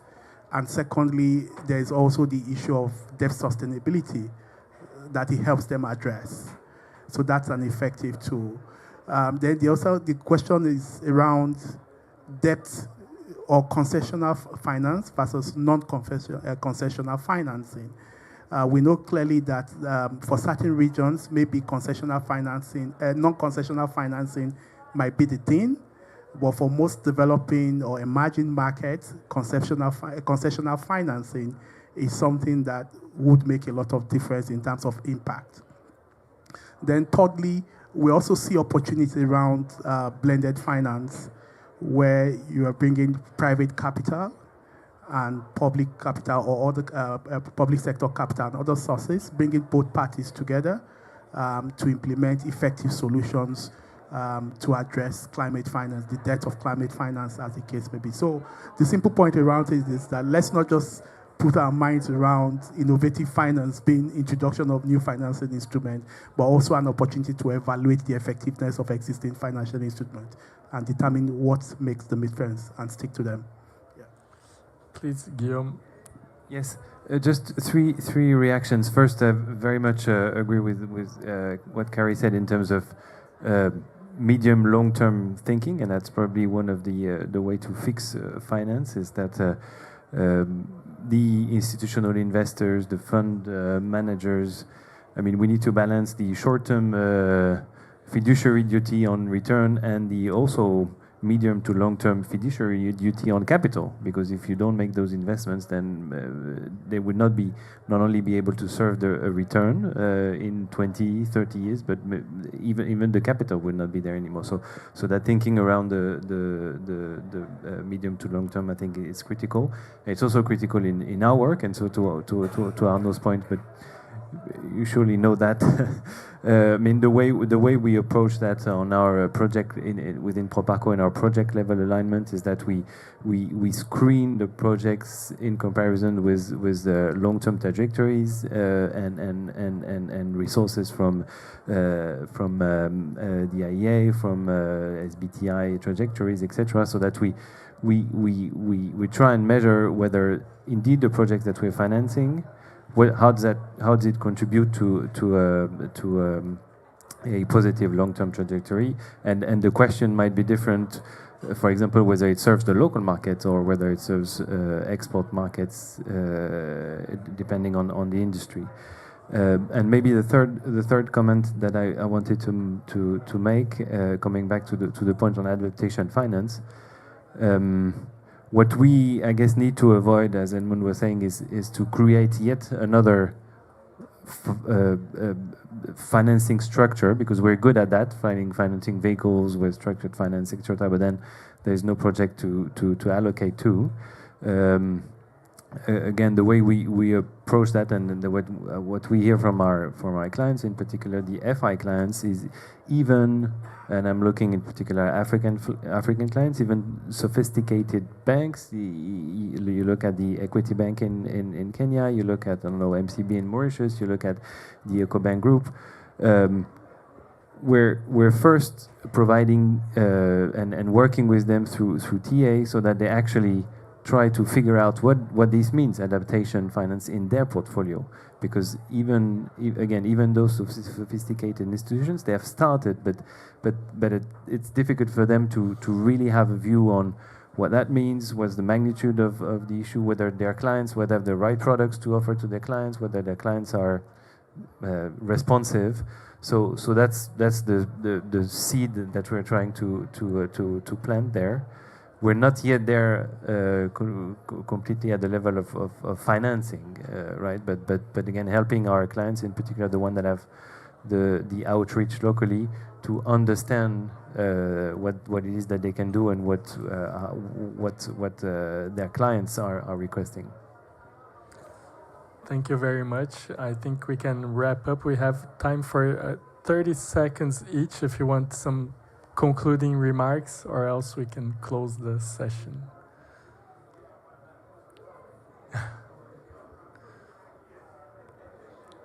Well, thank you very much. Thank you again for your presence.